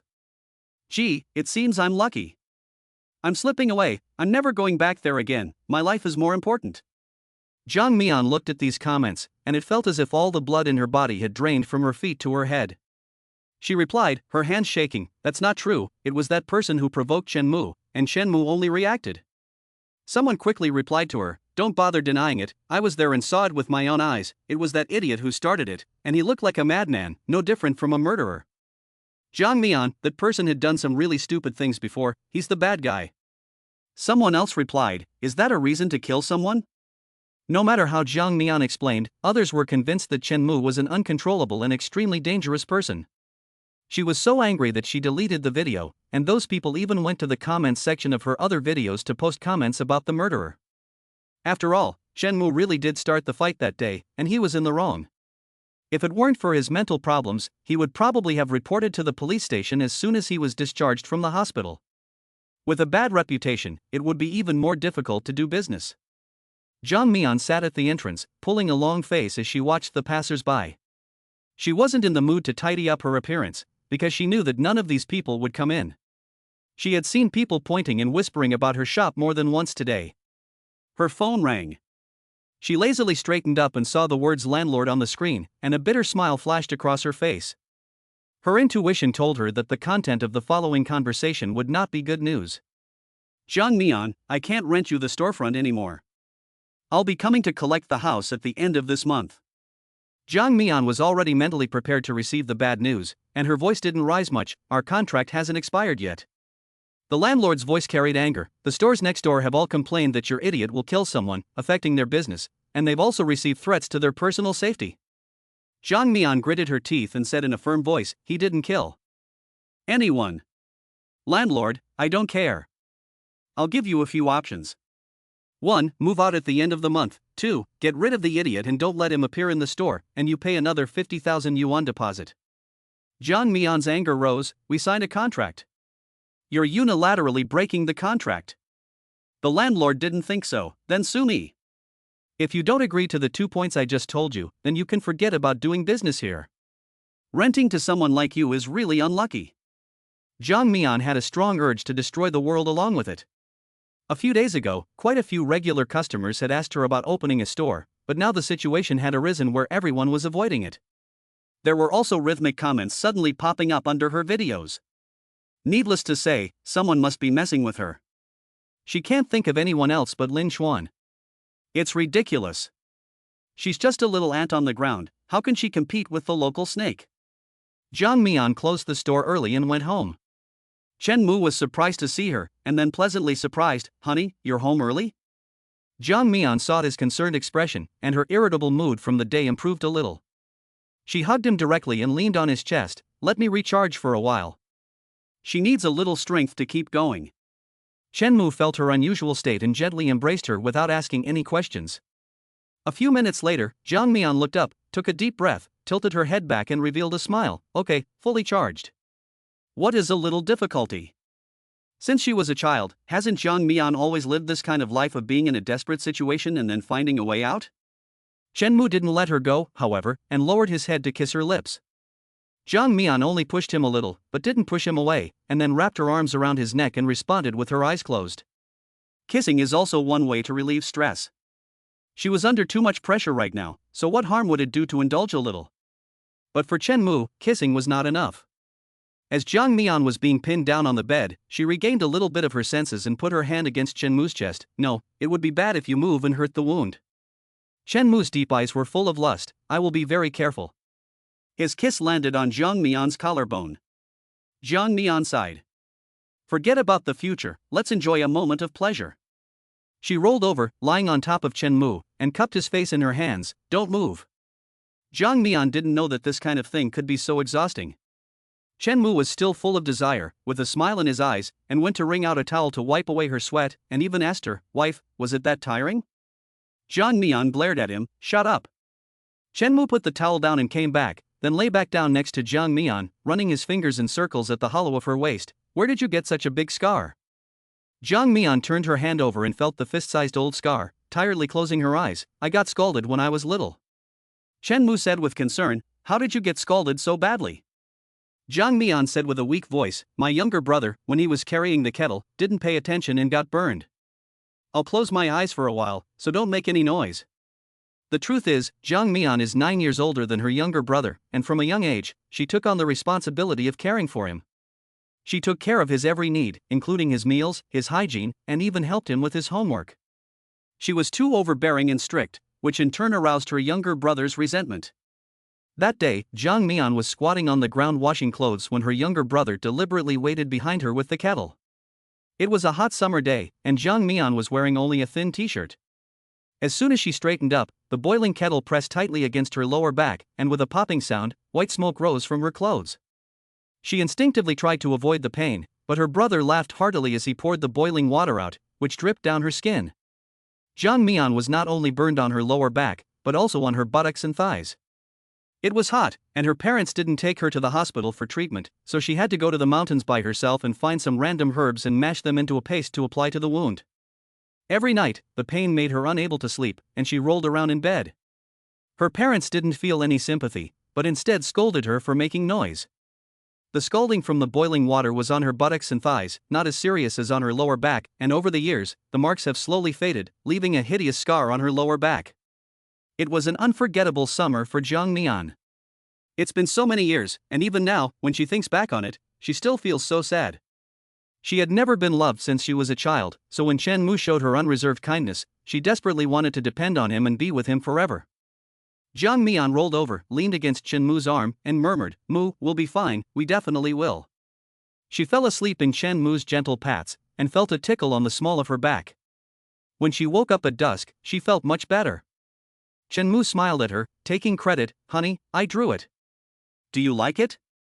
Jang Mi-an was pushed over to the mirror, and she looked sideways at her lower back in the mirror. A cute little cat was lying there, covering the ugly scar completely. Jang Mi-an touched it and then laughed, "It's ugly, like a child scribbling." She said this, but couldn't take her eyes off it and kept looking at it over and over again. Chen Mu also looked at her in the mirror. "I'll practice some more, and I'll draw you a really pretty one." Jang Mi-an's eyes narrowed slightly. "You don't like this scar?" Chen Mu shook his head. "I think you don't like it." Other women would wear crop tops, but Jang Mi-an wouldn't, and when she talked about the scar just now, she made light of it, but her expression was sad. Jang Mi-an thought for a moment, then said with a twinkle in her eyes, "I have a way to cover it up. Change your clothes, we're going out." 20 minutes later, the two of them appeared holding hands in front of a tattoo parlor. "Boss, we want tattoos." Chapter 59, Tattoos. Using a tattoo design to cover a scar is a good choice. When they actually arrived at the tattoo parlor, Jang Mi-an was again at a loss for what design to get. There were so many choices that she was dazzled. "Chen Mu, what do you think?" Chen Mu pointed to a design of a kitten. "This one is cute." Jang Mi-an frowned, however, childish. But then she thought, Chen Mu is only 6 or 7 years old, and in his eyes, kittens and puppies are indeed the cutest. Anyway, she can't see it at the small of her back, and she'll never show it to anyone. After all, there's only one person who will appreciate it. "Let's do it." She pointed at the kitten and said to the boss. The boss glanced at it. "Persian cat, no problem." Jang Mi-an thought of something and looked up at Chen Mu and said, "You should get one too." Chen Mu was surprised. "Me?" Jang Mi-an looked at him and smiled meaningfully. "Yes, in the same place." She had always thought that Chen Mu had a great body, with a strong, thin waist that gave off a very powerful charm. A tattoo on such a waist would definitely be even more sexy and attractive. Chen Mu obediently nodded, "Yes." Jang Mi-an grinned wickedly and deliberately said, "You want a cat too?" Chen Mu didn't think twice. "Yes." Instead, the boss laughed out loud. "You have to think carefully. Tattoos can't be washed off and will stay with you for the rest of your life." Jang Mi-an tilted her head and thought about it. Men go swimming shirtless, and if Chen Mu goes swimming in the future and someone sees a big cat on his waist, he will definitely be teased. She flipped through the pattern book again. "Let's look again." Chen Mu, however, said, "I want the same one." In his opinion, a tattoo is a mark of his love for Jang Mi-an, and he wants to have the same pattern as hers. Jang Mi-an, "No, this one is too cute, and people will laugh at you in the future." The boss, who was very experienced, said, "If you like cats, there are other breeds to choose from. Maine cats look more domineering and are suitable for men." He found a tattoo design of a Maine cat and showed it to the two of them. "What do you think?" Jang Mi-an looked at the Maine cat with its furry face and then looked at Chen Mu, comparing the two. "It looks quite similar to you, and it looks fierce and unapproachable." The boss explained, "In fact, Maine cats are very gentle, but because they are large and have a lot of fur, they look fierce and cold." Jang Mi-an clapped her hands. "Then he is even more like him." The two cats nestled quietly in the two men's waist bones. "It looks good." Jang Mi-an looked at the finished product.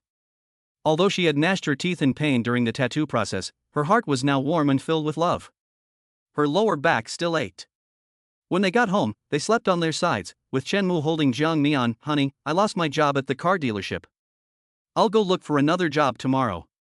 Happiness is fleeting." His words brought Jang Mi-an back to reality. With her back turned to him, the smile on her face slowly faded. She thought about the remarks of the murderers today, and her brow creased with annoyance. She said, "You're still not well, so you're not allowed to go. You're not allowed to go out without my permission either. If you need anything, I'll buy it for you." Chen Mu was a little impatient. "I really am fine, the doctor said so." Jang Mi-an said, "I don't want to argue with you. If I find you've gone out, I'll come back and break your legs. She didn't want other people to point fingers at Chen Mu. Anyway, let's talk about this after this period of time. Chen Mu said in a depressed voice, it's so boring and sad to be home alone.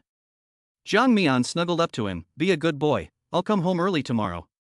There's not much business at the store anyway, so it's good to have you here with me early. Chen Mu didn't say anything else. He was mentally deficient and insensitive to many things, but he could sense Jiang Mian's good intentions towards him. He didn't insist because he didn't want to make Jiang Mian angry. Early the next morning, Jiang Mian made breakfast and went to the store as usual. The sign for the shop to let go was hung up again, although she knew that the possibility of it being able to be let go now was extremely slim. But there was no way she could give up any kind of hope. She also posted a message on her circle of friends, except she blocked everyone she should have blocked. 2 customers came in the morning, and the total spending was less than 100 yuan, which was not even enough to cover the rent and utilities. But it was a little better than yesterday. Jiang Mian sat at the cash register, listlessly leaning over the table, not expecting to receive a call from Sister Hui. Although they had a bad conversation on the phone yesterday, Jiang Mian was still very enthusiastic about her and sat up straight before she pressed the call button. Sister Hui. The voice was still sweet. Jiang, are you sure you want to sell this time? If the price is right, I'm sure I will. Jiang Mian held the phone tightly, as if she could seize the opportunity in this way. Sister Hui said, a friend asked me to ask you, would you sell for 100,000?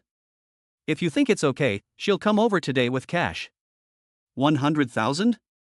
Jiang Mian knew that others would definitely try to bargain the price down, especially since the store's reputation was currently not good, but she never imagined that someone else could offer such a low price. Sister Hui, you're an old acquaintance, I won't hide anything from you. The goods in my store are worth more than 100,000 yuan, 170,000 is my bottom line. Sister Hui sighed on the other end of the line, Jiang, everyone knows the situation in your store right now. If it's the price you're talking about, no one will take it over for sure. If you really need the money urgently, you have to be more realistic. Jiang Mian was resolute, I am in a hurry to use the money, but I can't do a business that loses money. Sister Hui, thank you. Sister Hui, since you say so, I'll just consider it a waste of my time. She was about to hang up when Jiang Mian called out to her again, Sister Hui, I want to ask you something. Sister Hui was not angry because the business had just fallen through, and asked, just ask me anything, I really like you as a person and I think of you as a little sister. Whether this was sincere or not, Jiang Mian felt at ease when she heard it, and her tone softened a lot. Sister, you know a lot of people, is there someone reliable you can introduce to me who can lend me money? Sister Hui confirmed with confusion, you mean a loan shark? Jiang Mian never thought she would be associated with these words one day, and she nodded with difficulty, sort of. I know that this shop won't turn a profit in the short term, but Chen Mu's surgery can't be delayed. Sister Hui's voice was full of sympathy. Jiang, you have to think carefully about this step. You're not asking for a small amount of money, and the interest is terrible if you can't pay it back on time. Jiang Mian's fingers fidgeted with the hem of her shirt, and her voice lacked conviction. I know, there's no other way. Sister Hui, can't your family help out a little? It's a big family, even if it's in the countryside, if everyone chipped in, there's no problem with paying for an operation, right? Jiang Mian let out a bitter laugh, don't mention them, we've completely cut off contact. Sister Hui let out a heavy sigh, I really can't stand to see you like this, it makes me feel old. In that case, I'll give you a phone number, you can call and ask, but I advise you to think carefully before you do. There are many pros and cons, and you're a woman, so if you can't pay back the money in time, they'll just take you to work as a prostitute to pay them back. That's their usual practice, so you have to think carefully. Also, tomorrow afternoon I'll bring 2 friends to your store, both of them are rich ladies. You'd better be sweet and push your expensive stuff on them. Jiang Mian choked up immediately, thank you, Sister Hui. Tears fell, but she had a grateful smile on her face. Sister Hui is a good person, and she will remember her kindness for the rest of her life. Chapter 60, Sleepiness. Jiang Mian looked at the number sent by Sister Hui and her heart struggled. If her shop was not sold before the repayment date, how would she repay the money? She could more or less imagine the consequences of not being able to repay, and Sister Hui was probably not exaggerating when she said that women used their bodies to pay off their debts. But loan sharks were the quickest way to get money and could solve an urgent problem. Jiang Mian had no way of making a quick decision. Business at the store was still slow today, and she was worried about Chen Mu, who was home alone. She closed the store early and went home. The sound of her opening the door was loud, but Chen Mu, who was curled up on the sofa, didn't move. Mu? Zhang Mian said, changing her shoes as she walked over to him. Seeing that Chen Mu had his eyes closed, she muttered, "You're really something, sleeping at this hour." Then she pulled the blanket over him and went to the kitchen to cook. When the meal was almost ready, Chen Mu entered the kitchen, embraced Zhang Mian's waist from behind, rested his chin on her shoulder and purred like a little lazy cat. "Honey, when did you get back?" Zhang Mian turned her hand around and touched his face. "A while ago." "Go outside and play, it's smoky in here." Chen Mu wouldn't let go of her. "No, I want to hold you." Zhang Mian said helplessly, "This tiny kitchen, I can't even turn around like this." "Why not?" Chen Mu broke Zhang Mian's shoulder and turned her around, facing him. "Seriously, isn't this turning around? The kitchen is indeed very small, and now the two of them are pressed closely together." Zhang Mian looked up at Chen Mu's affectionate eyes, with a happy smile on her face. "I want a big kitchen. If we buy a house in the future, our kitchen must be very big." Chen Mu put his arm around her waist. "I'll buy it for you. A big kitchen, a big living room, a big bedroom, and a big bed." Zhang Mian's heart was filled with happy bubbles. "Then you have to keep your word." Chen Mu nodded solemnly. "I didn't go out today, and I didn't do any housework. I promised to do everything I promised my wife." Zhang Mian pinched his face again. "That's good. So what did you do at home today?" "Sleep." Chen Mu said, "Having breakfast and then continuing to sleep, thinking of you while sleeping." Zhang Mian was surprised. "You slept all day?" Chen Mu scratches his head. "A day? I don't know, I just kept sleeping, I was very sleepy." Zhang Mian frowns. "It's autumn, you're suffering from autumn fatigue, the more you sleep, the more tired you get." Chen Mu seems to understand. "Is that so? I do feel drowsy all the time." Zhang Mian reaches around his neck and kisses him on the tip of his toes. "Okay, go out first, I'll be done cooking soon, go wait." Chen Mu reluctantly lets go. Zhang Mian thought that Chen Mu had slept so much during the day that he would be unable to sleep at night and disturb her, but she had no idea that he had just been flirting with her and then fallen asleep before her. Even when she left the next morning, Chen Mu was still asleep. Zhang Mian felt that something was wrong. Even if it was autumn fatigue, it wasn't this exhausting.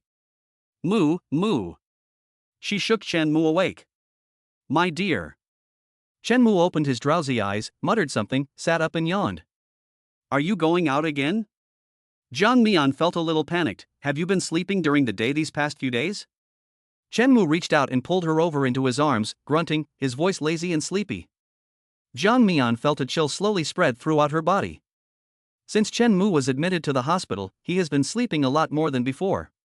She had always thought that it was because he had had surgery and was weak, and also because of the medication. But now it seems that it is not that simple.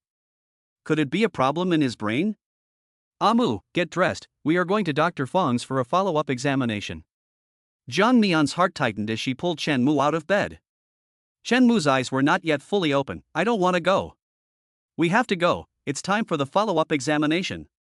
Zhang Mian dared not be careless. Chen Mu hates going to the hospital, and it costs a lot of money. "Why do I have to go to the hospital if I'm fine? I'm not going."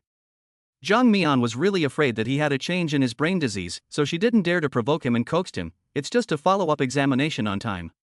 If Dr. Fong says you're fine this time, you may not need surgery in the future." "Really?" Hearing that he didn't need surgery, Chen Mu came to life. While he was getting dressed, Sister Hui called Zhang Mian. "Zhang Mian, what time do you open the door in the morning?" "We've changed the time and will come at 10 o'clock.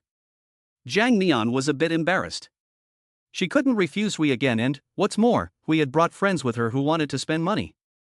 She hesitated for a moment, looking at Chen Mu, who was in a good mood, and said, "I'm getting ready to go out now, so I'll get it ready for you first." After hanging up the phone, she looked apologetic and said to Chen Mu, "Amu, I'm going to the store now, and I'll take you to the hospital in the afternoon." Chen Mu immediately beamed with joy. "Yes." Sister Hui brought two friends. Zhang Mian pushed the good and expensive products to the two wives again, and Sister Hui exaggerated Zhang Mian's skills and products while flattering her, so the two wives happily spent more than 5,000 yuan and kept praising Zhang Mian's skills as really good. A woman surnamed Song asked, "What about getting a card here?" We always says that your place is good, and after this experience, it really is quite good, I'll get one too." "Get a card?" Jiang Mian and Ah Hui exchanged glances, then replied a little embarrassed, I'm sorry, Sister Song, we don't do cards here, but you can leave the products in the store, and next time you come, you can send me a message or give me a call, I'll leave you some time. No cards? The two ladies were surprised. Nowadays, there are still beauty salons that don't issue cards? You're a bit too honest in your business, huh?